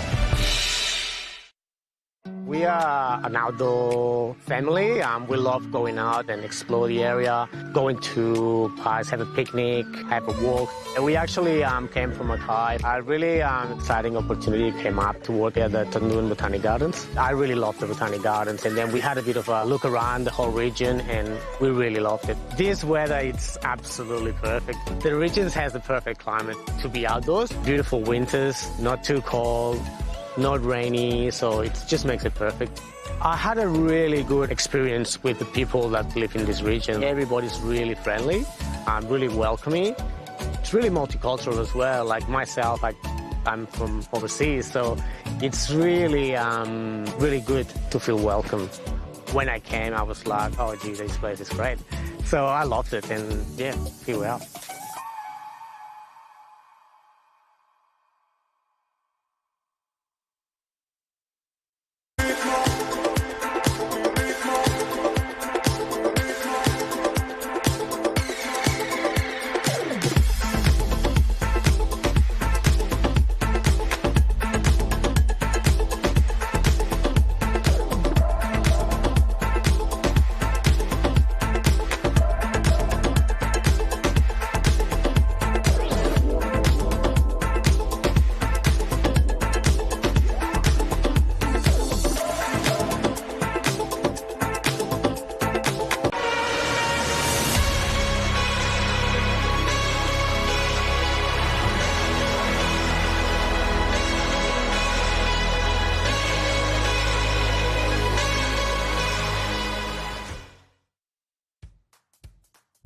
The Capricornian is not just a credit union, we're your neighbours and your community supporters. When seeking a financial institution, choose to be part of something bigger, not just big. You do that by chasing a bigger goal, by considering the broader picture, by owning your banking. Be a part of something bigger. Choose the Capricornian. We're here for good.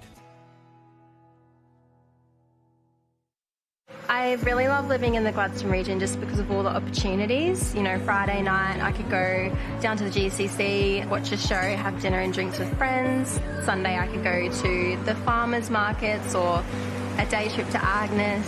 And one weekend I might be brave enough to go down and climb Mount Larkham. I think the lifestyle here is really great. The people here are really friendly. You don't walk past someone without smiling or saying hello, which is really nice. I've bought a house here, which is very exciting. I'm 4 minutes away from work, 10 minutes away from pretty much everything, which is really great. Industry is definitely Gladstone region's superpower, but we do have opportunities here for everyone. From small business to retail to hospitality, there's many opportunities. I think if someone's considering moving to Gladstone, I'll definitely say do it. Whether you're young, old, single or married with kids, I think there's a community and a lifestyle for everyone and a very unique landscape that everybody can fit into.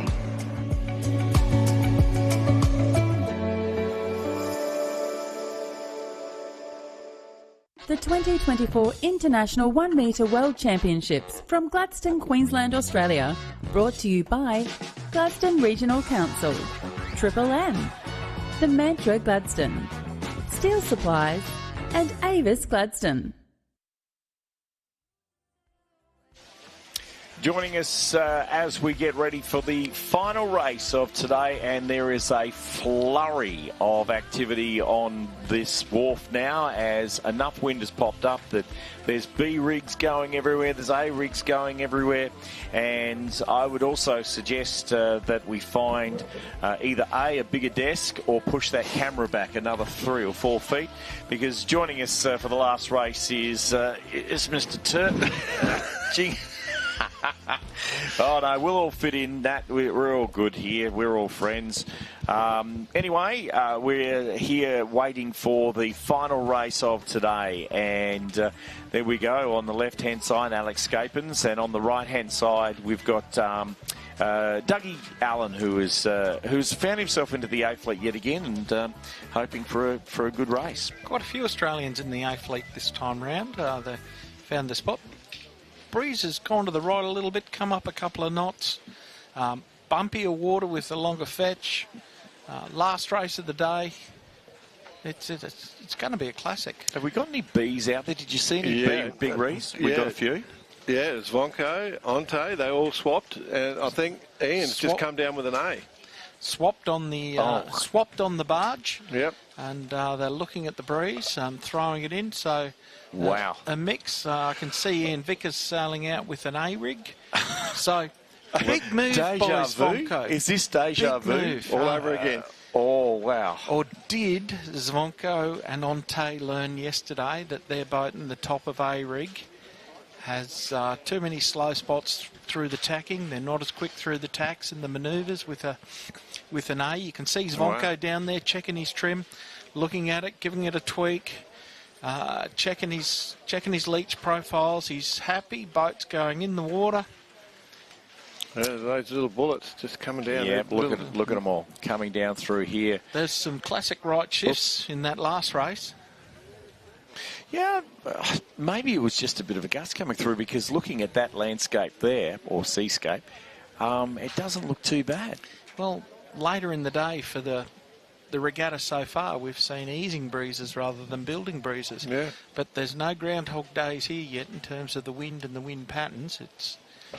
There seems to be a bit more chop. How is it though? It's the last flight of the whole day. Yep. No B rigs been seen the whole day. Yep. They've all got cobwebs on them. They've been sitting there all day doing nothing, and now there's nerves. Everyone's running around. Half got bloody B rigs on, and half have got A rigs, and they're all nervous. None of them know which one's got the right rig, and everyone is running. Okay, Patrice Montero on screen there. Up the top there is Pepe Alcatraz, Jose Alcatraz from Spain, who's been a little bit up and down today. And there's a great shot. Look at that course. Can I ask now? Let's get it over and done with. Who's going out in an A rig? Who would you have an A rig, Grant? Yep, I'd have an A rig. Terts? I'm going with the majority of the fleet. I'm in a good boat that can tack at the top of A rig. I'm A rig. Yeah, I reckon I'd be. I was thinking at the end of that last race, I was thinking it was very much B would be winning that last race. There we go. Yeah, there you go. B versus A there. So the little ones being the B, just in case I got you confused. And then Dougie Allen. There you go. So look for a slight advantage in upwind speed and height on the B rig. Yep. For this first beat. They've got to get off the line. They've got to be in air.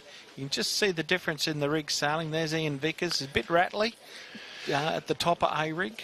One thing he can do is sail a big rig downwind. That's a real skill. You've got to be able to take a boat downwind in plenty and keep the bow out of the water. And upwind, you've got to get through your tacks smoothly. That was David Turton's nickname, actually. What's that? Big rig. Big rig. The other thing you could do, obviously, it's just like a maxi yacht starting on a line with other yachts. You can at the start line, you've got the big rig, you can cover someone pretty effectively. It takes them a while to get out from under you. So, your positioning on that start in the B rig is going to be more critical than it is for the A rig guys. Yep. Absolutely. And we've seen on these start lines, they've been square to the wind, if not a little biased to the boat end, which just makes it that extra tough with what you're saying. Mm. To get that clean lane. Start seeing these little gusts coming down. They seem to be coming down that left-hand side. It's going to be boat end. It's going to be boat end at the start for sure. How's that for arrogance? To make that statement without even having a look down, I reckon that boat end is going to be favoured. And you're right. With the breeze there. Let me set the scene. Last night, there was a little bit of gamesmanship, we believe, where Zvonko decided at the last second to flip down to a B and left Ian Vickers on an A, and it really hurt Ian. And here we are.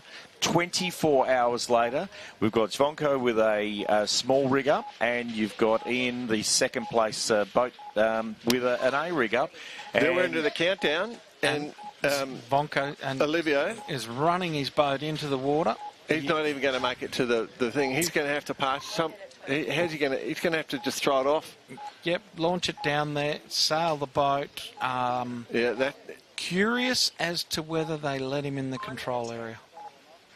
That'll be very interesting. So there we go. Great drone work there, Lockie. Congrats. That's the current world champion putting his boat in, and he's got 1 minute to get to the start line. But as the risk of a late change is you run out of time. I'm not sure. Did he go out with a B and then decided to come back with an A? Yeah, I think that's exactly what's happened. He's double changed. No, that's a B rig. Oh, that's a B rig. It is a B. Oh, sorry. It's a B rig he's got on. He had an A, and it was a late decision. Okay, well, let's just see if he even makes it. He's not even in the control area at 36 seconds. What's the rules there? It's going to make it very hard to start. What's the rules? Okay, we've had a number of general recalls today, with the line being square to the boat end. Probability, another general recall. He'll be fine. Okay, well, geez, he's got to get the recall. You saw Greg Torpy in the Sea Fleet get rolled at the start, tack out behind everybody on port tack behind the fleet, pop out on the right, and win it by a mile. Well, he's not even here yet. So. There we go. There's Zvonko having to go around the end. Couldn't book a spot. That's a clear start, and you've got Olivia Cohen nowhere to be seen. Yep, Mark Ollison just got clobbered off that start as well. The A-rigs, who's doing well in the A-rigs? Any A-rig holding on? Yes, yep, Ian Vickers, top right hand of the line. Yep. And Breeze dropped off a little bit. Boats are fully powered there. There's no rattle in any of those sails. Okay, down the bottom of the screen here, you've got Ross Bennett just absolutely powering away. He's decided that he's not going for height, he's going for speed. He's looking for the lefty from yesterday. Okay, there's a very tight bunch there, including Steve Landau from the United States. We got a split, and we got a gust going straight through the guts. Look at that. Okie dokie, here comes our boats coming off that starboard tack now, and wanting to get up to our boys up in this area up in here, the 2 marks.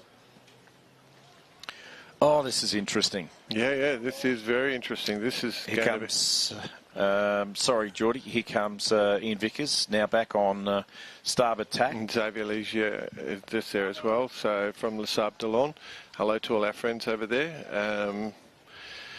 I've just got 2019. Got a little bit of Turd. I've just got a little bit of information. Olivia actually broke a boom fitting on the B jib when he was putting it in, and had to make a repair with tape to get on board to get onto the course. That was his delay. So I just saw in the drone shot there that was on the screen before, it looked like the left was pretty good. Yeah, it looked really good, didn't it? They looked like they were going to come out of that really, really nice. So there's our leaders just going around. 90. Trying to stick one in there. Well, the boat behind him didn't give him a look at this coming through here. 1, 2, 5 is locked up with Steve Landau, 12. Carnage. And that is carnage. And 7-5. Well, who's going to come out of this? I missed the lead up to that. Oh. Watch the boats just skite down. So that's Paul Jones just having a nice little run. Watch the B-rigs get scooped up here. Romain Debray, who's been sailing brilliantly. Look at him go. Look at him go. Top boats at the top mark. B-rig, A-rig, A-rig, A-rig, A-rig, B-rig. Yeah. Wow. And the ugly colour that I just can't abide it's a very fast colour is all I'll say. Yeah. When you press the button. All right, so we've got an upwind, a downwind, and an upwind to go in today's sailing, and we've got Ante sitting in first position in a B rig. Sean Fiddler, Sean Fiddler, 91. Paul Jones in third position from Australia. Paul's had a great day actually for Australia, and has found himself charging up the leaderboard. Wow! It goes Vickers around the right-hand mark, looking upwind. Yep. Okay, so he's pretty well placed. Actually, I think both of them are. There's Zvonko going around the left-hand mark now. Wow. Got sailed away a bit from over the A-rigs. In air on that run down there, whereas Ante had clear air most of that run with his A-rig. Zvonko was in a bit of traffic. Yep.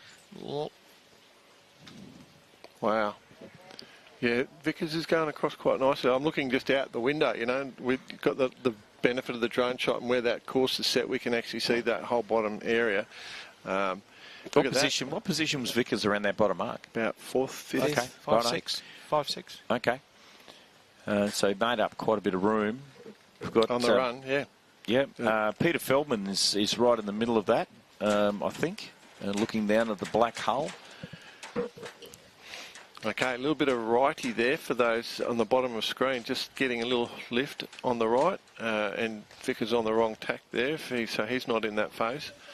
Here we go, they're coming across. Oh, look at that. That's well Odd Stray from Norway, just ducking the helm of Odd. He's just getting better and better this regatta. Stern, pardon me. I've been watching him the whole regatta, obviously, and he's getting better and better. Onte's looking pretty strong out there with that B-rig.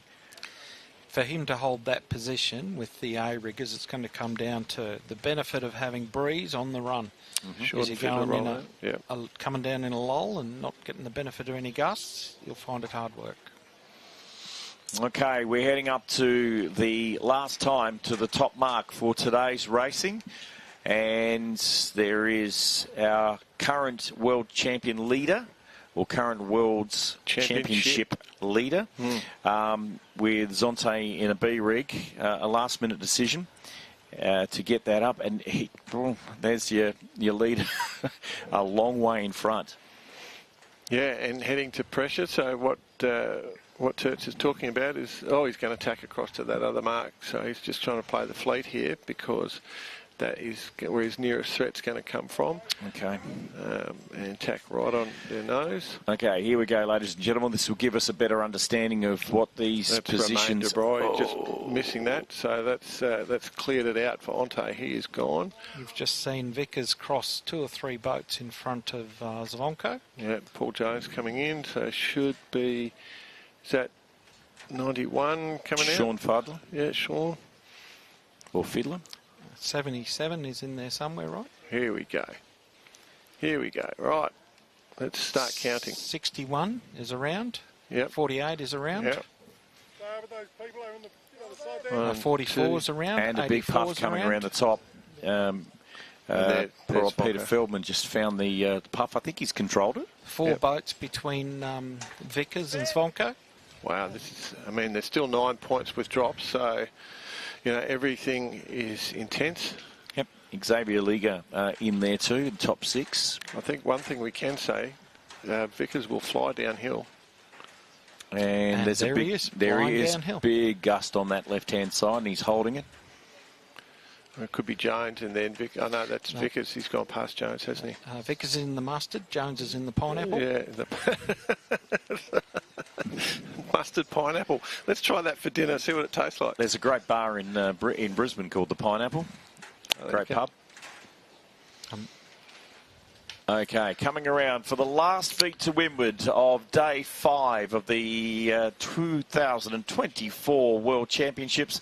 This is it, the run to the final finish line. Romain and 91 have got in front of Onte down that run. Sean Fiddler, and then Vickers goes out to the right. So Onte there sitting third on that shot. Vickers has gone to the right. I think Paul Jones was with Vickers. I didn't actually see which way he went. No, Paul Jones went left, Mark. Okay. Vickers is... Okay, they're going to run it right into the jetty too, into the wharf area there. There will be a water call, no doubt. Vickers now on starboard tack, coming back across. Looks like he's in a little righty. Yeah, Zonte is just going around, I think, out there. So 5, 6 boats I had on the bottom between them. It's amazing, isn't it? This is one of the most amazing world champs. It's been great fun to be part of, Absolutely great fun. Of course, with Alexis not making it out of B-Fleet, that does really bring the focus back to those two, and I guess we are being a little focused that way. Yep. Romain de Broy was on a 77, just tacking back onto starboard. What do you know about the number 7? Oh, you've pushed this number 7 today. I don't know what you're trying to do. Do you get commission with Will Van Klespo? They're good with wind shear. Well, as a fellow maths nut, you can tell me the rule of 72 later tonight. Yeah. That's a prime number. Actually, I thought it was the rule of 6. Or the rule of 12. Am I talking about tides? Romain lining up the finish line. Oh, Onte. What a beat. Beef League charge. Boom. Onte, 77. Onte's through 77 in second position, which is Romain Dubois. 91, Sean Fiddler is through 48. Yeah, that's Paul Jones. Vickers lining up for a 5. And Vickers into 5th position. Which is a keeper. Yep. Peter Feldman is going to... yeah, he is. Wow. There's 2 ahead here. Peter Feldman will get across, and that's in front of Xavier Liga. And in... have you worked that out? And there's Alex Scapins. 3 points. Three places. Yeah, 3 places. Yeah, okay. 1, 2, 3. 90, Odd Stray from Norway, followed by 39, which is Ross Bennett. Sailing well, Roscoe. And there's Torps in 125 with 360 sails. 100. The next one. Wow. Here's Olivia. I think he's done okay. I think he'll set up. After that, his boat holding together with tape. 75, Rick Castles Brown. 72 from Brazil is, pardon me, from Australia. These are relegations, mate. I reckon okay. Oh, really? Okay. That's what we think. That's what we think. That's what we think. Mm-hmm. These are our observers out at the end of the jetty have called Olivia Mark out. Collison, bringing up the rear by the looks of it. Yeah. So, was it a B rig or an A rig? What do you reckon? Well, a B rig won it. Yeah. But statistically, A rigs were in the front. mathematical debate, it continues. I love it. All right. Love it. Well, there you go. That is the completion of day 5, the penultimate day's racing. Tomorrow is a big day. It is the last day of racing. The IOM World Championships will come to a dramatic conclusion tomorrow. Who's it going to be? There's still some super excitement over this. I got no idea. I'm not going to call it. I think Olivia would have. I think Zvonko would have to be odds-on favourite. It's Zvonko's to lose. Yep, exactly. Well, you'd have to say that. What did I say? You can't win today, but you can certainly lose it. Mm-hmm. I'm not sure if we've accomplished that. We've accomplished that today. But as the sun starts to set in the west here in Gladstone, Queensland, I think if you can give us a quick update before we go of positional changes. No, I don't think we're going to see them through the electronic scoring. I can say for a certainty that Zvonko will add 8 points to his score, so he should be 44. And then Ian Vickers should add 5 points, so he'll be 50. 6 points. 6 points. 6 points. Manageable. And then Alexis Cadet, he's down into the B fleet, so he's going to add... C fleet, wasn't it? He'll be C fleet tomorrow. 6 points is achievable. Yeah. So 6 points is what I think it will be. And that's as far as I can take you off the top of my head. Yeah, I think Peter Feldman, who's currently in 4th, I think he'll find himself in B fleet tomorrow. He was in the lower 6, wasn't he? Not 100% sure now. No, he wasn't. I thought he was. Anyway, top 6. There you go. All right, look, that was probably a little bit of a ragtag wrap-up, but there you go. I mean, we're getting late in the week. I also think it's the excitement of that race that just has left us with... not much more to say other than be back here tomorrow. We'll get underway at 9:30 in the morning, and it's going to be one hell of a last day's racing. Everything that the IOM Championships should be. Good forecast. So we should be away from 9:30 again. It might be a little bit lighter tomorrow. A little bit lighter, yeah. Yep, we'll see how that goes. Please join us again tomorrow as we broadcast the final day, day 6 of the IOM World Championships 2024 from beautiful Gladstone, Queensland, Australia. Until then, good night. Good night.